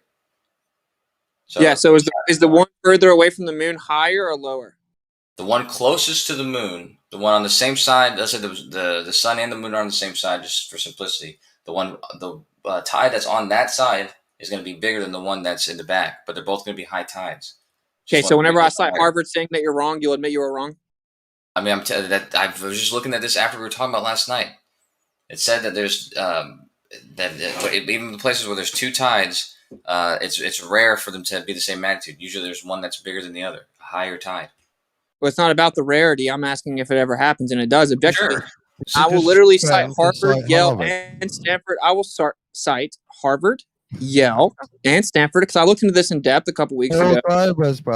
I know you've never read it. The guy that keeps listening in has never read it. Cite everything that you're claiming you'll find. Just do it. But I'm not saying that it never happens. I'm saying that yes, it does sometimes happen, and it also happens where there's sometimes only one tide in some places. But most of the time there's two tides, and most of the time one high tide is bigger than the other high tide.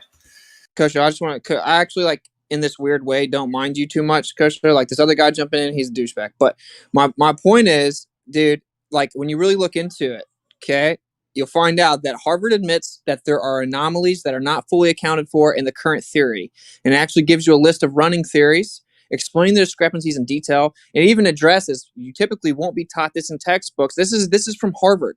Okay, so there are discrepancies. The magnitudes do not match with a consistent gravitational wave. And the working theory is the Earth effectively gets jerked towards the moon, leaving the water displaced behind it, giving similar magnitudes. And the anomalies are yet to be ironed out. Now, that's the current standing of the heliocentric model regarding tides in 2021. I'm going to get out of here, but I will still link the things. It's on my other phone. I'll grab them. I'll drop the links in here. You can read them. It's a lot of information. It's got like 50 citations. If you want to know the truth, you'll look into what I drop. If you don't, you don't. Anyway, I'm going to get out of here. The Earth is flat. Don't make this weird. I can't. I'm going to post the thing that I just said. I've got too much truth to discover to be looking into Witsit's links. Jeez.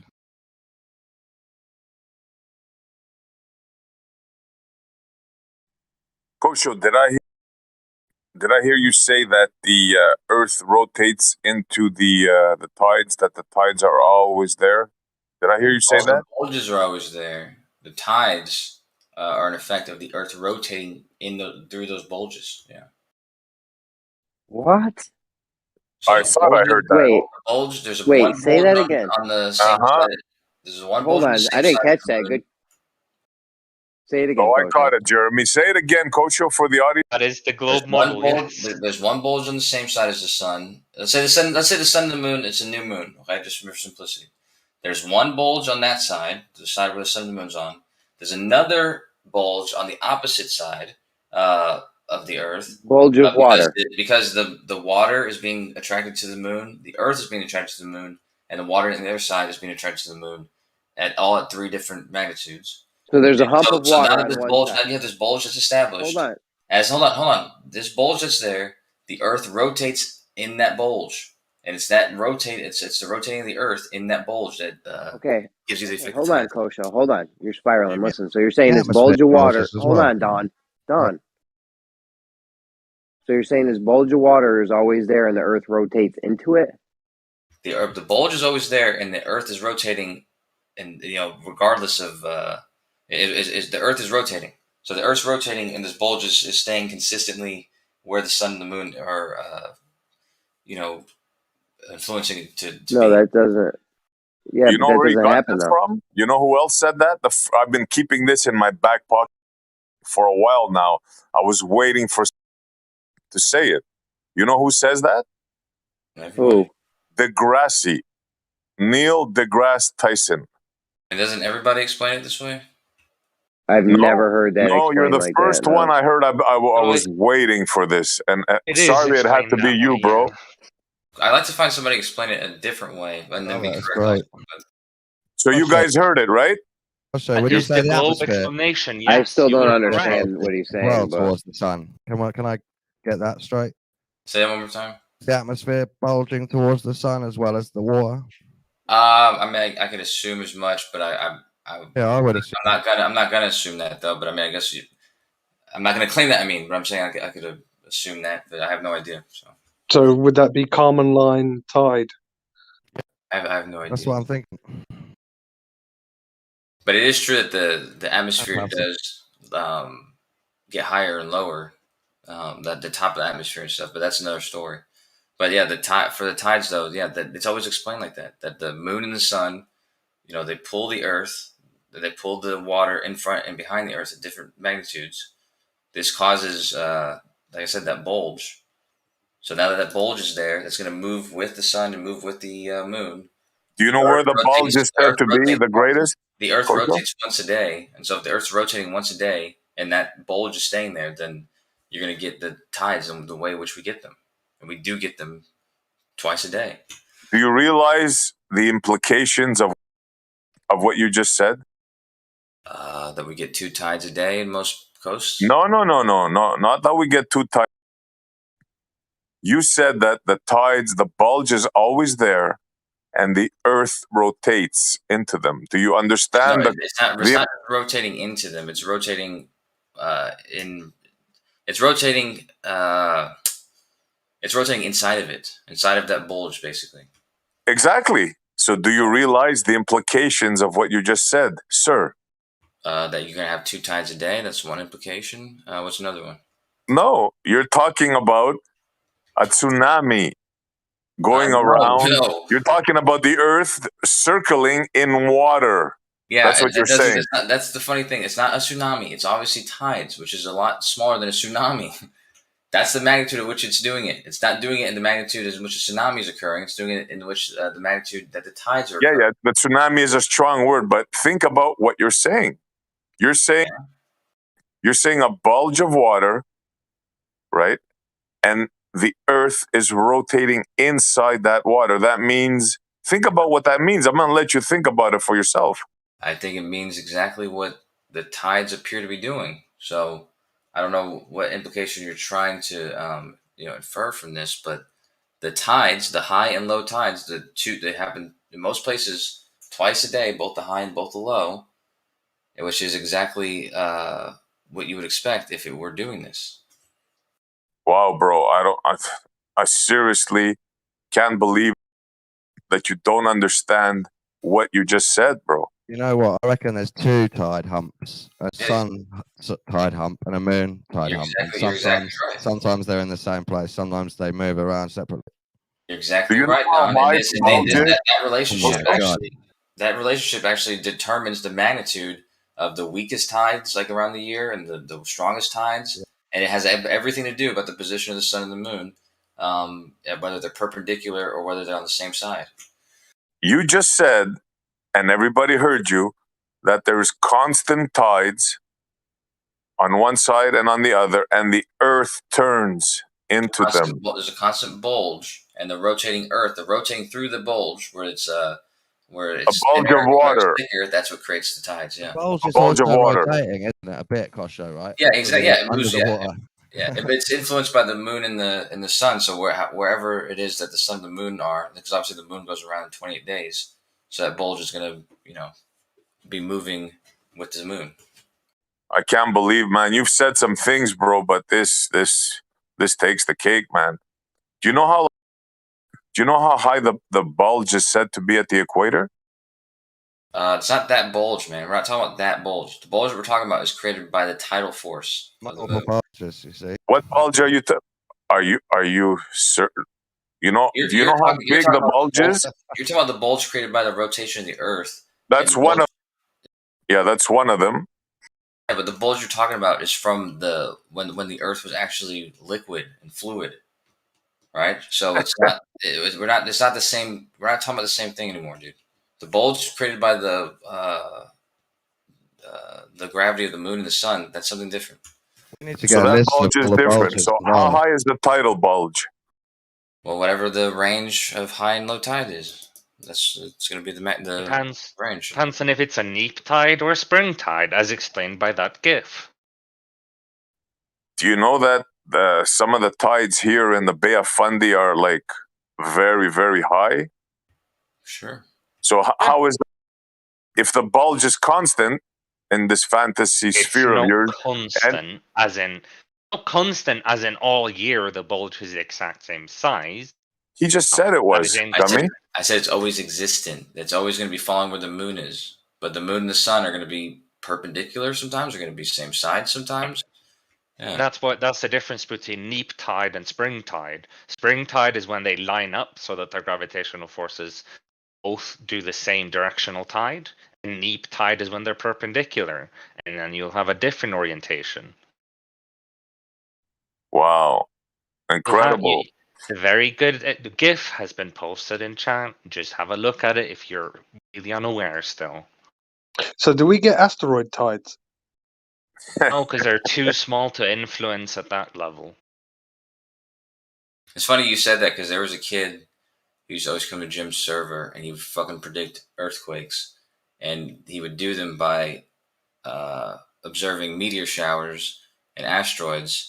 And he was claiming that he was using the tidal forces acting on the Earth, acting on the Earth's mantle due to those asteroids.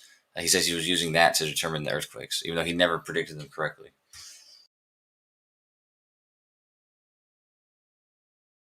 I hope, because Kosho is good at brushing this aside, I hope everybody understood what Kosho just claimed, right? I'm brushing anything aside. Exactly, Gummy Bear. Look what Gummy Bear just posted. Why do you keep ascribing this to Kosho as if it's something he suddenly made up today? Because I want to show you the ridiculous of your model. Look at that spinning. Look at that spinning in the middle there. This GIF is from NASA, so you can just ascribe it to NASA instead. There you go. Gummy Bear, what you just posted is a ridicule. Look at the one in the middle that's spinning. Is that what you believe? Yes. Do you believe this is from NASA? See, this is from NASA. Okay. I don't care where it's from. Is that what you believe? You believe that yours? Well, we clearly believe everything NASA says, and this is NASA. So, Gummy Bear, I'm going to ask you for one last time, and everyone's going to see that you're skirting the question.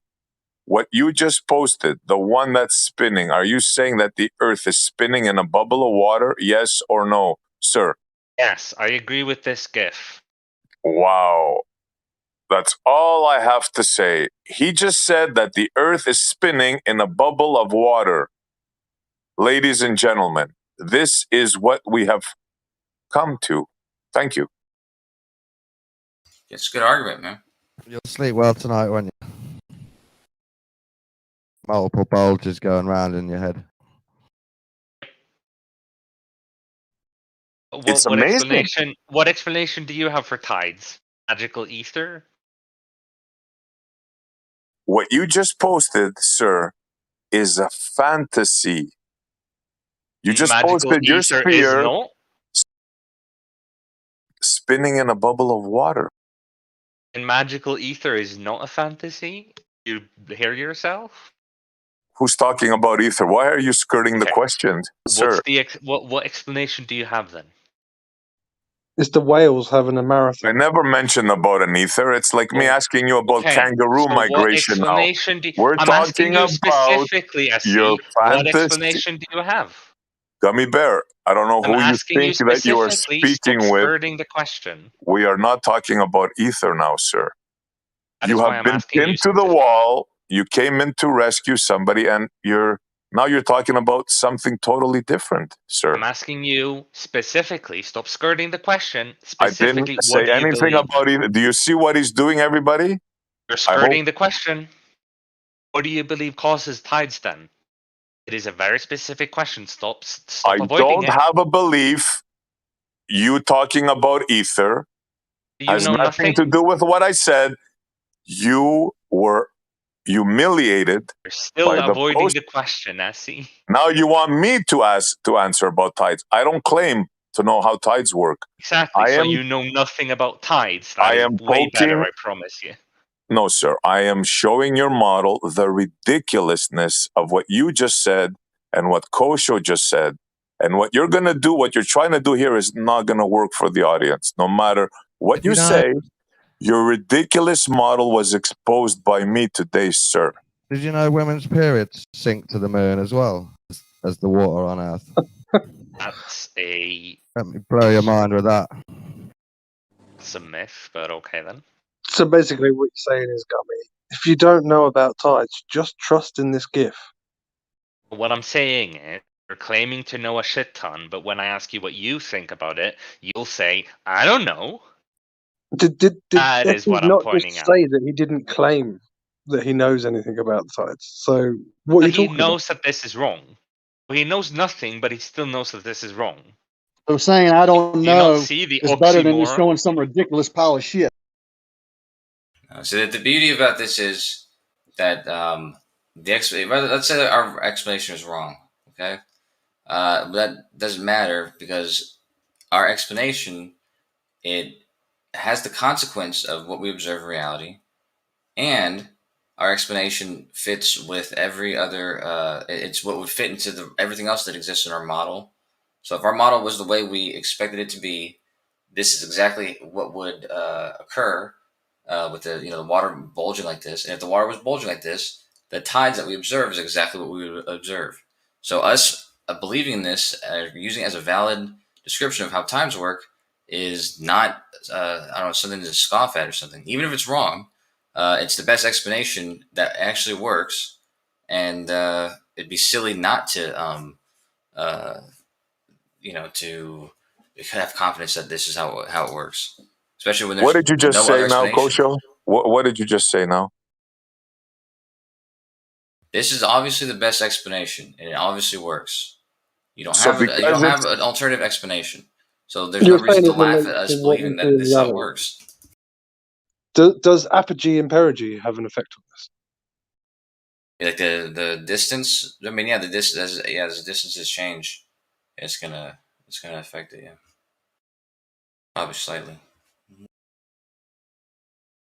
So for the record, you just said, and Gummy agreed with you, that we have a permanent bulge of water and the earth is rotating within it. I want the audience to understand that clearly. Well, if they want to understand it clearly, then don't assume that those are the words we said. We said is that there's a bulge that the moon is always creating on the earth, and then there's one that on the waters, on the oceans, on the earth. There's one that the sun is also creating, and the difference is I think the one the sun creates is 1/3 the size of the one the moon creates, and depending on the position of those objects in the sky, if they're on the same side of the sky or perpendicular, that's going to change the magnitudes of the tides that we're rotating through. They're So you just perpendicular. changed the story again. No, I've said that the whole time. I've said this the entire time. So That the if they're earth is not perpendicular, it's going rotating. to act one way. If it's on the same side, they're going to act another way. Yeah, but it still doesn't change the fact that you believe that there's a bulge, a permanent bulge on either I'm not side, calling it a and permanent that the bulge. earth rotates underneath it, right? Yeah, there's a bulge that the moon is always creating, yes, and that the sun is always creating, yes. So there's two. And There's a that the bulge earth created by the sun and rotates one created by the underneath it. moon, always. And that the earth rotates underneath it, like you said previously, right? The earth rotates inside of that bulge, yes. Perfect. Okay. Thank you. Perfect. What will you come up with next, Kosho? I think you should get some sleep, bro. Man. I wouldn't have been able to come up with this. Okay, this is just this is the understanding that I've learned about, and this understanding makes sense and it copes with the rest of my model. So I'm perfectly confident in accepting this as how tides work. Fine. Don't expect logical people to agree with you, though. That's all. Show me where the logic would tell you that something different would occur, given the model, my model. You're kidding me, right? You want me to show you where the logic fails, where there's a permanent bulge of water on either side, and that the Earth rotates underneath it? Like you want an explanation of why that's crazy, weird stuff. Given my model, why does this logically not make sense? Bro, if I have to explain it to you, I don't know what to say, man. This is almost, I don't know what's worse, the one that you said about the spaceship with the garbage and the permanent hole for peeing, or this one. I don't know which one is worse today, bro. Well, what's worse is that you just had the opportunity to substantiate what you're claiming, that doesn't logically make sense, but you admitted yourself that you don't have the words to do so. So I'm going to go ahead and render that as maybe it does logically make sense, and maybe you don't have a reason for it to logically not make sense. Only to you, sir. Only to you. Would you like to comment on the spaceship thing that you said earlier? Because this, I mean, we did it to death. I mean, what else can you say on this? I mean, I'd hate for you to miss the opportunity to put egg in my face and just show me how this logically doesn't make sense. But if you want to talk about something else, that's fine. No, I mean, if you want me to make more fun of you? I'll do it all day long, bro. I mean, I could do this all day. And stop running, SC. Come on. You want me to explain to you why it's a ridiculous notion that we have a permanent bulge of water and that the Earth rotates underneath it? Yeah, stop running. Do it. I'm not talking to you. You be quiet, Gummy. I'm talking to Kosho. What I said to you specifically was what you said earlier, which is to show that how this logically doesn't make sense. And I'm telling you, in the context of my model, this logically does make sense. Sure, in the context of your fantasy spinning ball, anything could make sense. But I could go and stand outside and I don't see no Earth rotating under a permanent bulge. Like I said, I can do this all day, bro. It's up to you.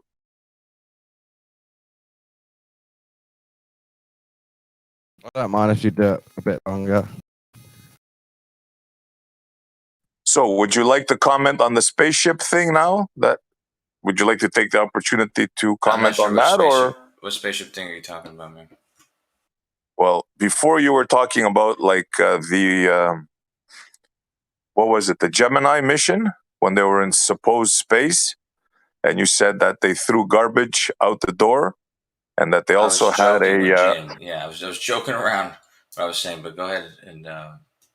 Well, were you also joking about the hole that they have for? No, I wasn't joking about that. No. For urinating, would you care to explain that? That's what I've understood. I think it was the Mercury missions, but yeah, they had a hole that it went outside the ship, and there was a valve that would open that hole, and they could put their dingling in a sort of. I think they could put it through a hose first, or they could put it directly out that hole, and then open the valve, and it would suck out or they would just start peeing. It would suck out their pee into space. And you believe this? It sounds like, I don't know, somebody would make that up. Yeah, I mean, I don't know. Pissing in the pool is not hygienic, guys. All right. No, but he's saying that there's a hole. Guys, you're missing the point here. He's saying that in the spaceship, there's a hole that you can stick your wee-wee and take a wee-wee right outside. That's what he said before. Well, it's clearly not what he's saying. There's a valve, and when you open the valve, it sucks everything out. It sucks it out. So you can be peeing when the valve's slightly open. It's not saying that you stick your wiener out into empty space. You're trying to save him again, Gummish. I think you shouldn't be talking in the stead of Kosho. Kosho can talk for himself. I think subtly they're saying fuck space. You're strawmanning the shit out of him, and I'm Not at pointing out all. the Hey, Gummy, ridiculousness. I have a video. You want to eat egg? I just posted. Check out my latest video where he says exactly that. I'd love to eat egg, yes. You will eat some egg once you see this video. You're talking about Because what knife in? Kosho, am I lying? Kosho, you have an opportunity to call me a liar now. Tell Gummy, am I lying about what I said? What'd you say exactly? You said before that there's, in the spaceship, there's a hole that you can stick your wee-wee in, and it's a direct access out. You can just wee-wee right outside. Did you say that or not? This is true, but that doesn't mean your dick is going outside of the ship. It's important to know that. Well, what do you mean? It's true, but it's not true. This tube has a direct connection outside the ship. When you open the tube, it's going to start sucking whatever's in the tube out the ship. Now you can put your dick in the tube and start pissing and open it, and it will start pulling it out. But So like it's not gonna space, pull your dick outside the ship. space gives you a blowy. Is that what you're saying? That's what I was alluding to earlier. But that's what he said, bro. And he even said, dick outside the ship. Riggs, I swear to you, he even said it could be pleasurable. Check out my latest I said video. maybe, yeah, because somebody said it might have been pleasurable. I was joking around with Jin. I gotta go pee right now. I'm telling you, bro. Check out my video if you think I'm lying, word for word. Yeah, I was joking. I said a bunch of stuff. I told Jin that they should have left Michael Collins at home, and they could have brought all this. What's so funny about weighing out of a valve on the ISS? No P November, Don. No P November. Well, that's what they asked him on the last question. Why he found it so funny? I mean, the stuff these guys come up with lately, man. I mean, you can't make it up. Nobody's on the ISS, but if there were, obviously they could design a valve that you can pee out of. It's the kind of NASA troll story that they make up, where if they were really on the ISS, they would have that. They would have a hole directly leading into outer space that your dick goes in. A valve that sucks the wee out of the bottom of the toilet. Bro, it's a hole and sprays it into outer space. Yeah. Don, listen, it's a hole in the ISS going directly to outer space, and your dick goes in the hole. I don't know if Kosho said that, but that's not what he said. That's what he said. Well, I heard Kosho say there's a valve. on this, so I can't take SE's word for it. He always So there's a tube. You stick your dick in a tube, and there's nothing blocking there's a direct line from your dick to outer space. It's in the way, right? No, like I said, no. There's a thing. It's just like whenever you can open up the valve on your mask, and it will suck the moisture out. It's not like your face has a direct. It's not directly being. It's not. There's not in a direct vacuum. It's just that they're letting the pressure out slightly, which is going to suck the moisture or the liquid out. But their dick is not. Kosho, you're changing the story, bro. Okay, if I had a fishing line tied to my dick, all right, could I get the fishing line outside through the tube hole? Shit, I don't know. Right. I have no idea how. You said the valve's open.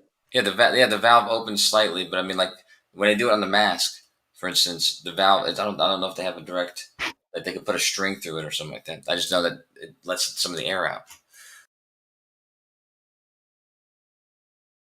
Okay, and if the air can get through, so what are you saying? I just don't. Are we filtering the pee as it leaves ISS? No. Oh yeah, the ISS maybe, but this is back in the Mercury days. Was this another Don Pettit demonstration? Don Pettit is my favorite astronaut. Before the solution, they were just pissing themselves. I'd pay for that. I would pay. They didn't have a solution before this. They would just pee on themselves. That's all they would do. Why don't you tell us what the final solution is again? Well, if you have a leak. Space diapers is the best solution. Kosho's got some final solution he was telling us about the other day. Space diapers. It's sheer ridicule, man. This whole thing is a joke. Listen, the guy's peeing. It's going outside, right? They open the valve. They got the pee, the dick in the hole, and the pee's going outside. Obviously, you could put a fishing line through it if the pee gets through, right? I wouldn't assume that. You wouldn't assume that? You think we're filtering the pee for I environmental don't have concerns? a clue on what this the filtration system or whatever it was. I read somewhere Dude, that the it was. pee's going outside. Why would they be filtering it? I read somewhere that there was basically direct, like it was there was no interface basically at one Bro, point. they're But not I think that filtering still pee. means that there's. I think that it still means it's just a slight valve. A slight valve could get all that pressure out of there. So this didn't come from the hole that they were plugging with their fingers, right? And then they just thought, "Fuck it, we'll use this as our toilet now." I guess it depends on the size of the dude.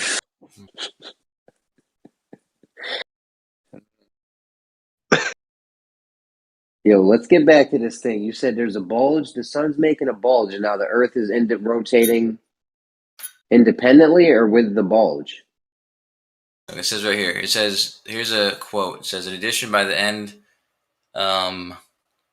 relying on air pressure. Well, who's calling me?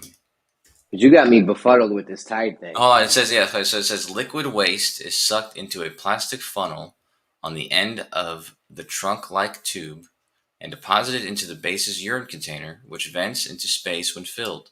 Outside, the urine sublimates and eventually turns into gas. It says Maybe you should astronauts have were read able to that. securely place cup-shaped funnel directly against their bodies, so no urine escaped.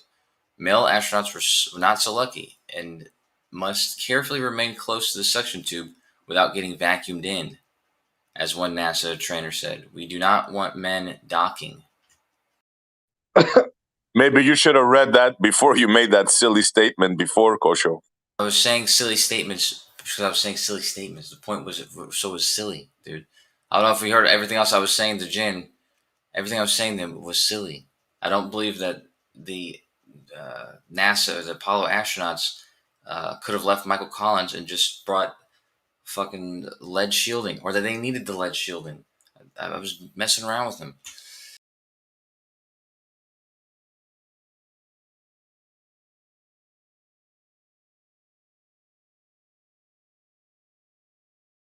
Well, Kosho, I gotta say one thing though, bro. You do entertain us, so kudos to you, and you're polite and everything. So Sometimes maybe.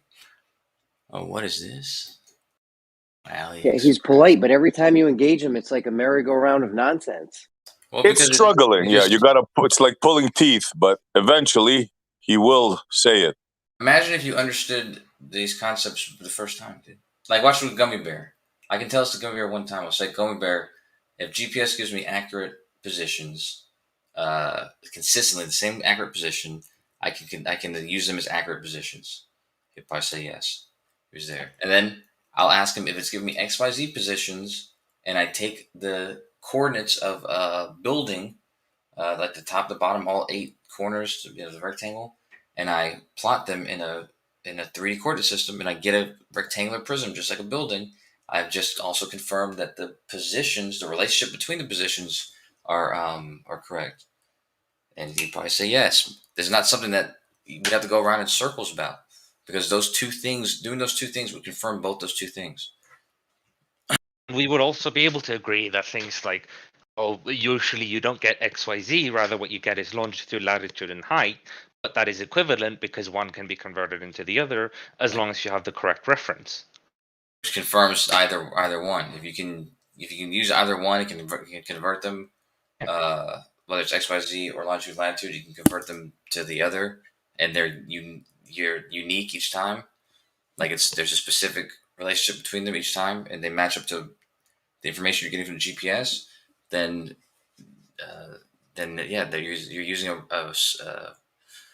you're using a solid reference frame, using an XYZ coordinate reference frame, with a sphere inside of it, which you transfer it to the spherical thing. But either way, you can use these points, and you can make lines with these points, and you can make whatever you want. You can measure 2 different points, and you can make a straight line with them.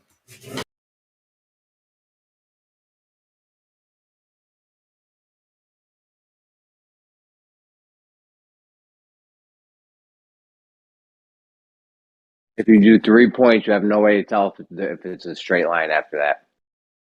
3 points alone. You have no way tell to you tell if if that's a your 2 straight line. points.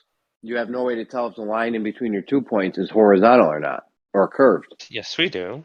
If you have 3 points, you can just connect the 2 outer points, and if the middle point doesn't fall in that line, then it's not a straight line.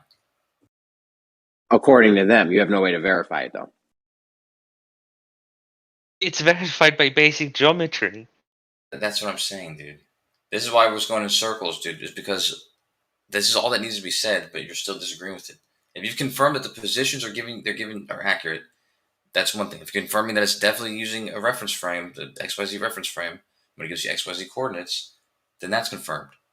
Now, anything you do with the 2 points that you measure in that coordinate system, you can use just like you would, geometrically. You can create straight lines or whatever. You have no way to verify if they're straight. Listen, vertically, yes. Horizontally, no.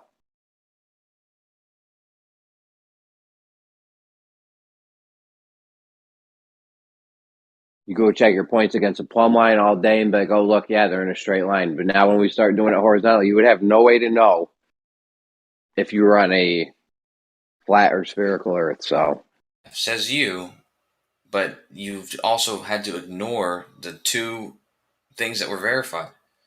The accuracy of the positions was verified, and the coordinate system that's being used was verified. There's no question anymore on whether or not the lines that you're creating are parallel in either axes. You know that that to any 2 points that you create, by definition, you're gonna have a straight line between it.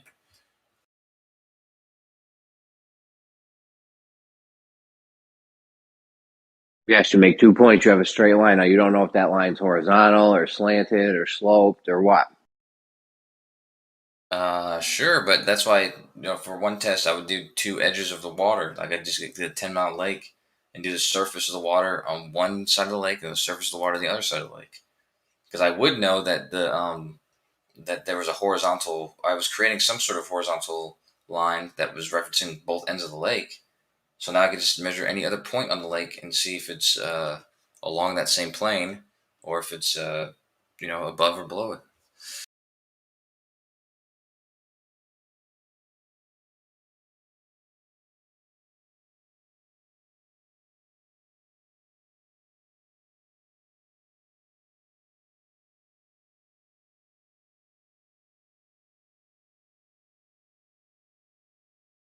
And I'll tell you though, I wouldn't just do that without also having some other thing, because obviously you're gonna have questions regardless of, so I'm probably also gonna get an auto level too. I'm not just gonna assume that the straight lines are, straight and all that kind of shit. I'm gonna have other confirmations. All right.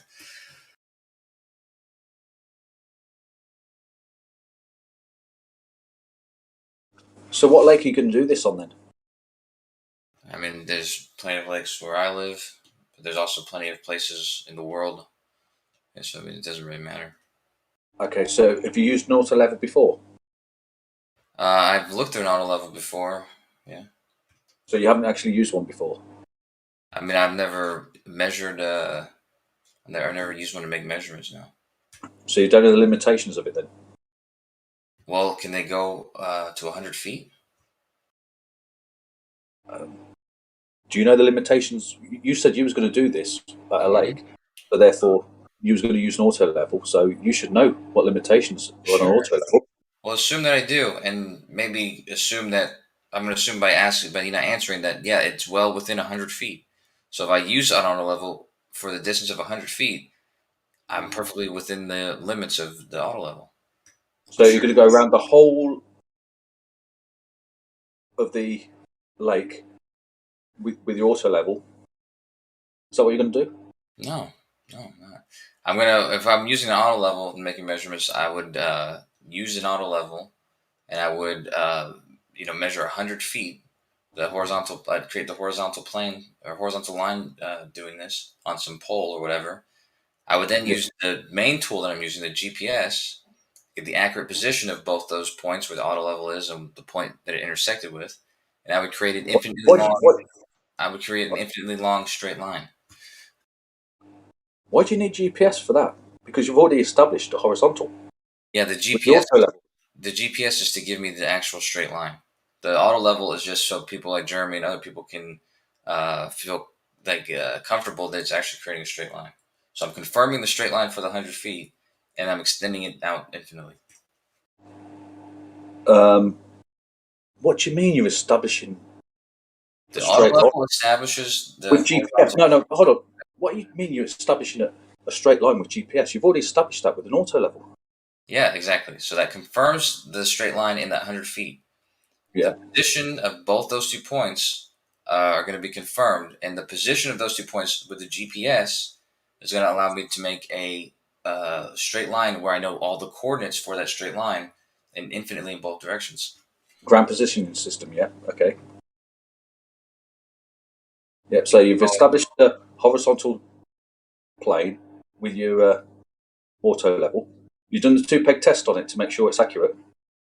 Sure. I mean, I do whatever test needs to be done to appease whoever has doubts about the.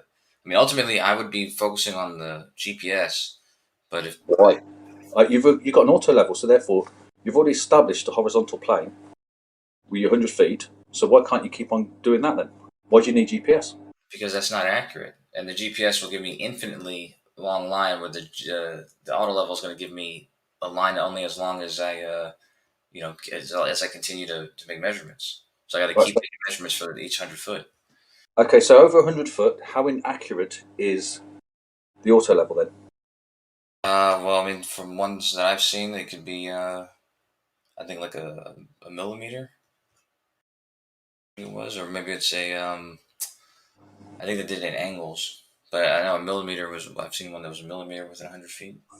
Yeah, they say arc seconds and all that sort of shite all the time, don't they? I've seen both, I guess, but a millimeter's fine. The GPS gives me an accuracy within a centimeter, so as long as it's within a centimeter. Also, a centimeter is more accurate than a millimeter. Well, no, the centimeter is the accuracy of the position, but those 2 positions can be 100 miles apart. Whereas we're talking about 100 meters, not 100 miles. Yeah, I know, but I'm talking about using the auto level to create a horizontal of 100 meters or 100 feet, and using the GPS to measure those same points and create a line that stretches out infinitely. Right, so 100 feet, that's, what is it, 30 odd meters, isn't it? Just over 30 meters, which is well in the accuracy of an auto level.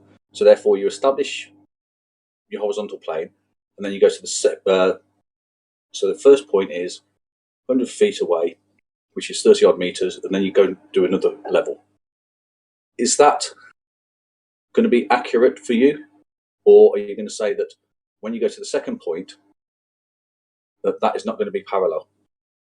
It's not going to be continuous.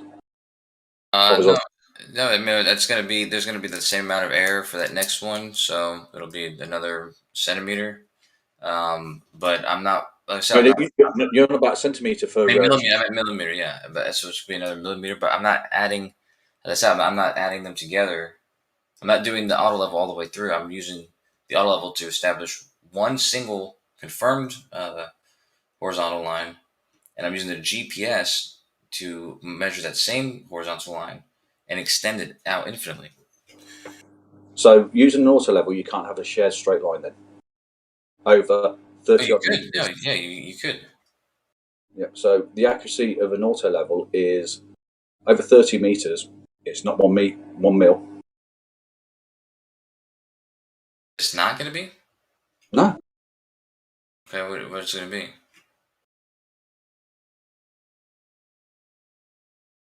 Look it up. As Paid Nashi Shield would say, use Google. Because that's what he covers. When I saw the one I saw, I think it said 1 millimeter, but I think that was for 100 meters. Yeah. Well, you're doing a third of that. Well, yeah. Well, then 100 meters then for the accuracy. No. You started off with 30 meters, so we're coming with 30 meters. Sure. Well, then I'll use whatever accuracy it has for that. I'll just assume it's a millimeter or within a millimeter, but I mean that would be a correct assumption. But I can just change it to 100 meters. But either way. No, we'll do over 30 meters because that's far more accurate than anything. Sure, yeah. 100 meters. So that's fine. Then I'll do it So within all 30 the way meters. around, all the way around the lake. So therefore, you've got the height all the way around the lake. You've established a horizontal plane. And what are you going to do from there then? Use your. Well, I'm not going to do that. I'm gonna measure just the 30 meters, create the line, measure the GPS at both where the auto level is and where the marker was, and then take those two positions to create an infinitely long straight line that intersects both those two positions. So you're not actually going to physically check it. You're just going to do calculations on it. No, I'm going to measure it using both those two techniques, and then I'm going to, once I create that infinitely long straight line, I'm going to measure other points along the lake, like in between two ends of the lake. I'm going to measure the distance from that line that I created at all points of the lake, and see how much the water is curving away from horizontal. You can do a lot of things with an infinitely long straight line.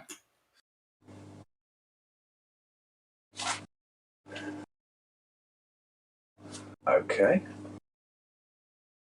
The auto level is not going to be. It's not used for anything except for to confirm that it's making a straight line from those 2 points. Sorry, say that again. Auto level is only going to be used to establish a horizontal, like a straight line between those 2 points, that 30 meters.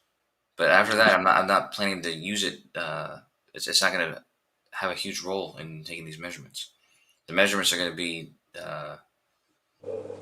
mostly done with the GPS.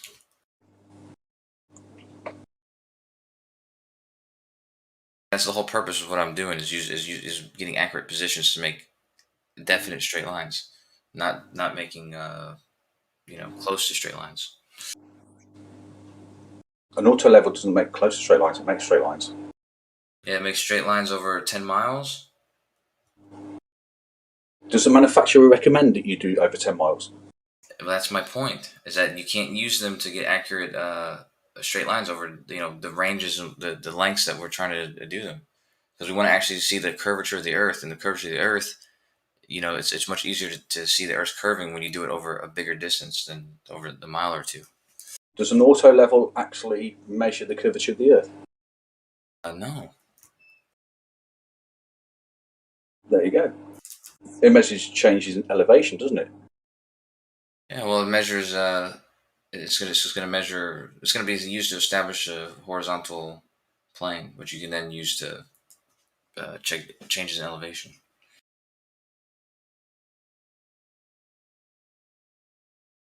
So you're going to establish a horizontal plane over 30 meters, and then you're going to use GPS to look for the curvature of the Earth. Is that what you're saying?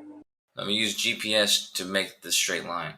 I can use the straight line I created with an auto level, or I can just create a straight line with a GPS without the auto level. But regardless, it's the GPS that's going to give me the straight line that I'm going to use to reference the Earth with. And how accurate is the GPS? Well, the positions that you can get are less than a centimeter accuracy. Yeah, so you're going from a millimeter to a centimeter. Well, no, the centimeter accuracy is the positions, and if you have a position of a centimeter accuracy for 2 points that are 10 miles apart or 100 miles apart, you're creating a straight line, a very thin straight line. The straight line would be would have a radius. The line would have a radius of that of that precision or of that accuracy. So if it's 1 centimeter, it's going to have a 1 centimeter radius line that goes from one end to the other. But that's still a straight line, with that thickness. So you say a centimeter accuracy or inaccuracy. Is that on the X, Y, or Z axis? The inaccuracy. It's like I said, it's a radius. So that the point that's measured, if it's a centimeter accuracy, then there's a radius around that point where the position could actually be. It's somewhere within that sphere of positions. But that's what I'm saying. If you connect these two spheres of positions over 10 miles, you still end up with a straight line. It's just a very thick straight line. So where's the inaccuracy? Is it on the X, Y, or Z axis? It could be on any or all three. That could be on all. That's what I'm saying. That's why you'll end up with a position, and the 1 meter inaccuracy, or the 1 centimeter inaccuracy, is going to make a sphere around the whole position. So where does this inaccuracy start then? What do you mean, where does it start? Because the further you go out, then it's inflated, isn't it? Because if you've got 1 centimeter, so like 1 mile, and then at 2 miles, it's bigger, isn't it? No, it's 1 centimeter from the position, like whatever position you measure, the accuracy is within 1 centimeter of that position. So it doesn't get bigger as you get further away. The point that you actually measured is within that sphere, that 1 centimeter radius sphere of what was measured.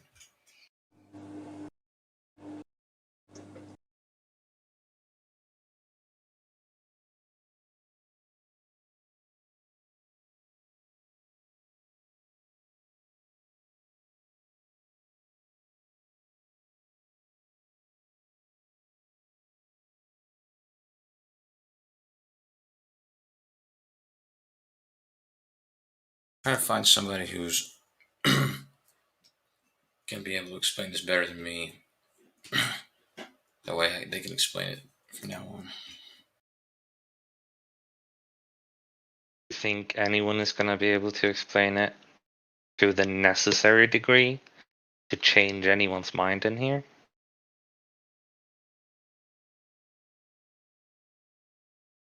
When you put it to that standard, I don't expect anybody's mind to be changed, but it's not about, honestly, to me, it's not even about proving the Earth being a globe.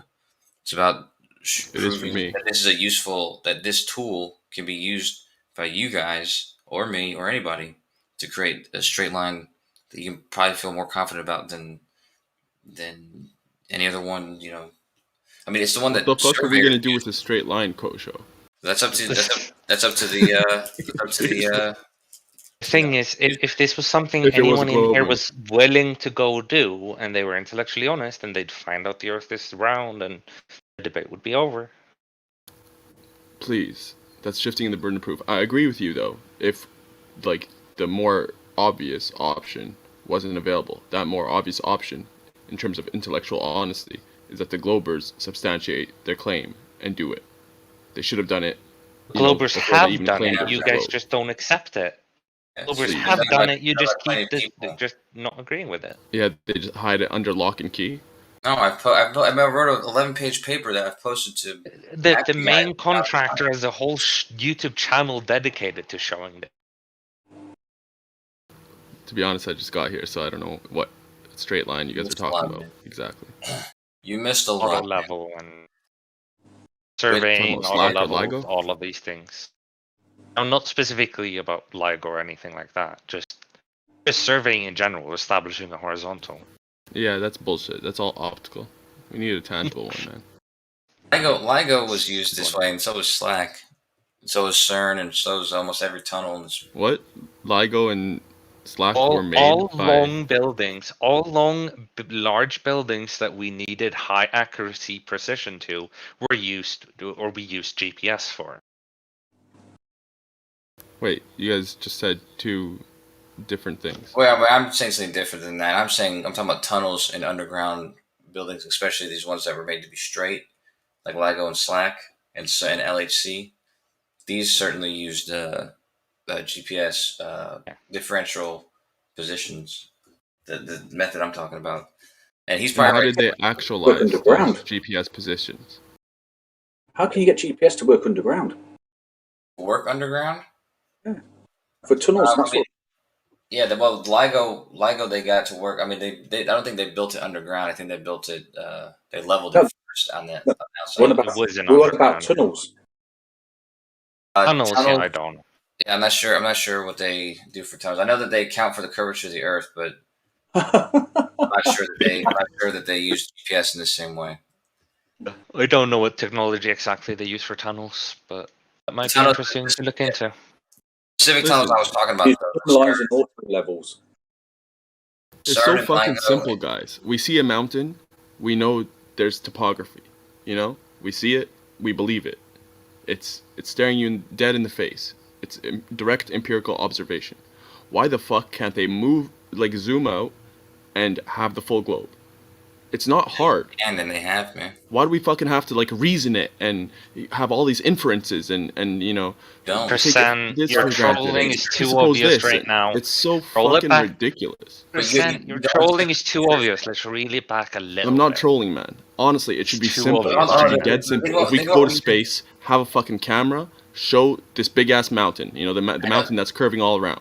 But you're claiming that that doesn't exist. We have pictures from 10 minutes ago of the Earth, but you just won't accept them as real. That doesn't mean they Uncut, don't live exist. streamed, yo, like it's simple, man. Again, it's not hard. There's 12,000 they claim satellites. Just have one with an uncut live stream camera. All it needs to do is pan up or pan down as it's going up into the sky and see the full globe from the horizon. It's not fucking hard. Yeah, a second ago you just said you just wanted to see it from space, which Man, you know exists now. But now you you're know saying exactly what I mean. I've said it before. You want to see it uncut from the launched to space. You know exactly what I mean. I've said it Why- time why- and time why again, would, man. Why would they try and build something like that just because you're saying you require it? It's not hard. They have pictures. Yeah, actually, it is. It is hard. When you're taking Just something like that the goes fucking, far like- away to see the entire Earth, Yo, and listen. you want a camera on it when that's not even going to be on the outside Kosho, of the ship. the like, what's the word? The intriguement? No, there's a better word for it.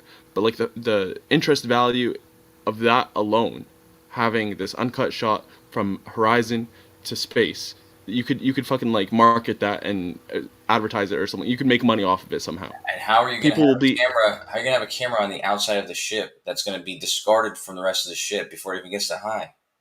What? There's different stages to a craft that's going that high, and that the part of the ship that's on the outside of the. How the fuck did Elon Musk do it? He attached. He didn't start it from the ground up. He started it from when it was in space. Okay, so we could have one like from the part that stays, the top. I don't know what it's called, the module or what have you, and you just have it from there. Why is that? Why does it have to be on a booster that gets released? Why are you making it more difficult? Because we have this kind of footage. You just always deny it. No, that footage does not exist, Gummy. You know this. That footage isn't open to the outside of the. I mean, to the. Are you talking about like the top part of the ship? Some part that Usually doesn't when- get released.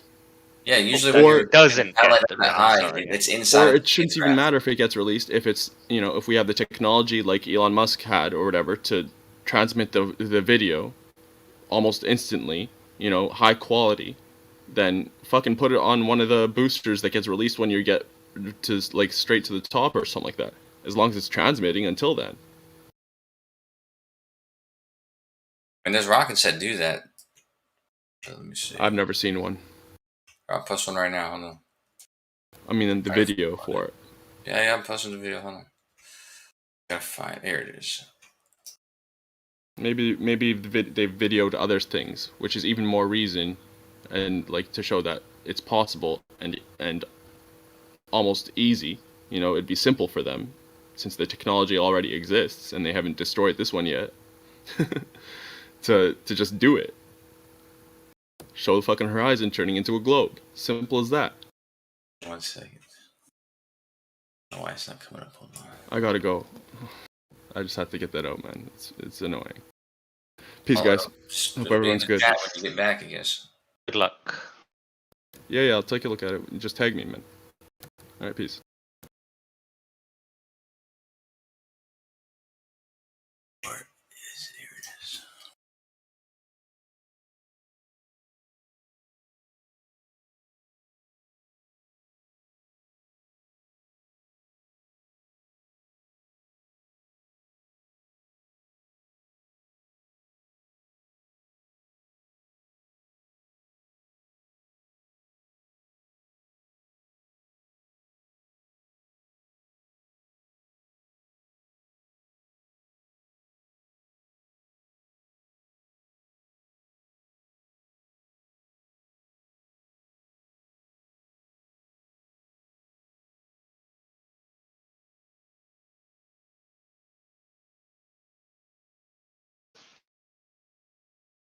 Easy day.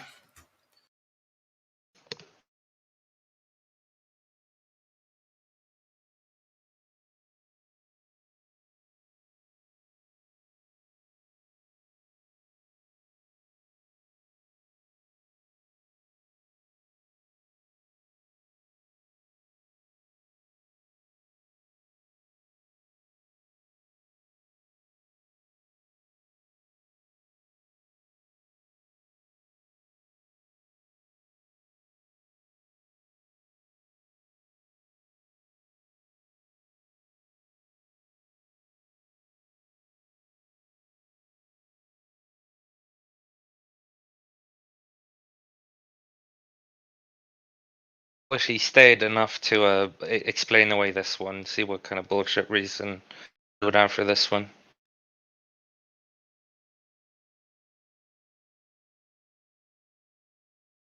You know, maybe the not the rectangle, the orange lines. They prove that it's been edited. There you go. 5 times speed. It's too fast. Can't be accurate if it's 5 times speed.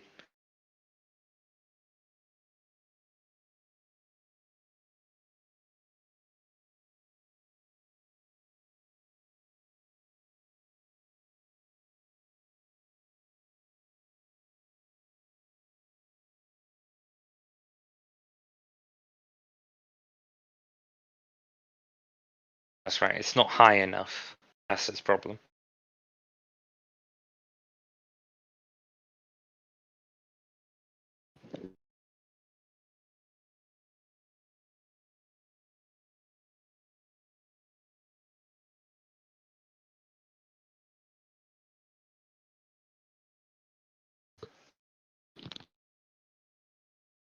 You know, at the end of the day, Gummy Bear, that GPS thing, like I said, the only purpose is maybe to give them a method to make the straight line, but the truth is, there's no real argument to get them to accept it as making a straight line.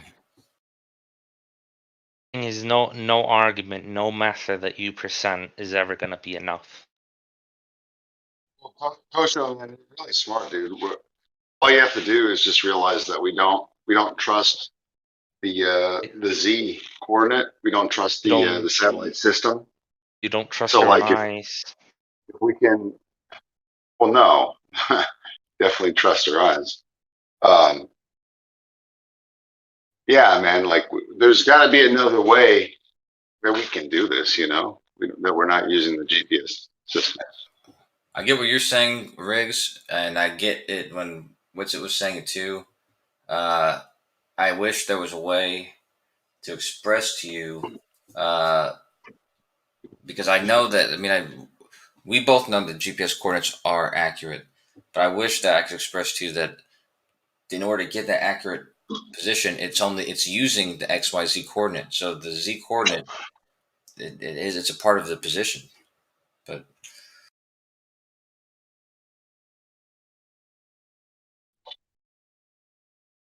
Look, I understand that GPS is functional, but it presupposes a model, you know. But it presupposes and then it works out correctly. Like you can say, Yeah, yeah, but it presupposes, but why does it get the correct result when it presupposes something? I'm So you not. get a result. I would even say it doesn't presuppose a model, but that's also But hard to do. even if it does presuppose the No, but globe, why does it give a real result? It doesn't though. That's the problem. Whenever I did it and I collected XYZ data for all those different points, I didn't put it in reference to a globe. I just plotted them in 3D space. yeah, I know. And it Yeah, plotted. I know, man. But you have to have a basis for the Z-axis. I mean, you have to have the origin. I mean, the main thing, the main argument, like we were saying earlier, about it would have to reference the origin point that is also the center of gravity or whatever. But we don't agree that there is the center of gravity. We don't agree that like they're making the orbit around the Earth twice. You know. I don't know, man. I just, So, like I like, said, if there was only a way to substantiate that, or to show that that's what it's doing. But if you were to collect the position of any one satellite throughout the day, its position is going to change in the shape of a circle. You know, but that's the Same point if where you you say move that. along the surface of Earth over a long distance, GPS XYZ will be plotting along a circle.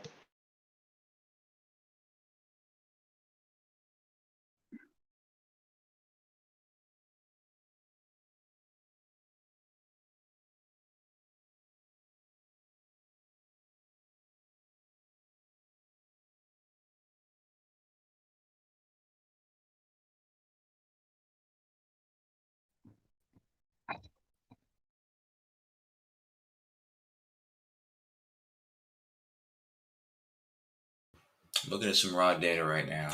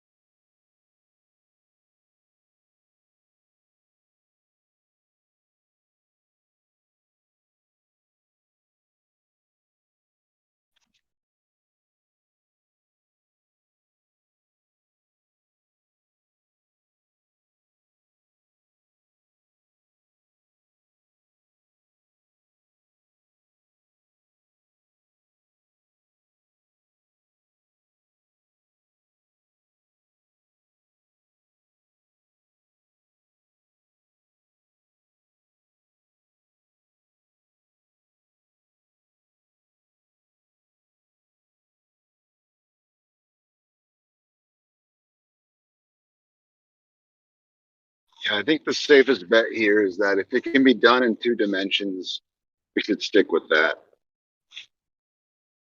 Because anything more than that's just kind of begging the question or leaves interpretation open to speculation. Just get some raw 2 dimensional points, and see where the triangles go.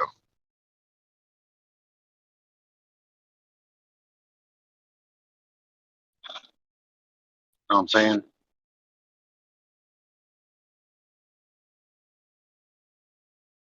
I mean, if it can be done with 2 points, we should just stick with that.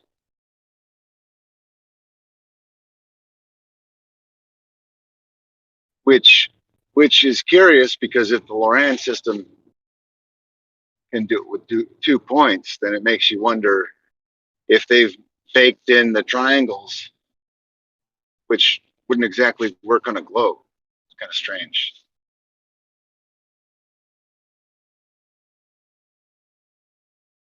Kind of strange. You'd think after 200 miles of a Loran coordinate, you'd have quite a large section of error that would have to deviate.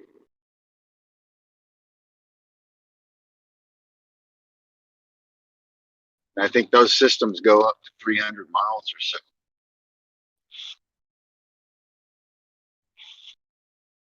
How they're going 300 miles around a curve, I'm not exactly sure, because outer space is not even that whole distance.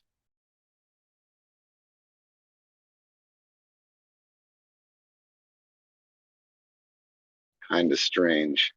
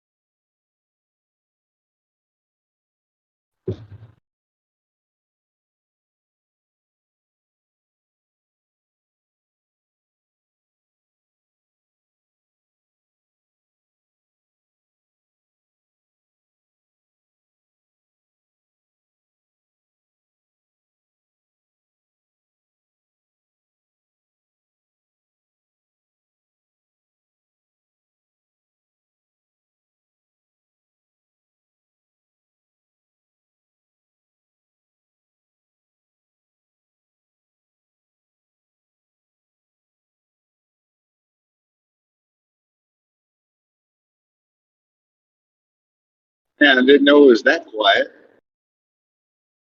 Pretty fucking quiet in here.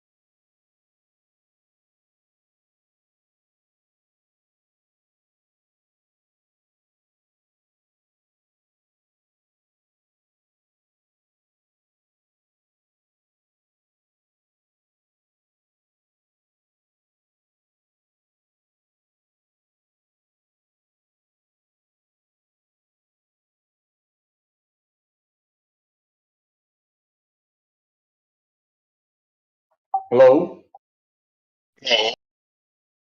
It's quiet? Who goes there? Hello? It's never this What quiet. up, Mike? How you feeling today, Extremistus? I'm feeling like it's a globe. You would, Oh, yeah. wouldn't you? So you But I need could some be medication, wrong. I could be wrong. Fair enough. Oh, no, you need some medication for sure. No doubt. Yeah, you haven't had your 10th booster yet. There I'm you go. day drinking a little bit. Need a few more boosters. Booskies. That'll fix you right up.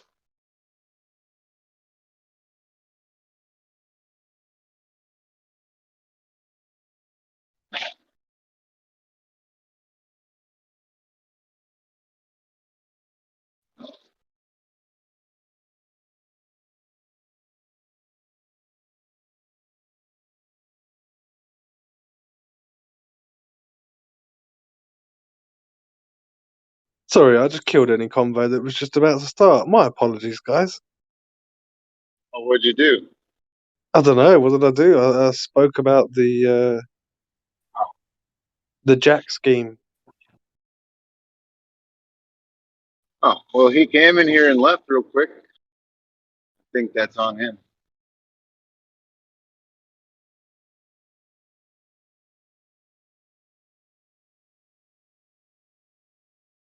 No worries.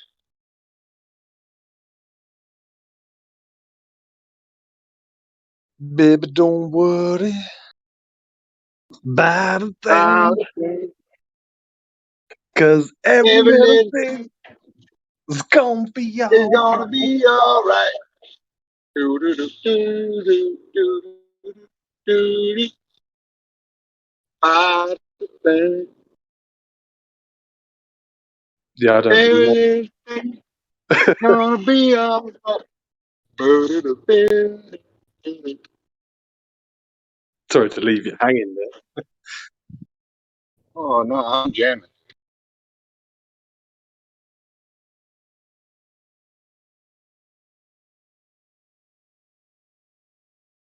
Yeah, now we just need to play We Be Jamming.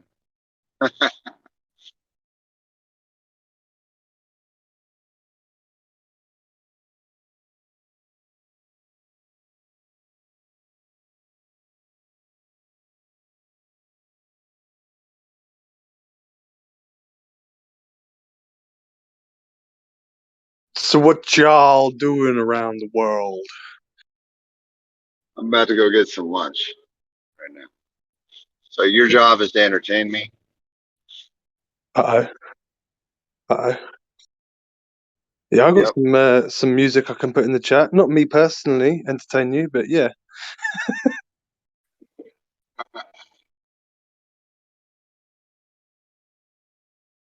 It's coffee time for me. Oh man, I'm scared of coffee. Last time I had coffee, I was up for 2 days. I'm way too sensitive. I think I get more of a boost from the amount of sugar I have in my coffee. Yeah, I gotta chill out on the coffee. That's for sure.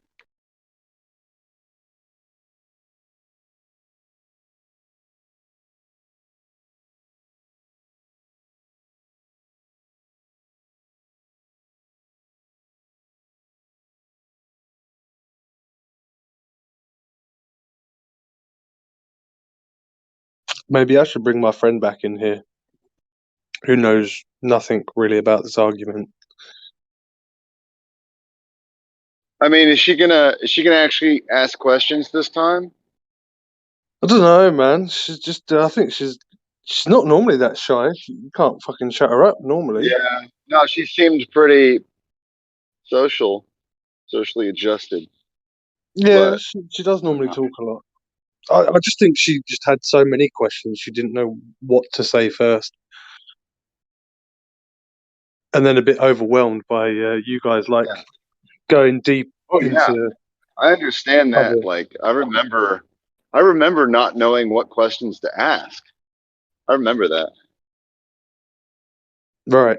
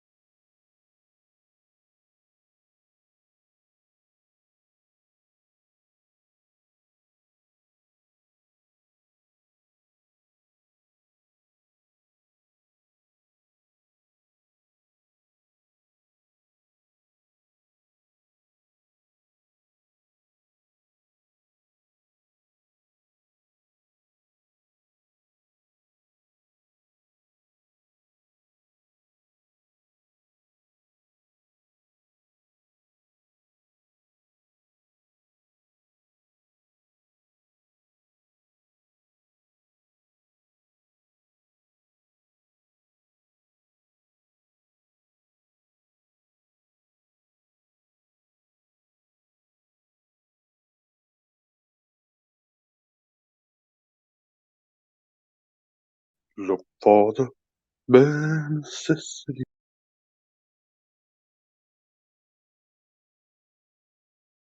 Don't worry about.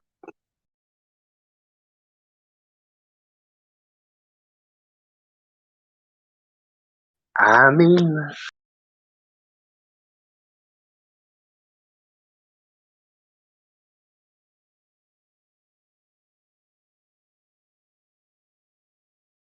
dabba-dab-doo-dah.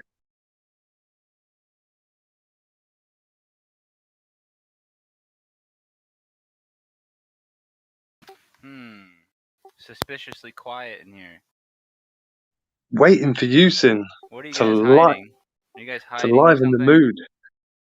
Yeah, we were hiding you. You guys are gathering here like it's some sort of crowd. What's happening here? Must be a new NASA launch. Ah.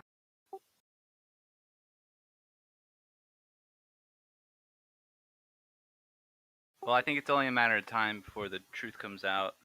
You know what I mean? There's been a lot of people putting a lot of hard work trying to expose what's happening. You know what I mean? It's only a matter Yeah, of time. there's a fresh old building.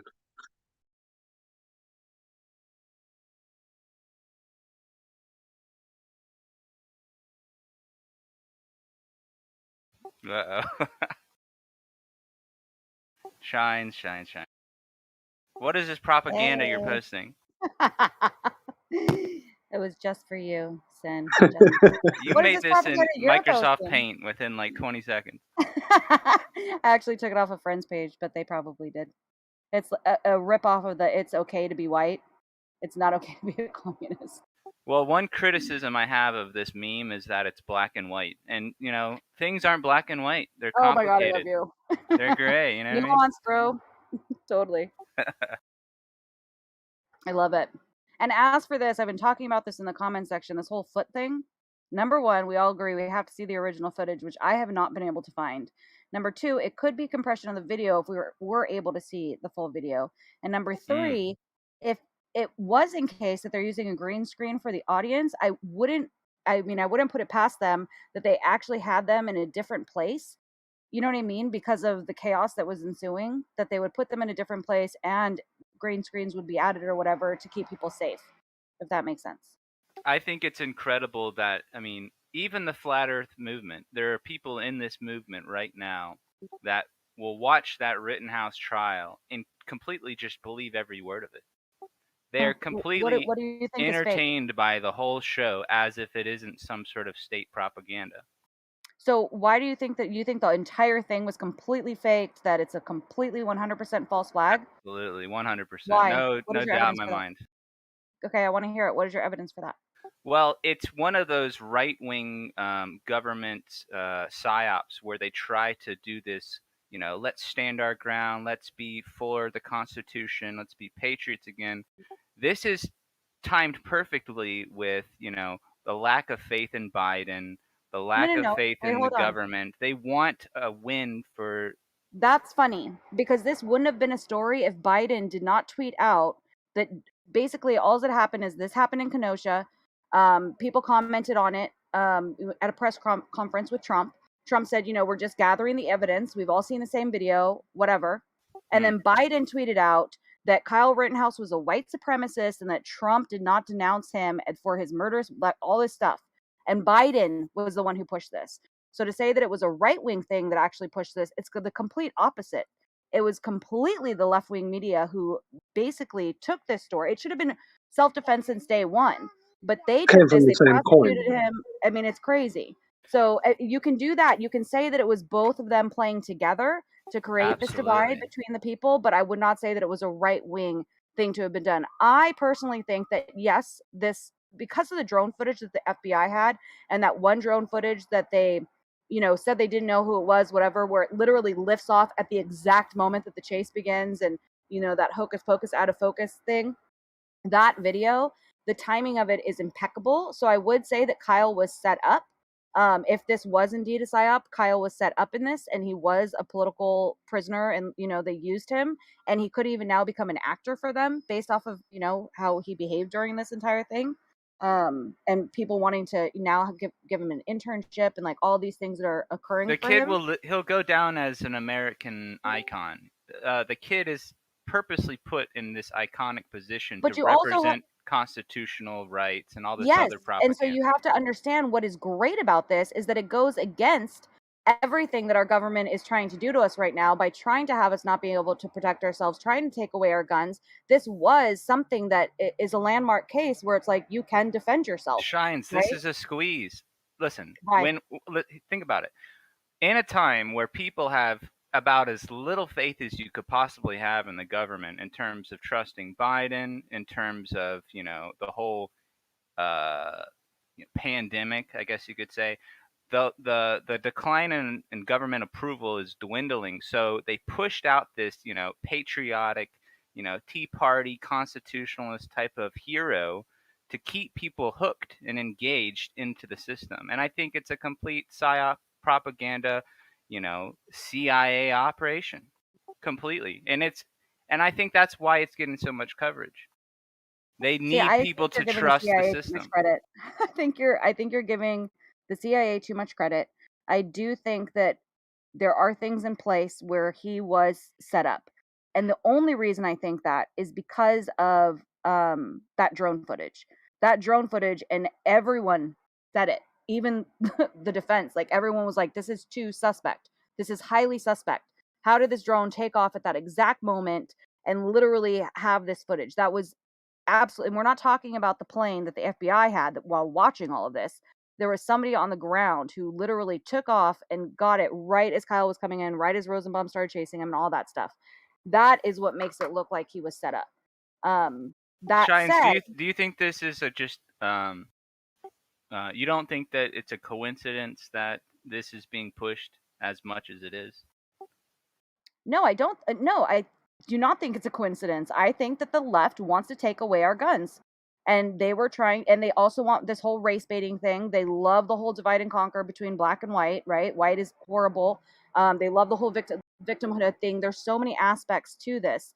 But if anything, it was the left that perpetrated this, and it was the left that came after him. And it was the prosecution literally prosecuting somebody when it says in the charging documents that he was being attacked. Like But what they did, this Shines, is like a complete injustice on all accounts. here's what's the biggest injustice is that when the Rittenhouse, when he was he's not guilty, right, on all counts. That when people see something like that, they have more faith in the system. They say, "Oh, there is justice in America. We aren't the No, most that's not true at imprisoned all. population on earth." No, They that's not forget true at about all. all the That's not what people problems are saying. because of this one little TV show court case. Nope, that's not what people are saying. People are saying that it's like, thank heavens that he did get off. Most other people would not have let him off, and it was an injustice that he was ever brought to court. That this can happen.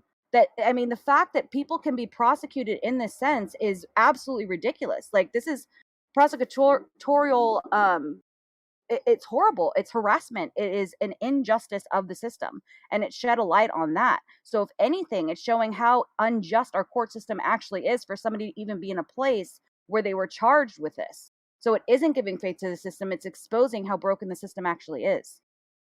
Well, there's one of two conclusions that I think you can draw. Either you support the system or you say fuck the system altogether. And the outcome of this case gave more people faith in the system, which encourages and perpetuates it. And I don't know if that's a good thing. See, and you just said that you didn't like black and white, that there's a lot of gray area. Now you're making something completely black and white. And from what I know, people on the left are upset because they don't understand the facts of this case or the facts of anything and are completely misstating every single thing that has happened. And then the people that are on the other side, no matter what, if they're a Democrat or in the center or right, or it doesn't matter, people who actually follow this case are literally saying that this was a complete injustice for it to happen ever in the first place, and that there's something wrong with our justice system. So I'm just not seeing the same thing you're seeing. Well, what if the guy, what if it was, what's that guy who got killed during it? There was a couple of them, but There was one There's guy who was, um, you know, not. He was probably a liberal, right? He was probably some they all Antifa were. guy, right? What Yeah, if it was he was the Huber, guy that Rosenbaum, was shooting cops or something? well, that's People would different. say That's this not is a bad thing, but you yeah. know, That's not self-defense. You don't just go out and shoot cops. Like, that well, is a bad thing. That would be a righteous thing to say. well, if you were anti-government, if you were, the system is, I don't even know how many laws there are in this system anymore.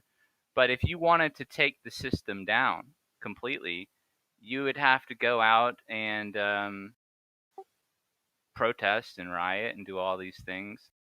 But if you were for the system, you know, I don't know. I just get so pro. It's like so pro system kind of thing. Yeah, I don't think it's pro system whatsoever.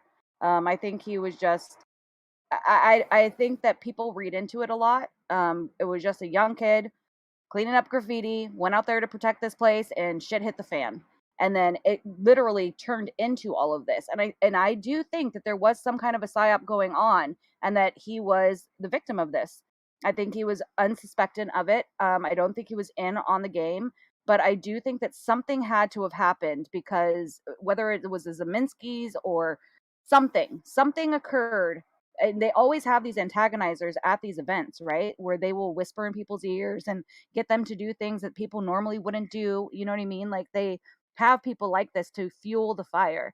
And I think that they had people there that was committed, and then they used him as a political prisoner and ruined his life for a while. And now he might just as well become one of the actors. Who No, knows? yeah, I think it's Shines. nuance. I've been asking people that think the whole court case was a win in their mind. I've been asking them, how long do you think it'll be until this kid starts selling T-shirts?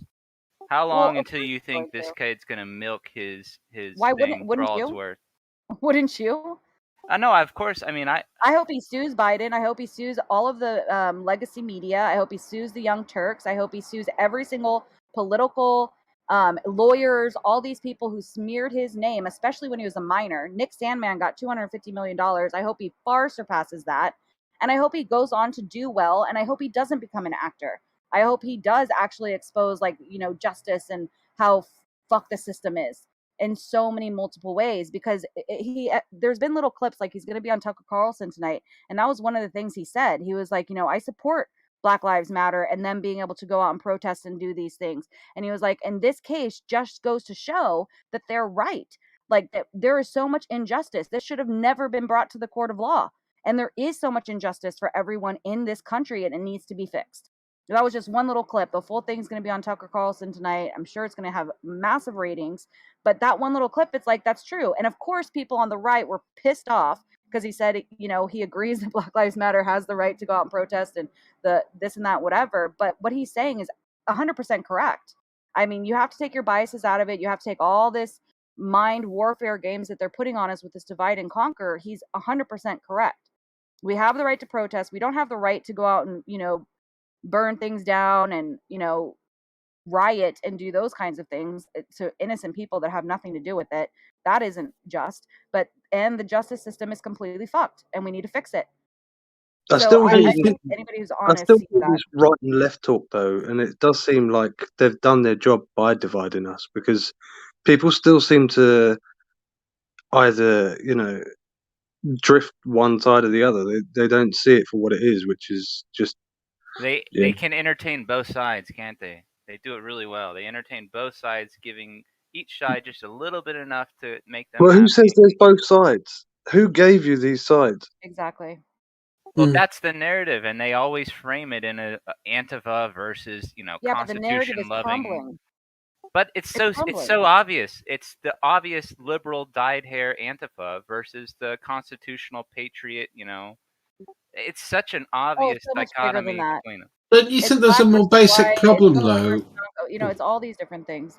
They're dividing us in every single possible way that they can, and the more that they it's just all they have to do is keep talking. Like, they are literally exposing themselves more and more, and it's either that they're completely dumb or they're trying to lead us in some direction that I just haven't seen yet, because more and more people are waking up every single day, every How day, would every headline that they come out with.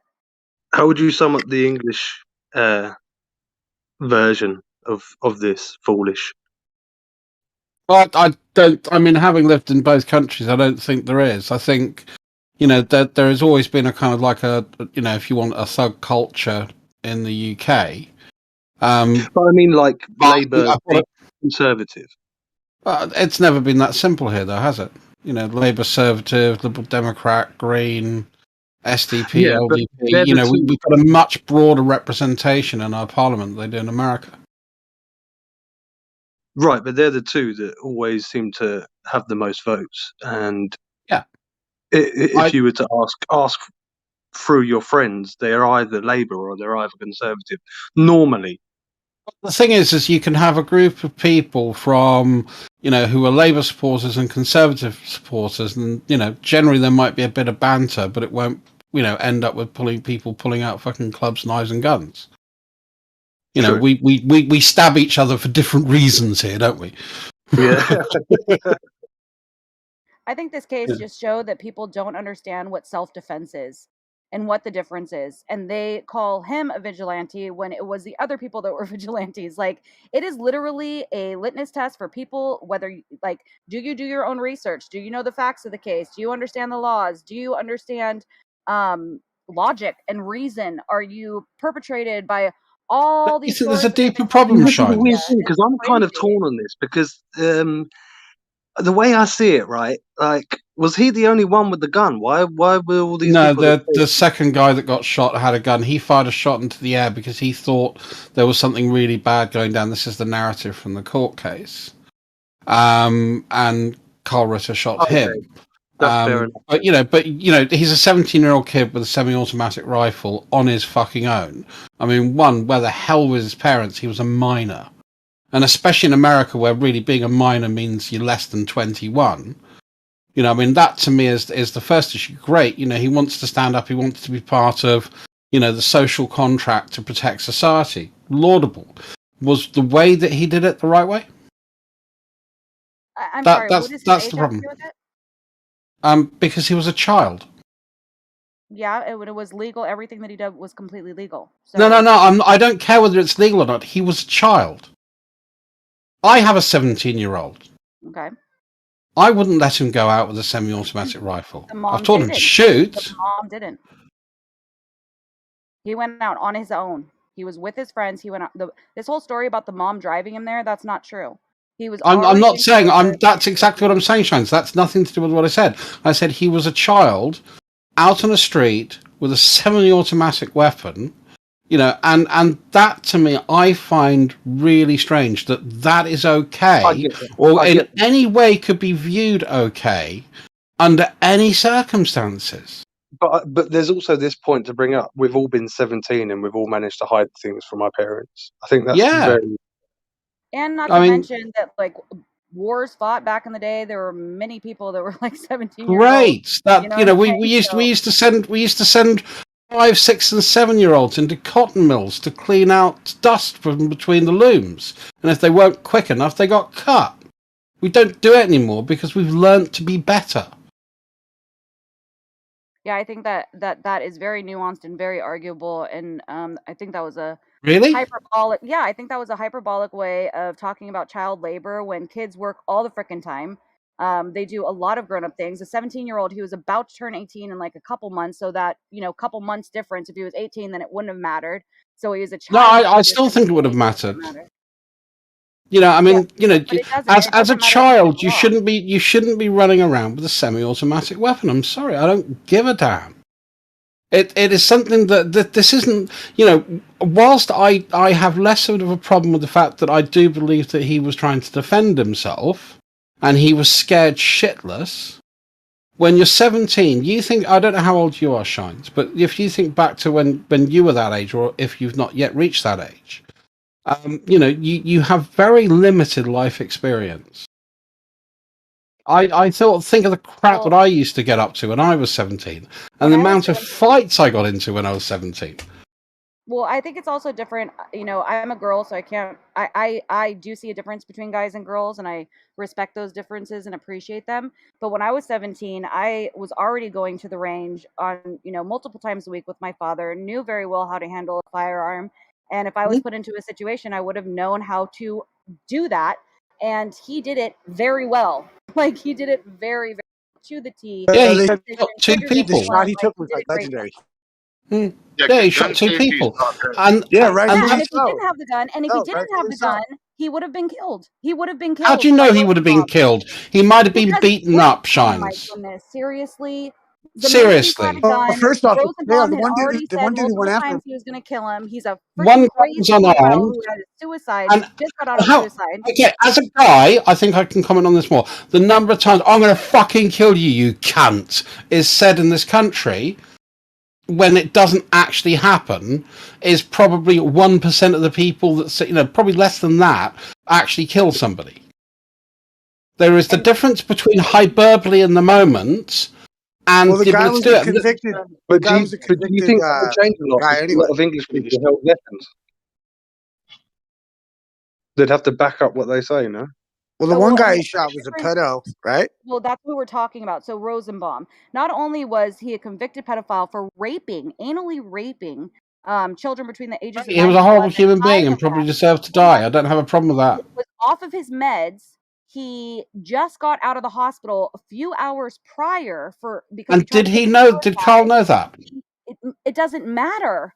When you have somebody coming after you that is that enraged, literally burning shit on fire, coming after people with chains, doing shit all night, and has said multiple times that evening, if I catch you alone, I'm going to kill you. If he caught him alone in that moment, I bet you $1 million it wouldn't have come out. And the Zeminskis had a gun and was chasing him after as well. So, I mean, See, it's quite strange because I actually agreed with Foolish before he told me that one of the other guys actually had a gun. Because if they were literally just coming to beat him up, like a beating, that kid getting a beating is better than two people dying, right? But the fact that one of them shot, I think, is kind of alarming enough for the kid to then, you know, use his firearm. Because if it was them just coming to beat him up, like, it's so much better than two people dying, isn't it? Yeah, I mean, the other thing that I feel for is I feel for that kid. He's killed two people at 17. You know, I've severely injured a couple of people in my life, and it's some of that shit still haunts me. Yeah, and fuck. Yeah, I mean, fuck knows what it's like to actually kill another human being. he has PTSD from it. I mean, he was puking like crazy. He is diagnosed as PTSD. He's going to live with this for the rest of his life. He didn't want to have to do this. It was a clear-cut self-defense case. And we can squabble and squibble over all the little details of shoulda, coulda, wouldas, but I'm glad that he Well, was you'll armed do in the that shoulda, woulda, moment. couldas. I'm the only one doing shoulda, woulda, couldas? Yeah, I just said that I find it amazing that a 17-year-old child, is out with a semi-automatic rifle. You agreed that it wasn't something that he did with the consent of his parents. He put himself in a fucking stupid situation as a child. I said that most 17-year-olds have very limited life experience. And then, you said, well, this guy was a pedo, this guy was that, this guy was t'other. And yeah, I mean, great. He put himself into that situation and he's ended up killing two people. I'm not talking about the right or wrongness of the verdict. I just feel sorry for the poor kid. I can't imagine my 17-year-old going through that and the emotional impact that that would have on him. That's what I'm saying, Shines. No shoulda, woulda, coulda. Yeah, it's rough on him. My daughter shot a man.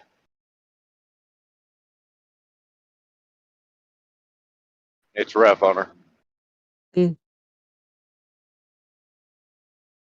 This whole thing about Reckoner, who, by the way, blocked me, and so I can't respond to anything that he's saying. He keeps saying that precedent has been set by this case.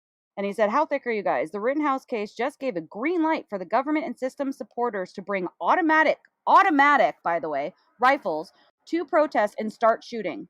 It's the precedent that will launch civil war. I mean, this is the kind of like crazy leftism things that are on the news that are so against the facts of this case that this is self-defense. It doesn't give the right for anybody to do that. And anybody who owns a gun and is a legal gun owner knows this. Like, period. The hyperbolic nature of this is Yo, just and it was a A lot of people in America semi-automatic. that own guns, Shines, and some of them are really responsible and some of them are less so. And all you got to do is drive through Nevada and the number of holes in street signs. It doesn't really make sense, though, that you take your weapon away from your household. I thought that was the only reason why you'd have one, is to protect your household. No, you have the That's right to way I bear would arms see it. anywhere in open public as long as it is clearly opened. If you have a concealed carry permit in I certain get that. states, I that get. allows Yeah, you to they do carry it have that. I concealed. know. I understand that, but I'm just Yeah. saying, like, the only reason why I would own a gun is to protect my house. I wouldn't take it out with me. You know, Yeah. just doesn't seem right. Yeah, that's why we love America, because you can walk around in some states with a gun on your hip. Open You can carry. have it on you. You can cap it in your car. You can fucking have, it's so cool. Thank God for America. The weird thing is there are some states where you can wander around with a gun on your hip, but you can't wear a Bowie knife on the other side. Yeah, you can. Not in all states. Well, Oh, okay. some states. Some states are. As I said, Shines, I've lived in your country and I actually like to shoot. I grew up with guns because, when I grew up, the gun laws were quite different over here at that time. And even now, you can still get guns here. It's just a bit more difficult. The thing is, I mean, I hear what you're saying about, a kid being out there, but that is, it is, in a sense, It is what it victim is, blaming. yeah. It is literally, but it also is like saying she shouldn't have been out that late wearing that dress. You know what I mean? So no matter what, he shouldn't have been No. I shouldn't have grabbed his gun. Period. That's what caused this incident. It's not Kyle Rittenhouse's fault that this man went psychotic and tried to get his gun. Whereabouts in the... Don't tell me exactly where you are, Shines, but whereabouts in the US are you? Easter or West or Central? California. West Coast. Okay, you're Westy. Okay, I was San Diego. So, I mean, obviously, the gun laws in California are quite a bit different to a lot of other states. But, it's a bit like saying, well, you were walking down 8 Mile in Detroit and, someone nicked your phone. But the thing is, if you know Detroit, if you know 8 Mile, you're not going to wander down with a $2,000 phone because you're not going to get to the other end of that street with it still in your hand. There is what's called, risk evaluation in life. I think that goes to the point of the fact that he's young and low, not much life experience, and has put himself into a bit of a predicament there. And whether they were good people, bad people, innocent people, whatever, 2 people died, and the blood is on his hands, emotionally, mentally, etc. And that's the bit I have a problem with. And it's the thing I find weird about the US is the UK is a more violent culture than yours. That's why we're such a... Go on. Let's say, do you think it's okay that people run around burning and looting buildings? Oh yeah, definitely. Of course I do. You think it's okay? Question. Stupid question, LSA. Okay. Well, hold on. So if we don't so that's what was happening, and this gentleman was stepping up to protect this community from the first thing. Child. Wrong. Well, he's a gentleman. You know what I mean? He's a hunter, right, or whatever. So he's a gentleman. So he's a child. To you. You know what I mean? But I'm saying, legally speaking, and to me, yes, he was a child. Okay. So, but the point is that I'll refer to him as a gentleman because he was, he's a class act. And the point is that the first thing that was happening is these bunch of people were burning down buildings and private businesses. So he was defending his, we're allowed to defend those things. How far away was it? Well, just real quick, to say that he wasn't allowed to be out there anywhere defending his own property or his family's property. You know what I mean? To say how that far away from where we're saying that LSA, how far away from where he lives was that place, Kenosha or whatever it's called? 20 minutes, I think, right? It's a bit further. His father, was it I think it was one of his 50 or 60 miles or something. I think one of his family had a business in the area. No, I don't think so. Shines can probably correct me on this. Yes, his father owns a business there. His father lived in Kenosha. He works in Kenosha. It is his community. It's basically like me driving to my grandma's house, which is 20 minutes away in the same valley that I live in. And this whole I wasn't sure. I thought it was further. I wouldn't be saying it's that he doesn't have the right, but he's making a bit of a rash decision to do that. It's a bit suicidal in a sense, no? No. Well, what do you Jim, do when someone's coming to burn you sound down like your you're London. Are you London, Jim Jam? I'm close to London. Yeah, so when the riots were going on and the looting was going on in Ealing and Brentwood and places like that, yeah? Yeah, you would never try and stop them from looting. You know what I mean? Like that's just suicidal trying to stop all these people Right, but from that's looting. why Americans are free and shit. You know what I'm saying? Because we don't fucking do that. We don't bow down That's and why let the criminals just take over, right? in a way. All right. Bet that if everyone was out there protecting their shit, there won't be nobody fucking around. Well, there was quite And a lot of everything would be nice and peachy and super safe. They tried it with a few Turkish businesses, and all the Turkish came out like, "Yeah, come on, then." they didn't try it. So the kebab knife, baby. Yeah, there's community there. Yeah, was it suicidal for him? But the thing is, I don't really mind seeing the shops burn, especially from the big corporations. Like, I don't care about that. That's sad. Those That's people's absolutely lives. fair. I really don't care. Exactly. That's too far. I'm sorry, but I work in small businesses. I was a hairstylist, and I know people that their entire businesses were completely ransacked, burned to the ground, all kinds of crazy. The beatings of innocent people, like, I mean, no, none of this should Yeah, happen. None of that should be legal. That didn't really happen though. Like in our riots, like they weren't beating civilians up. Yeah, they were. It was the youths against the police. That was what it was. Well, no, there was a number of cases where a guy was dragged off his bike and had his back laptop stolen. That's one I can think of definitely from the London riots. So there was some bad shit going on at the time as well. It was an excuse for people to go wild. And that's the problem. I mean, the thing is most of the people involved in the riots, I don't think give a fuck about politics. True. To be perfectly honest. When it's not a political statement, man. It's, hey, let's get new Reeboks and a nice telly. Yeah. Of course that happened. Yo, did you see that video where that kid gets stomped on by the crowd? Like they literally hit him in the head with a skateboard, kicking him while he's unconscious. Like, yo, there's so much footage of shit like that. That's why that kid had a gun. That's all. I mean, that's just. So I don't mean to argue with anyone either about it. It's just like, yo, you have the right to self-defense. If somebody's going to do something stupid, you have the right to defend your property and your stuff. That's, that's like old common law fucking shit. Don't be, it's like, it's if you're going to run around doing shit like that, it's like somebody might step up. It's like, I don't know. It's horrible either way, but, at the same time, an armed society is a polite society. Well, I disagree with that.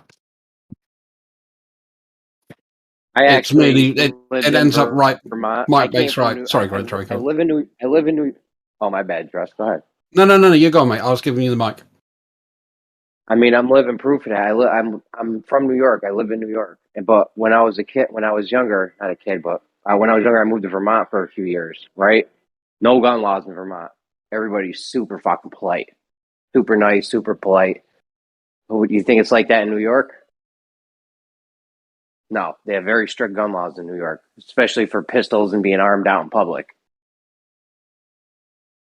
It's the same way as if you go to parts of the UK, they're terribly polite. So, I was in a lovely little sort of pub today in Laycock, which is just on the borders of Wiltshire and Somerset. And people there are super polite and super nice because it's quite generally it's quite an affluent community. So what you tend to find is actually violence is based on the level of affluence that you find in a community. The less affluent a community, it tends to be rougher, doesn't it? See, here we find the more strict the gun laws are, the less polite it is, and the more gun violence there is in America. That's how that works. Check the stats. I mean, not for politeness, but you can check the stats for the gun crimes. Yeah, I'd say there's almost a direct correlation between the affluence of the community and the amount of violence in it. Bro, I don't know what affluence means. The You amount can't of be using money these they've fancy got. words. Oh, all right. Well, yeah, rich people got a lot of shit to lose. They don't want to fuck around.